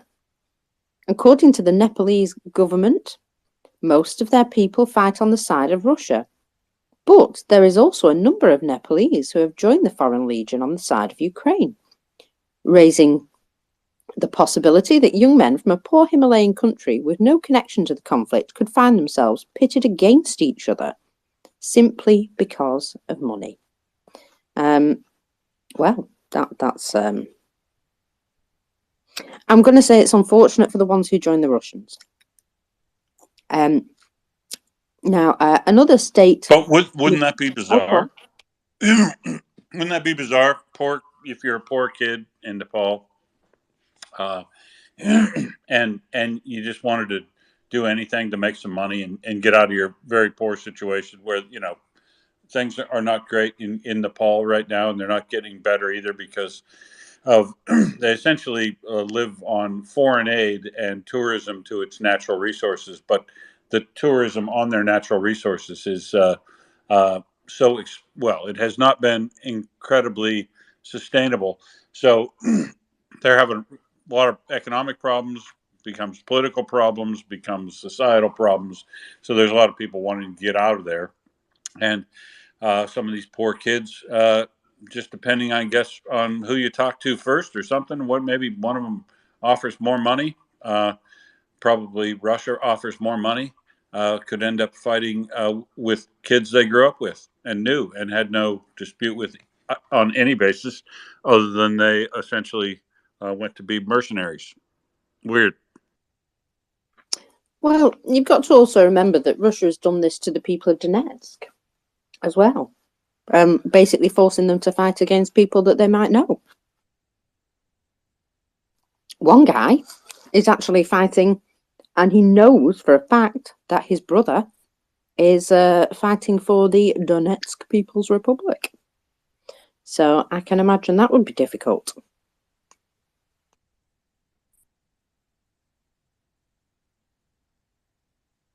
Well, yeah, press ganging generally is repulsive, but then luring the needy and poor to go do your genocidal imperialistic fighting, but it's very on brand for Russia for sure. Yeah, exactly. So I don't think Russia will worry about that at all. Now then, another state Duma deputy, this is Gurilev, who yesterday I spoke about. He wanted to destroy 20% of the Russian population, explaining that there is an opposition that states the special military operation must be completed urgently. How to complete? Do we give up? When you ask a question like this, it immediately starts with, we have to compromise. Well, that is to give up. And to surrender means people are predicting a defeat for their homeland, a split in the state and its destruction. These people should be treated as enemies. How do we deal with enemies? We destroy. So, yeah, that seems good. Murder 20% of your population. But well, they're on the way. But I do like that he accurately recognizes the entire purpose of the war from the position of Ukraine, right? So what needs to be done? How to complete? Give up? If you ask a question like this, he says, well, essentially give up. Surrender means people are predicting defeat in their homeland. So it's if we surrender, we lose. that's exactly the position that Ukraine is rightfully taking. But he's saying if they surrender, of course, they do lose everything. They lose all their imperial ambition. They lose their stolen territory. They lose their opportunity to genocide. But it's like, thank you for the piece of disinformation, because there are some people who are fighting here for their very existence, but it isn't you. And the way they use language, they still use this language on these propaganda channels like Gerlev, where they talk about, watch, suppress, or liquidate. He's talking about, when a person says liquidate, or it gets translated into liquidate in English, he's not talking about eliminate. Well, he might just be talking about eliminating those people from society through imprisonment or isolation or something like that. But it sure sounds a lot more like liquidate, if you know what I mean. Absolutely. Morning, Chris.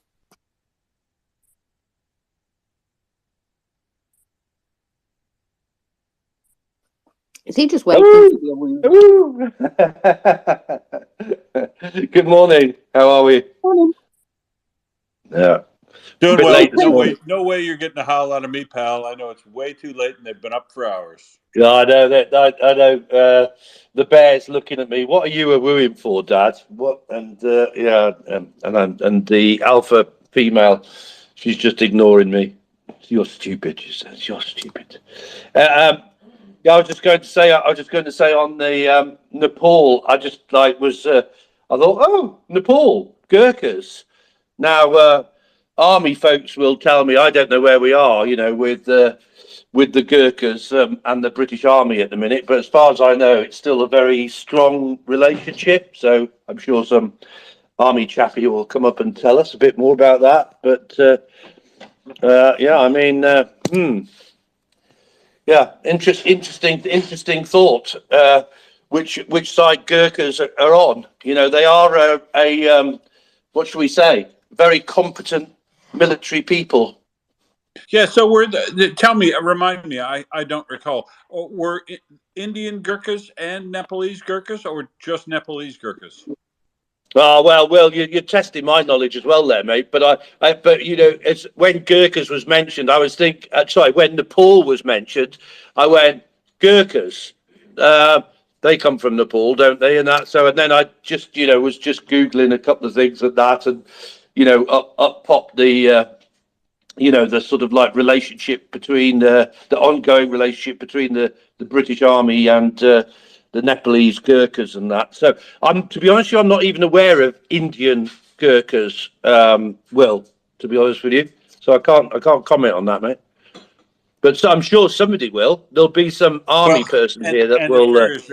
If there's still a professional fighting force, the Gurkhas, and I think they're still considered very good, but they would be, they'd still side with whoever Britain is going for, I'm sure. Well, that would. We're talking about poor kids off the street. That would be my guess, Will. That would be my guess, but obviously I don't know the detail and that, but I certainly hope that those nasty little devils with their cookeries are on our side, as it were. Yeah. Yeah, indeed. I think they'd still be on your side. Hey, Mockers, there's another one in there. Did you read to the bottom of the list of gobshites from Beefeater? Because there's another really good one down there. After these guys really need to diversify their names, right? Because you were talking about Gurlev, a state Duma deputy, but there's also a really yummy one down at the bottom against state Duma deputy Gudkov, Dmitry Gudkov, who's not very good, Gudkov, because they've opened a criminal case against him for fakes, about fakes. Article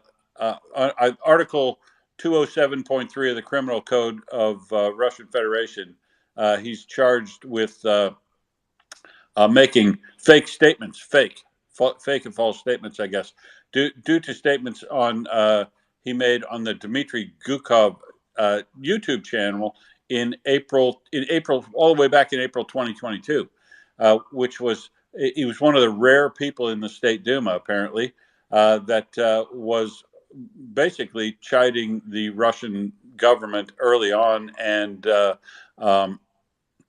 admonishing them for war crimes. Essentially, he had the video entitled "What Has Putin's War in Ukraine Led to," published way back then, even a year and a half, almost year and 3 months ago. Now the Russian army is openly terrorizing the unruly population, continues shelling his cities, targeting residential buildings and train stations. He's talking about Kramatorsk in that first few days. In Bucha, Irpin, Borodyanka, Russian soldiers left mountains of corpses. This is a Russian State Duma member on his YouTube channel. A professional army cannot operate such methods. This is real genocide. If the Kremlin's goal was to kill civilians in terror, then Peskov is, of course, right. Russia has successfully proven to the whole world that its leadership is no better than Al-Qaeda. That is an incredible statement from a State Duma. So that, you know, there are actual human beings in Russia, few and far between. But a guy would say that, you know, they ought to have they ought to get SEAL Team 6 to go help him get out, because you know, brave. I applaud his bravery for saying things like that as early as he did. But you know for a fact that they are going to pursue him and definitely convict him under Article 207.3 of producing fakes and propaganda, essentially, and he'll probably get several decades in the gulag if he doesn't get out while the getting's good.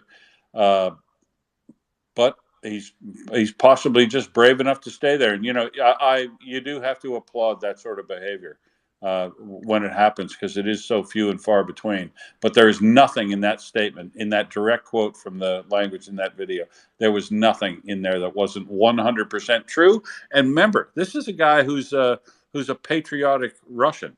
He wants his country to be better. That's why he's telling him he can't do war crimes, because we're supposed to be a professional army with good methods, not trying to terrorize and kill civilians with terror. He doesn't want, you know, it's not that he doesn't like Russia, or he doesn't want Russia even not necessarily to lose at that point, but he is not willing to go as far as what they've done. And he's in clear, non-prejudicial, non-biased language talked about professional army not using such methods. He's not being rhetorical at all in this. And it's a very clear, open, direct statement, but it's the kind of clear, open, and direct statement that is absolutely going to get him barbecued in Russia. More than barbecued, yeah. He's he's in trouble. Now, there is a bit more information here, and do you remember my story the other day about Carlsberg and Danone? Yeah, but you know, you didn't re-mention that TV propagandist Adolf Shatanovsky has called Zakharov a drunk, dismissed Putin, calling him a little weak shit again yesterday. Well, yes, he's certainly starting to sound as though he's got problems with Windows. Sorry, now what were you going to say? No, I was just going to say that I've completely forgotten. Let's go to Chris's hand, and I'll come back to whatever it was. Yeah, I was just going to go back to what Will was saying there. You know, Will, I always remember, you know, that when I got banned from LinkedIn, it was because I said Russians are savages from a past century, right? And I just suspect that there are some Russians who think that they ought to have evolved by now. Don't you, Will? So maybe this is a bit of an appeal, you know, if you like, whoever that was. I didn't quite catch who it was that said this, right? But this is maybe a bit of an appeal to the Russians and that to evolve 1,000 years maybe or something, you know? What do you think, Will? Yeah, well, I mean, that I'm not sure Dmitry Gudkov is suggesting that they need to evolve. He seems to be suggesting that they're better than that, or they should be better than that. Um, and I applaud him for his aspirational comment, but the truth is he couldn't have lived. I mean, he's lived in Russia his whole life, probably. In a mere 14 years, I identified plenty of things that would suggest to me that they're definitely not above it, and not as professional an army as. I mean, even when I was there, they clearly.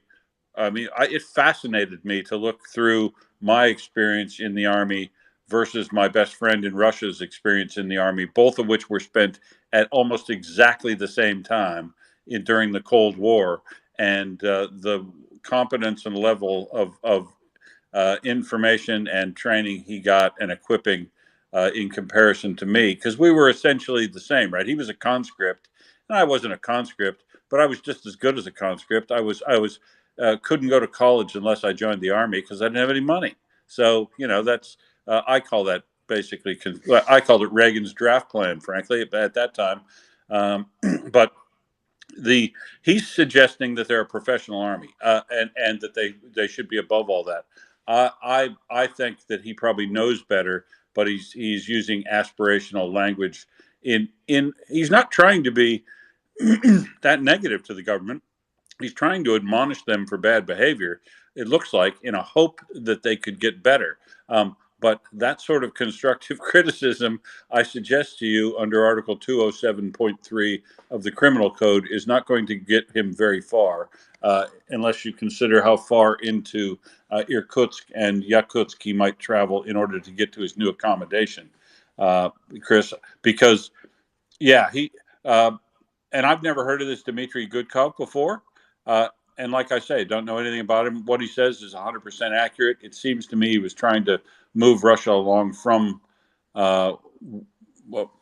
behavior that he thought they shouldn't be carrying out, and they didn't. But to be honest, the behavior that they've exhibited here is exactly like they've exhibited during their travels through Poland and Germany in World War II, and travels through parts of Ukraine as they were retreating from the Russian army. That honestly, this is kind of their behavior. Russians' behavior is pretty on brand, frankly, from what I've seen over history in the small amount I've been able to examine.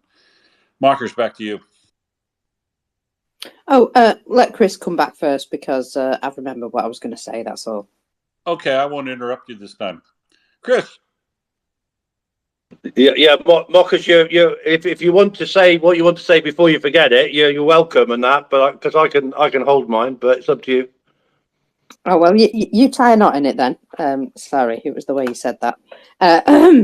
So you remember what I was saying about Danone and Carlsberg? How they got themselves buyers within Russia. And they thought everything was going to be fine and dandy, and then all of a sudden, Russia just decided to, just take their stuff. Nationalize. Yeah, because theft is a lot cheaper than having to buy something. Well, I'm just seeing an announcement from Bfita here. The Austrian Raiffeisenbank International apparently has an interested buyer for its Russian subsidiary bank. But the outcome of this deal depends again on the Russian authorities. Okay. So this is the head of the bank's risk department who came out with this information. Now, I don't know about you, but I have a little feeling that something similar might happen. What do you reckon?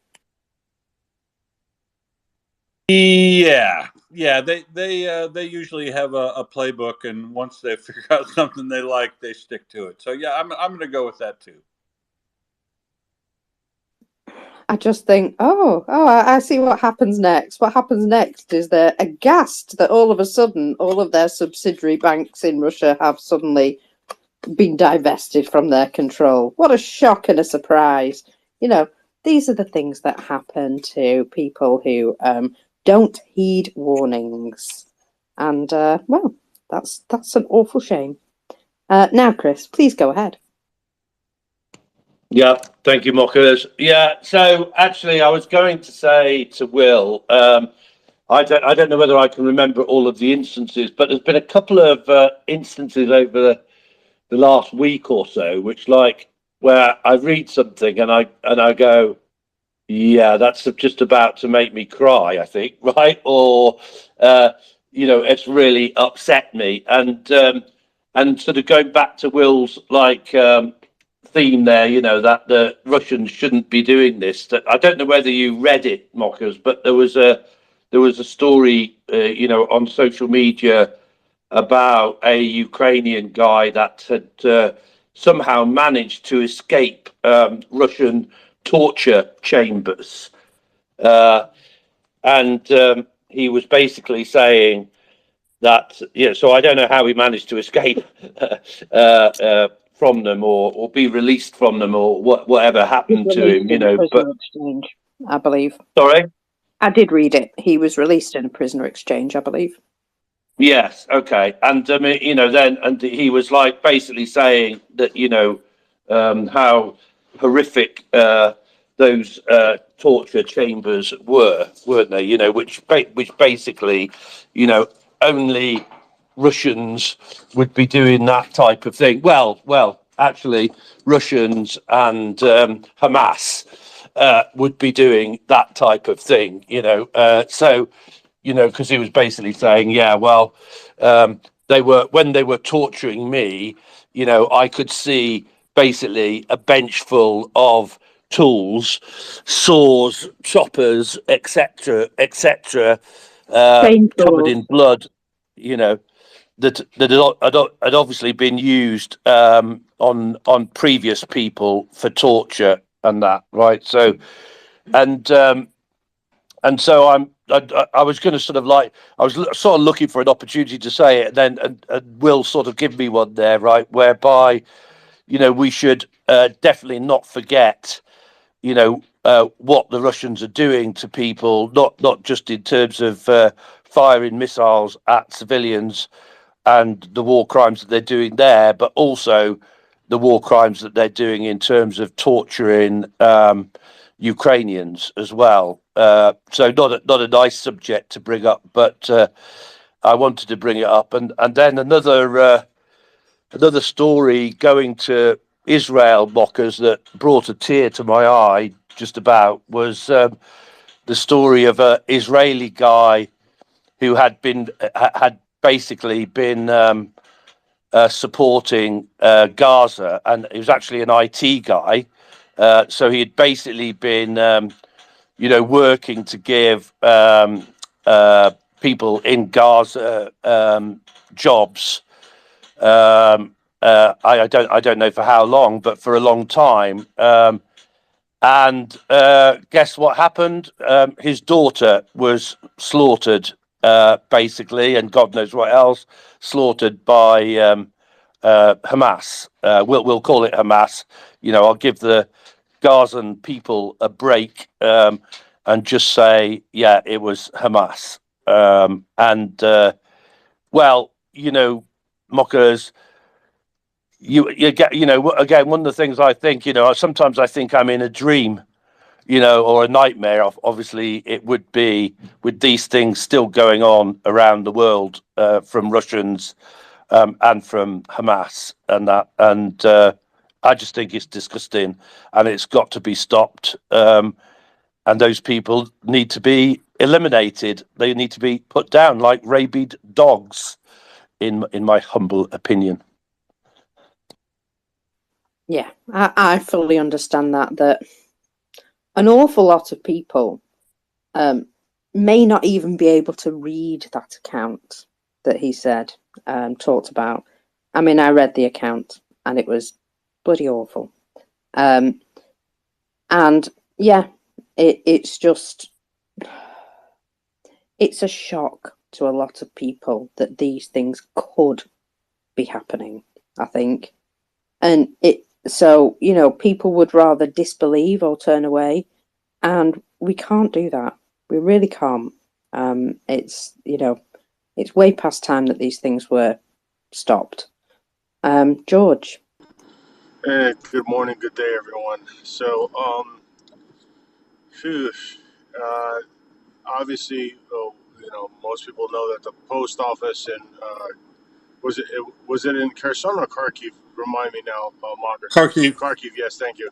Well, I think we need to reach out to our fellow postal workers, whatever country you're at.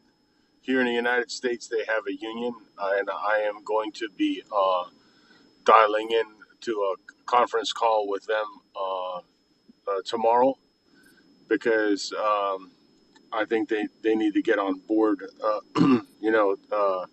If we can raise some money, whatever, for that post office, also for the victims' families. It's kind of crazy, but I have three friends of mine that after their service in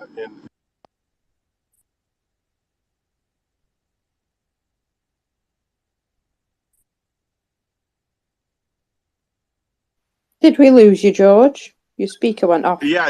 Somehow the goofy thing went off. Anyway, sorry. Yeah. So I have some friends of mine that are postal workers that I serve with in the army, and they're a tight knit bunch. Postal workers. It's here in the United States and even with other countries, and I think we need to get them behind, make them aware of this attack, and maybe help them raise some money for the victims' families, and raise the awareness that Russia is now targeting these people too. I think it would be good to get more people aware of what's going on in Ukraine, right? There's thousands upon thousands of postal workers in the United States, and if we can get them to maybe put out an internal memo through their union leadership, I think it would be good. On the other note, that about the torture and all that stuff. I always say the only way the Russians, outside of a prisoner's exchange, should be sent back to Russia is in a small little mason jar, but that's just me. We heard the account of what they did with the 70. Well, there's thousands of accounts like this. That's the problem. Thousands upon thousands of accounts like this, and the ones we read are just scratching the surface. We heard the account of the 75-year-old woman and what happened to her. It's literally disgusting, and it's been disgusting now for over 600 days. And then to add insult to injury, you've got idiots throughout the world, marching around, chanting genocidal slogans. I mean, for Christ's sake, they're carrying around ISIS flags. Like, what else do you need? What else do you need? What else do you need? Do they have to put it up in neon signs? Where their mentality is? I mean, the Metropolitan Police in the UK. I'm sorry, but this morning I would be firing people.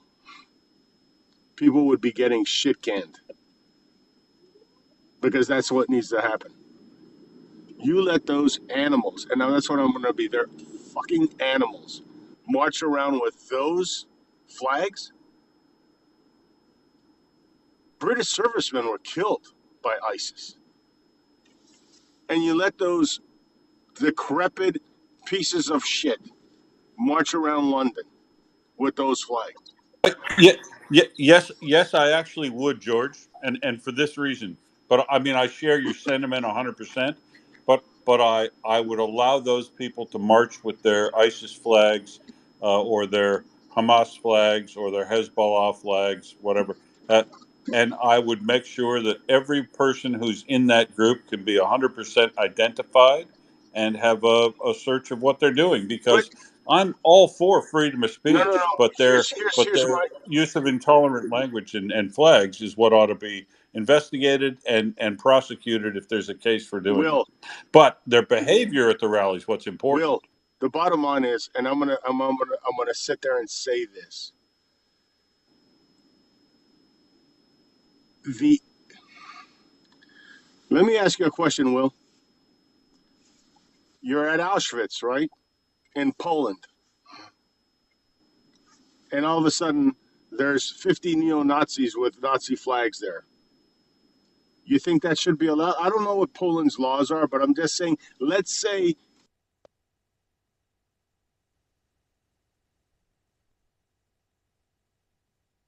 So, You so again, no, George? no, absolutely. I think that behavior shouldn't be accepted, and think it should be addressed by the security folks that are on the ground at the time. And if I was there and those security folks needed any assistance, I would render it eagerly. okay, so But uh, I gets back to my point, Will. We have to start. Look, you cannot yell fire in a movie theater, and you shouldn't be able to celebrate murder. That's what they were doing yesterday. They were celebrating the murder of 1,400 civilians, barbarically murdered. Barbarically murdered. And that's why I keep saying our tolerance of the intolerant needs to stop. That's not freedom of speech.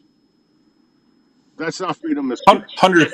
No, I 100% agree with you that we need to be intolerant of intolerance. I've said those exact words today, not before, long before you got up. I'm just talking about the method of doing it, George. I love it when racists expose themselves to the world of what they're like. I love it when terrorists show their true colors in exposing flags and signals and on the street. I want them exposed. I want them out there and shouting That's fine. their nonsense But as they come and out, nonsense. they all should have been arrested. Every single one of them. Then, hey, you're under arrest. Now I can go, and now I can give you the anal probing of your background. Well, it depends on George whether or not those folks are in London, and Mockers probably knows more about this. I believe there may, in fact, be hate speech or terrorism supporting demonstration bans in law over there, and they should be if the demonstration itself is banned, or if hate speech that they use during the protest is switched over to, they should be apprehended and arrested for that. But not for the right to protest, only the content of that protest, or if the content itself has been banned because of it's considered hate speech and they didn't get or they couldn't get a permit for it or whatever like that, then give them move on orders. It's what I was saying in Australia. Give those folks move on orders and disbursement orders, and if they don't, then you have license to disperse them. George. Yeah, but you see, hold on a second. Here's my problem. Will, we have to dig a little deeper. Walking around with ISIS flags. Now remember, there were American and European civilians that were arrested for joining ISIS because it was a terrorist group, right? They were arrested. It is Anika, a come in listed. here. It is a listed terrorist organization. That is Exactly. correct. Same thing with Hamas. So Anika, come in here and just mention that those flags, although they do look very much like an ISIS flag, do not contain the same wording. Right. no, there was at least two that I saw, mockers. I know which ones you're talking about, yes, but there were two that were blatant ISIS flags, and that's the problem. But like I said, you know, we have to enforce the laws that are on the books too, and that's what's not happening. Yeah, That's and I have a concern with that too. But if there's a case to be made that there are mockers, are there in fact hate speech laws or hate demonstration laws in Britain that would ban people from going out and protesting for ISIS, for Hamas, or for any other terrorist organization that's listed by the UK? Yes, there is also the fact that the UK police, I'll be honest, have been whittled down quite a bit.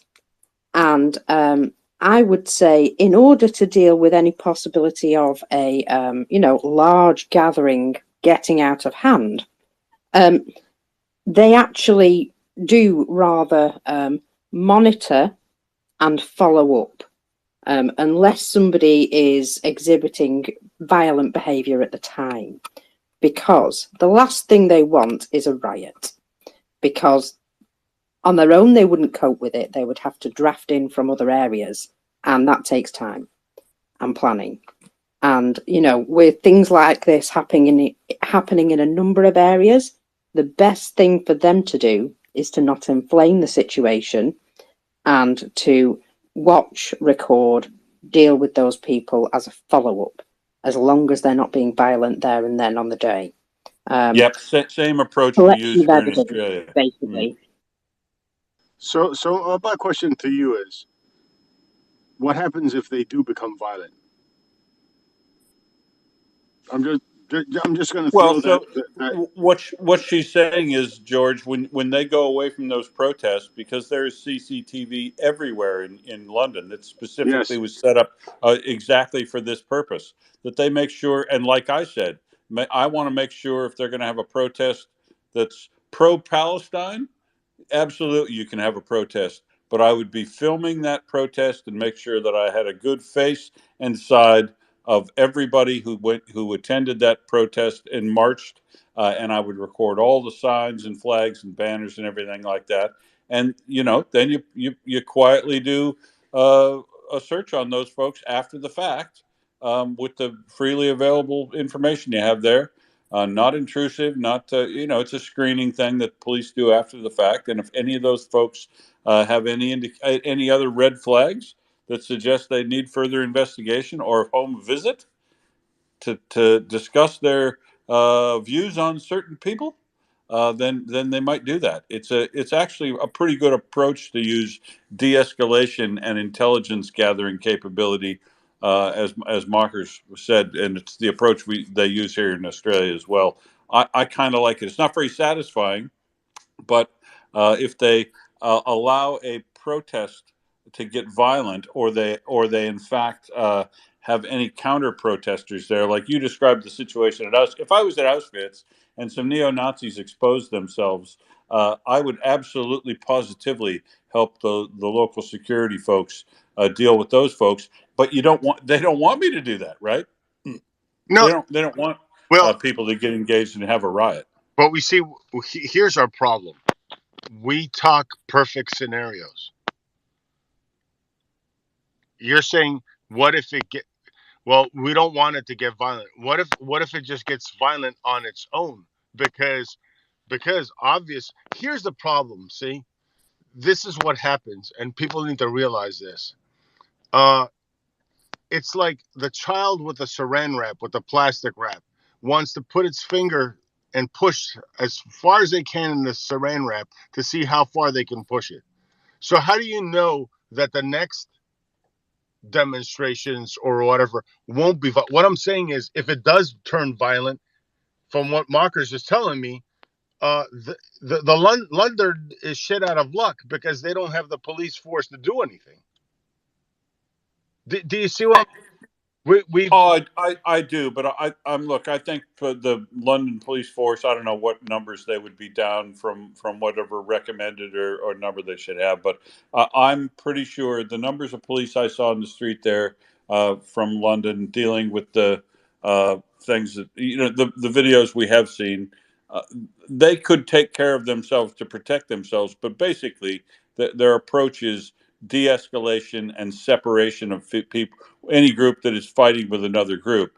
So I mean, but the answer is, George, if it starts to escalate and you're on the street and you're in that situation, you make sure that you call for all the available assistance, mutual assistance that you possibly can get, and put your and your other officers in a situation where you can defend yourself and hold out until the cavalry arrives. And that's to me that's a huge problem, because by the time the cavalry arrives, you've lost about 150 businesses, and that's a problem. Well, in some instances it is, but look, if those police, like the French police did the other day, if they give people move on orders, if they give them legal move on orders, this is now an illegal protest, get moving, or else they usually can break up those scrums pretty quickly, as I've seen. And you know, I've haven't met too many cops that aren't willing to apply the baton as required. So they I think, but the thing is, George, I don't think you can live in fear, and I don't think we can live in a No. situation where we assume and use prior restraint on people for having shitty views. I think it's great when they go out and expose their shitty views, because then they go to get a job later, and the guy who was interviewing them goes, "Hey, didn't I see your name on that?" Every Instagram feed saying you're the guy doing this offensive sign and saying these horrible things about Jews. Yeah, you won't ever be getting a job at my company. And that's how people like that should be treated. Exposed for their bad views, exposed for their bad behavior, and treated and shunned. Because a lot of them, George, will, oh, I didn't know it. I was, look at these people on January 6th that are saying, oh, it's brainwashed and, oh, you know, whatever, claiming it's not their fault. People need to be held to account for their behavior and their speech and their actions. And that's how I think we ought to be intolerant of intolerance, not let people get away with stuff. Be prepared to create an uncomfortable, awkward situation if somebody is absolutely saying something abhorrent, and be intolerant of intolerance, and up to your own personal comfort level, and that's different for everybody, George, because I know you and I probably handle a little higher level of personal discomfort than others who are not as interested in getting into uncomfortable situations as you obviously are, and I will also admit to. George, you want to nail that off, or should we go to Ben? I think he might want to chip in on this too. No, go to Ben. Go to Ben. Well, I'll never try to get between you guys. I don't have that level of discomfort, pleasure of that kind of discomfort.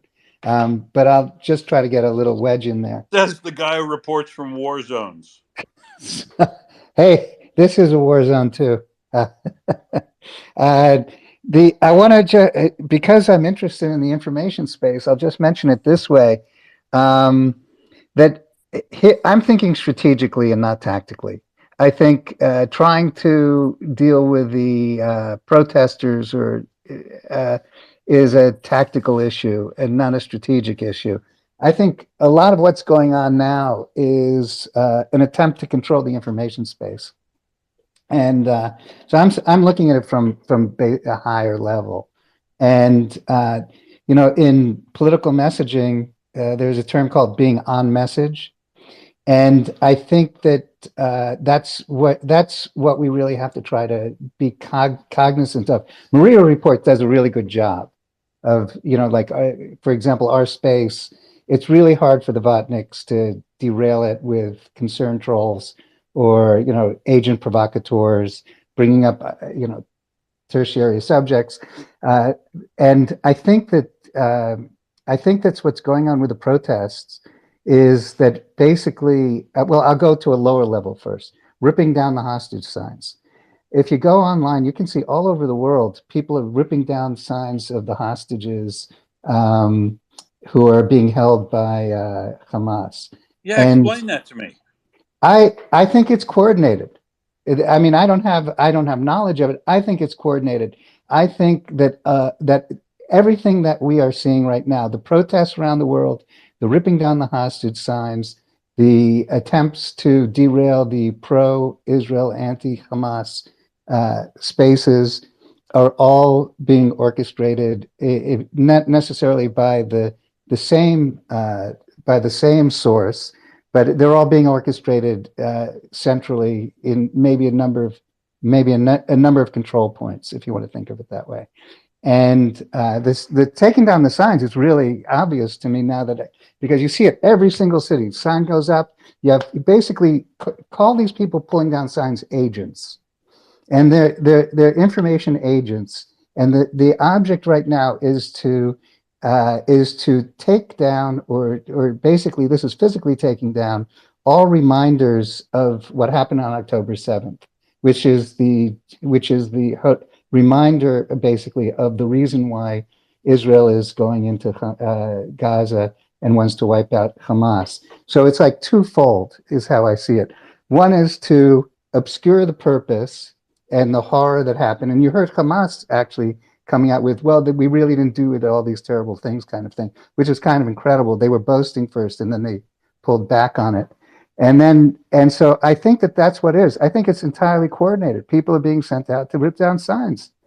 And and then the protests basically, I think the way I see it is, and look at who the protests are, and it's sort of like you can predict who's going to be in these streets, and it's the cameras, 100,000 people, but there are millions of people in each of these cities, and I think overall, when you look at the polling that just came out, there's polling I think in the New York Times yesterday or today, and there have been other polling.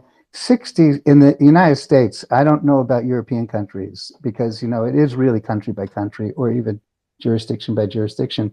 It's like 60-70% are in favor of pro-Israel in this, in this fight. And it's still a very high percentage, over 50% pro-Ukraine. And so the focus that we have because of these protests that seem large, and they are large, some of them, for where they are is it, and basically even if it's more people, it's sort of like expected of, this is that team and we just have to accept it as that team.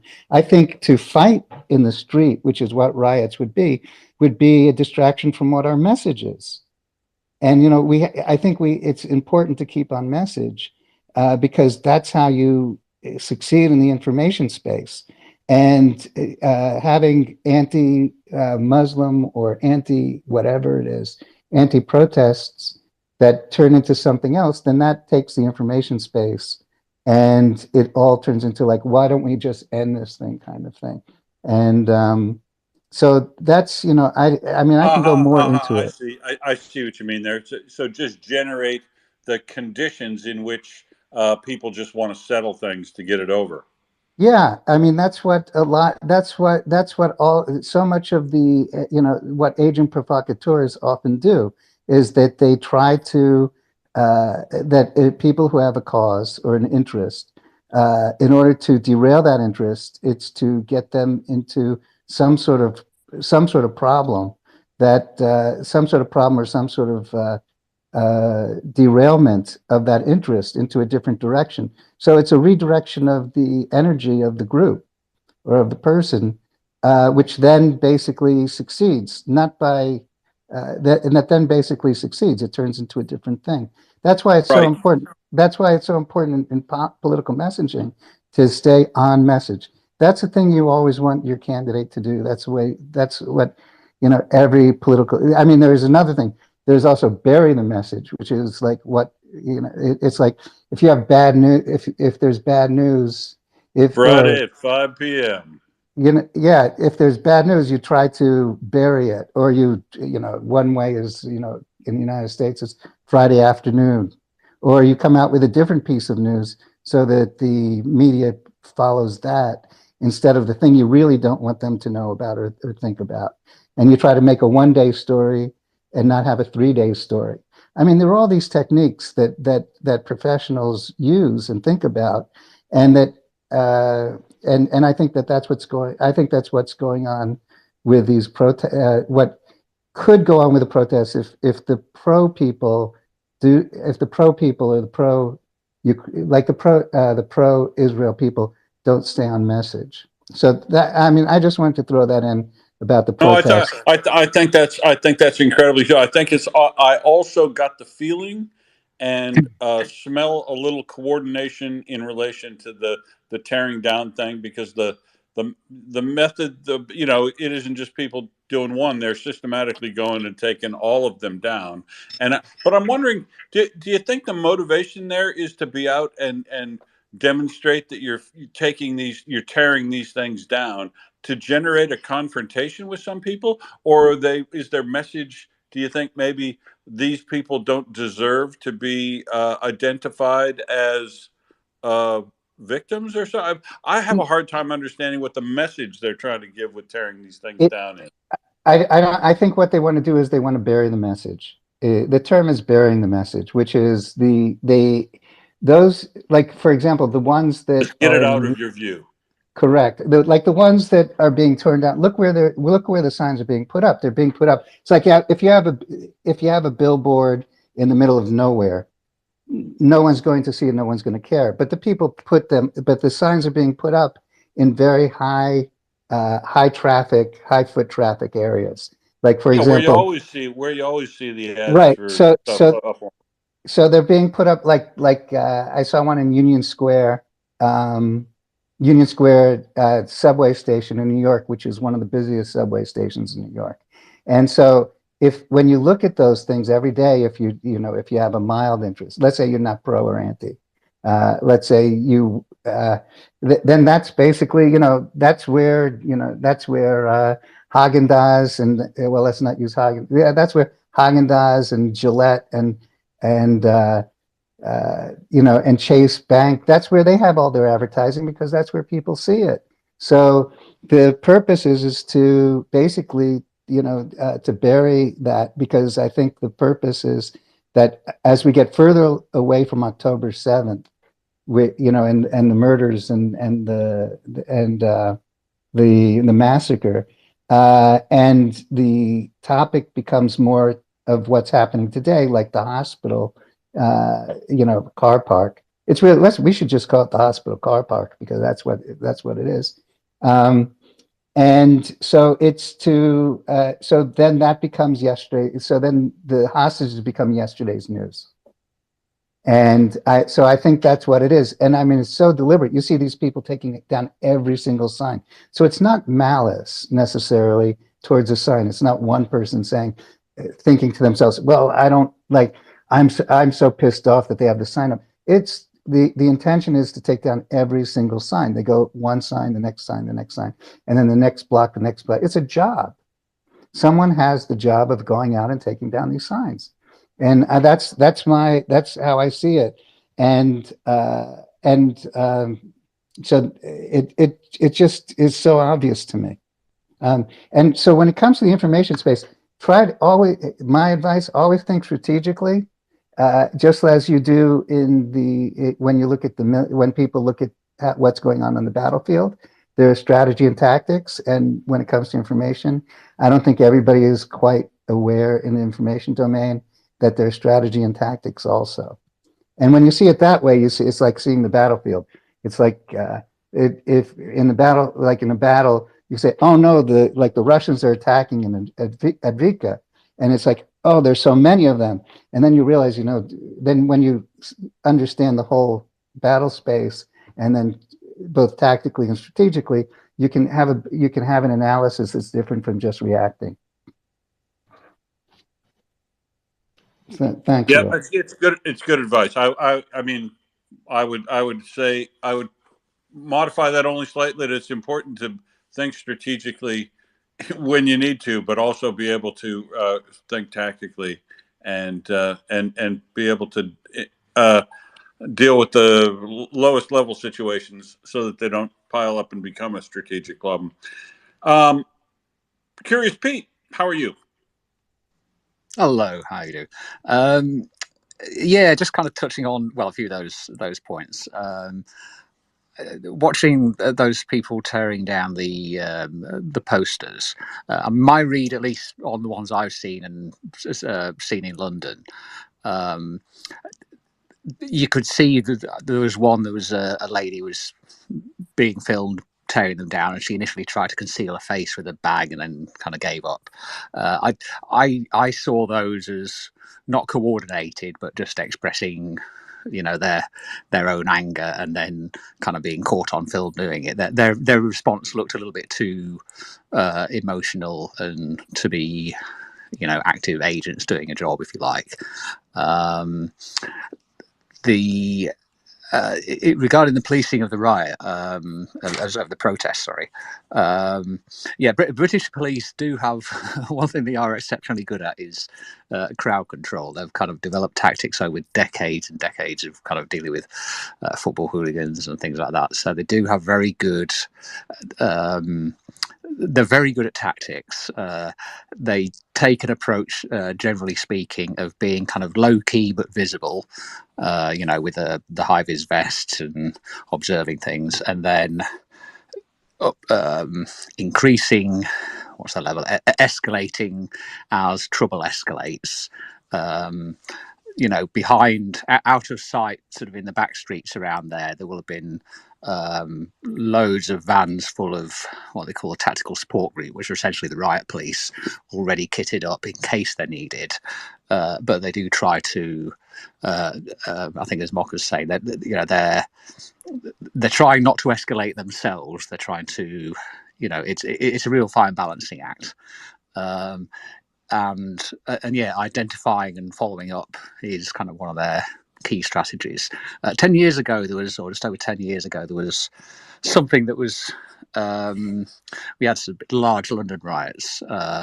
It was related to a gangster, an armed gangster getting shot by police, and the dispute was as to whether or not he had thrown away the gun, a second before he got shot or not. And there was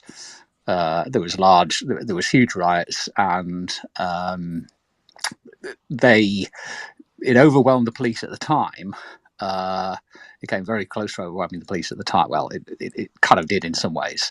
But what they did is when they followed up, they gave those protesters or those rioters that they could identify incredibly draconian sentences.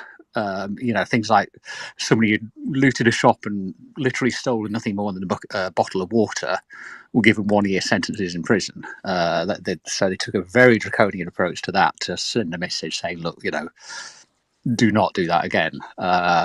We haven't had riots like that since then, so that may have had a certain effect. I think, but it's a difficult balancing act because on the one hand, I think we do need to absolutely clamp down on those who are supporting Hamas and calling for the annihilation of the Jews and things. If they go in too hard, then that's got the potential of inflaming more passions on the Palestinian Hamas supporting side, because they can say, look at how they're treating us, and that can inflame more passions. But if they go in too weakly, that creates a lot of anger on the side of those who are opposing the protests. We have something like 80% of the terrorist watch list in this country are basically Islamic terrorists, but another 20% are what kind of are far right potential terrorists. So personally speaking, when I watch the protests, it's my own view. I think in some ways that the police weren't getting it quite right. I think showing policing that looks a little bit too weak, I think, is going to inflame. It's going to have two effects. It'll, on the one hand, it will wake up a lot of the majority of the people saying, this is a real problem, and it will increase legitimate political pressure.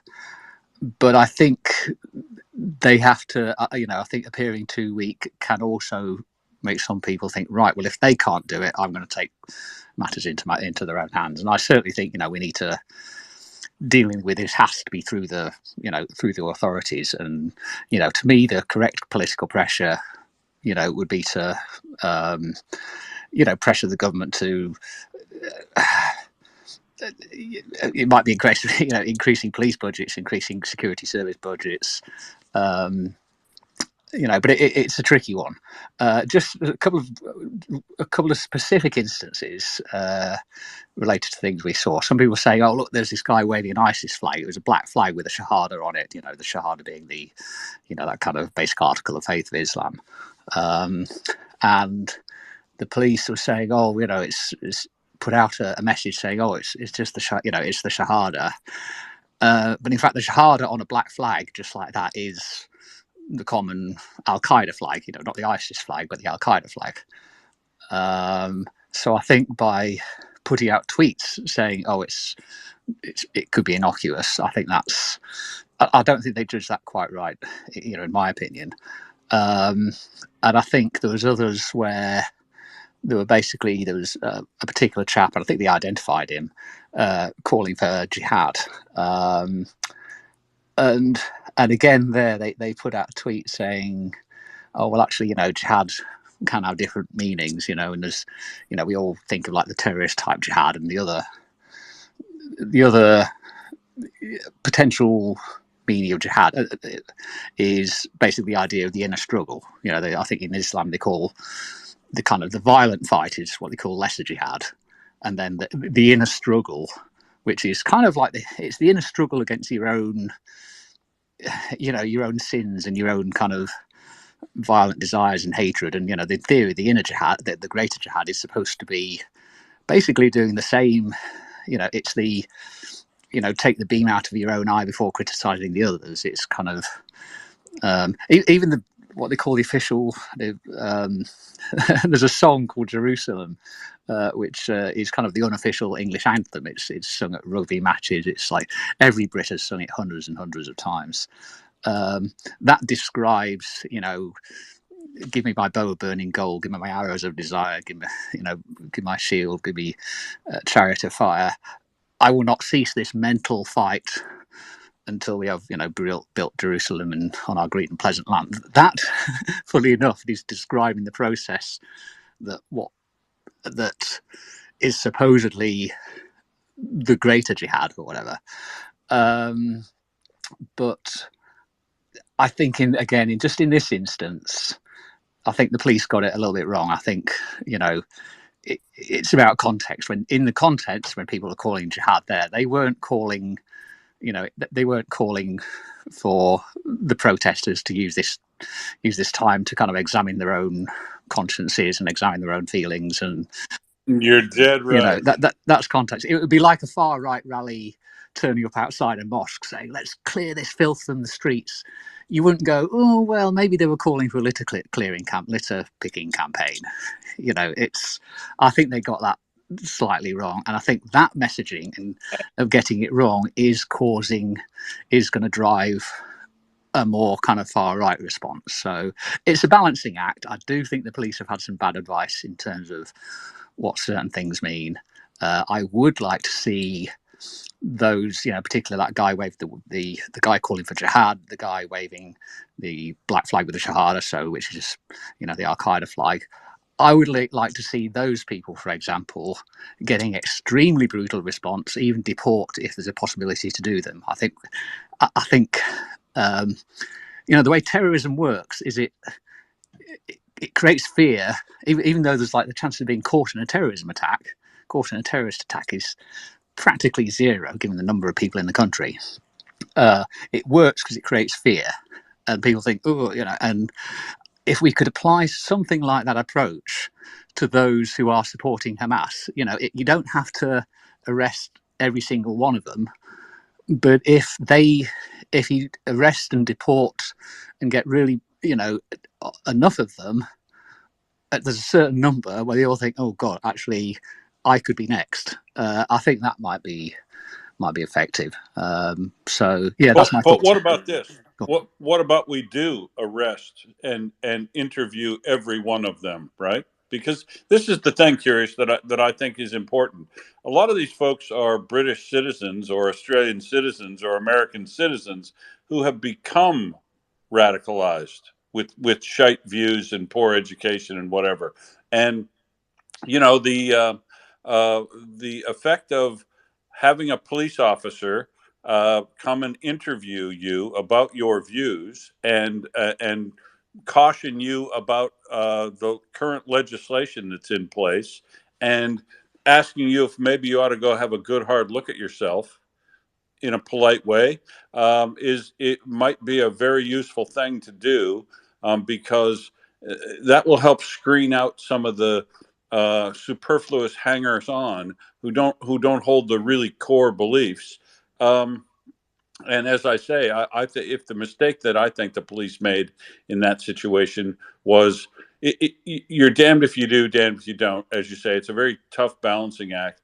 But I would rather see the police take a more assertive approach to enforcement of the protest laws, and where language and behavior started to get out of hand in their perception at all, they should have, this rally's now done, give on move on orders and break it up. Because while I'm happy for Palestinians to protest anytime they want, I am unhappy with and going to be intolerant of, if I'm running the police force, people displaying hate messages and intimidating other people who would want to be on the street, exercising their rights to being in the public space and enjoying their time and whatever else. So if the police are a little bit assertive and you get accused of police brutality, so what? As opposed to having the right, or the having the folks who don't feel the police are there and doing their job feeling like they need to come out and help do their job. That's probably the place I don't want to go, because then you've got police officers trapped between protesting groups and all the problems that can entail, because oftentimes the wrong people end up getting hurt in those situations, rather than the people who could use an attitude adjustment. Sorry, Mockers, go ahead, and then back to Curious. No, I was just going to say, maybe they might want to turn their eye to Russia as well, because, there's a chap here, Mamut Usenov, from Moscow. He says that he was in the mosque praying, and the military recruitment guys turned up, took the men from their prayer directly to the military recruitment office in Lubertsky, where they were forced to pass a medical examination and sent to Balashika for distribution to the army. They have been forced to sign a contract with the Russian Defense Ministry, or they will be deported and banned from entering Russia ever again. So, if they've got concerns about people being victimized, I'd take option B. I'll take deportation, thanks. Yeah, I'd be there as well. I'd be like, well, sorry, bye guys. But yeah, I'm not sure how much of a choice they would have actually really had. Oh yeah, and this is what Randy was talking about before, and I was talking about before. These folks think they're getting in, and they're getting work. Oh, hooray! I finally get a passport in Russia, and I can live and work anywhere. And surprise, it's not for that. It's so that we can take you down and coerce you into signing a contract, becoming a contract soldier, so that rather than have to mobilize you or conscript you or anything like that, they're just coercing them to get the long-term contract soldiers. So if it was me, and if I was anybody in these folks from Tajikistan, wherever that they're, I would absolutely say, well, that experiment didn't work out. I'll go back to Tajikistan. Thanks very much, and not have to go serve, because they read and things, and they have to be knowing how bad it is to go get sent to Russia. I just think that's like grossly offensive to their faith as well, that they literally took them from the middle of prayer.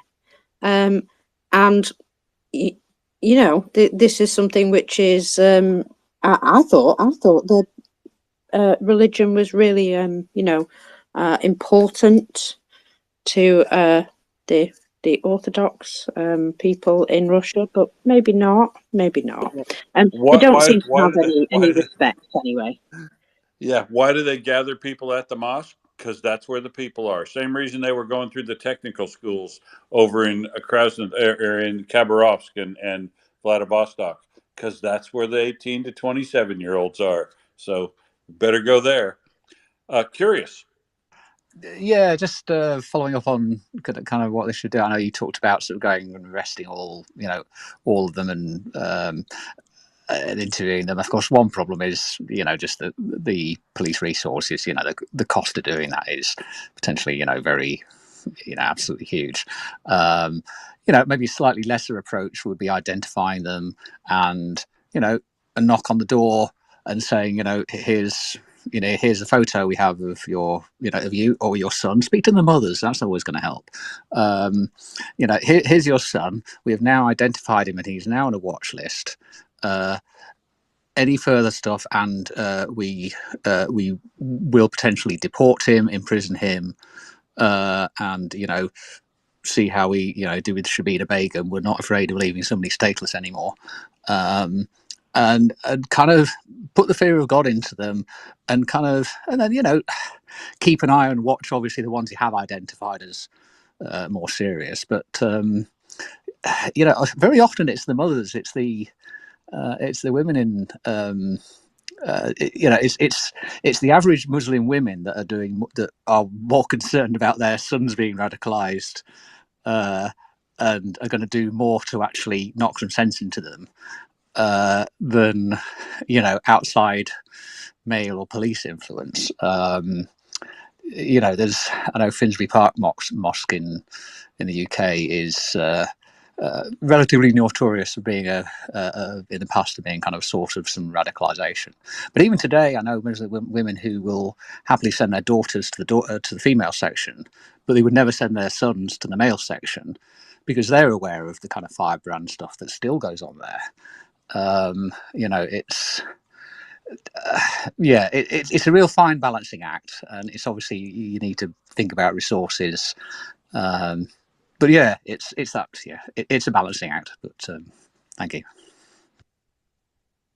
Thanks, Curious. Yeah. Look, I that's what I meant. I mean, to essentially go around to these people's house, make that personal contact with them, and to be honest, even if it costs us extra police resources for that human contact, it's worth it. I'll bet the investment in it is incredibly worth it because I've never ever had to deal with a situation like where people are doing really bad behavior. That if you went around and you spoke to them, yeah, with their mother there, it's like you say, don't put anything on the internet that you wouldn't want your mother to read. Has always been my rule of whether or not I can say something, and I think that works because a personal discussion with him and noting that I've had this discussion with you, and you know what? I don't think we're going to put Bobby on the terror watch list today. But note that if we see him around at many of these organizations, these things, we probably will. And that means you're done using public transport and you're done flying on airplanes and things like that.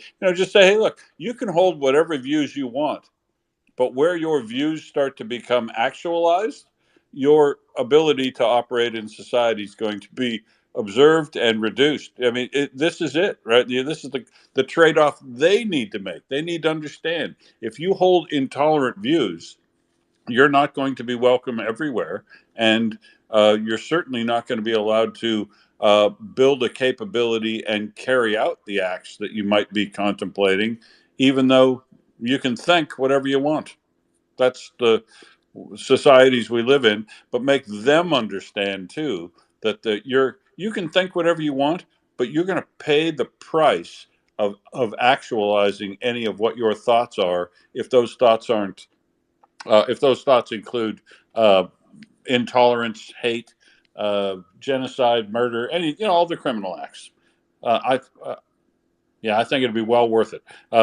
As worth it as having to prosecute probably any one case of a terror act, and with all the forensics and all the procedural stuff and all the prosecutions on that. It's like when we do major incident investigation and disaster. Well, if I do one major incident investigation that involves fatalities, people always complain about all the stuff they have to do, right? Oh, this and have to do these inspections, have to do these audits, have to do all this stuff, and they complain all about all the time it takes them and the money it costs them. And I say, wait till you have to pay for one fatality investigation.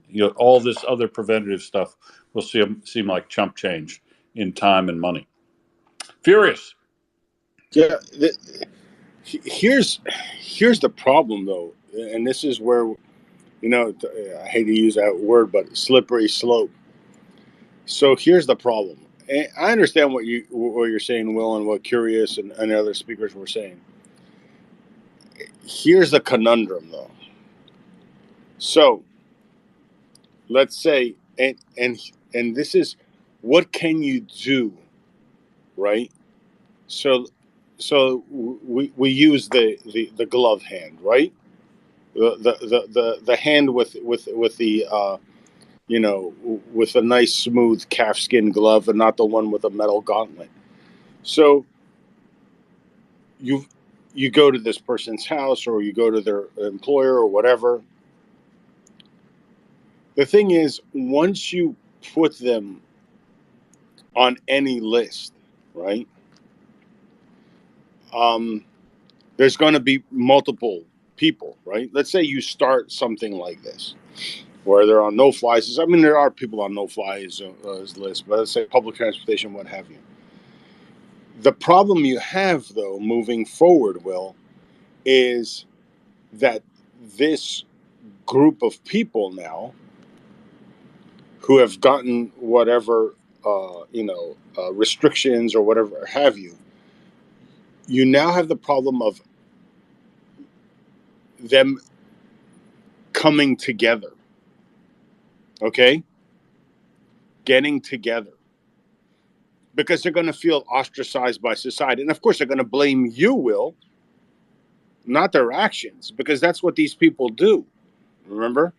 It's everybody else's fault. Everybody else's fault, never their own. It's these people are holding me back. This person's holding me back. X is holding me back. Y, Z, whatever. And now those people are going to congregate together. And the tendency for those people to be radicalized even more, especially, and this is what we really have to tackle. When you have, and I can't remember his name, and it's not even worth mentioning here. He's an American, I guess.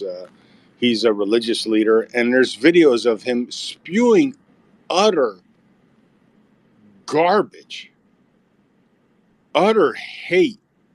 And he's supposedly an imam.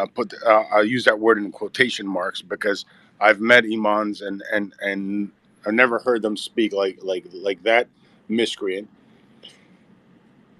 That is the biggest problem, is that once you label these people, or try to tackle their radicalization, the fact that the chances of them becoming even more radicalized is a problem, because we're not getting to the root cause. The root cause is people that fill their heads with utter garbage.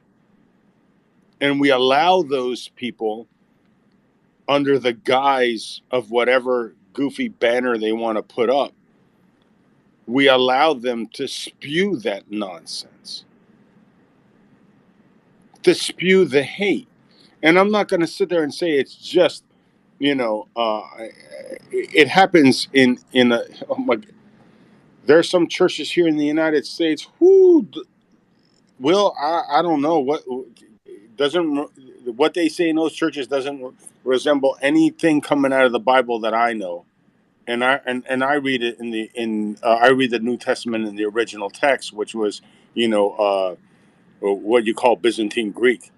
So I have no idea whether they're spewing this. And this is the problem, is that we have these so-called leaders, right, radicalizing significant portions of our population.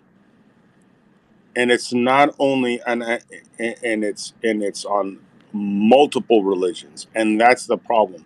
And then, like I said, how do we tackle the fact that because a lot of these people, Will, in London are citizens. It's not like we can deport them, right? So this is the problem, is like, how do you tackle this without having a significant portion of them become even more radicalized?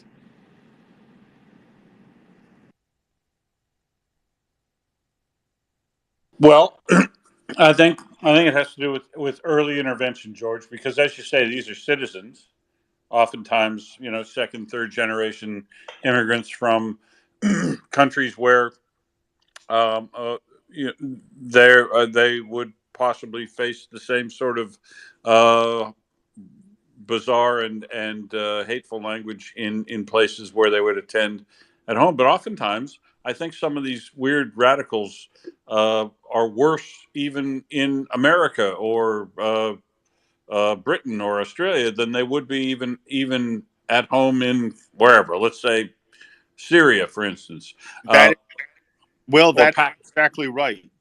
Because what happens is, you see, that's exactly right. Because what they here's just from personal experience, when you have a subsector of your society, and obviously a minority, right? They're a minority, but they see themselves as, for whatever reason. Look, um, you know, we have minorities and different subsets of minorities all throughout the United States. Yet, all it takes is for someone to take that, because everybody goes through initial struggle when you move to another country. Your children are like, okay, I was born in Canada. My parents are immigrants, right? There's an initial struggle there and things like that. And all you need is for one or two or three people. It's easier to radicalize people that are living as a minority in another country than it is to radicalize people in the country that they live in. You're exactly right, Will. And it's just because of the dynamics that you have, is that, people that go that let's say, I know you're saying you're in Australia. There's a lot of Greek people. There's a significant Greek Australian community in Australia, and then when they first came over, obviously there was a struggle, but if you only have one or two or three people, that's all it takes to start radicalizing people that feel, uh, you know, disenfranchised or whatever. Or they feel ostracized. If they feel Exactly. ostracized in the community that they move into, they become insular and they build up resentment to the society that they've moved to. Exactly. And so you have that going on.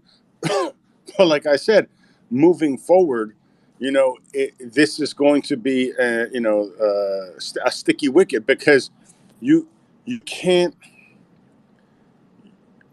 you know how do you keep, like, how do you keep these people that you're going to talk to or whatever, or limit some of their access to certain things? How are you Can I going to? bring this back to Ukraine? Can I? Well, Because yeah, yeah, I've got yeah. something I wanted to add. No, but mockers, and when it comes to Ukraine, here's the difference. Um, the Ukrainians have been dealing with Russian terrorism now for over 400 years, but not one of them has strapped a bomb to themselves. There is that. There is also the fact that there's no balancing act in Ukraine. There's an awful lot of people from all different walks of life, fully united. And yes, there are, the bad eggs that every society has, but it's something you don't run into all the time. There's a massive feeling of unity in Ukraine, and it's because they're all fighting for, exactly the same cause.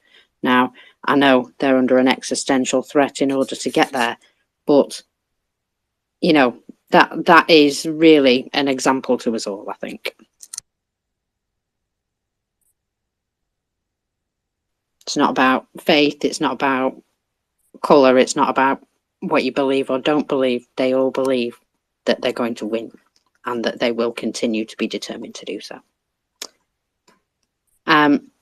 Ben, I'm going to go to you. Thanks, Mockers. Um, yeah, to bring it back to Ukraine, I think from the standpoint of strategic communication, where this can benefit right now, like Ukraine is not really on the map when it comes to the media, which I think is just fine. Because Ukraine is making its progress on the field, on the military standpoint, and it's taken the pressure off of the question of stalemate. Elon Musk showing a map of the battle lines and the areas of control, and saying, "Look how little they've moved so far."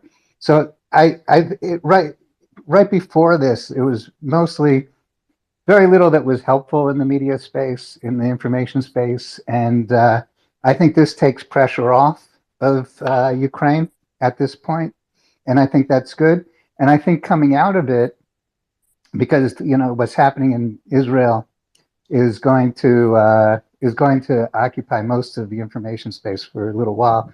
I think I was saying this before, but now it's even better connection, which is the genocide, the desire of Russia to destroy the nation of Ukraine, and the atrocities that have gone on. And I think that's and I think that, a lot of Americans, the polls are more pro-Ukraine now than they were 3 weeks ago, where people were neutral or they wanted to, like, why give the weapons? They've been more positive. And I think that if we stay on message, which is basically, if you want to think of Ukraine as a company, let's say as a company, it doesn't really matter what you want to sell your brand. You want to, and I think that that's what we should concentrate on. And and the real interest that good-hearted people have, I think, and many people in the West, is that they want to support Ukraine's existence. And if more of the atrocities are highlighted, it on the human level, and that's what I think is an advantage coming out of what's happening in Israel for Ukraine. So basically, if we concentrate on, it's like basically you go into work every day and you say, what can I do? What can I do for my job? What can I do for my business? And it's really interesting to talk about somebody else's business. It's like, well, Guinness is selling a lot more, this year because the weather's so hot. But I'm selling soap, and so I think you're right, Marcus. It's good for us to be aware of these other things that are happening in the world, but how it affects Ukraine is much more interesting and important than basically the bigger global discussions. So I just wanted to throw that out. And the other thing is with the protests and all that are going on, and why it's important to always think strategically, not tactically. The protests are going to die. They're going to have it's sort of like COVID or everything else. In the media, it'll go up and it'll come down. And if you look at protests in France, there are protests in France every single weekend, and nobody pays attention. And at some point, the protests, it doesn't even matter how big they are, they're going to have to turn violent to get attention.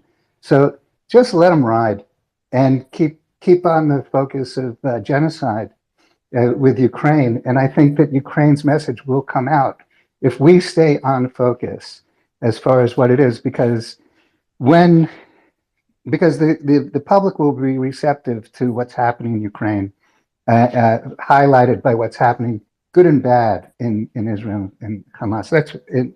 That's my view of it. So anyway, thanks, Mockers. No worries. Now I'm just going to wash my hands, so we'll have to take over for 2 takes. Because you can't speak while you're washing your hands. It's a well-known problem.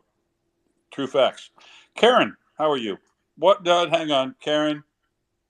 What is it? Yeah. 4:40? Is it 4:46 a.m. in Alaska? What are you doing up? It is 3:46 in the morning. Oh, and that makes it so much better. Yeah, and I woke up around just after midnight because of my insomnia, which is a constant companion of my old age. And but that's okay. I've adjusted to it. You know, I read an article one time that during the during the Middle Ages, people, peasants, frequently had what they called a two sleep cycle, a dual sleep cycle, where they slept, you know, for about 4 hours, got up, and then had what they called a second sleep. And that's kind of what I am turning into. Is I am turning into a person who has a dual sleep cycle. I sleep a little bit earlier, and then I catch up late morning, and I'm retired, so it doesn't cause a problem. But anyway, to what I was talking, if you remember when we had M on, when you guys had M on last, and it was a very knowledgeable, very rich discussion. He filled in details about Middle Eastern countries that I hadn't heard before, and it was very educational. Well, I brought up a question to him about what Qatar's angle was for its humanitarian assistance in persuading Russia to return some of Ukraine's children home. And this whole thing seemed really odd to me because why I couldn't think of a reason why Qatar should care about the children of Ukrainians. I mean, this is in Europe. These people aren't Muslims. And I understand there are Muslims in Ukraine, but, not a majority. And They're basically, just bargaining chips. Yeah. right.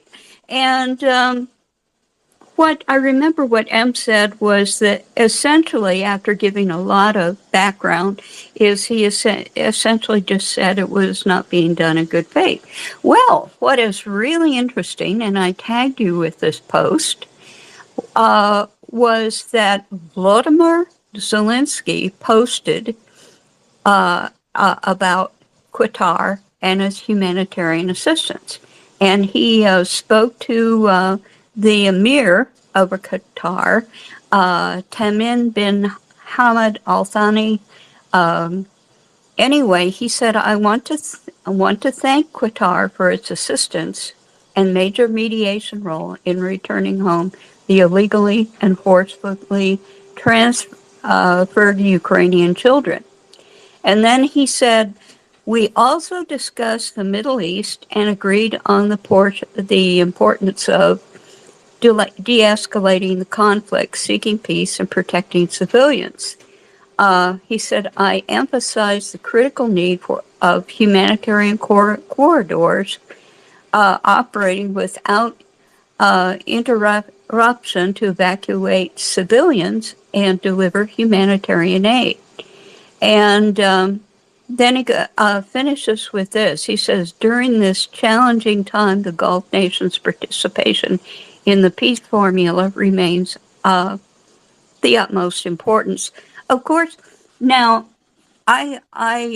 this was quite the thank you, I thought.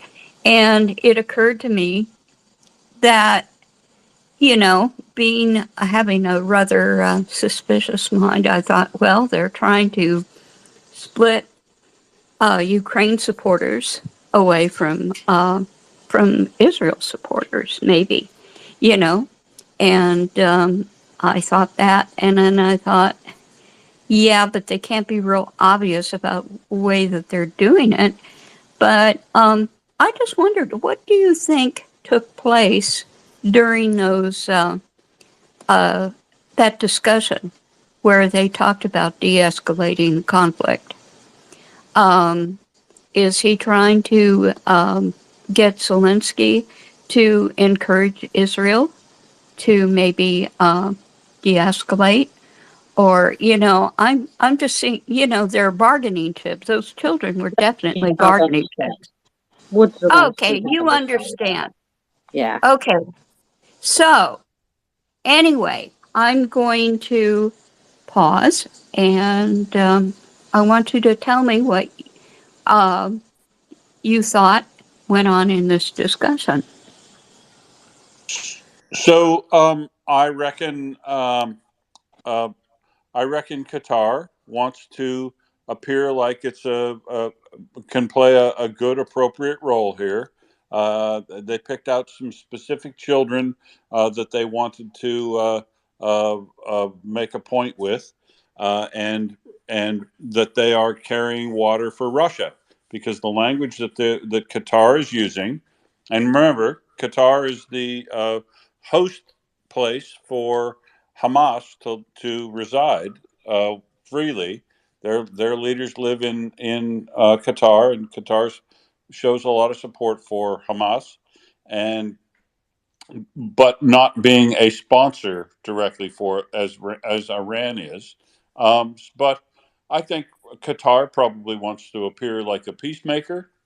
They probably want to give themselves a higher profile in the Middle East by playing that role and but the language that they're bringing into the discussion, Karen, seems to me to be very language that are the exact kind of terminology that Russia wants into the discussion, so that they can promote this de-escalation thing, so that their client or their partner in disinformation and disruption, Hamas, can get something out of it, and or depending on which children these children belong to, some other nefarious activity that Russia wants to get up here. I think it's bad faith on its surface, because there is no chance that I would be bargaining for individual people as hostages here. All of those hostages need to be released immediately. Is a starting point for any further discussions. That's it, right? I would. There is. It has proven time and time and time and time again that not negotiating for hostages is the only way. As cruel as it may sound, no negotiation for hostages is the only way you ever eliminate a situation where hostage taking exists. As we have tried to be more, there aren't any people. Hostages don't. They don't take hostages of airplanes anymore. It doesn't happen. You know why it doesn't happen? Because everybody who ever hijacks an airplane and takes hostages is guaranteeing one thing, and that is their absolute positive death. That's why they don't do that anymore. No negotiation. Can I tie up what I was going to say? Okay. Yeah, go ahead. Yeah, I think you're right. And I think that there is a possibility that there may be that there may be a concern for hostages that well, the thing is, it's complicated. I wouldn't call the Ukrainian children hostages. They were kidnapped, and they were kidnapped for a purpose. But Israel has not hostages, but prisoners of Hamas. And it did make me wonder if maybe there was some bargaining for, to pressure Israel to release Hamas, maybe Hamas's prisoners. As far as the hostages that that Hamas is holding, I don't think that enters into the discussion in a way that I see. I was strictly talking about the Ukrainian children. But I think you are right that it is definitely in bad faith. But I also think that Zelensky is a highly intelligent man, and he's not naive. And I'm sure that he and Budnov are well aware of this. And maybe the wisest course is that he, and one that I think that he may be pursuing now, is that he is taking the children back at face value and being very gracious and polite and appropriately grateful. But whether he will concede anything in return that would be harmful to Israel or harmful to Ukraine is another thing entirely. I certainly don't see him de-escalating the war with Russia as long as Russia remains in Ukraine's borders. But yeah, it's in bad faith, but I think Zelensky will try and get what he can for it because we're talking about kids that Yeah, are going to yeah. be reunited.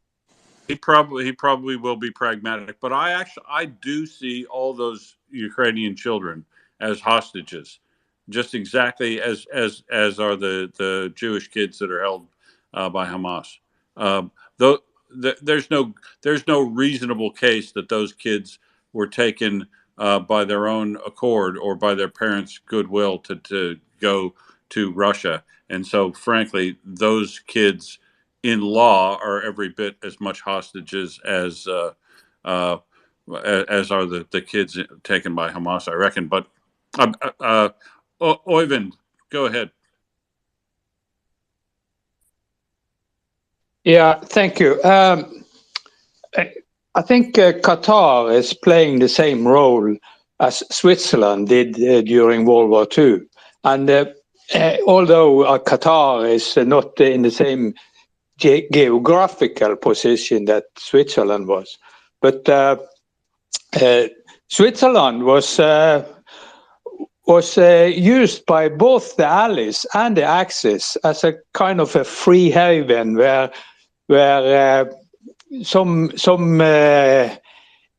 connection that couldn't be done directly was done in Switzerland, and also Switzerland was regarded by many of the Nazis as a escape place where they can escape after the war.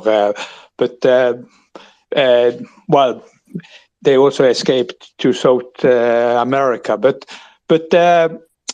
Qatar could be also escape way for the oligarch if things falling apart in Russia when Putin loses war, and maybe some other countries around that Gulf is the same.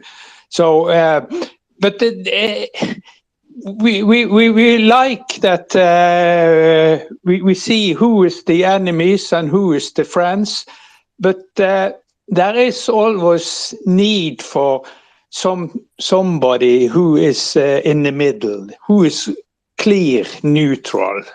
Yeah. So I think Qatar played that role. Thank you. Thanks, George. Thanks, Oyvind. Over to George, and I'm going to drop out. It's already 8 o'clock. I can't believe it. Thanks, everybody. I'm going to change co-hosts with Joanna. George, go ahead. Yeah, so I think one of the things that needs to be emphasized now, Biden mentioned it in his speech about the children that have been abducted, right? Ukrainian children that have been abducted by Russia. He mentioned it in his speech the other night.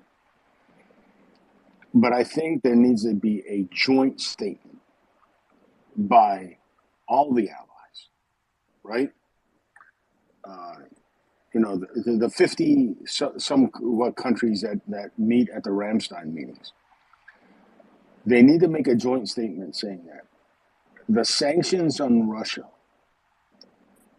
irregardless of what happens in the war, so when Ukraine wins, the sanctions stay on till all Ukrainian children are repatriated with their parents. or next of kin, or what have you, that all Ukrainian children are returned. And I think that's what people need to start pressing for, because that statement has to come out, right? It'd be like the almost kind of like, you know, during World War II, the Allies called for the unconditional surrender. This is different. This would be that all Ukrainian children must be returned to Ukraine for the sanctions to be lifted. So Ukraine wins, right? And 6 months later, the kids haven't returned, the sanctions stay on. Whatever regime is in Russia, that's what they have to deal with. That should be the stated goal. That should be the key goal. And just for people to understand, and you know, the reports coming out of occupied territories and even some of the unoccupied parts of Ukraine, you have you know, schoolhouses and villages and things of that, where 70 to 80% of less children are there, not evacuated. We're not counting the ones that are evacuated. We're talking about children that are missing, that have been abducted.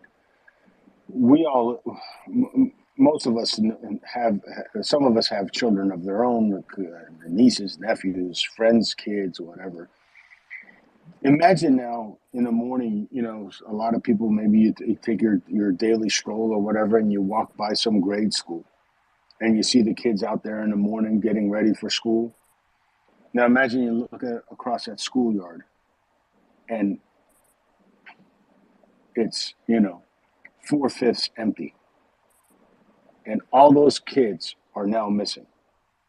All those kids are abducted. This is the most heinous crime of all that the Russians have perpetrated in Ukraine. Just think about it, people. In your neighborhood, 70 to 80% of the kids are now gone, taken away. Parents, grandparents, whoever, have no idea where these kids are. No idea. Even if they are alive or not. Imagine that feeling. Imagine the torment, the sheer torment that the Russians are inflicting on the Ukrainian people. And it doesn't matter if it's your kid.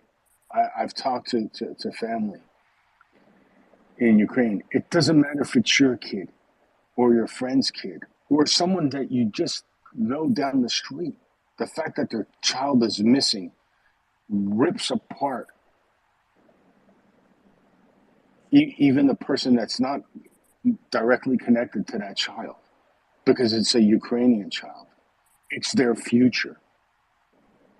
Russia is stealing, has abducted their future with the goal of turning them into, you know, like the Ottomans, Janissaries, right? To turn them into Russians, to eventually send them back toward Ukraine to kill their kinfolk. That's the most abhorrent crime being perpetrated by Russia. And that's one of the reasons why we all need to press our elected officials, get this idea in their head that sanctions on Russia should not be lifted even if the bloody war is over, till every single Ukrainian child that's missing is returned home. We have to press this. We have to press this home. We have to get this idea in the minds, into the thinking of our elected representatives. Wherever, whatever country you are, you need to call your local congressman. Mine's Brendan Boyle. You know, call him. I've called him and said, you got to get this idea. We cannot lift sanctions. We cannot do anything of that nature, because that is a crime not only against Ukraine, it's a crime against humanity for the world. This needs to stop, because it's going to, if we allow them to get away with that heinous crime, then other countries will do it too, and that's despicable. Thank you, George. And yeah, you're absolutely right. We must never lose sight of the missing children, as it were. Ivanka, go ahead. Good morning. I just wanted to comment. I don't disagree with George on sanctions, but I just wanted to mention that the return of all the children is written into the Zelensky peace plan, the 10 points that call for a just and lasting peace. So I don't think we'll be considered at peace until that time. I think sanctions, keeping the sanctions there, is a great idea until all of those points are met. But I don't know that it's not. I don't know that the intention isn't that we are not going to be considered at peace until all these points have made. So I just wanted to mention that. Thank you. Ivanka, Yeah. yeah, I agree with you. The problem is that, you know, when you have countries outside of Ukraine, remember there are some people that in certain governments that are out for themselves and their business buddies. So even though that might be Zelensky's plan, other people might have other things in mind, and that's why our governments need to make that part of their official policy. Till that's an official policy, I'm worried, because I want it as an official policy, because then if it's an official policy, then whatever election, whatever, somebody reversing that policy becomes a lot more difficult. But that needs to be the stated goal. Yeah, and I don't Sanctions will not be lifted. And I don't disagree with that. I just don't know that we're going to get as much pushback as maybe you anticipate. And for me right now, I think our government alone has a lot of other hurdles. Not that the children aren't, don't get me wrong. Just that we're not quite at that point where I think we can't even get Congress to function at the moment. So, I think getting Yeah, our aid approved and things like that should be a priority. Not that I don't but think I'm not what you're talking about saying about sanctions. the United States. There's other countries involved. That's why we have to look at it across the picture. Remember, after Bucha and Irpin were liberated, and we found all those the ghastly, disgusting things that the Russians had done, you still had people, in governments talking about, some kind of like negotiated peace deal. So just from that experience, you got to have a memory like an elephant when it comes to this shit. Just from that experience, I don't trust no one as far as I can throw them. And that's why it needs to be a stated goal. Because after Irpin and Bucha, you still had idiots, not only in the United States government and other governments too, chiming in, oh, maybe we negotiate. Like, really? What are you negotiating? So that's why I say our goals have to be clear, and they have to coincide with what the Ukraine wants, and not necessarily what some finance minister or what have you thinks that we need to do. All right, alleviate pressure in this economic industry or blah blah blah, because that's the BS that you're going to hear once the war is over. And we have to stand firm. And that's why I say it needs to be a stated goal, because if it's not a stated goal, then you're going to get the weasels trying to weasel and whittle down the sanctions. That's why. It's prior experience that tells me we need to put it down on paper and not just an idea.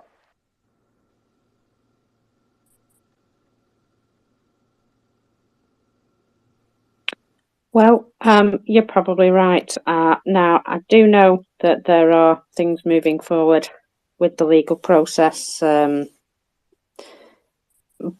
the what are they called? The international courts and stuff. I'm going to have to get somebody who knows a lot more like Nick about this to tell us whether or not any of this has been put into their agreements or anything. So, I'm going to say I don't have enough knowledge to be able to tell you what's actually in place and what isn't. But yeah, it's very important, George, that these things are indeed written into agreements to make sure that they are not something that could ever be, forgotten about, as it were. Not that we can forget, but it can't be something that isn't a priority. It's much more important that we keep that very high in the list of priorities. Ioana. Yeah, that's what I said.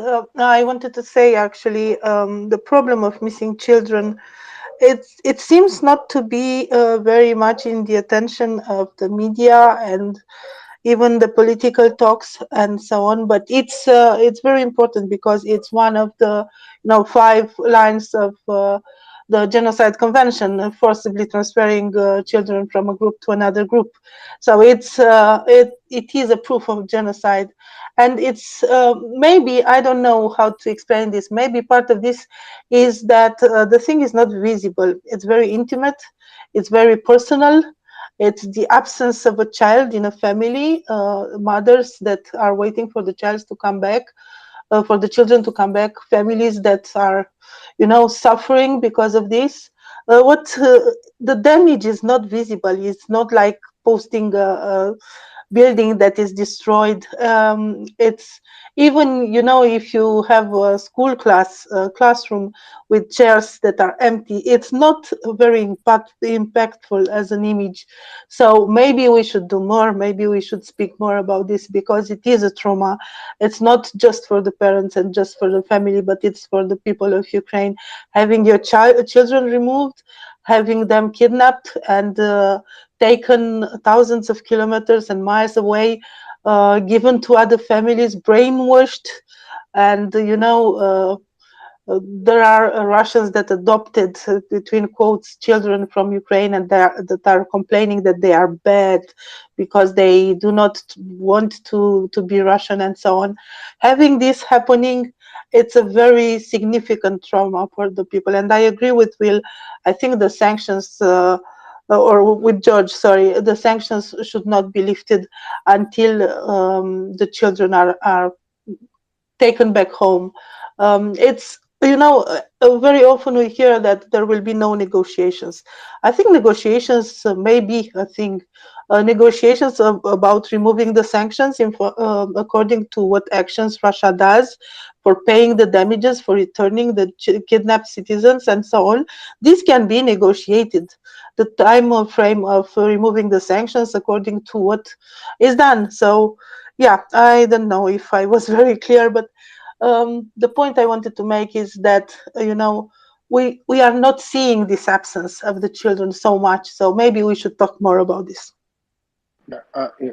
Iona, I just wanted to say, you have to look. You can't forget the past, right? You can't forget what has happened, but you also have to look. You have to look at all possibilities. So, one of my concerns is, and it's a big concern, and people need to think about this. Moving forward, next year, whenever, hopefully, next year, next spring or something.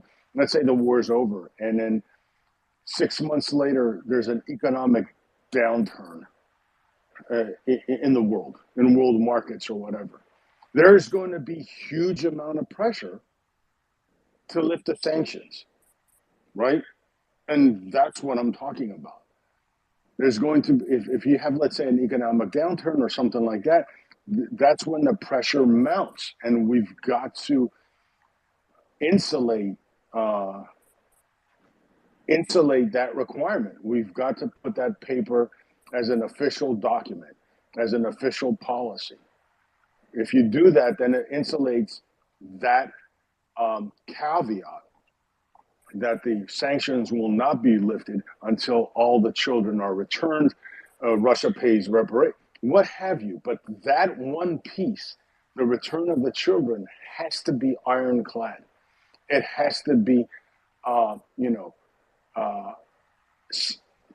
bulletproof, if you want to put it that way. That nothing that's happening on in the world would change that, and that's my concern. And that's why we have to. And like Ilona said, we have to push this forward. We have to push it forward. Just like we were clamoring for F-16s and Leopards and things like that, we need to have a concerted effort to make our elected officials aware of this, and to also get it put down on paper that it's an official policy of all the nations that are involved in helping Ukraine, not only 2 or 3, because you know, if sanctions are removed by, let's say, a few countries, then you're pretty much shooting yourself in the foot. We need to make sure that it's a stated goal of everyone.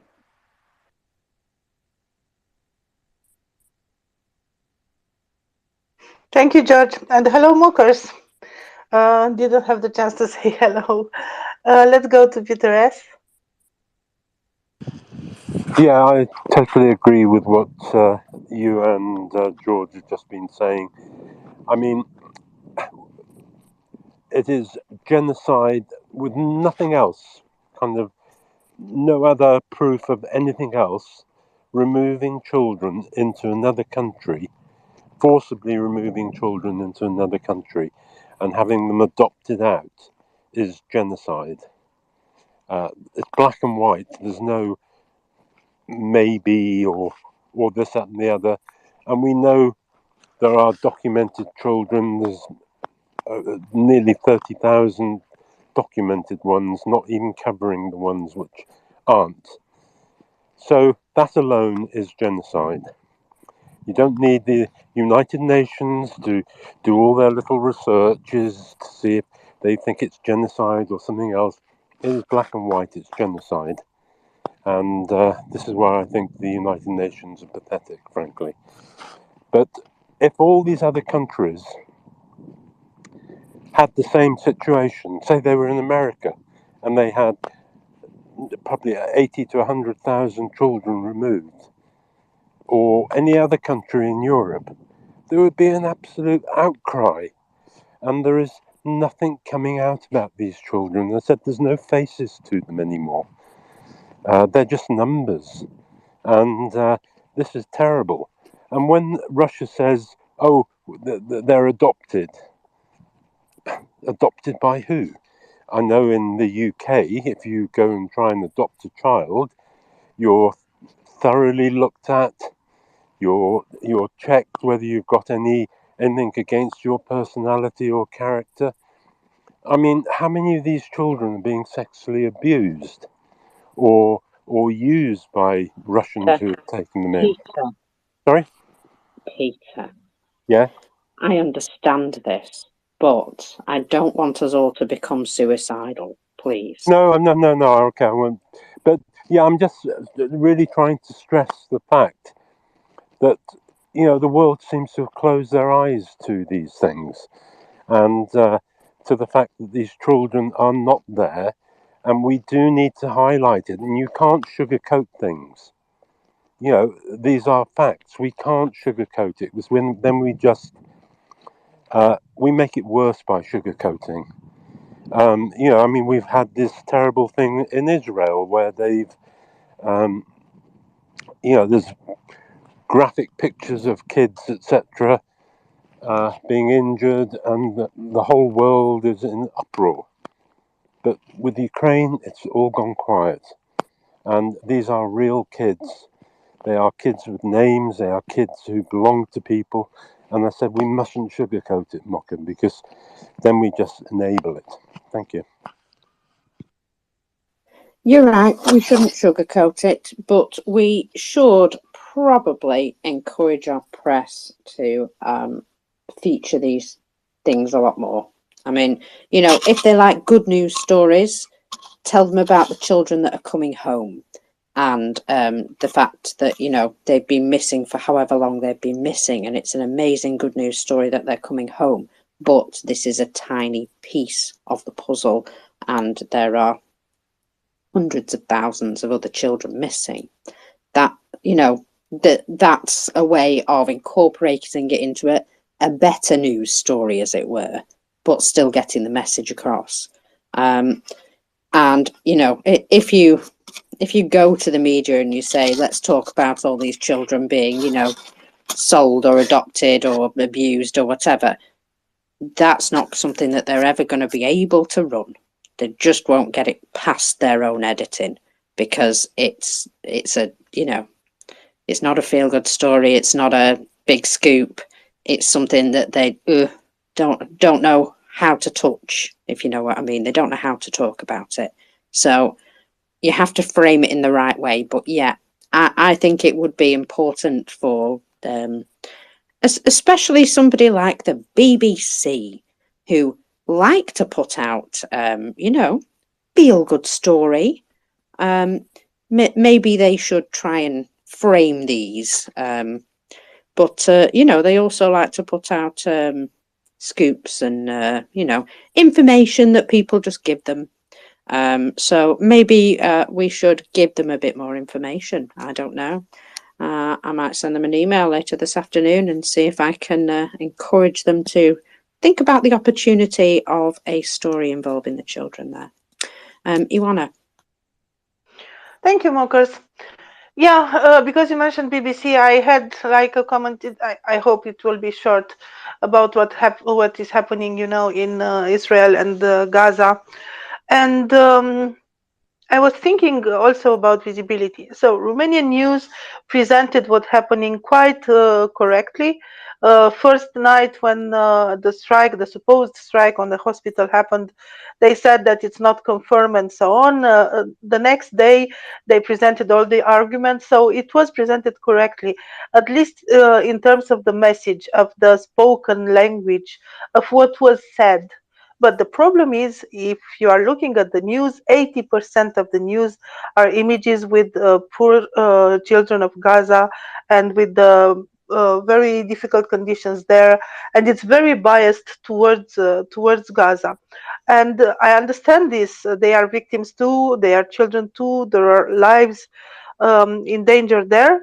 But just as visibility, despite the fact that the message was correct and that Israel was under attack and Israel has the right to respond and everything else, the images, the videos that we've seen were all about the destruction of Gaza. So that's about, the bias in the social media and in mainstream media. And it's speaking a lot more with images than with text.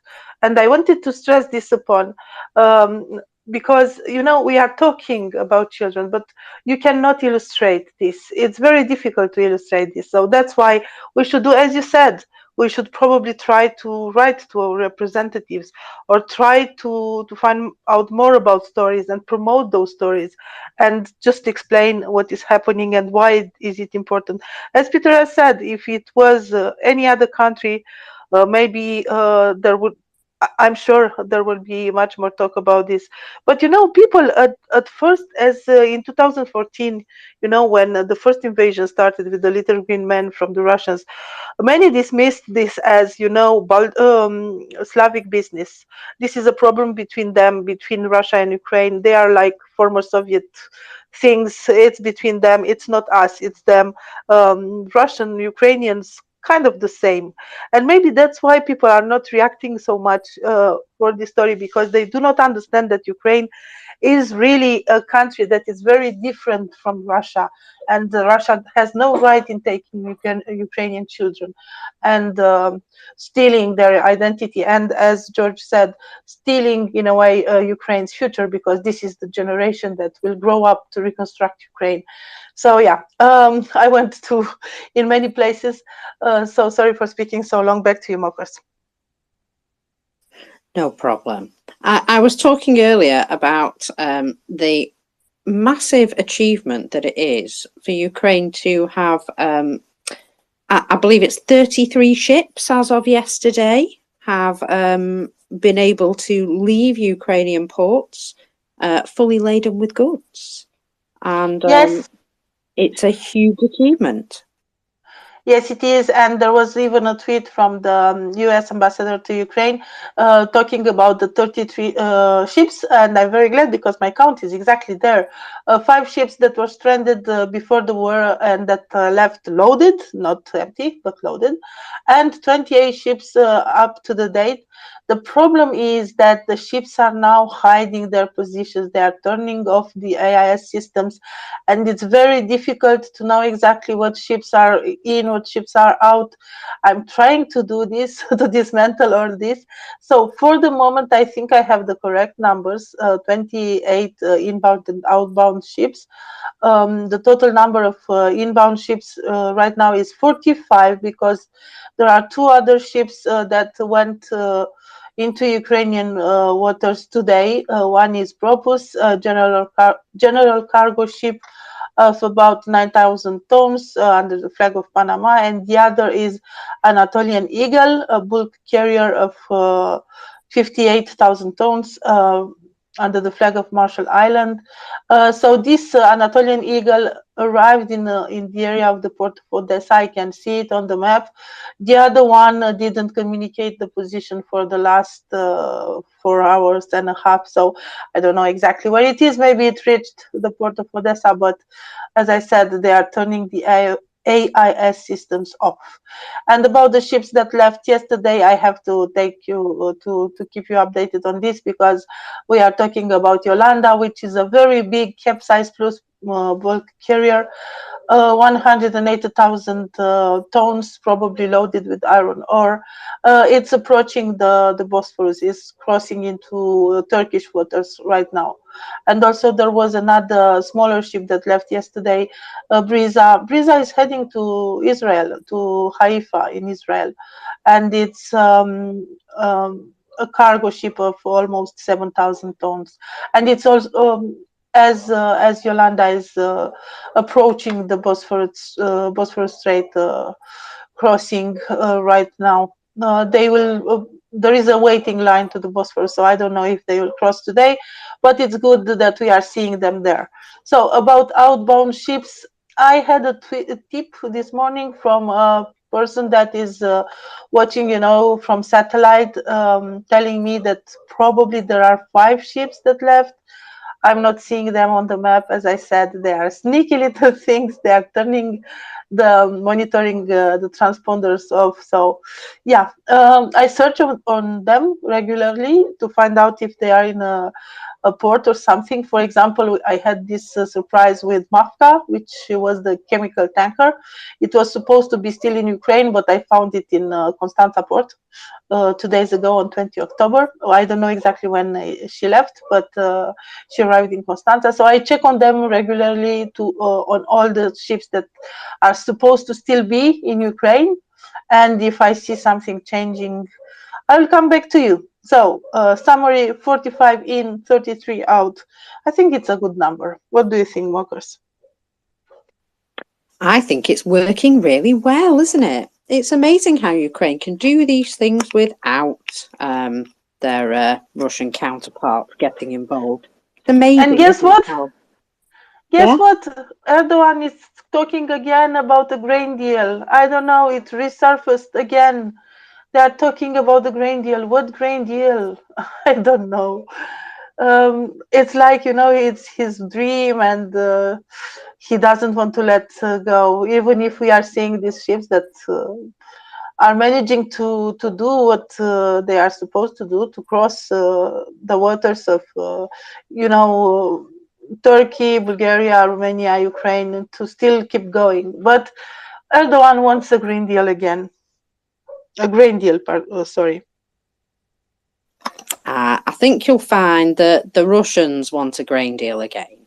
And it's because they can use it to their advantage. But it's a shame they don't seem to be able to get the Ukrainians to stop doing what they're doing and pay them any attention anymore.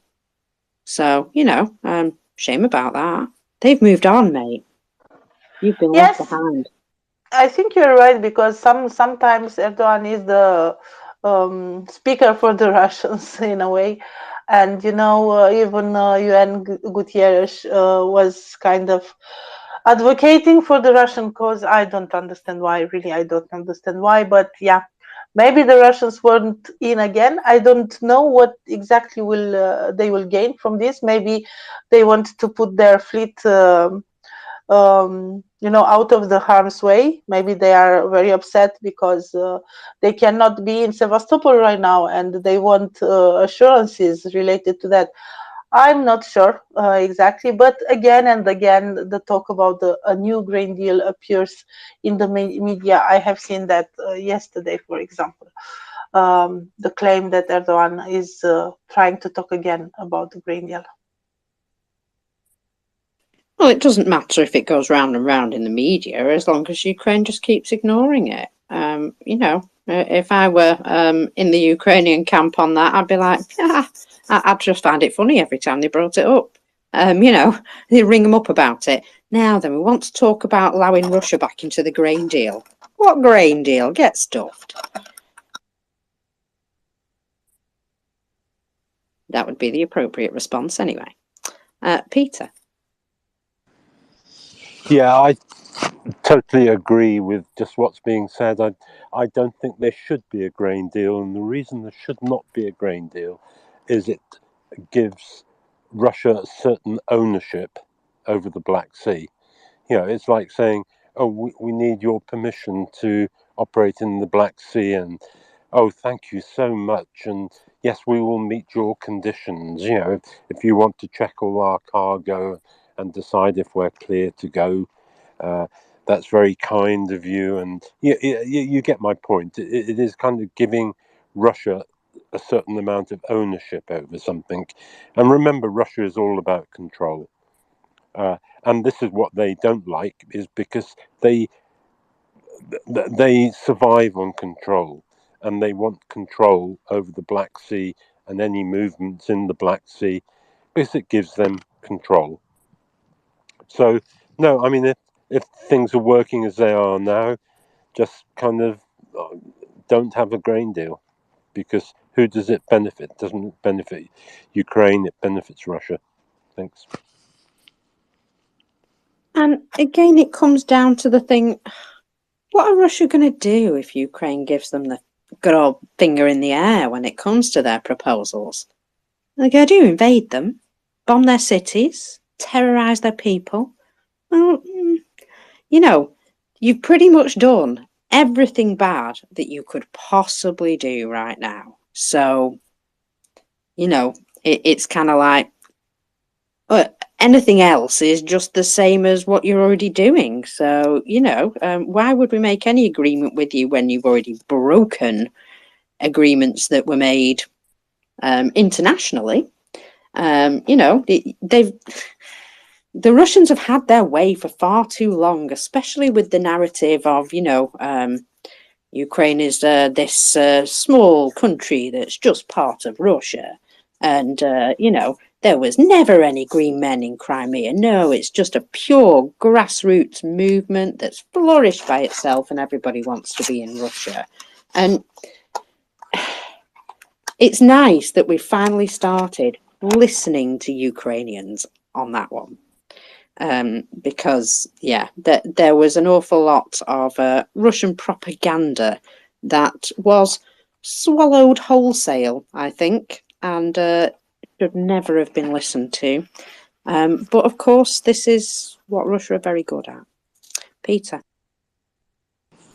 Yeah, there was a really good speaker on a few nights ago. He was an American guy, and he was basically saying, how on earth have we, I won't say America, but how have we come to the fact that we kind of seem to appease or attempt to appease Russia with everything? And his basic point was, we should be threatening Russia We should be the ones who are saying, you're not going to do that. Otherwise, we're going to hit you so hard you won't know what you're doing. You know, we should be going around and telling the Russians what's acceptable, what's not acceptable. And if they misbehave in a certain area, we should put peacekeeping forces in and say, you touch them, mate, and we're going to kick you out as fast as your legs can carry you. You know, that we need to change the emphasis instead of all this fear of escalation, this fear of Russia and trying to please Russia because they demand it. It should be the other way round. I mean, America is the biggest military force in the world. They should be telling Russia, you do not do this. And if you do, you're in big, big trouble. And, you know, he came across much better than I can ever do. But, you know, I was impressed with what he was saying. And, yeah, that's it. Thanks. Yeah, I tend to agree that there is certainly other messaging that could be given. Very, very strong messaging, obviously, in Israel area. And that is primarily because of, you know, previous agreements and things like that. But it's also because, look, we know that this is all connected. And there comes a time when you need to start putting your foot down. And I think the maneuvers that we've seen is an awakening of that, shall we say, woken the beast, almost.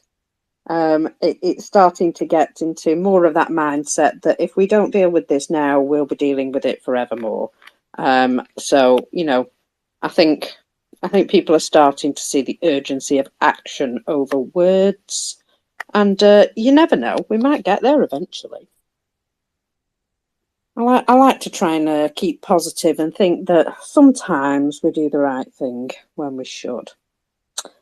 Now then. Just a moment, Marcus, because I promised Peter S. Keep him updated. So Peter S. is crossed the Bosphorus a few days ago and now is in the Greece territorial waters between Evia and Andros and is heading to Barcelona. Great, I'm pleased about that. She looks very nice, actually, with all that paintwork, doesn't she? Yes, she looks impressive, indeed. Yeah. Okay, thanks. Sorry, Marcus. Excellent news that Peter is on his way to Barcelona, or on her way to Barcelona even. Ladies, aren't they, ships? So the Moscow Patriarchy Church has been banned, I believe, or the Russian asset part, basically. Ukraine's parliament has voted to ban the Russian Orthodox FSB agents, shall we call them, not priests. And I believe, following Lavra Watch, if anybody remembers me doing a series of Lavra Watch when it was all kicking off there, Pasha Mercedes is now getting his comeuppance. It's actually going to court now, and he has a recommended sentence, I believe. So I'm going to ask Tracy about that when I see her shortly, because I know she had a report on this. But yeah, just to know that the Ukrainians are indeed ferreting out the tendrils of Russian influence there. And, well, anybody who has been part of that patriarchy who may now disagree with the, you know, the Moscow's personal view on things, those people have indeed stood up and given their views and said, you know, that we don't support the war. And, well, those people are making efforts to reform, shall we say? Reform, help, do whatever they can, because they realise that, there's a part of what they've been taught which wasn't really about love and peace and all that. So hopefully there is a turning around in that situation, and I can see that is coming directly from the people that they love their Orthodox Church. They just don't want any Russian influence in it, and that's fair enough. I think remove the FSB agents, and it'll be a lot better. I think probably that could be said for anything, couldn't it? If you take the FSB agents.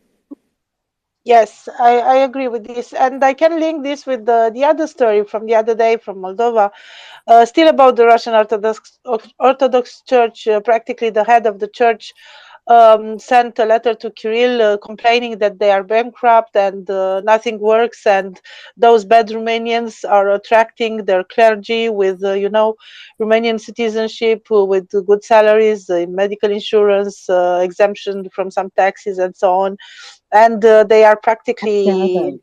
How dare they be so reasonable? Exactly. Sorry. And basically the letter had 2 points, and this is very important to mention. The first one was this plea for help from the Russian church, because they are bankrupt and they really are in a bad situation. And the second one was kind of, telling to the Russian church that when they do try to do something, they are kind of a bully, and they are trying to impose, Russian Slavonic for, the what is said in the church, and they are trying to impose those rules, and they are not keeping in mind that Moldovan people is a Latin people and so on. So basically the Russians are not helping that church with money or whatever, but instead they are trying to impose their way of being to a people that has nothing to do with that. So that's interesting about that letter. It had 2 points, and one was a plea, and the second was like kind of, what you are doing, it's really not good and not working.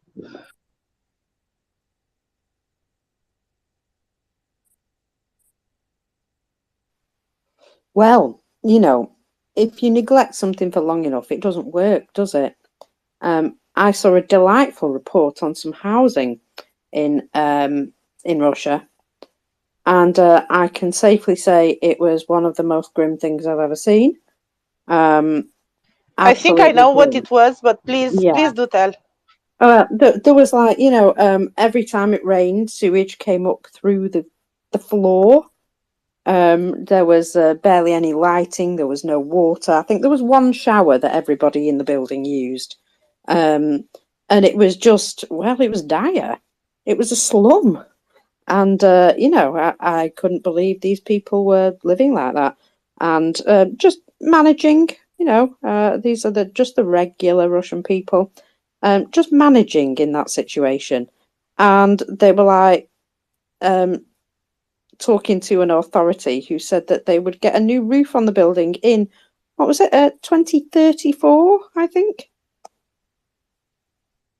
I don't remember, but I wanted to say that after the collectivization, socialist times in Romania, they practically took the houses from the people that had some, some big houses, and they put other people in. So, for example, if you had a house with let's say 8 rooms, you got another 7 families staying with you, and they constructed some collective buildings for people, and it was like rooms on a corridor, and you had like a kitchen at the end of the corridor that was for that floor, and also some bathrooms, one collective bathrooms with some shower stalls and toilets and so on, just one room like this for the floor.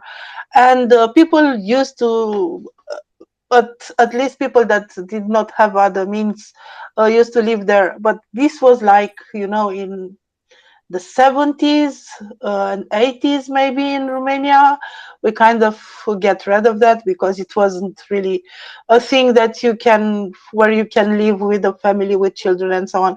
And I was kind of amazed to see that this still exists in Russia, this kind of collective, I don't know, collective dwelling where people live in one room and go to the bathroom at the end of the corridor and have like one stove to cook for 20 families, and with in a state of disrepair that is unimaginable. Like you mentioned the shower, and they said in that video, I think it's the same video, I'm not sure, but they said in the video that a boy that lived on that floor even got hit in the head by some pieces of concrete that just from the ceiling, you know, that fell into his head while having a shower. And it was absolutely unimaginable to think that in 2023 people are living there in a state that really was like the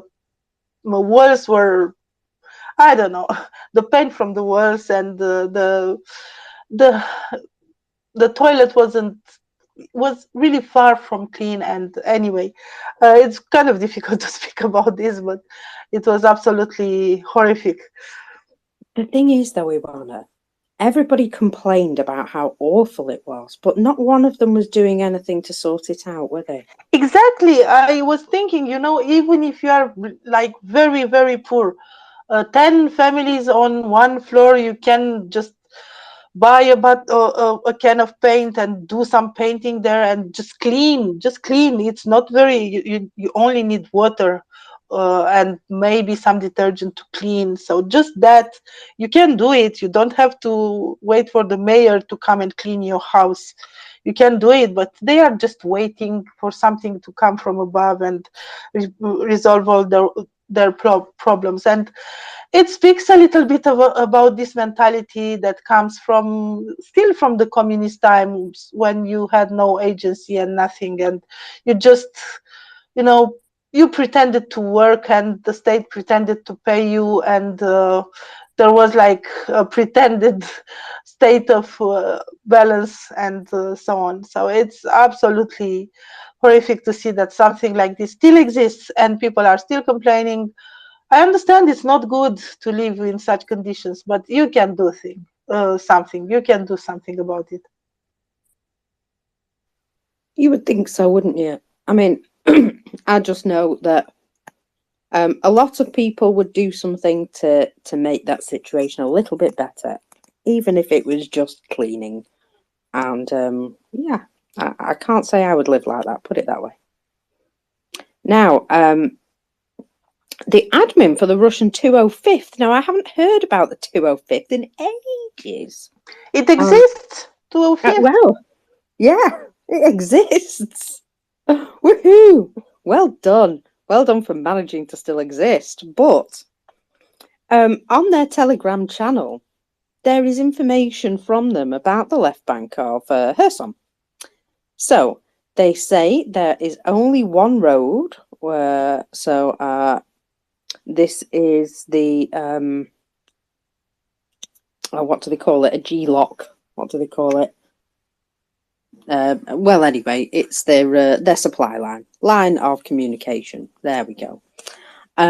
Separating the left bank from the delivery of reinforcements and material. And we've got ourselves into this mess because we were taught by those who were taught back in the 70s, and those were taught by those before them. And knowledge of the T-34 performance characteristics was not useful to us in this modern war. Avdiivka, of course, is an excellent example of this analogy. And the road that he's speaking of, the one line of communication that they've got left, is probably the M14 from Melitopol. Other routes do exist from Crimea, but they are much more vulnerable to long-range weapons from Ukraine. So I'm going to say that he probably is talking about that. They've got one line of communication left. Gosh, they're in a pickle. and they've only got themselves to blame, apparently. It's nice to hear them blaming themselves for once.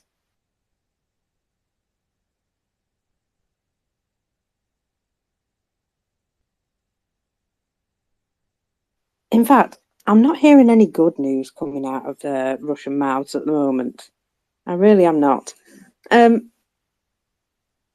they are kind of stressed with Avdiivka, aren't they? You know what? They are a little bit stressed, yeah. And any that make it out alive are quite stressed, yeah.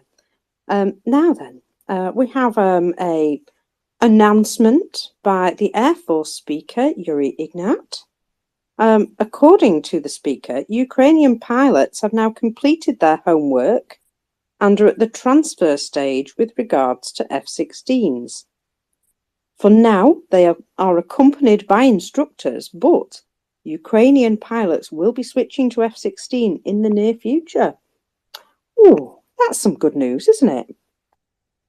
It's amazing. And, you know, I think we heard several times that the first F-16s will arrive in Ukraine, well, either end of this year or beginning of the next year. Actually, we don't have much to the beginning of the next year. It's just 2 months.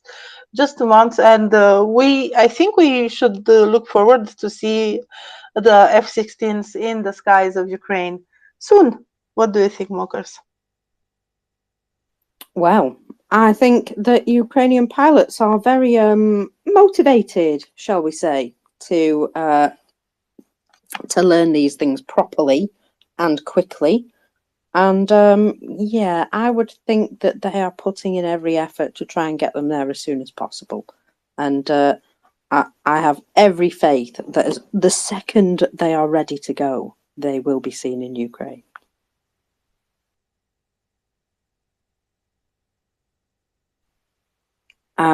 Now, after that bombshell, on that bombshell,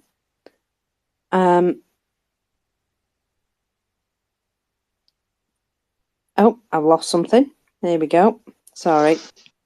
Never mind. I will let you just find what you've lost. I just wanted to mention that Ukraine really needs those planes. Really needs those planes, because we are seeing what is happening every day in Ukraine. And there was that awful strike on the Nova Poshta sorting facility in Kharkiv with 6 people dead and 17, I think the last count, wounded. And it was a civilian building, and it's happening every day. It's happening every day. And having the planes would help Ukraine with protecting its cities and its facilities, factories, citizens, civilian infrastructure, and so on. And it's not just Kharkiv. There was another attack in Kupiansk where 3 people were injured, including 2 teenagers.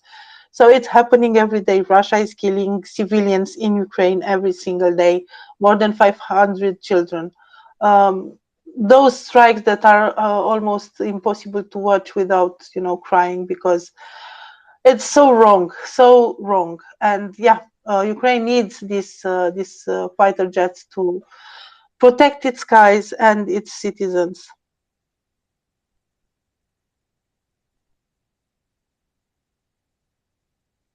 Back to you, Mokers, or if you want, I have news, some political news. I was talking to a muted mic. I'm sorry. It's all right. You go ahead, though, my darling, and I will come back with what I've got here. Yeah, you know that I follow a little bit what's happening also on the Russian side. So Lavrov will visit another country on Monday. Guess what country, Mokers? How many friends have they got? Go on. Iran. He will visit Iran on Monday to talk with the regional Sorry? That's very on brand, eh? Yeah, exactly. And apparently he will meet there some ministers from Turkey, Azerbaijan, and Armenia. They have been invited. I didn't see confirmation about this. Zakharova said that they will confirm the planned talks on Monday.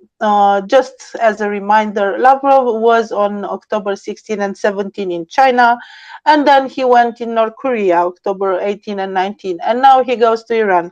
So how many countries are friendly with Russia? I think he kind of covered them up with these trips. And of course, that axis, Iran, Russia, China, North Korea, is really visible if you look only at his travels. What do you think, Mokers? Yeah, it's a tiny bit obvious to me, isn't it? But I wonder if he's going with his cap in hand to all these places, saying, "Please help us with this, please help us with that," because I have a feeling that's what he's been doing. In North Korea, he kind of did. In China, probably also. He was there to prepare Putin's visit with Xi Jinping, and probably to talk a little bit with his counterpart from the Chinese government. In Iran, well, it's complex, isn't it? Because he can discuss probably some drones or other type of supplies to Russia. He can discuss some supply of technology to Iran because they still want something from Russia. And it's also probably related to the situation in Israel and the Gaza Strip and so on. So it's a complex situation right now. But he will most probably ask something from Iran, probably offering something in exchange also. Oh yeah, I'm sure there'll be some sort of negotiation going on. Now then, how would you like to be debt-free, folks? Sounds great, doesn't it? Tell us more.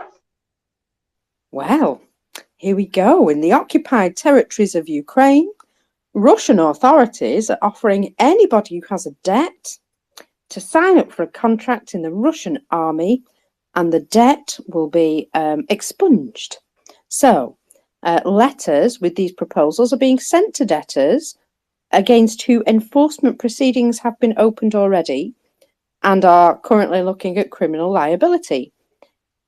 Conscription of residents in the occupied territories, of course, is prohibited by the Geneva Conventions and is a war crime, but it's just another way of pressuring people to accept some sort of voluntary contract to the army.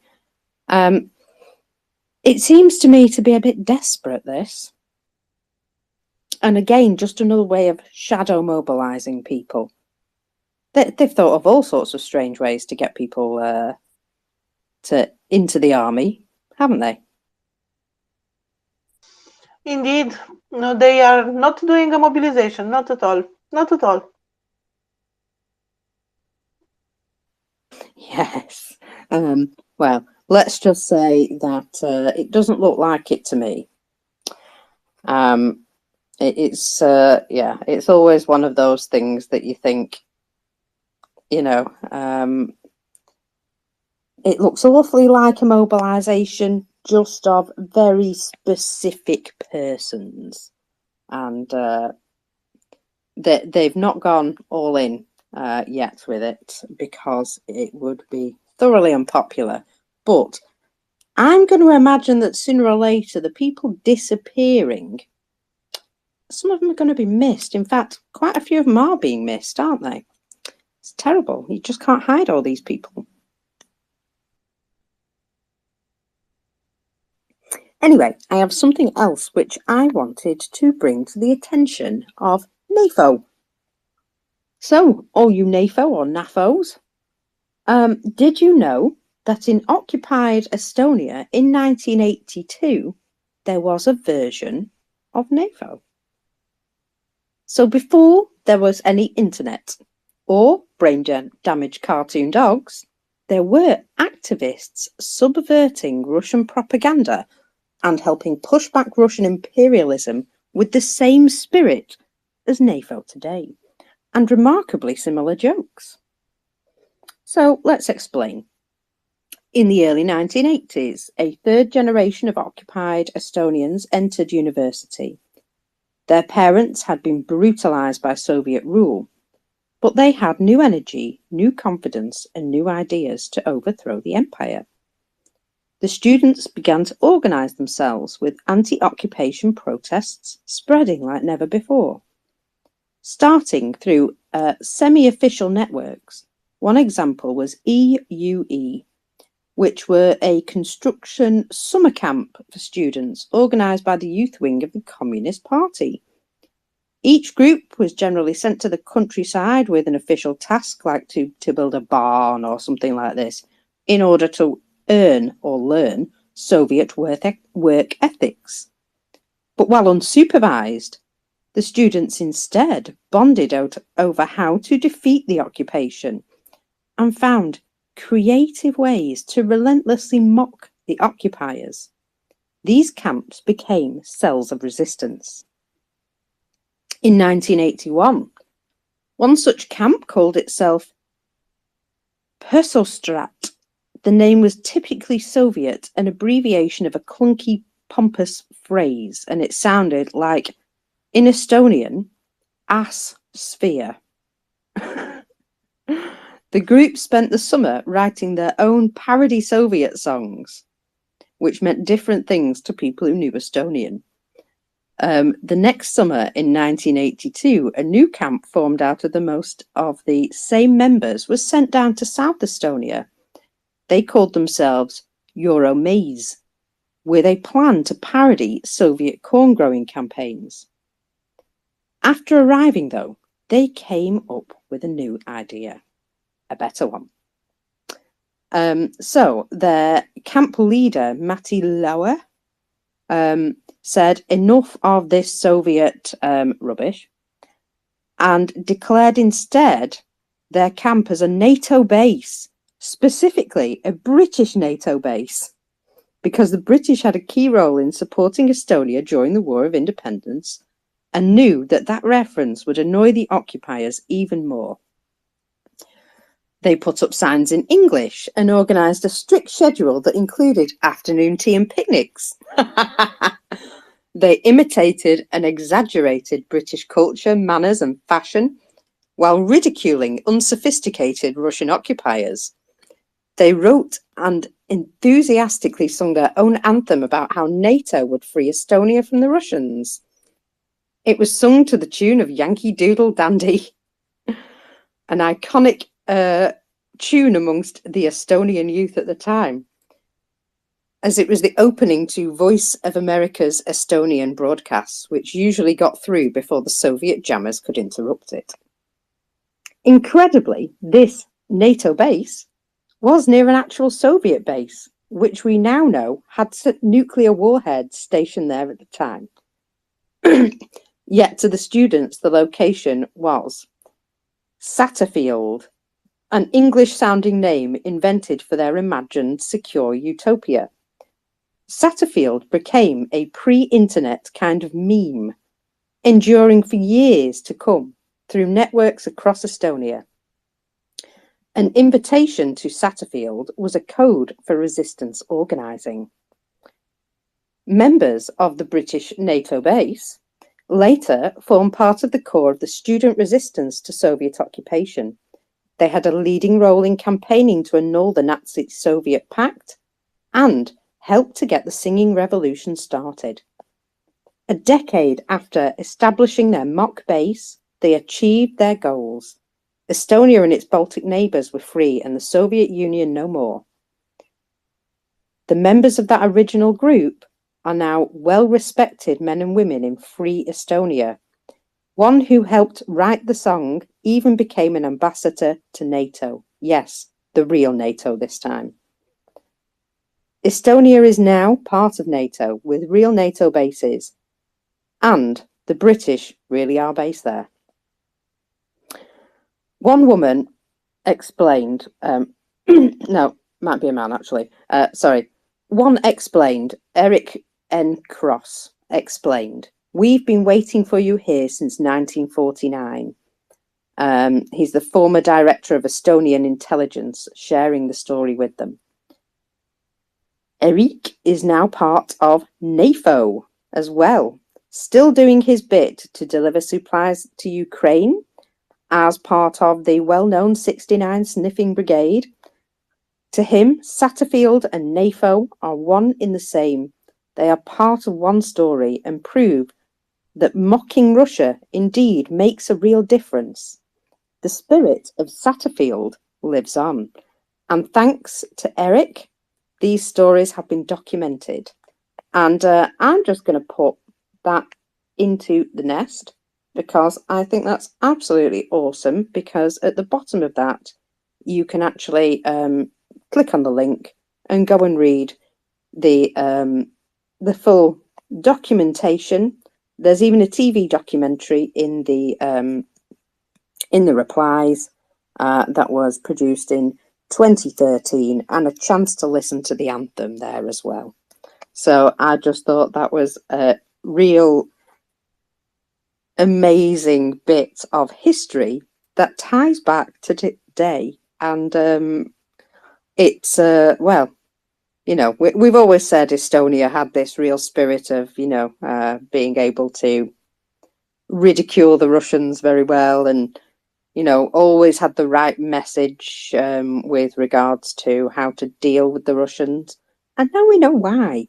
Because since 1949, they have been doing this already, mocking the Russians, you know, taking away their power by literally mocking them to their faces and organising resistance right under their noses.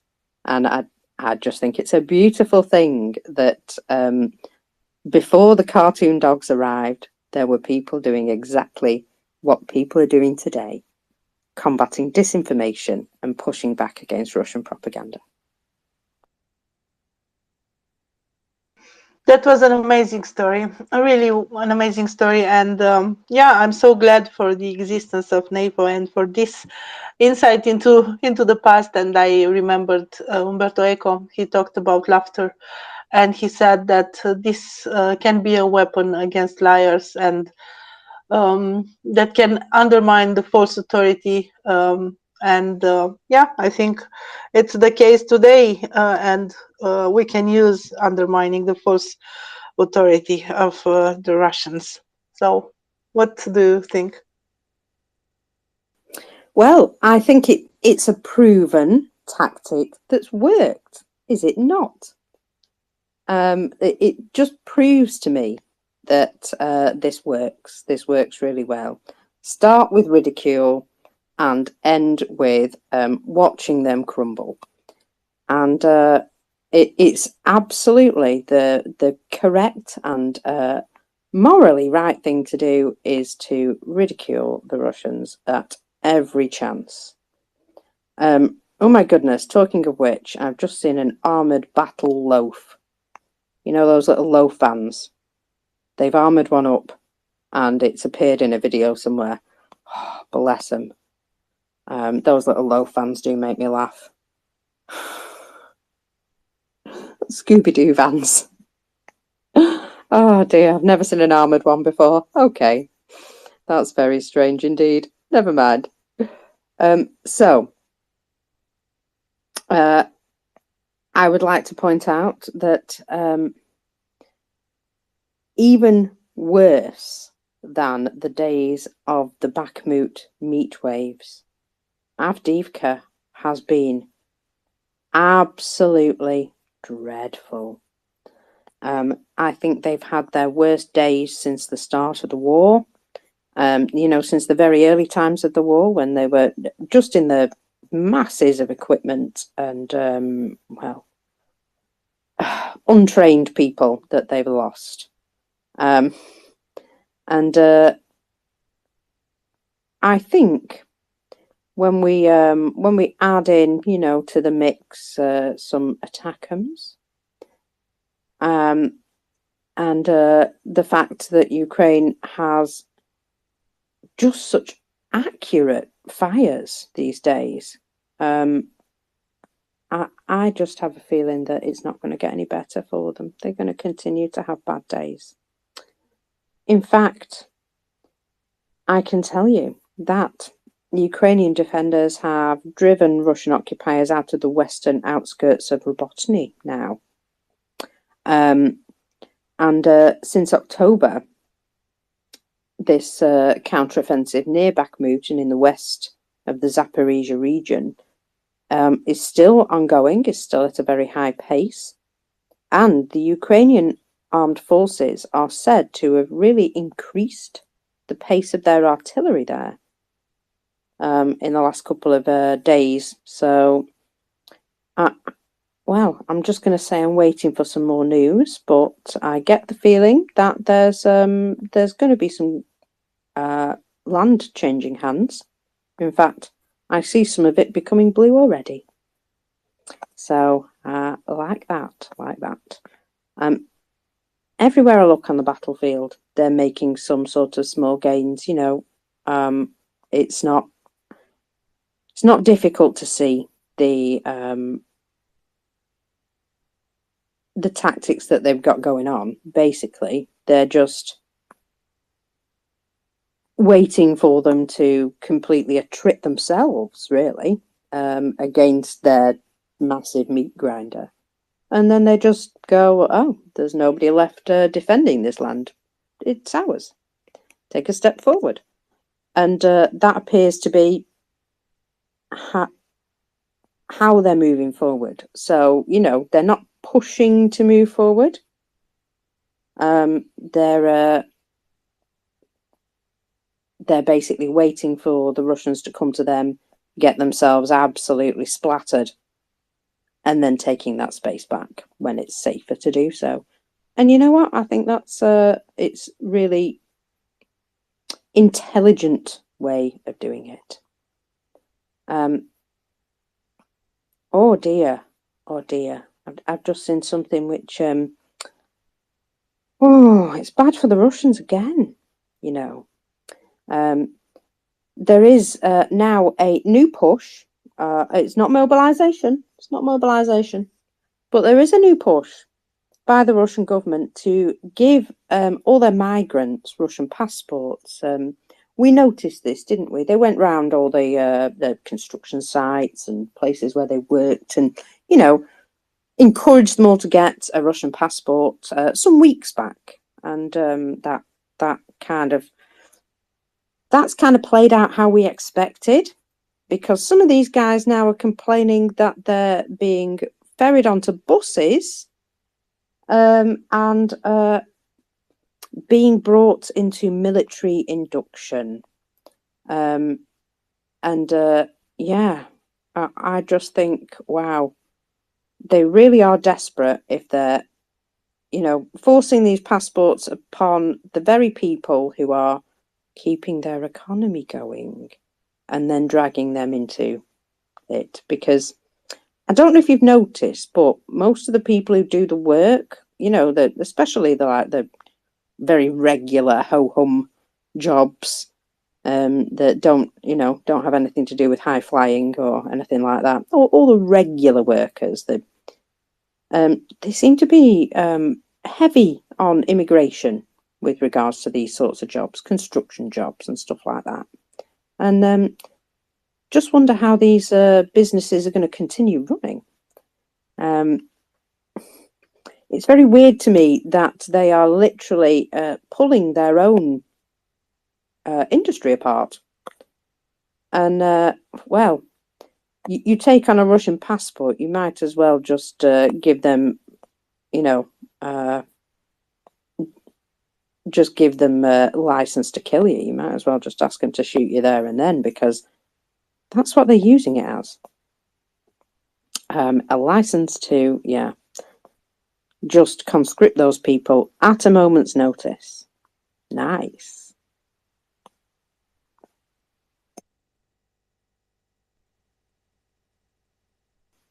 So yeah, anyway, that's typical again of you know, how they are, very on brand all of a sudden.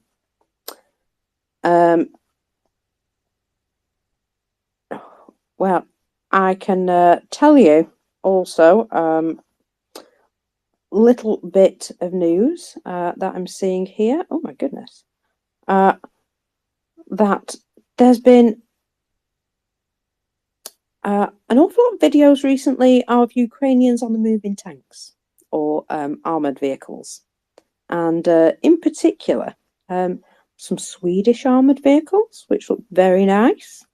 And they're very, very fast. Oh, it's a tank. It's a 122 tank.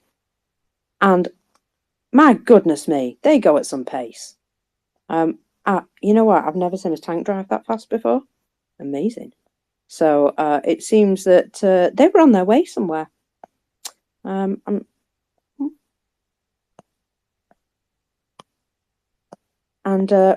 you know, when they're on the way in a hurry, just makes you think that there's stuff going on.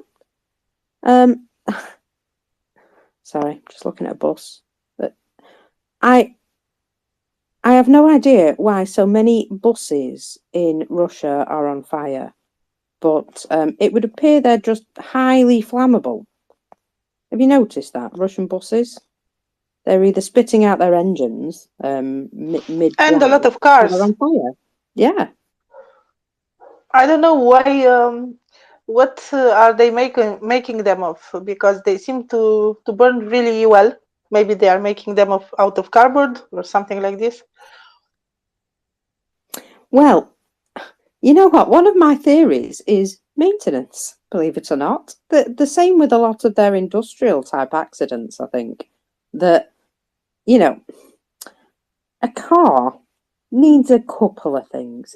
Not lots of things, but, you know, a few things to keep going. And I once met a lady who, after passing her driving test and her daddy bought her a little car, she drove that car until the engine exploded because she didn't realise that you have to top up the oil and water every so often, and never ever did. And the engine did explode. So, you know, just things like that. Things that people might not immediately think of. I'm going to say that, yeah, it may just be a case of them just not looking after stuff.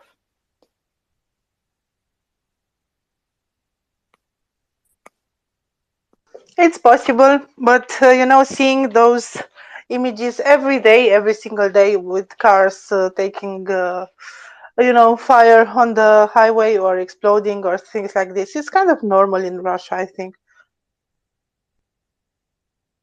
Yeah, they get very used to it, don't they? I've noticed that nobody really blinks. Like, for example, in Krasnaya Yaruga in Belgorod, that there's a big old column of black smoke there, and nobody gives them monkeys. I mean, some guys filmed it, but he's not that bothered, you know. So, yeah, I'm just looking as to exactly where it is. But, Today was I don't know. there It was doesn't say also a what the building fire. is. Sorry, Go on. I just wanted to say that there was also a fire in the library of the Moscow University, but apparently they managed to extinguish it quite fast. But I'm wondering why start a fire in the library? Like, are you allowed to smoke in the library or something like this? You know, in the library there are a lot of flammable things, but you are not allowed with an open fire source, are you? Well, you wouldn't think so, would you? I wonder what that's about. I wonder if that was some sort of protest, you know, because you find that people make individual protests like that. You never know. You never know. Now, I'm just... why is it I have to physically search for everything I want? Literally, my newsfeed is like 20 hours old the whole time. Just peeves me. Anyway, let me get back to the news I was looking at. So it is day 606, folks. And the world's second biggest army is currently 603 days behind schedule to take Kyiv, and 596 days late in its attempt to complete the job of genociding Ukraine. Although they keep trying, obviously, as we know this morning with all the attacks. Now, Obviously, these attacks are horrendous, but it is also worth noting that on, the British MOD update this morning states that in the recent Russian assaults on Avdiivka, there has been a 90% increase in Russian casualties recorded by the MOD just for that period of offensive. And, we can see today the numbers of 980 liquidated personnel. I mean, if it's going up by 1,000 a day, we're going to hit 300k on those numbers very quickly. It's almost as though they're striving for that number. They want to be the best at something, I suppose, but I'm not sure that that's the best thing for them to claim. We're trying our best to keep operational silence on developments in Kherson, but Russian mill bloggers are very unhappy around there. Now, the occupiers have been shelling the coastal region, presumably in a location where they believe Ukraine's supplying their forward troops there. Guess what? There have been 4 more clear shelling attacks on Kherson by Russia during just today. And what is it? It's not even it's not even 5 p.m. in Kyiv. So one in particular was on Stanislav, small city of Kherson, and a long way from the crossings which we know about. It seems strange that they chose that location. Now, nobody was injured, but at least 30 residential buildings were damaged, as well as a church and electricity and gas pipelines. There's another village here, Zmivka, east of Bereslav, on the coast of the river from Kakhovka. And, I can just say the Russians have done a very good job making that look like, a war zone, obviously.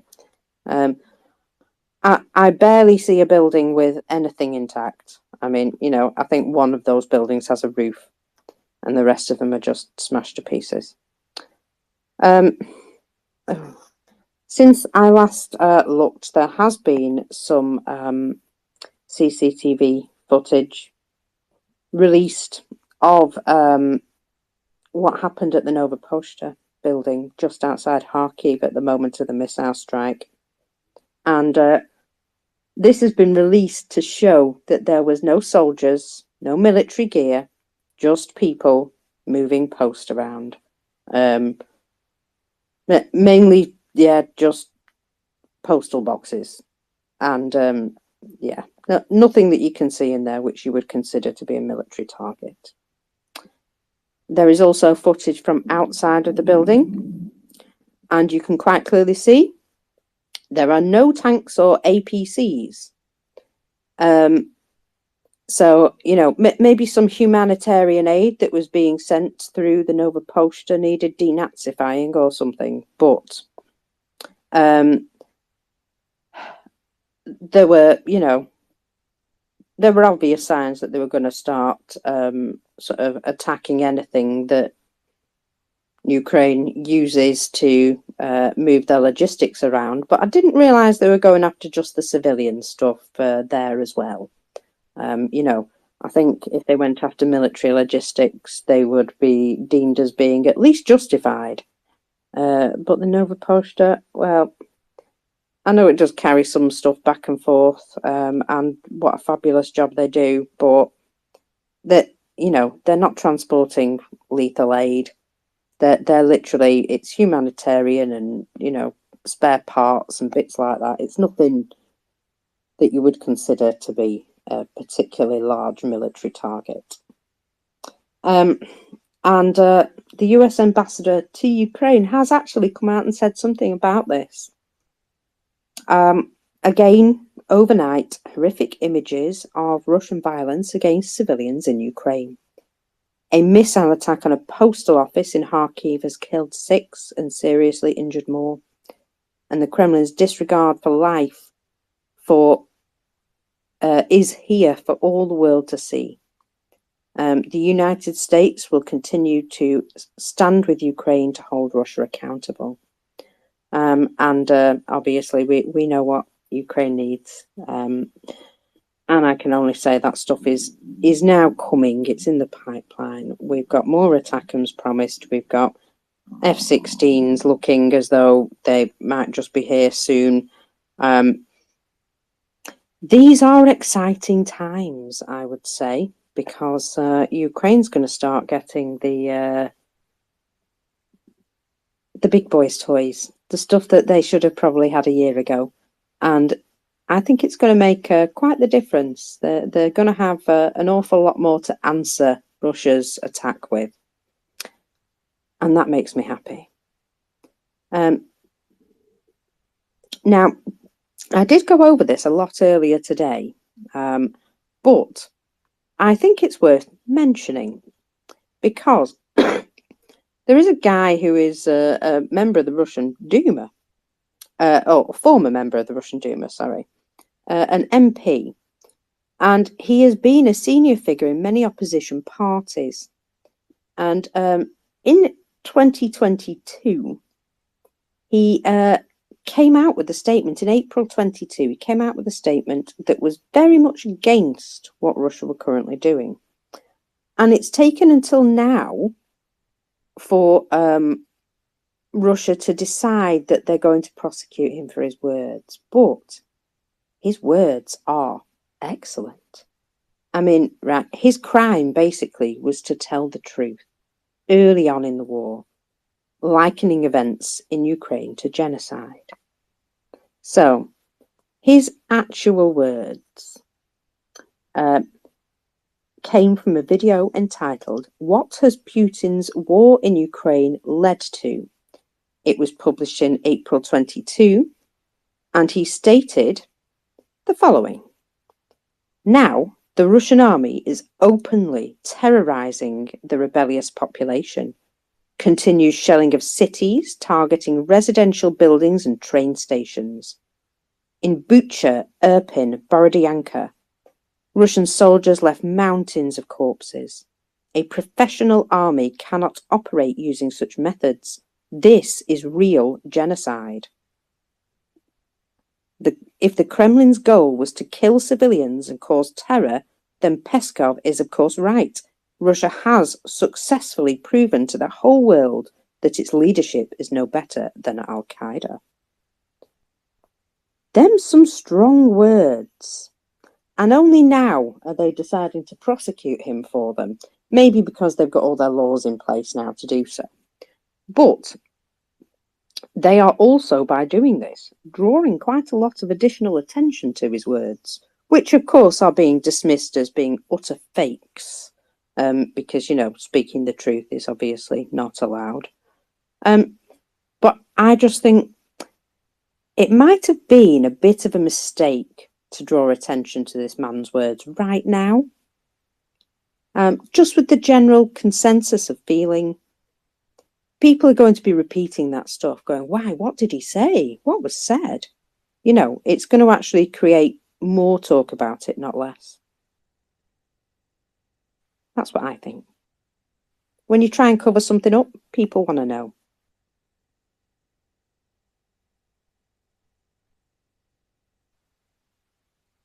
So I found that interesting anyway, in particular. And I just think it is important to highlight that there are some voices who appear to have actually cottoned on. I don't know if this guy is still in Russia, but if he is, well, let's just say I hope he continues to stand by his words. Now then, we have an update from Oryx. And Oryx has done a very detailed study of the total losses at Berdyansk and Luhansk airport. And wow, they're better than we thought. Now then, this is including damaged. So let's just say that from all satellite images that they've seen and studied, they see 15 Ka-52 alligators in total, 7 destroyed, as claimed by the Ukrainian Armed Forces, with 8 suffering various levels of damage. Now, to note, the helicopters labelled as beyond repair have for now been listed as just damage to be on the safe side, but those that look like the one that we got a partial image of are likely total losses, but we don't have sufficient evidence to confirm them as destroyed. And then with regards to 9 Mi-8 helicopters, 2 are considered completely destroyed and 7 damaged. So we've got 9 completely destroyed and 13 damaged to some degree or another. And well, I'm only going to say that there's only so many holes you can put in the skin of an aircraft before it gets a bit iffy. And also, behind them holes, you know, there's wiring, there's engine compartments, there's just other stuff that could have been damaged. So, you know, even when you're looking on the outside and you say, oh yeah, a bit of duct tape, that'll fix that. What was underneath them panels? And yeah, so it's something that obviously we can't entirely confirm, but out of those 13 damaged aircraft, not all of them will make it back into the air. And so that's something which I particularly enjoyed seeing today. So thank you very much for Oryx. Yeah, it was amazing. And, you know, the Russians said, oh, yeah, there are some holes there. It's not a big deal. But, you know, these aircraft are made with a lot of economy of space in order to have some aerodynamics. So there is, as you said, wiring and a lot of equipment that are put in all places in order to just make economy of space and make it as smaller as possible, you know. And having just some holes in the fuselage is not just some holes in the fuselage. It's something that is damaged beyond the fuselage. So yeah, good luck with them. I don't think that they are, you know, damaged. I think they are beyond repair. But anyway, even the spare parts, you know, I don't even think that they can be used for the spare parts. Well, maybe the odd bit can be salvaged off them, but yeah, you're absolutely right. If there's a hole in it, it's absolutely done. Especially with regards to, you know, the engines and things. I remember seeing a tungsten balls result on some trucks that had been passed to a repair shop to try and do something with. And well, to say that this truck that he was taking a video of was beyond repair was absolute joke. There was literally pinholes in it everywhere, including the entire engine compartment.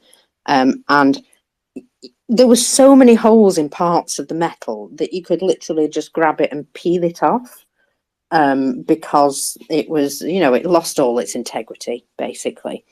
And yeah, so there's going to be some of those situations, I would think, with the helicopters as well. I've lost my cup. I'm walking through the house looking for it. Found it. It's all right. Found it now. Big cup. It's mine. It's not the cat's cup. If I only put water in it, they will drink it. Yes. Oh. So I have to make sure I drink Vimto.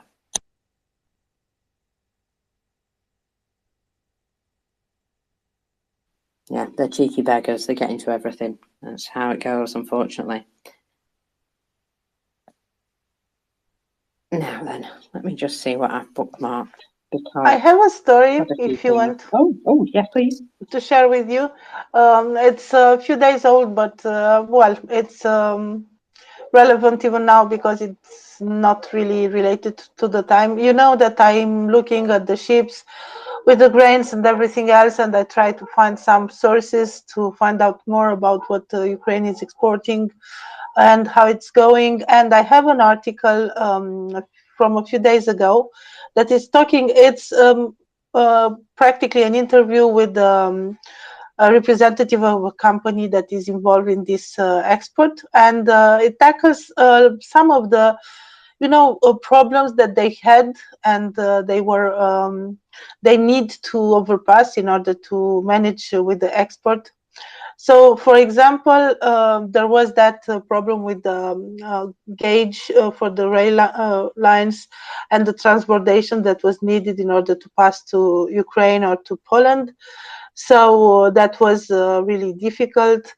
Then we were wondering why are those queues to the border? Why so many trucks were waiting in line? And we are talking about thousands of trucks and thousands of train cars.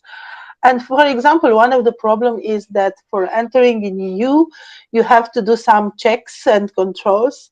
And for example, this person is speaking from this experience.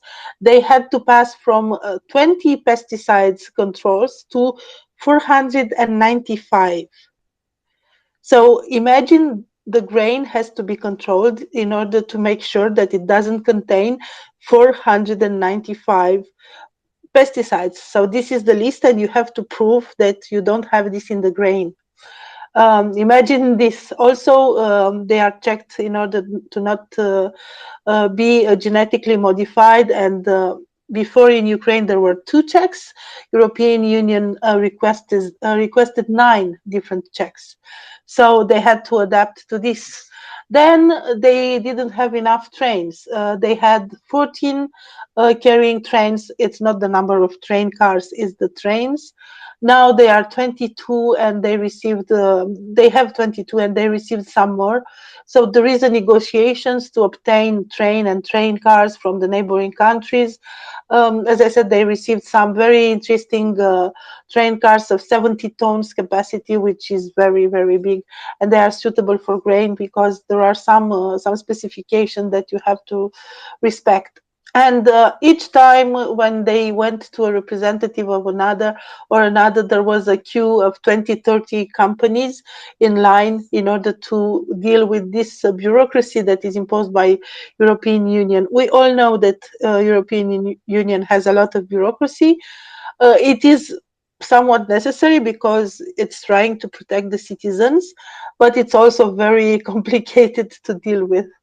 So that was this. Then there was the negotiation with the imports that may end in Europe, and of course, some countries in Europe were not very happy. We have seen the reactions from several European countries, 5 of them: Bulgaria, Romania, Slovakia, Hungary. The problem has been resolved for many of the countries. For some, it's just transit. For others, it's even import. I have seen yesterday, for example, Poland is willing to import soybeans from Ukraine because they have a demand for the soybeans. Also, it is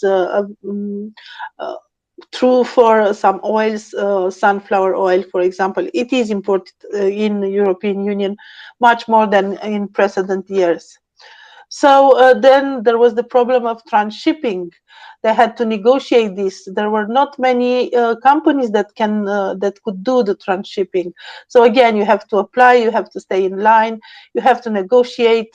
For example, this company realized that from their point in where they are in Ukraine, the distance to the port of Odessa is 900 kilometers, and the distance to the port of Gdansk in Poland is 700 kilometers.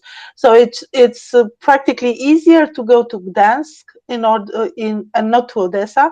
But the problem is this transit requires, as I said, a lot of steps to be done.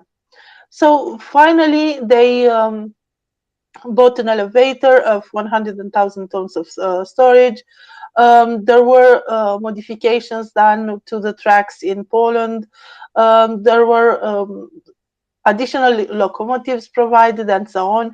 So this was solved in a way for the agricultural products from Ukraine to go into Poland and to arrive in the terminal in the port of Gdansk. So then there was also the problem with the source of the grain, because this company also has land but is buying from other farmers, and again they have to do with their own grain. They know the quality and all the checks that are done, but with the others they have to redo them in order to be sure that they are correct, because if you are exporting a batch that is not in accordance to all the requirements, practically you are banned to export some more. So they have to be very careful and do all of this. Also, they have to buy storage facilities in the countries in the transit. So they practically rent some storage facilities in Germany. They rent some in Poland and so on. So it's a very, very complicated process. So when we were wondering why it's so difficult to export this via land, and why there are those lines of trucks and trains that are waiting.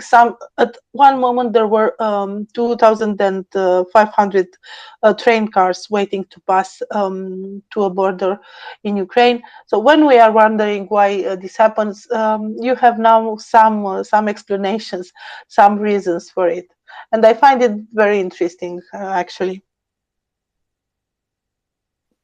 Yes, it just goes to show, doesn't it, that it's not just a case of hoofing it on a train and sending it a different way.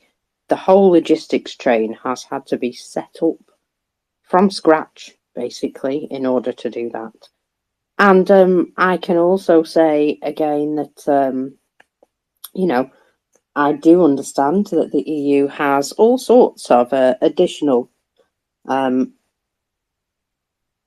safeguards, as as fair enough, and obviously the UK has discovered that also, because it's become more paperwork heavy, shall we say, to export.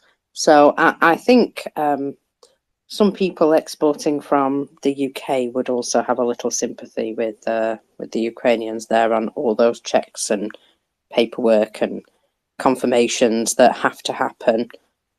So yeah, I appreciate that these things are slowed down by a certain amount of bureaucracy, but considered to be necessary bureaucracy. I was going to say I'm not sure that I found a lot of bureaucratic things 100%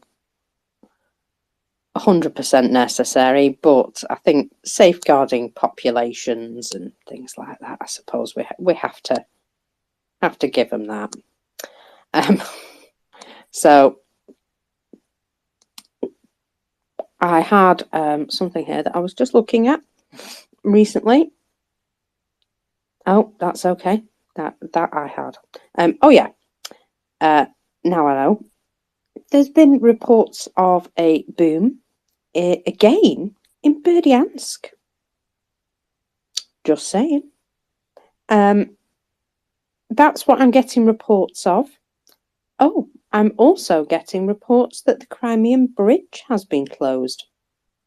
I can't imagine why. Yes, I've seen that too. I can confirm. So, just wonder if the Russians get a little bit nervous there, but there does appear to have been a new boom in Berdyansk. So, we'll obviously keep our eyes peeled with regards to that. Excuse me.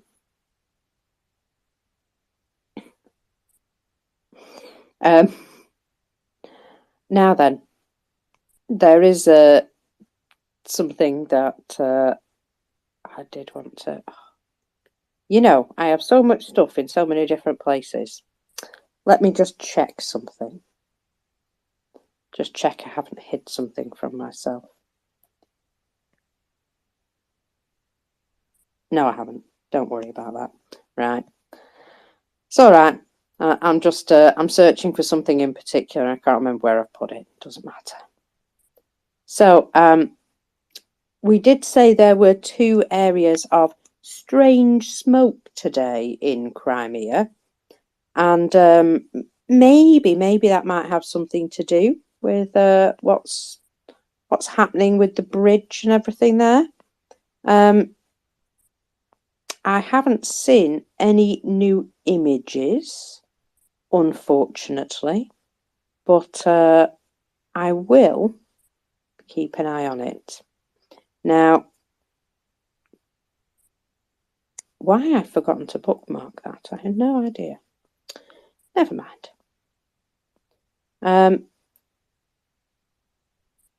Yeah, that's the only news I've got out of Berdyansk at the moment. It's probably still quite early.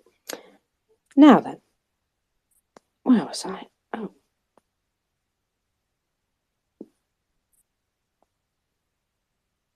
I've lost what I'm supposed to be talking about. Give me one sec. No problem, of course. I will try to bring you some other news. Horribly organised today. That's what it is. Just terribly organised. Go on. It's difficult to with all those tabs open. Sometimes I lose them myself.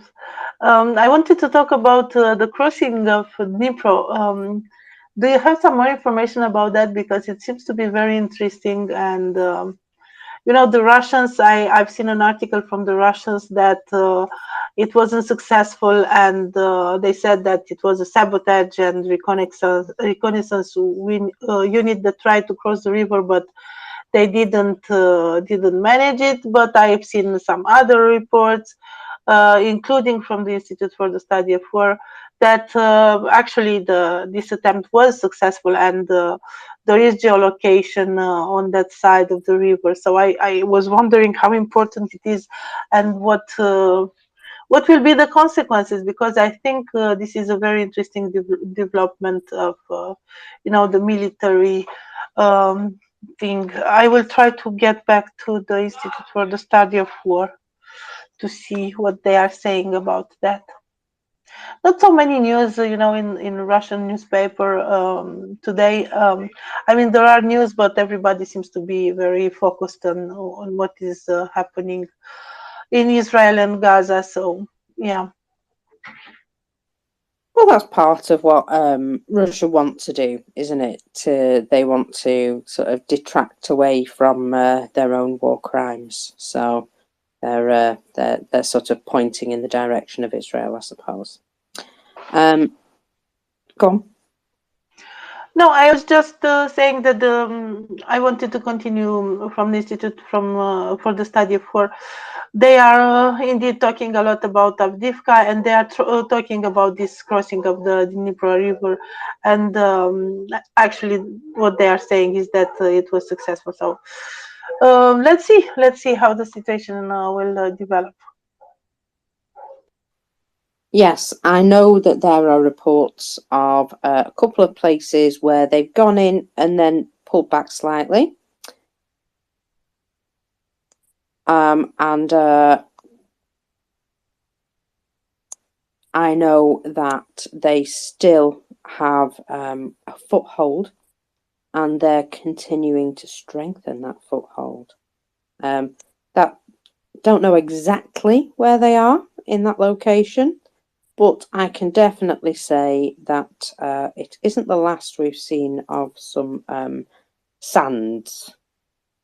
The sands, basically. Now then, would you believe that in the Kherson region now, the Russian army is going round inspecting every household, by the sounds of things, confiscating money, vehicles, any valuables and food, while checking that they all have their Russian passports. Now, obviously, this robbery is a war crime, but Do you remember what happened the last time the Russians decided to leave somewhere? What they did just prior? That's right. They stole all the cars that could move, and pretty much went round and stole anything of any value that they could get their hands on before they left. And we did see them packing all sorts of strange vehicles with everything they could pick up and carry. And it seems that they're starting this in a kind of systematic process in the occupied Kherson area. Just wonder if that's slightly telling.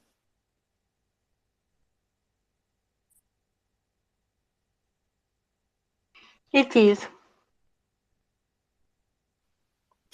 Now, oh gosh, I'm just seeing new video coming out of Avdiivka, and this is Russians storming up the road, but not driving armored vehicles, not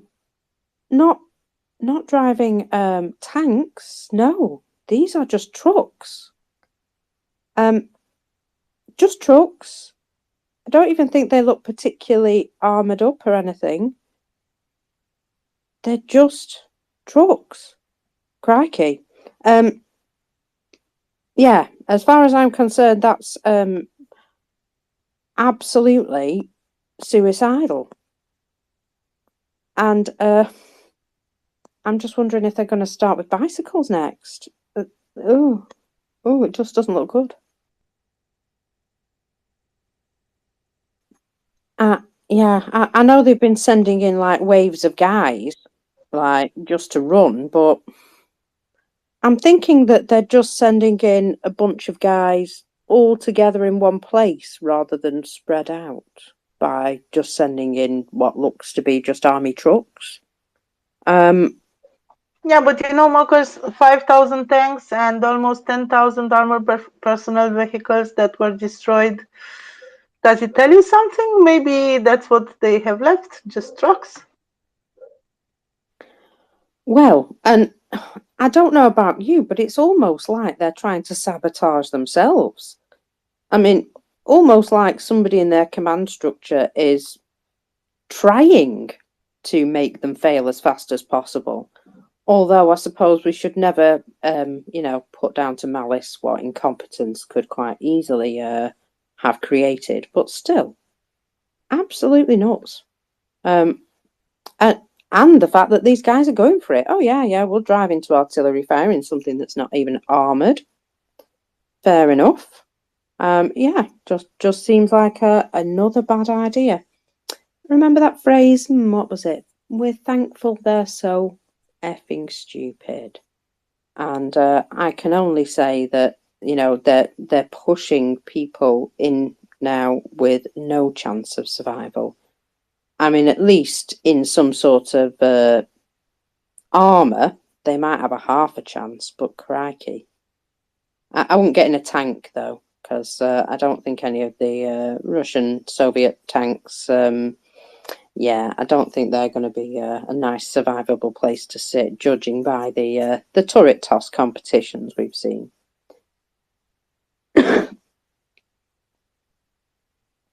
Sorry, I'm going to cough. Actually, it's been a while since I've seen a turret tossing record, but I've seen a very nice video from Avdiivka. Remember those with two tanks, one pushing the other into a mine and both exploding? It was quite, what can I say, quite enjoyable to see them just being so stupid, as you said.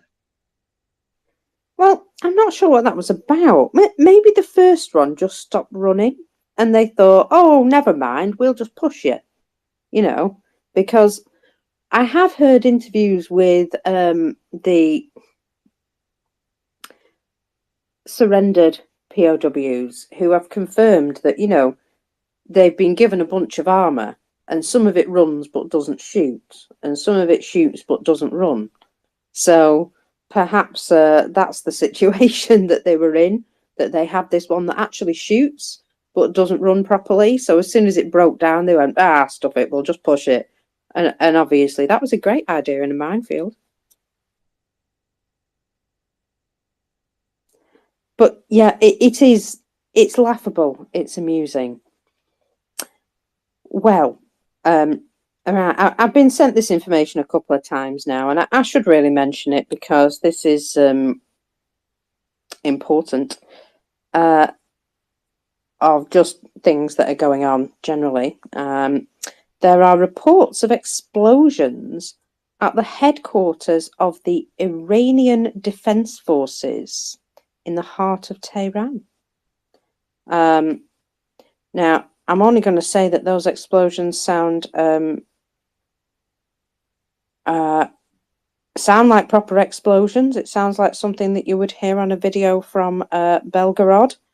And I just wonder what might have happened there. I can't imagine that they've, with all the friends that they've made recently, that anything like that might happen.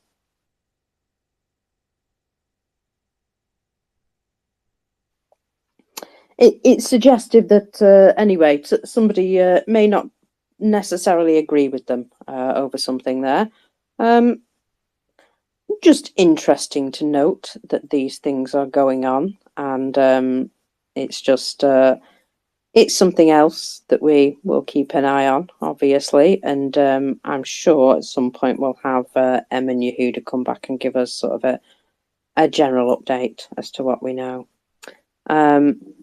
Apparently, at the Crimean Bridge, they may also be using their smoke. So that'll be nice to know. They are employing all the defensive measures, smoke, and I bet that the dolphins are there. Well, they moved their dolphins away from Sevastopol, apparently, to somewhere a little less noisy for them. So obviously they're still wanting to use their dolphins for something. There is a new air raid siren being reported in Sevastopol. Sorry, I got excited then for a second, but I wonder if they might be about to have a terrible weekend. Now, last time there was air raid sirens going off in Sevastopol, I actually saw video of Russians in a shelter, in an air raid shelter. So they had actually finally got round to unlocking them and letting people actually shelter in them, which I think is grand of them, really, considering that they were all just locked up and unused before. I mean, it doesn't look like the best accommodation, but I suppose what I do want to highlight is that look how the tables have turned. They were laughing, or at least the Russians were laughing, about Ukrainians having to spend a long time in air raid shelters and constantly being woken up by air raid sirens and so on. And right now, there is an air raid alert going on in all the occupied oblasts from 2014. I mean, Donetsk, Luhansk, and Crimea. Can't imagine what that's about, can you? I'm just wondering if we're going to be hearing some extra booms soon.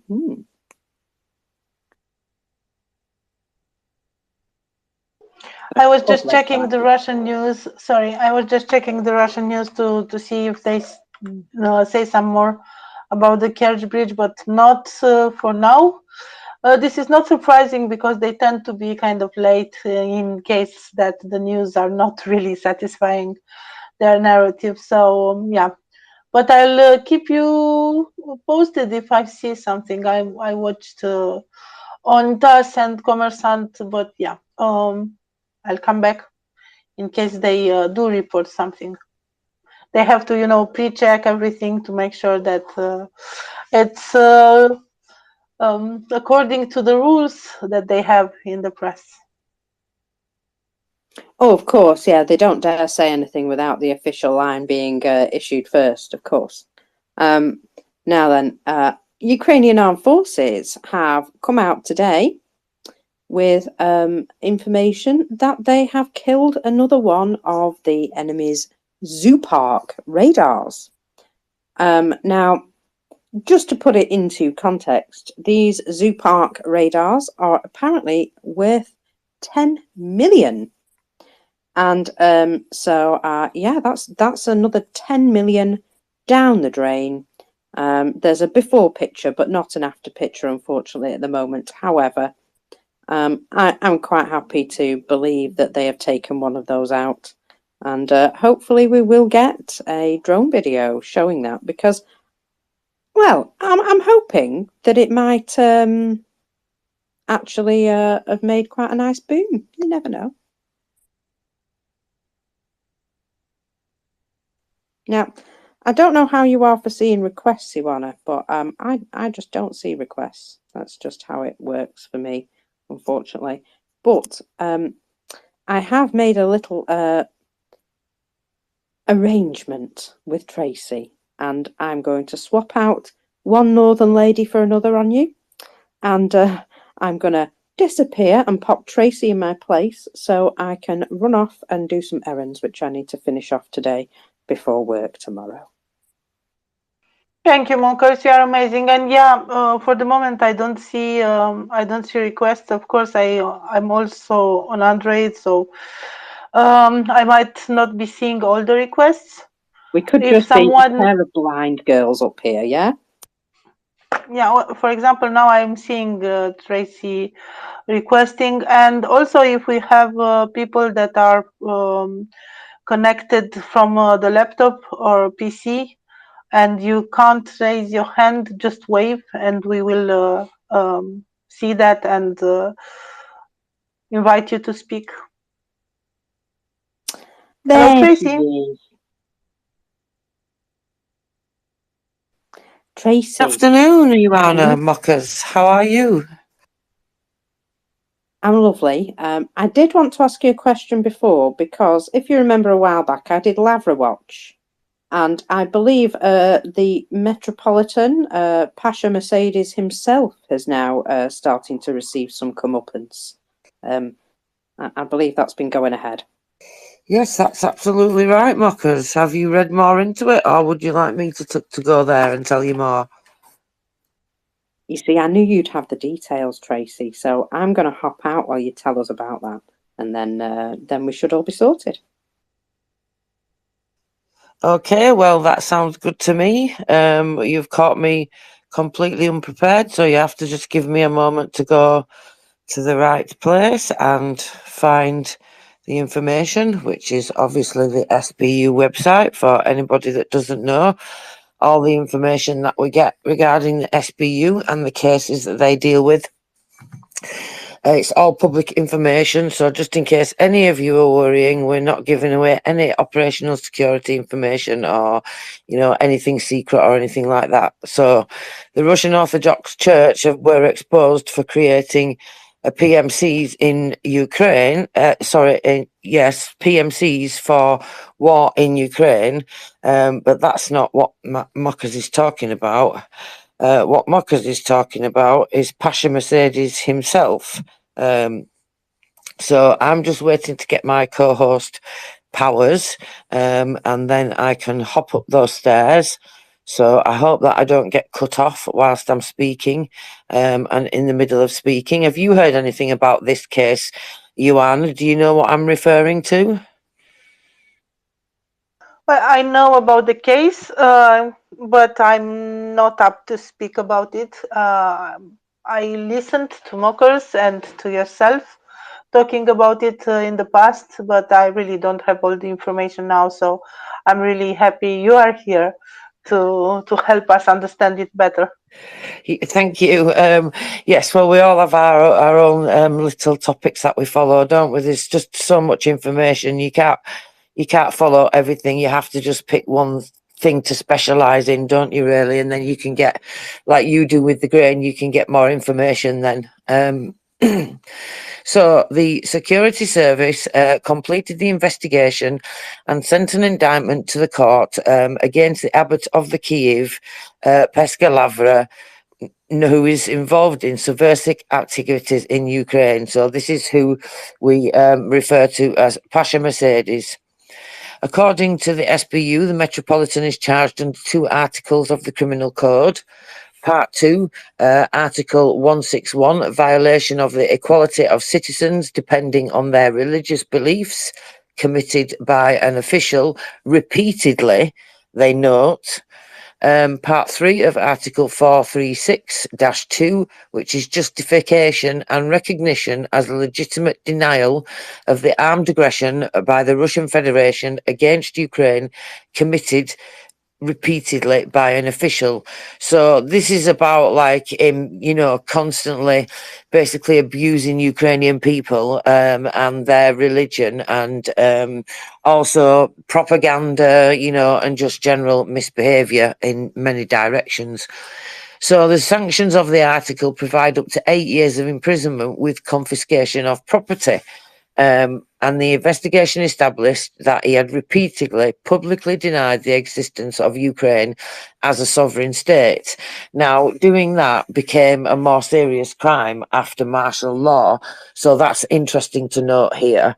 And the fact that he's done it repeatedly makes a difference also.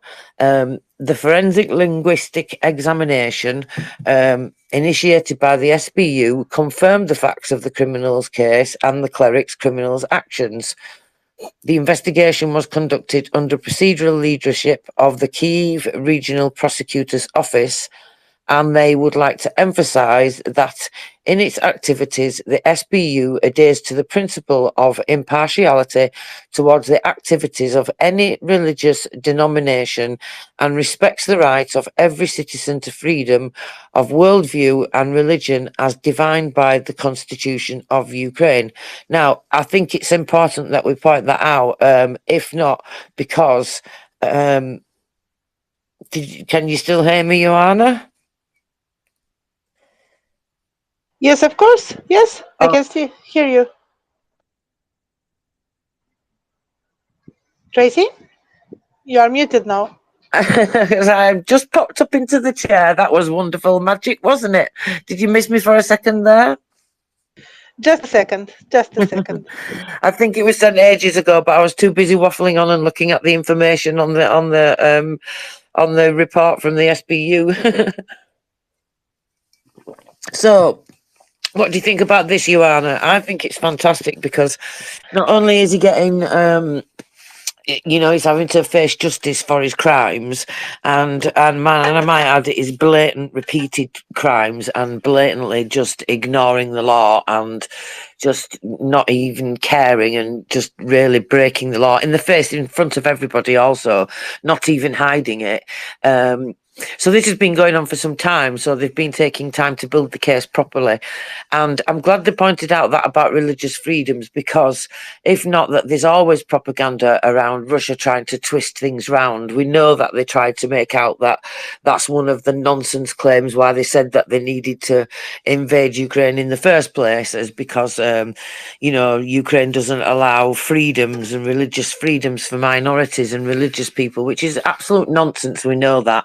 And also, I don't know if you've seen, Joanna, there's been some headlines recently regarding some laws that they're looking at making changes to in Ukraine, which will basically mean that you won't be allowed to carry on preaching as a metropolitan if you're found guilty of specific crimes against the state, which I think that's a good thing, don't you? Because then why should these people have the power and be able to have the power over in a community like that when they're just spreading and pumping out propaganda constantly? What do you think, Joanna? I totally agree with you. Think about these people are talking to hundreds, maybe thousands of people with their preaching and sermons and whatever they are doing. So spreading, it's important to know what message are they spreading. So of course, if they broke the law before, they should not be allowed to do that. Yeah, because this is not the first case either. I mean, we have them and he's like specifically sort of, very famous to people. But it's only just recently that SBU reported that they've got, in fact, it was 60 when they made the report.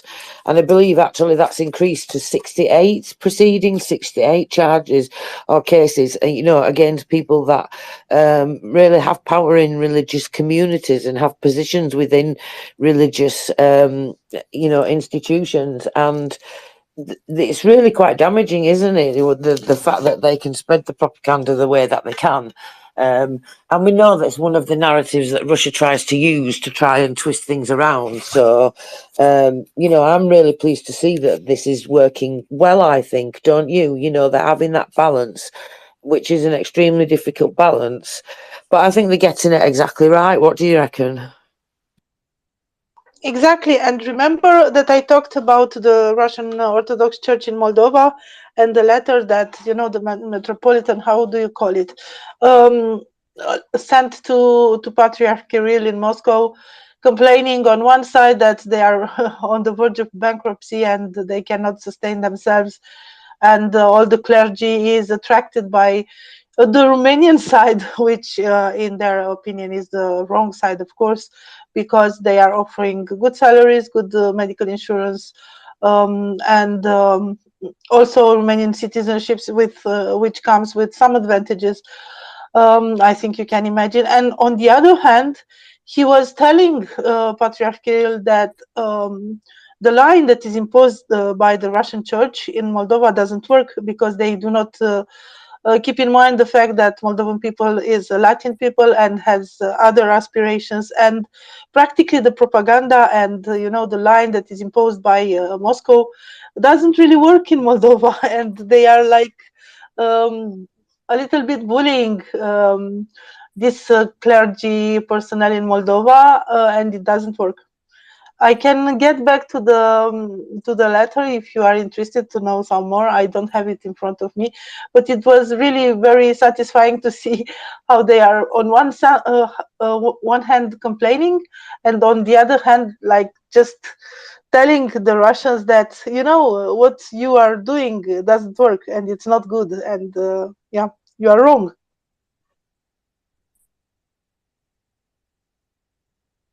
So sorry, Ivana, I was coughing then. I didn't want to open the mic and be coughing at everybody, so that would not be good. Yeah, I remember you telling me about that. It's really interesting, actually.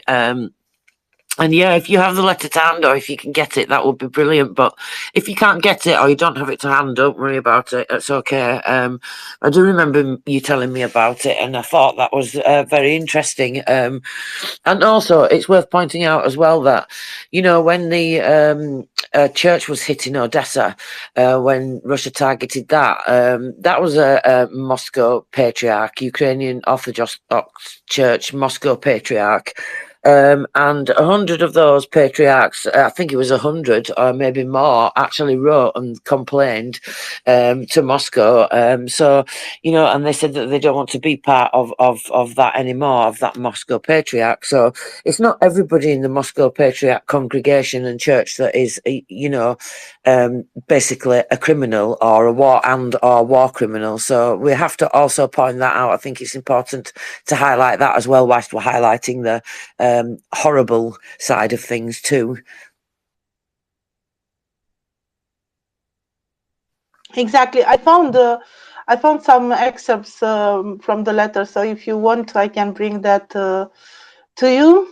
So basically, they said that a trend that concerns our people is that 80% of the clergy has a Romanian citizenship, and the desire of the Russian Patriarchate to absorb the Metropolitanate of Moldova into the so-called Russian world is foreign to the aspirations and our national values. And this trend represents a continuation of the harsh policy of denationalization promoted during the Tsarist period and later during the Soviet period, which the Russian Orthodox Church wants to complete. Unfortunately, Moscow has not yet understood that the people of Moldova have Latin roots, and it's perfectly normal for them to aspire to get closer and stay in this civilizational space after centuries of artificial division without betraying orthodoxy. association with the Moscow Patriarchate is equivalent to our disappearance from the religious and social scene of the country. So what do you think about that? Well, I think that's very tells it like it is, doesn't it? Certainly puts it straight. Like, I think that's a really good letter. It's very strong, isn't it? Like, we're not taking no nonsense anymore. Yeah, something like this, something like this. So I was really enjoying this because, you know, they are pushing the propaganda through every means possible. They are pushing this from TV channels, social media influencers, sometimes, you know, radio, which is still used in Moldova, newspapers and so on. And church is a part of this. They are pushing their propaganda through the church. And apparently it doesn't work anymore. And this is really, really exciting to know because we as Romanian love the people of Moldova. We had our aspiration to unite with Moldova or get Moldova united with Romania. We are past it now because these are the times. We respect Moldova as a country, and we really wish that Moldova will get into European Union, maybe together with Ukraine. And if so, it's really no need to unite our two countries because we could be united in being a part of European Union.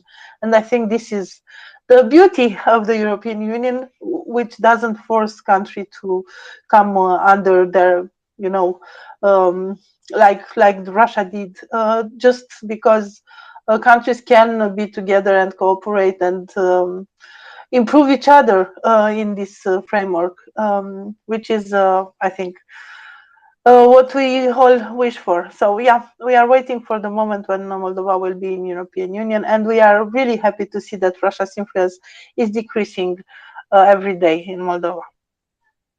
Yeah, it's really nice to see. I'm pleased at that also. I kind of feel like Moldova's sort of, Ukraine's on the same journey, but Moldova's a little bit ahead because of, you know, or even maybe at the same level now. I don't know, because Ukraine have jumped along a little bit, haven't they? So, but yeah, it's worth pointing out, like you say, countries join the EU because they want to.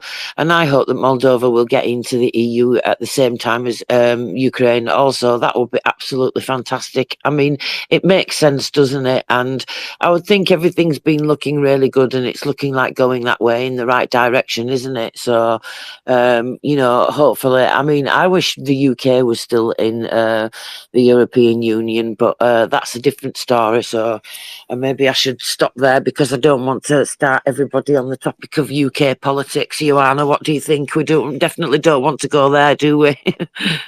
Well, I'm not qualified to go there, but just a small remark about, you know, Moldova and Ukraine and European Union. I do hope that by 2030, both countries will be in European Union. I really hope that they will be together. It seems to be much easier for Moldova because it's a smaller country, but the big risk for Moldova is protecting its economy because the impact of joining the European Union is quite important, and it's a struggle for the people. For example, in Romania, there was a big impact when we joined, and you know, price increases, different things.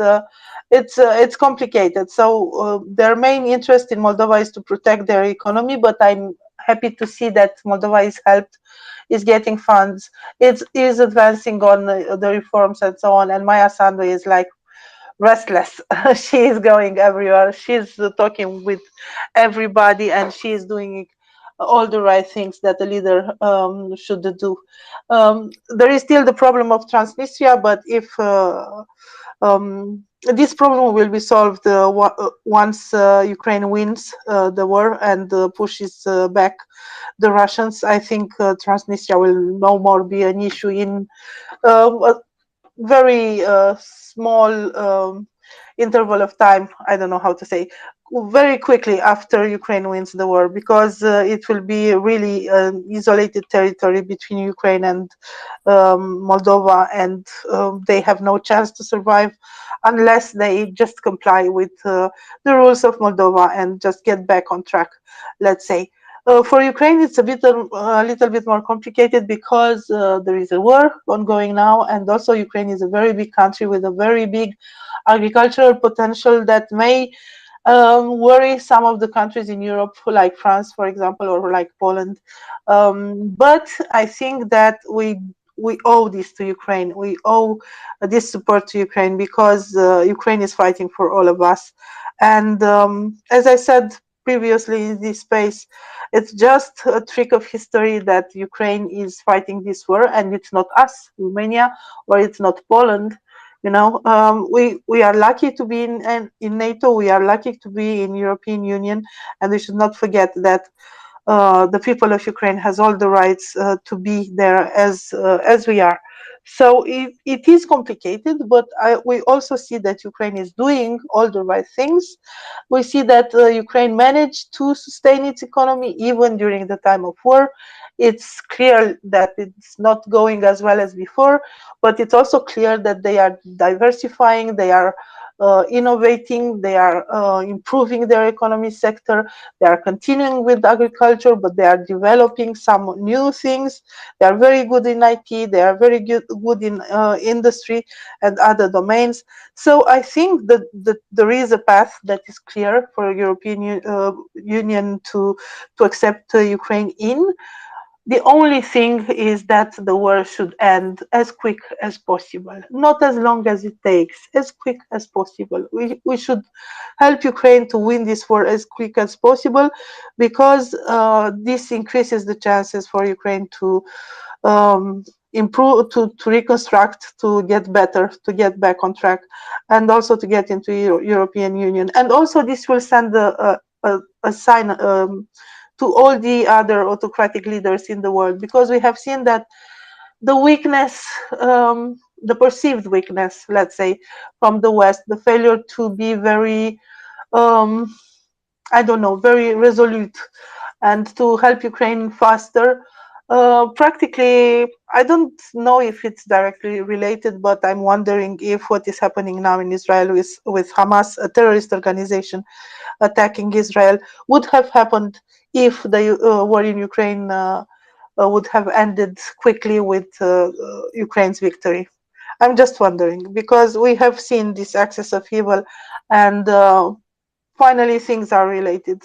Iran is a player in the conflict between Hamas and Israel. Well, the attack of Hamas to Israel, and Russia is always there behind Iran, or with Iran. And we have seen some statements from other leaders, like the leader of North Korea, who is very belligerent right now and is menacing everybody and so on. So, you know, these autocratic leaders have to understand the message that they are not allowed to do whatever they want. I don't know. I'm a little bit rambling. Help me, Tracy. No, that's okay. You're making complete sense, Joanna. Excuse me. And you're right, you know, the links between Iran and North Korea and all the axis of evil, the axis of terror, whatever you want to call it, all the tyrants and terrorists and countries and states are getting together. And you know, they said it not long ago. I mean, I remember in the beginning of the full-scale invasion, maybe around that time, not long after, I remember Xi Jinping and, you know, the indicted child snatcher, Putin, actually coming out on the world stage and saying, no, we want to create a new world order. So it's not as if they've ever hidden this. This is what I don't understand about people that are walking around with their eyes closed. And as terrible as the situation is in Israel, and I would never have wanted it to happen in order for it to change people's opinion, I do think it's opened many people's eyes, and it's desperately sad that we have to come to that in the world for some people's eyes to be opened. It breaks my heart, and I hope those people moving forward, when they learn and when they see, and now that they have seen that, they have very many sleepless nights and feel guilty for, you know, not doing more or paying more attention or not being involved, or, you know, it makes me wonder, it's like in 1939, or, you know, we talk about the Second World War and we say, how could this happen and how could these things go on? But that's just exactly the same as what's happening now. And some people are doing exactly the same. So I think it's always important to highlight those links. And anybody who says, oh, how can you prove that Russia's involved with Iran and Hamas and the rest of it? Well, I mean, obviously you're not going to be able to get the proof. They're going to do everything they can to hide that and cover that up, but that will come out. And the GUR themselves, the military intelligence in Ukraine, have given us information about several links and several meetings that they've had with each other, Iran and Russia, and even Hamas terrorists first visited Moscow in 2006, I believe it was, that Kirill Budinov came out and said. So the links are definitely there, and for anybody to see already, and like anybody that's blind, surely they can't not see now. But absolutely, Ukraine is working towards everything that they want to achieve, and they're moving there really quickly as they can. We do need to help them because, I feel like in this country, we left the East after the Second World War. We just left Eastern Europe, and, and I never had any real idea that my country had really done that and really let Eastern Europe down so terribly, and, let many other countries down also. So it's great to see now that, all these countries are supporting Ukraine, and finally I think things are starting to move past. We just need to get everything there faster, don't we? Because they need to finish this in Ukraine. They need to get all these Russians out. But Russia's just collapsing, isn't it? It's not going to be able to fight the West. They think they can, and they think they can change the world order, but they can't. And, like you said, that influence is dwindling in Moldova. They've had that really long fight and that really long struggle. And Ukraine, I know, in terms of the EU, the ambassador came out recently and said that she did think it was possible that Ukraine could join the EU by 2030. She said that it was a little bit of an ambitious target. However, it's not a linear path, I remember she said. I don't know if you remember her comments at all, Ioana. And she said that Ukraine was working so hard and really determined and moving really well towards the target, and that she believed if any country could do it by that time, it would be Ukraine. But it wouldn't even surprise me if they do it sooner, because there's been quite a lot of different changes that's been made and memorandums and things that President Zelensky signed in terms of aligning those different parts of what's going on in Ukraine with EU laws, etc. So they've been doing really staggering work in that department, and all while dealing with everything else that they've got to deal with as well, all these diplomatic meetings that President Zelensky has to have with all these other countries and whatnot. I mean, it's incredible what he does, really. He never seems to stop, does he? Do you think that also? He's like constantly doing something or meeting somebody. I wonder when the man sleeps. Indeed. But talking about, links, that there was the Belt and Road Initiative Forum last week, and the only leader from European Union that went there was Orban. And I'm just seeing in Guardian a report. Apparently, Gazprom will supply extra gas to Hungary through the coming winter, and also provide China with an additional 600 million cubic meters this year on top of the contractual obligations. Apparently, in China was not just Putin, but also Alexei Miller, which is the head of Gazprom. He went there to talk and meet with probably counterparts from other countries. And maybe it's interesting because Russia is promoting this. Gazprom is looking to compensate for the loss of its market in Europe. And he found China, and also Gazprom will supply Hungary. And talking about ties with Putin, Orban will make probably Hungary to oppose the decision in December on whether to open EU accession talks with Ukraine. So this is a thing that we should look forward to, the discussions in December on the accession of Ukraine into the EU. And after this visit of Orban to China to meet with Xi Jinping and Putin, I don't know if it was a good idea. He seemed a little bit stressed. I don't know if you've seen that. He was very nervous. And I don't know if he managed to obtain what he wanted, but what he managed to do is to upset all the leaders in NATO and all the leaders of European Union. Actually, there was an unprecedented meeting in Budapest of all the EU ambassadors and NATO ambassadors together, the ambassadors to Hungary, to talk about this meeting between Orban and Putin, because go and shake the hand of a man which is indicted by International Criminal Court is highly something that you should not do as a European leader. And Orban proved that he's not really what we would like to see as a European leader. Do you have some thoughts on this, Tracy?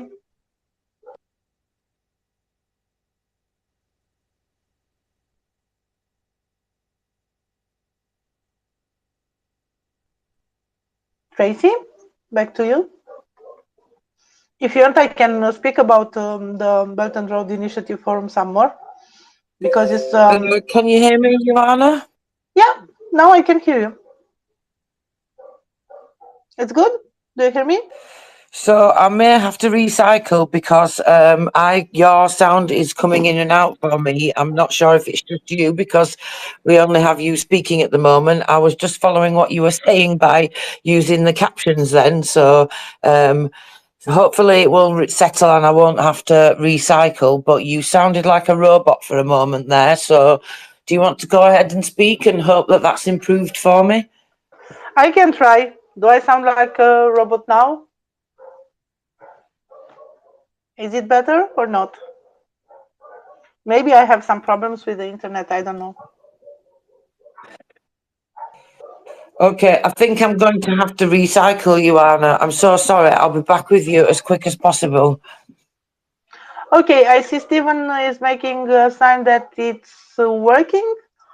Anyway, if you want to talk to us, don't hesitate. Come up and talk to us because, you know, it's more interesting if we are many to talk, not just the two of us, Tracy and I.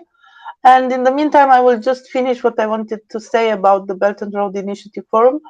So some other leaders from Europe were expected there, from Serbia and also from Turkey. Well, Turkey is Europe and Asia. I didn't see any reports about them being there, so I don't think they were. I really looked for them. So the fact that there was no article, nothing at all, tells me that they weren't there.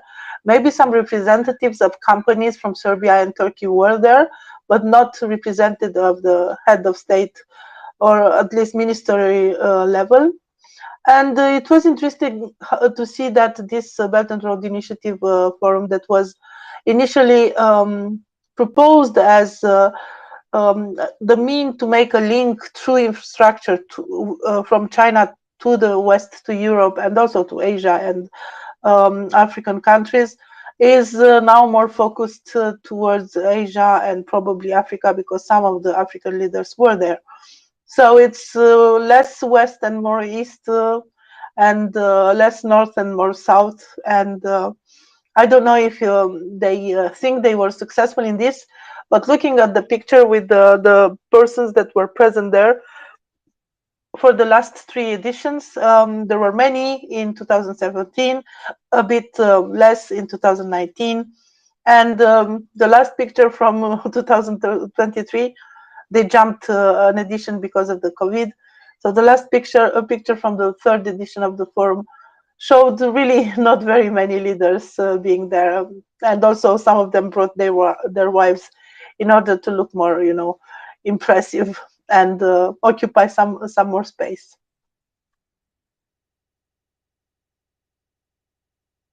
So that's my update on the Belt and Road Initiative Forum that took place last week. It's worth to notice that Lavrov, the foreign minister of Russia, was there to prepare this meeting between Putin and Xi Jinping. So he was there on 16 and 17 October. After this, he went to North Korea because Russia has many friends. And we found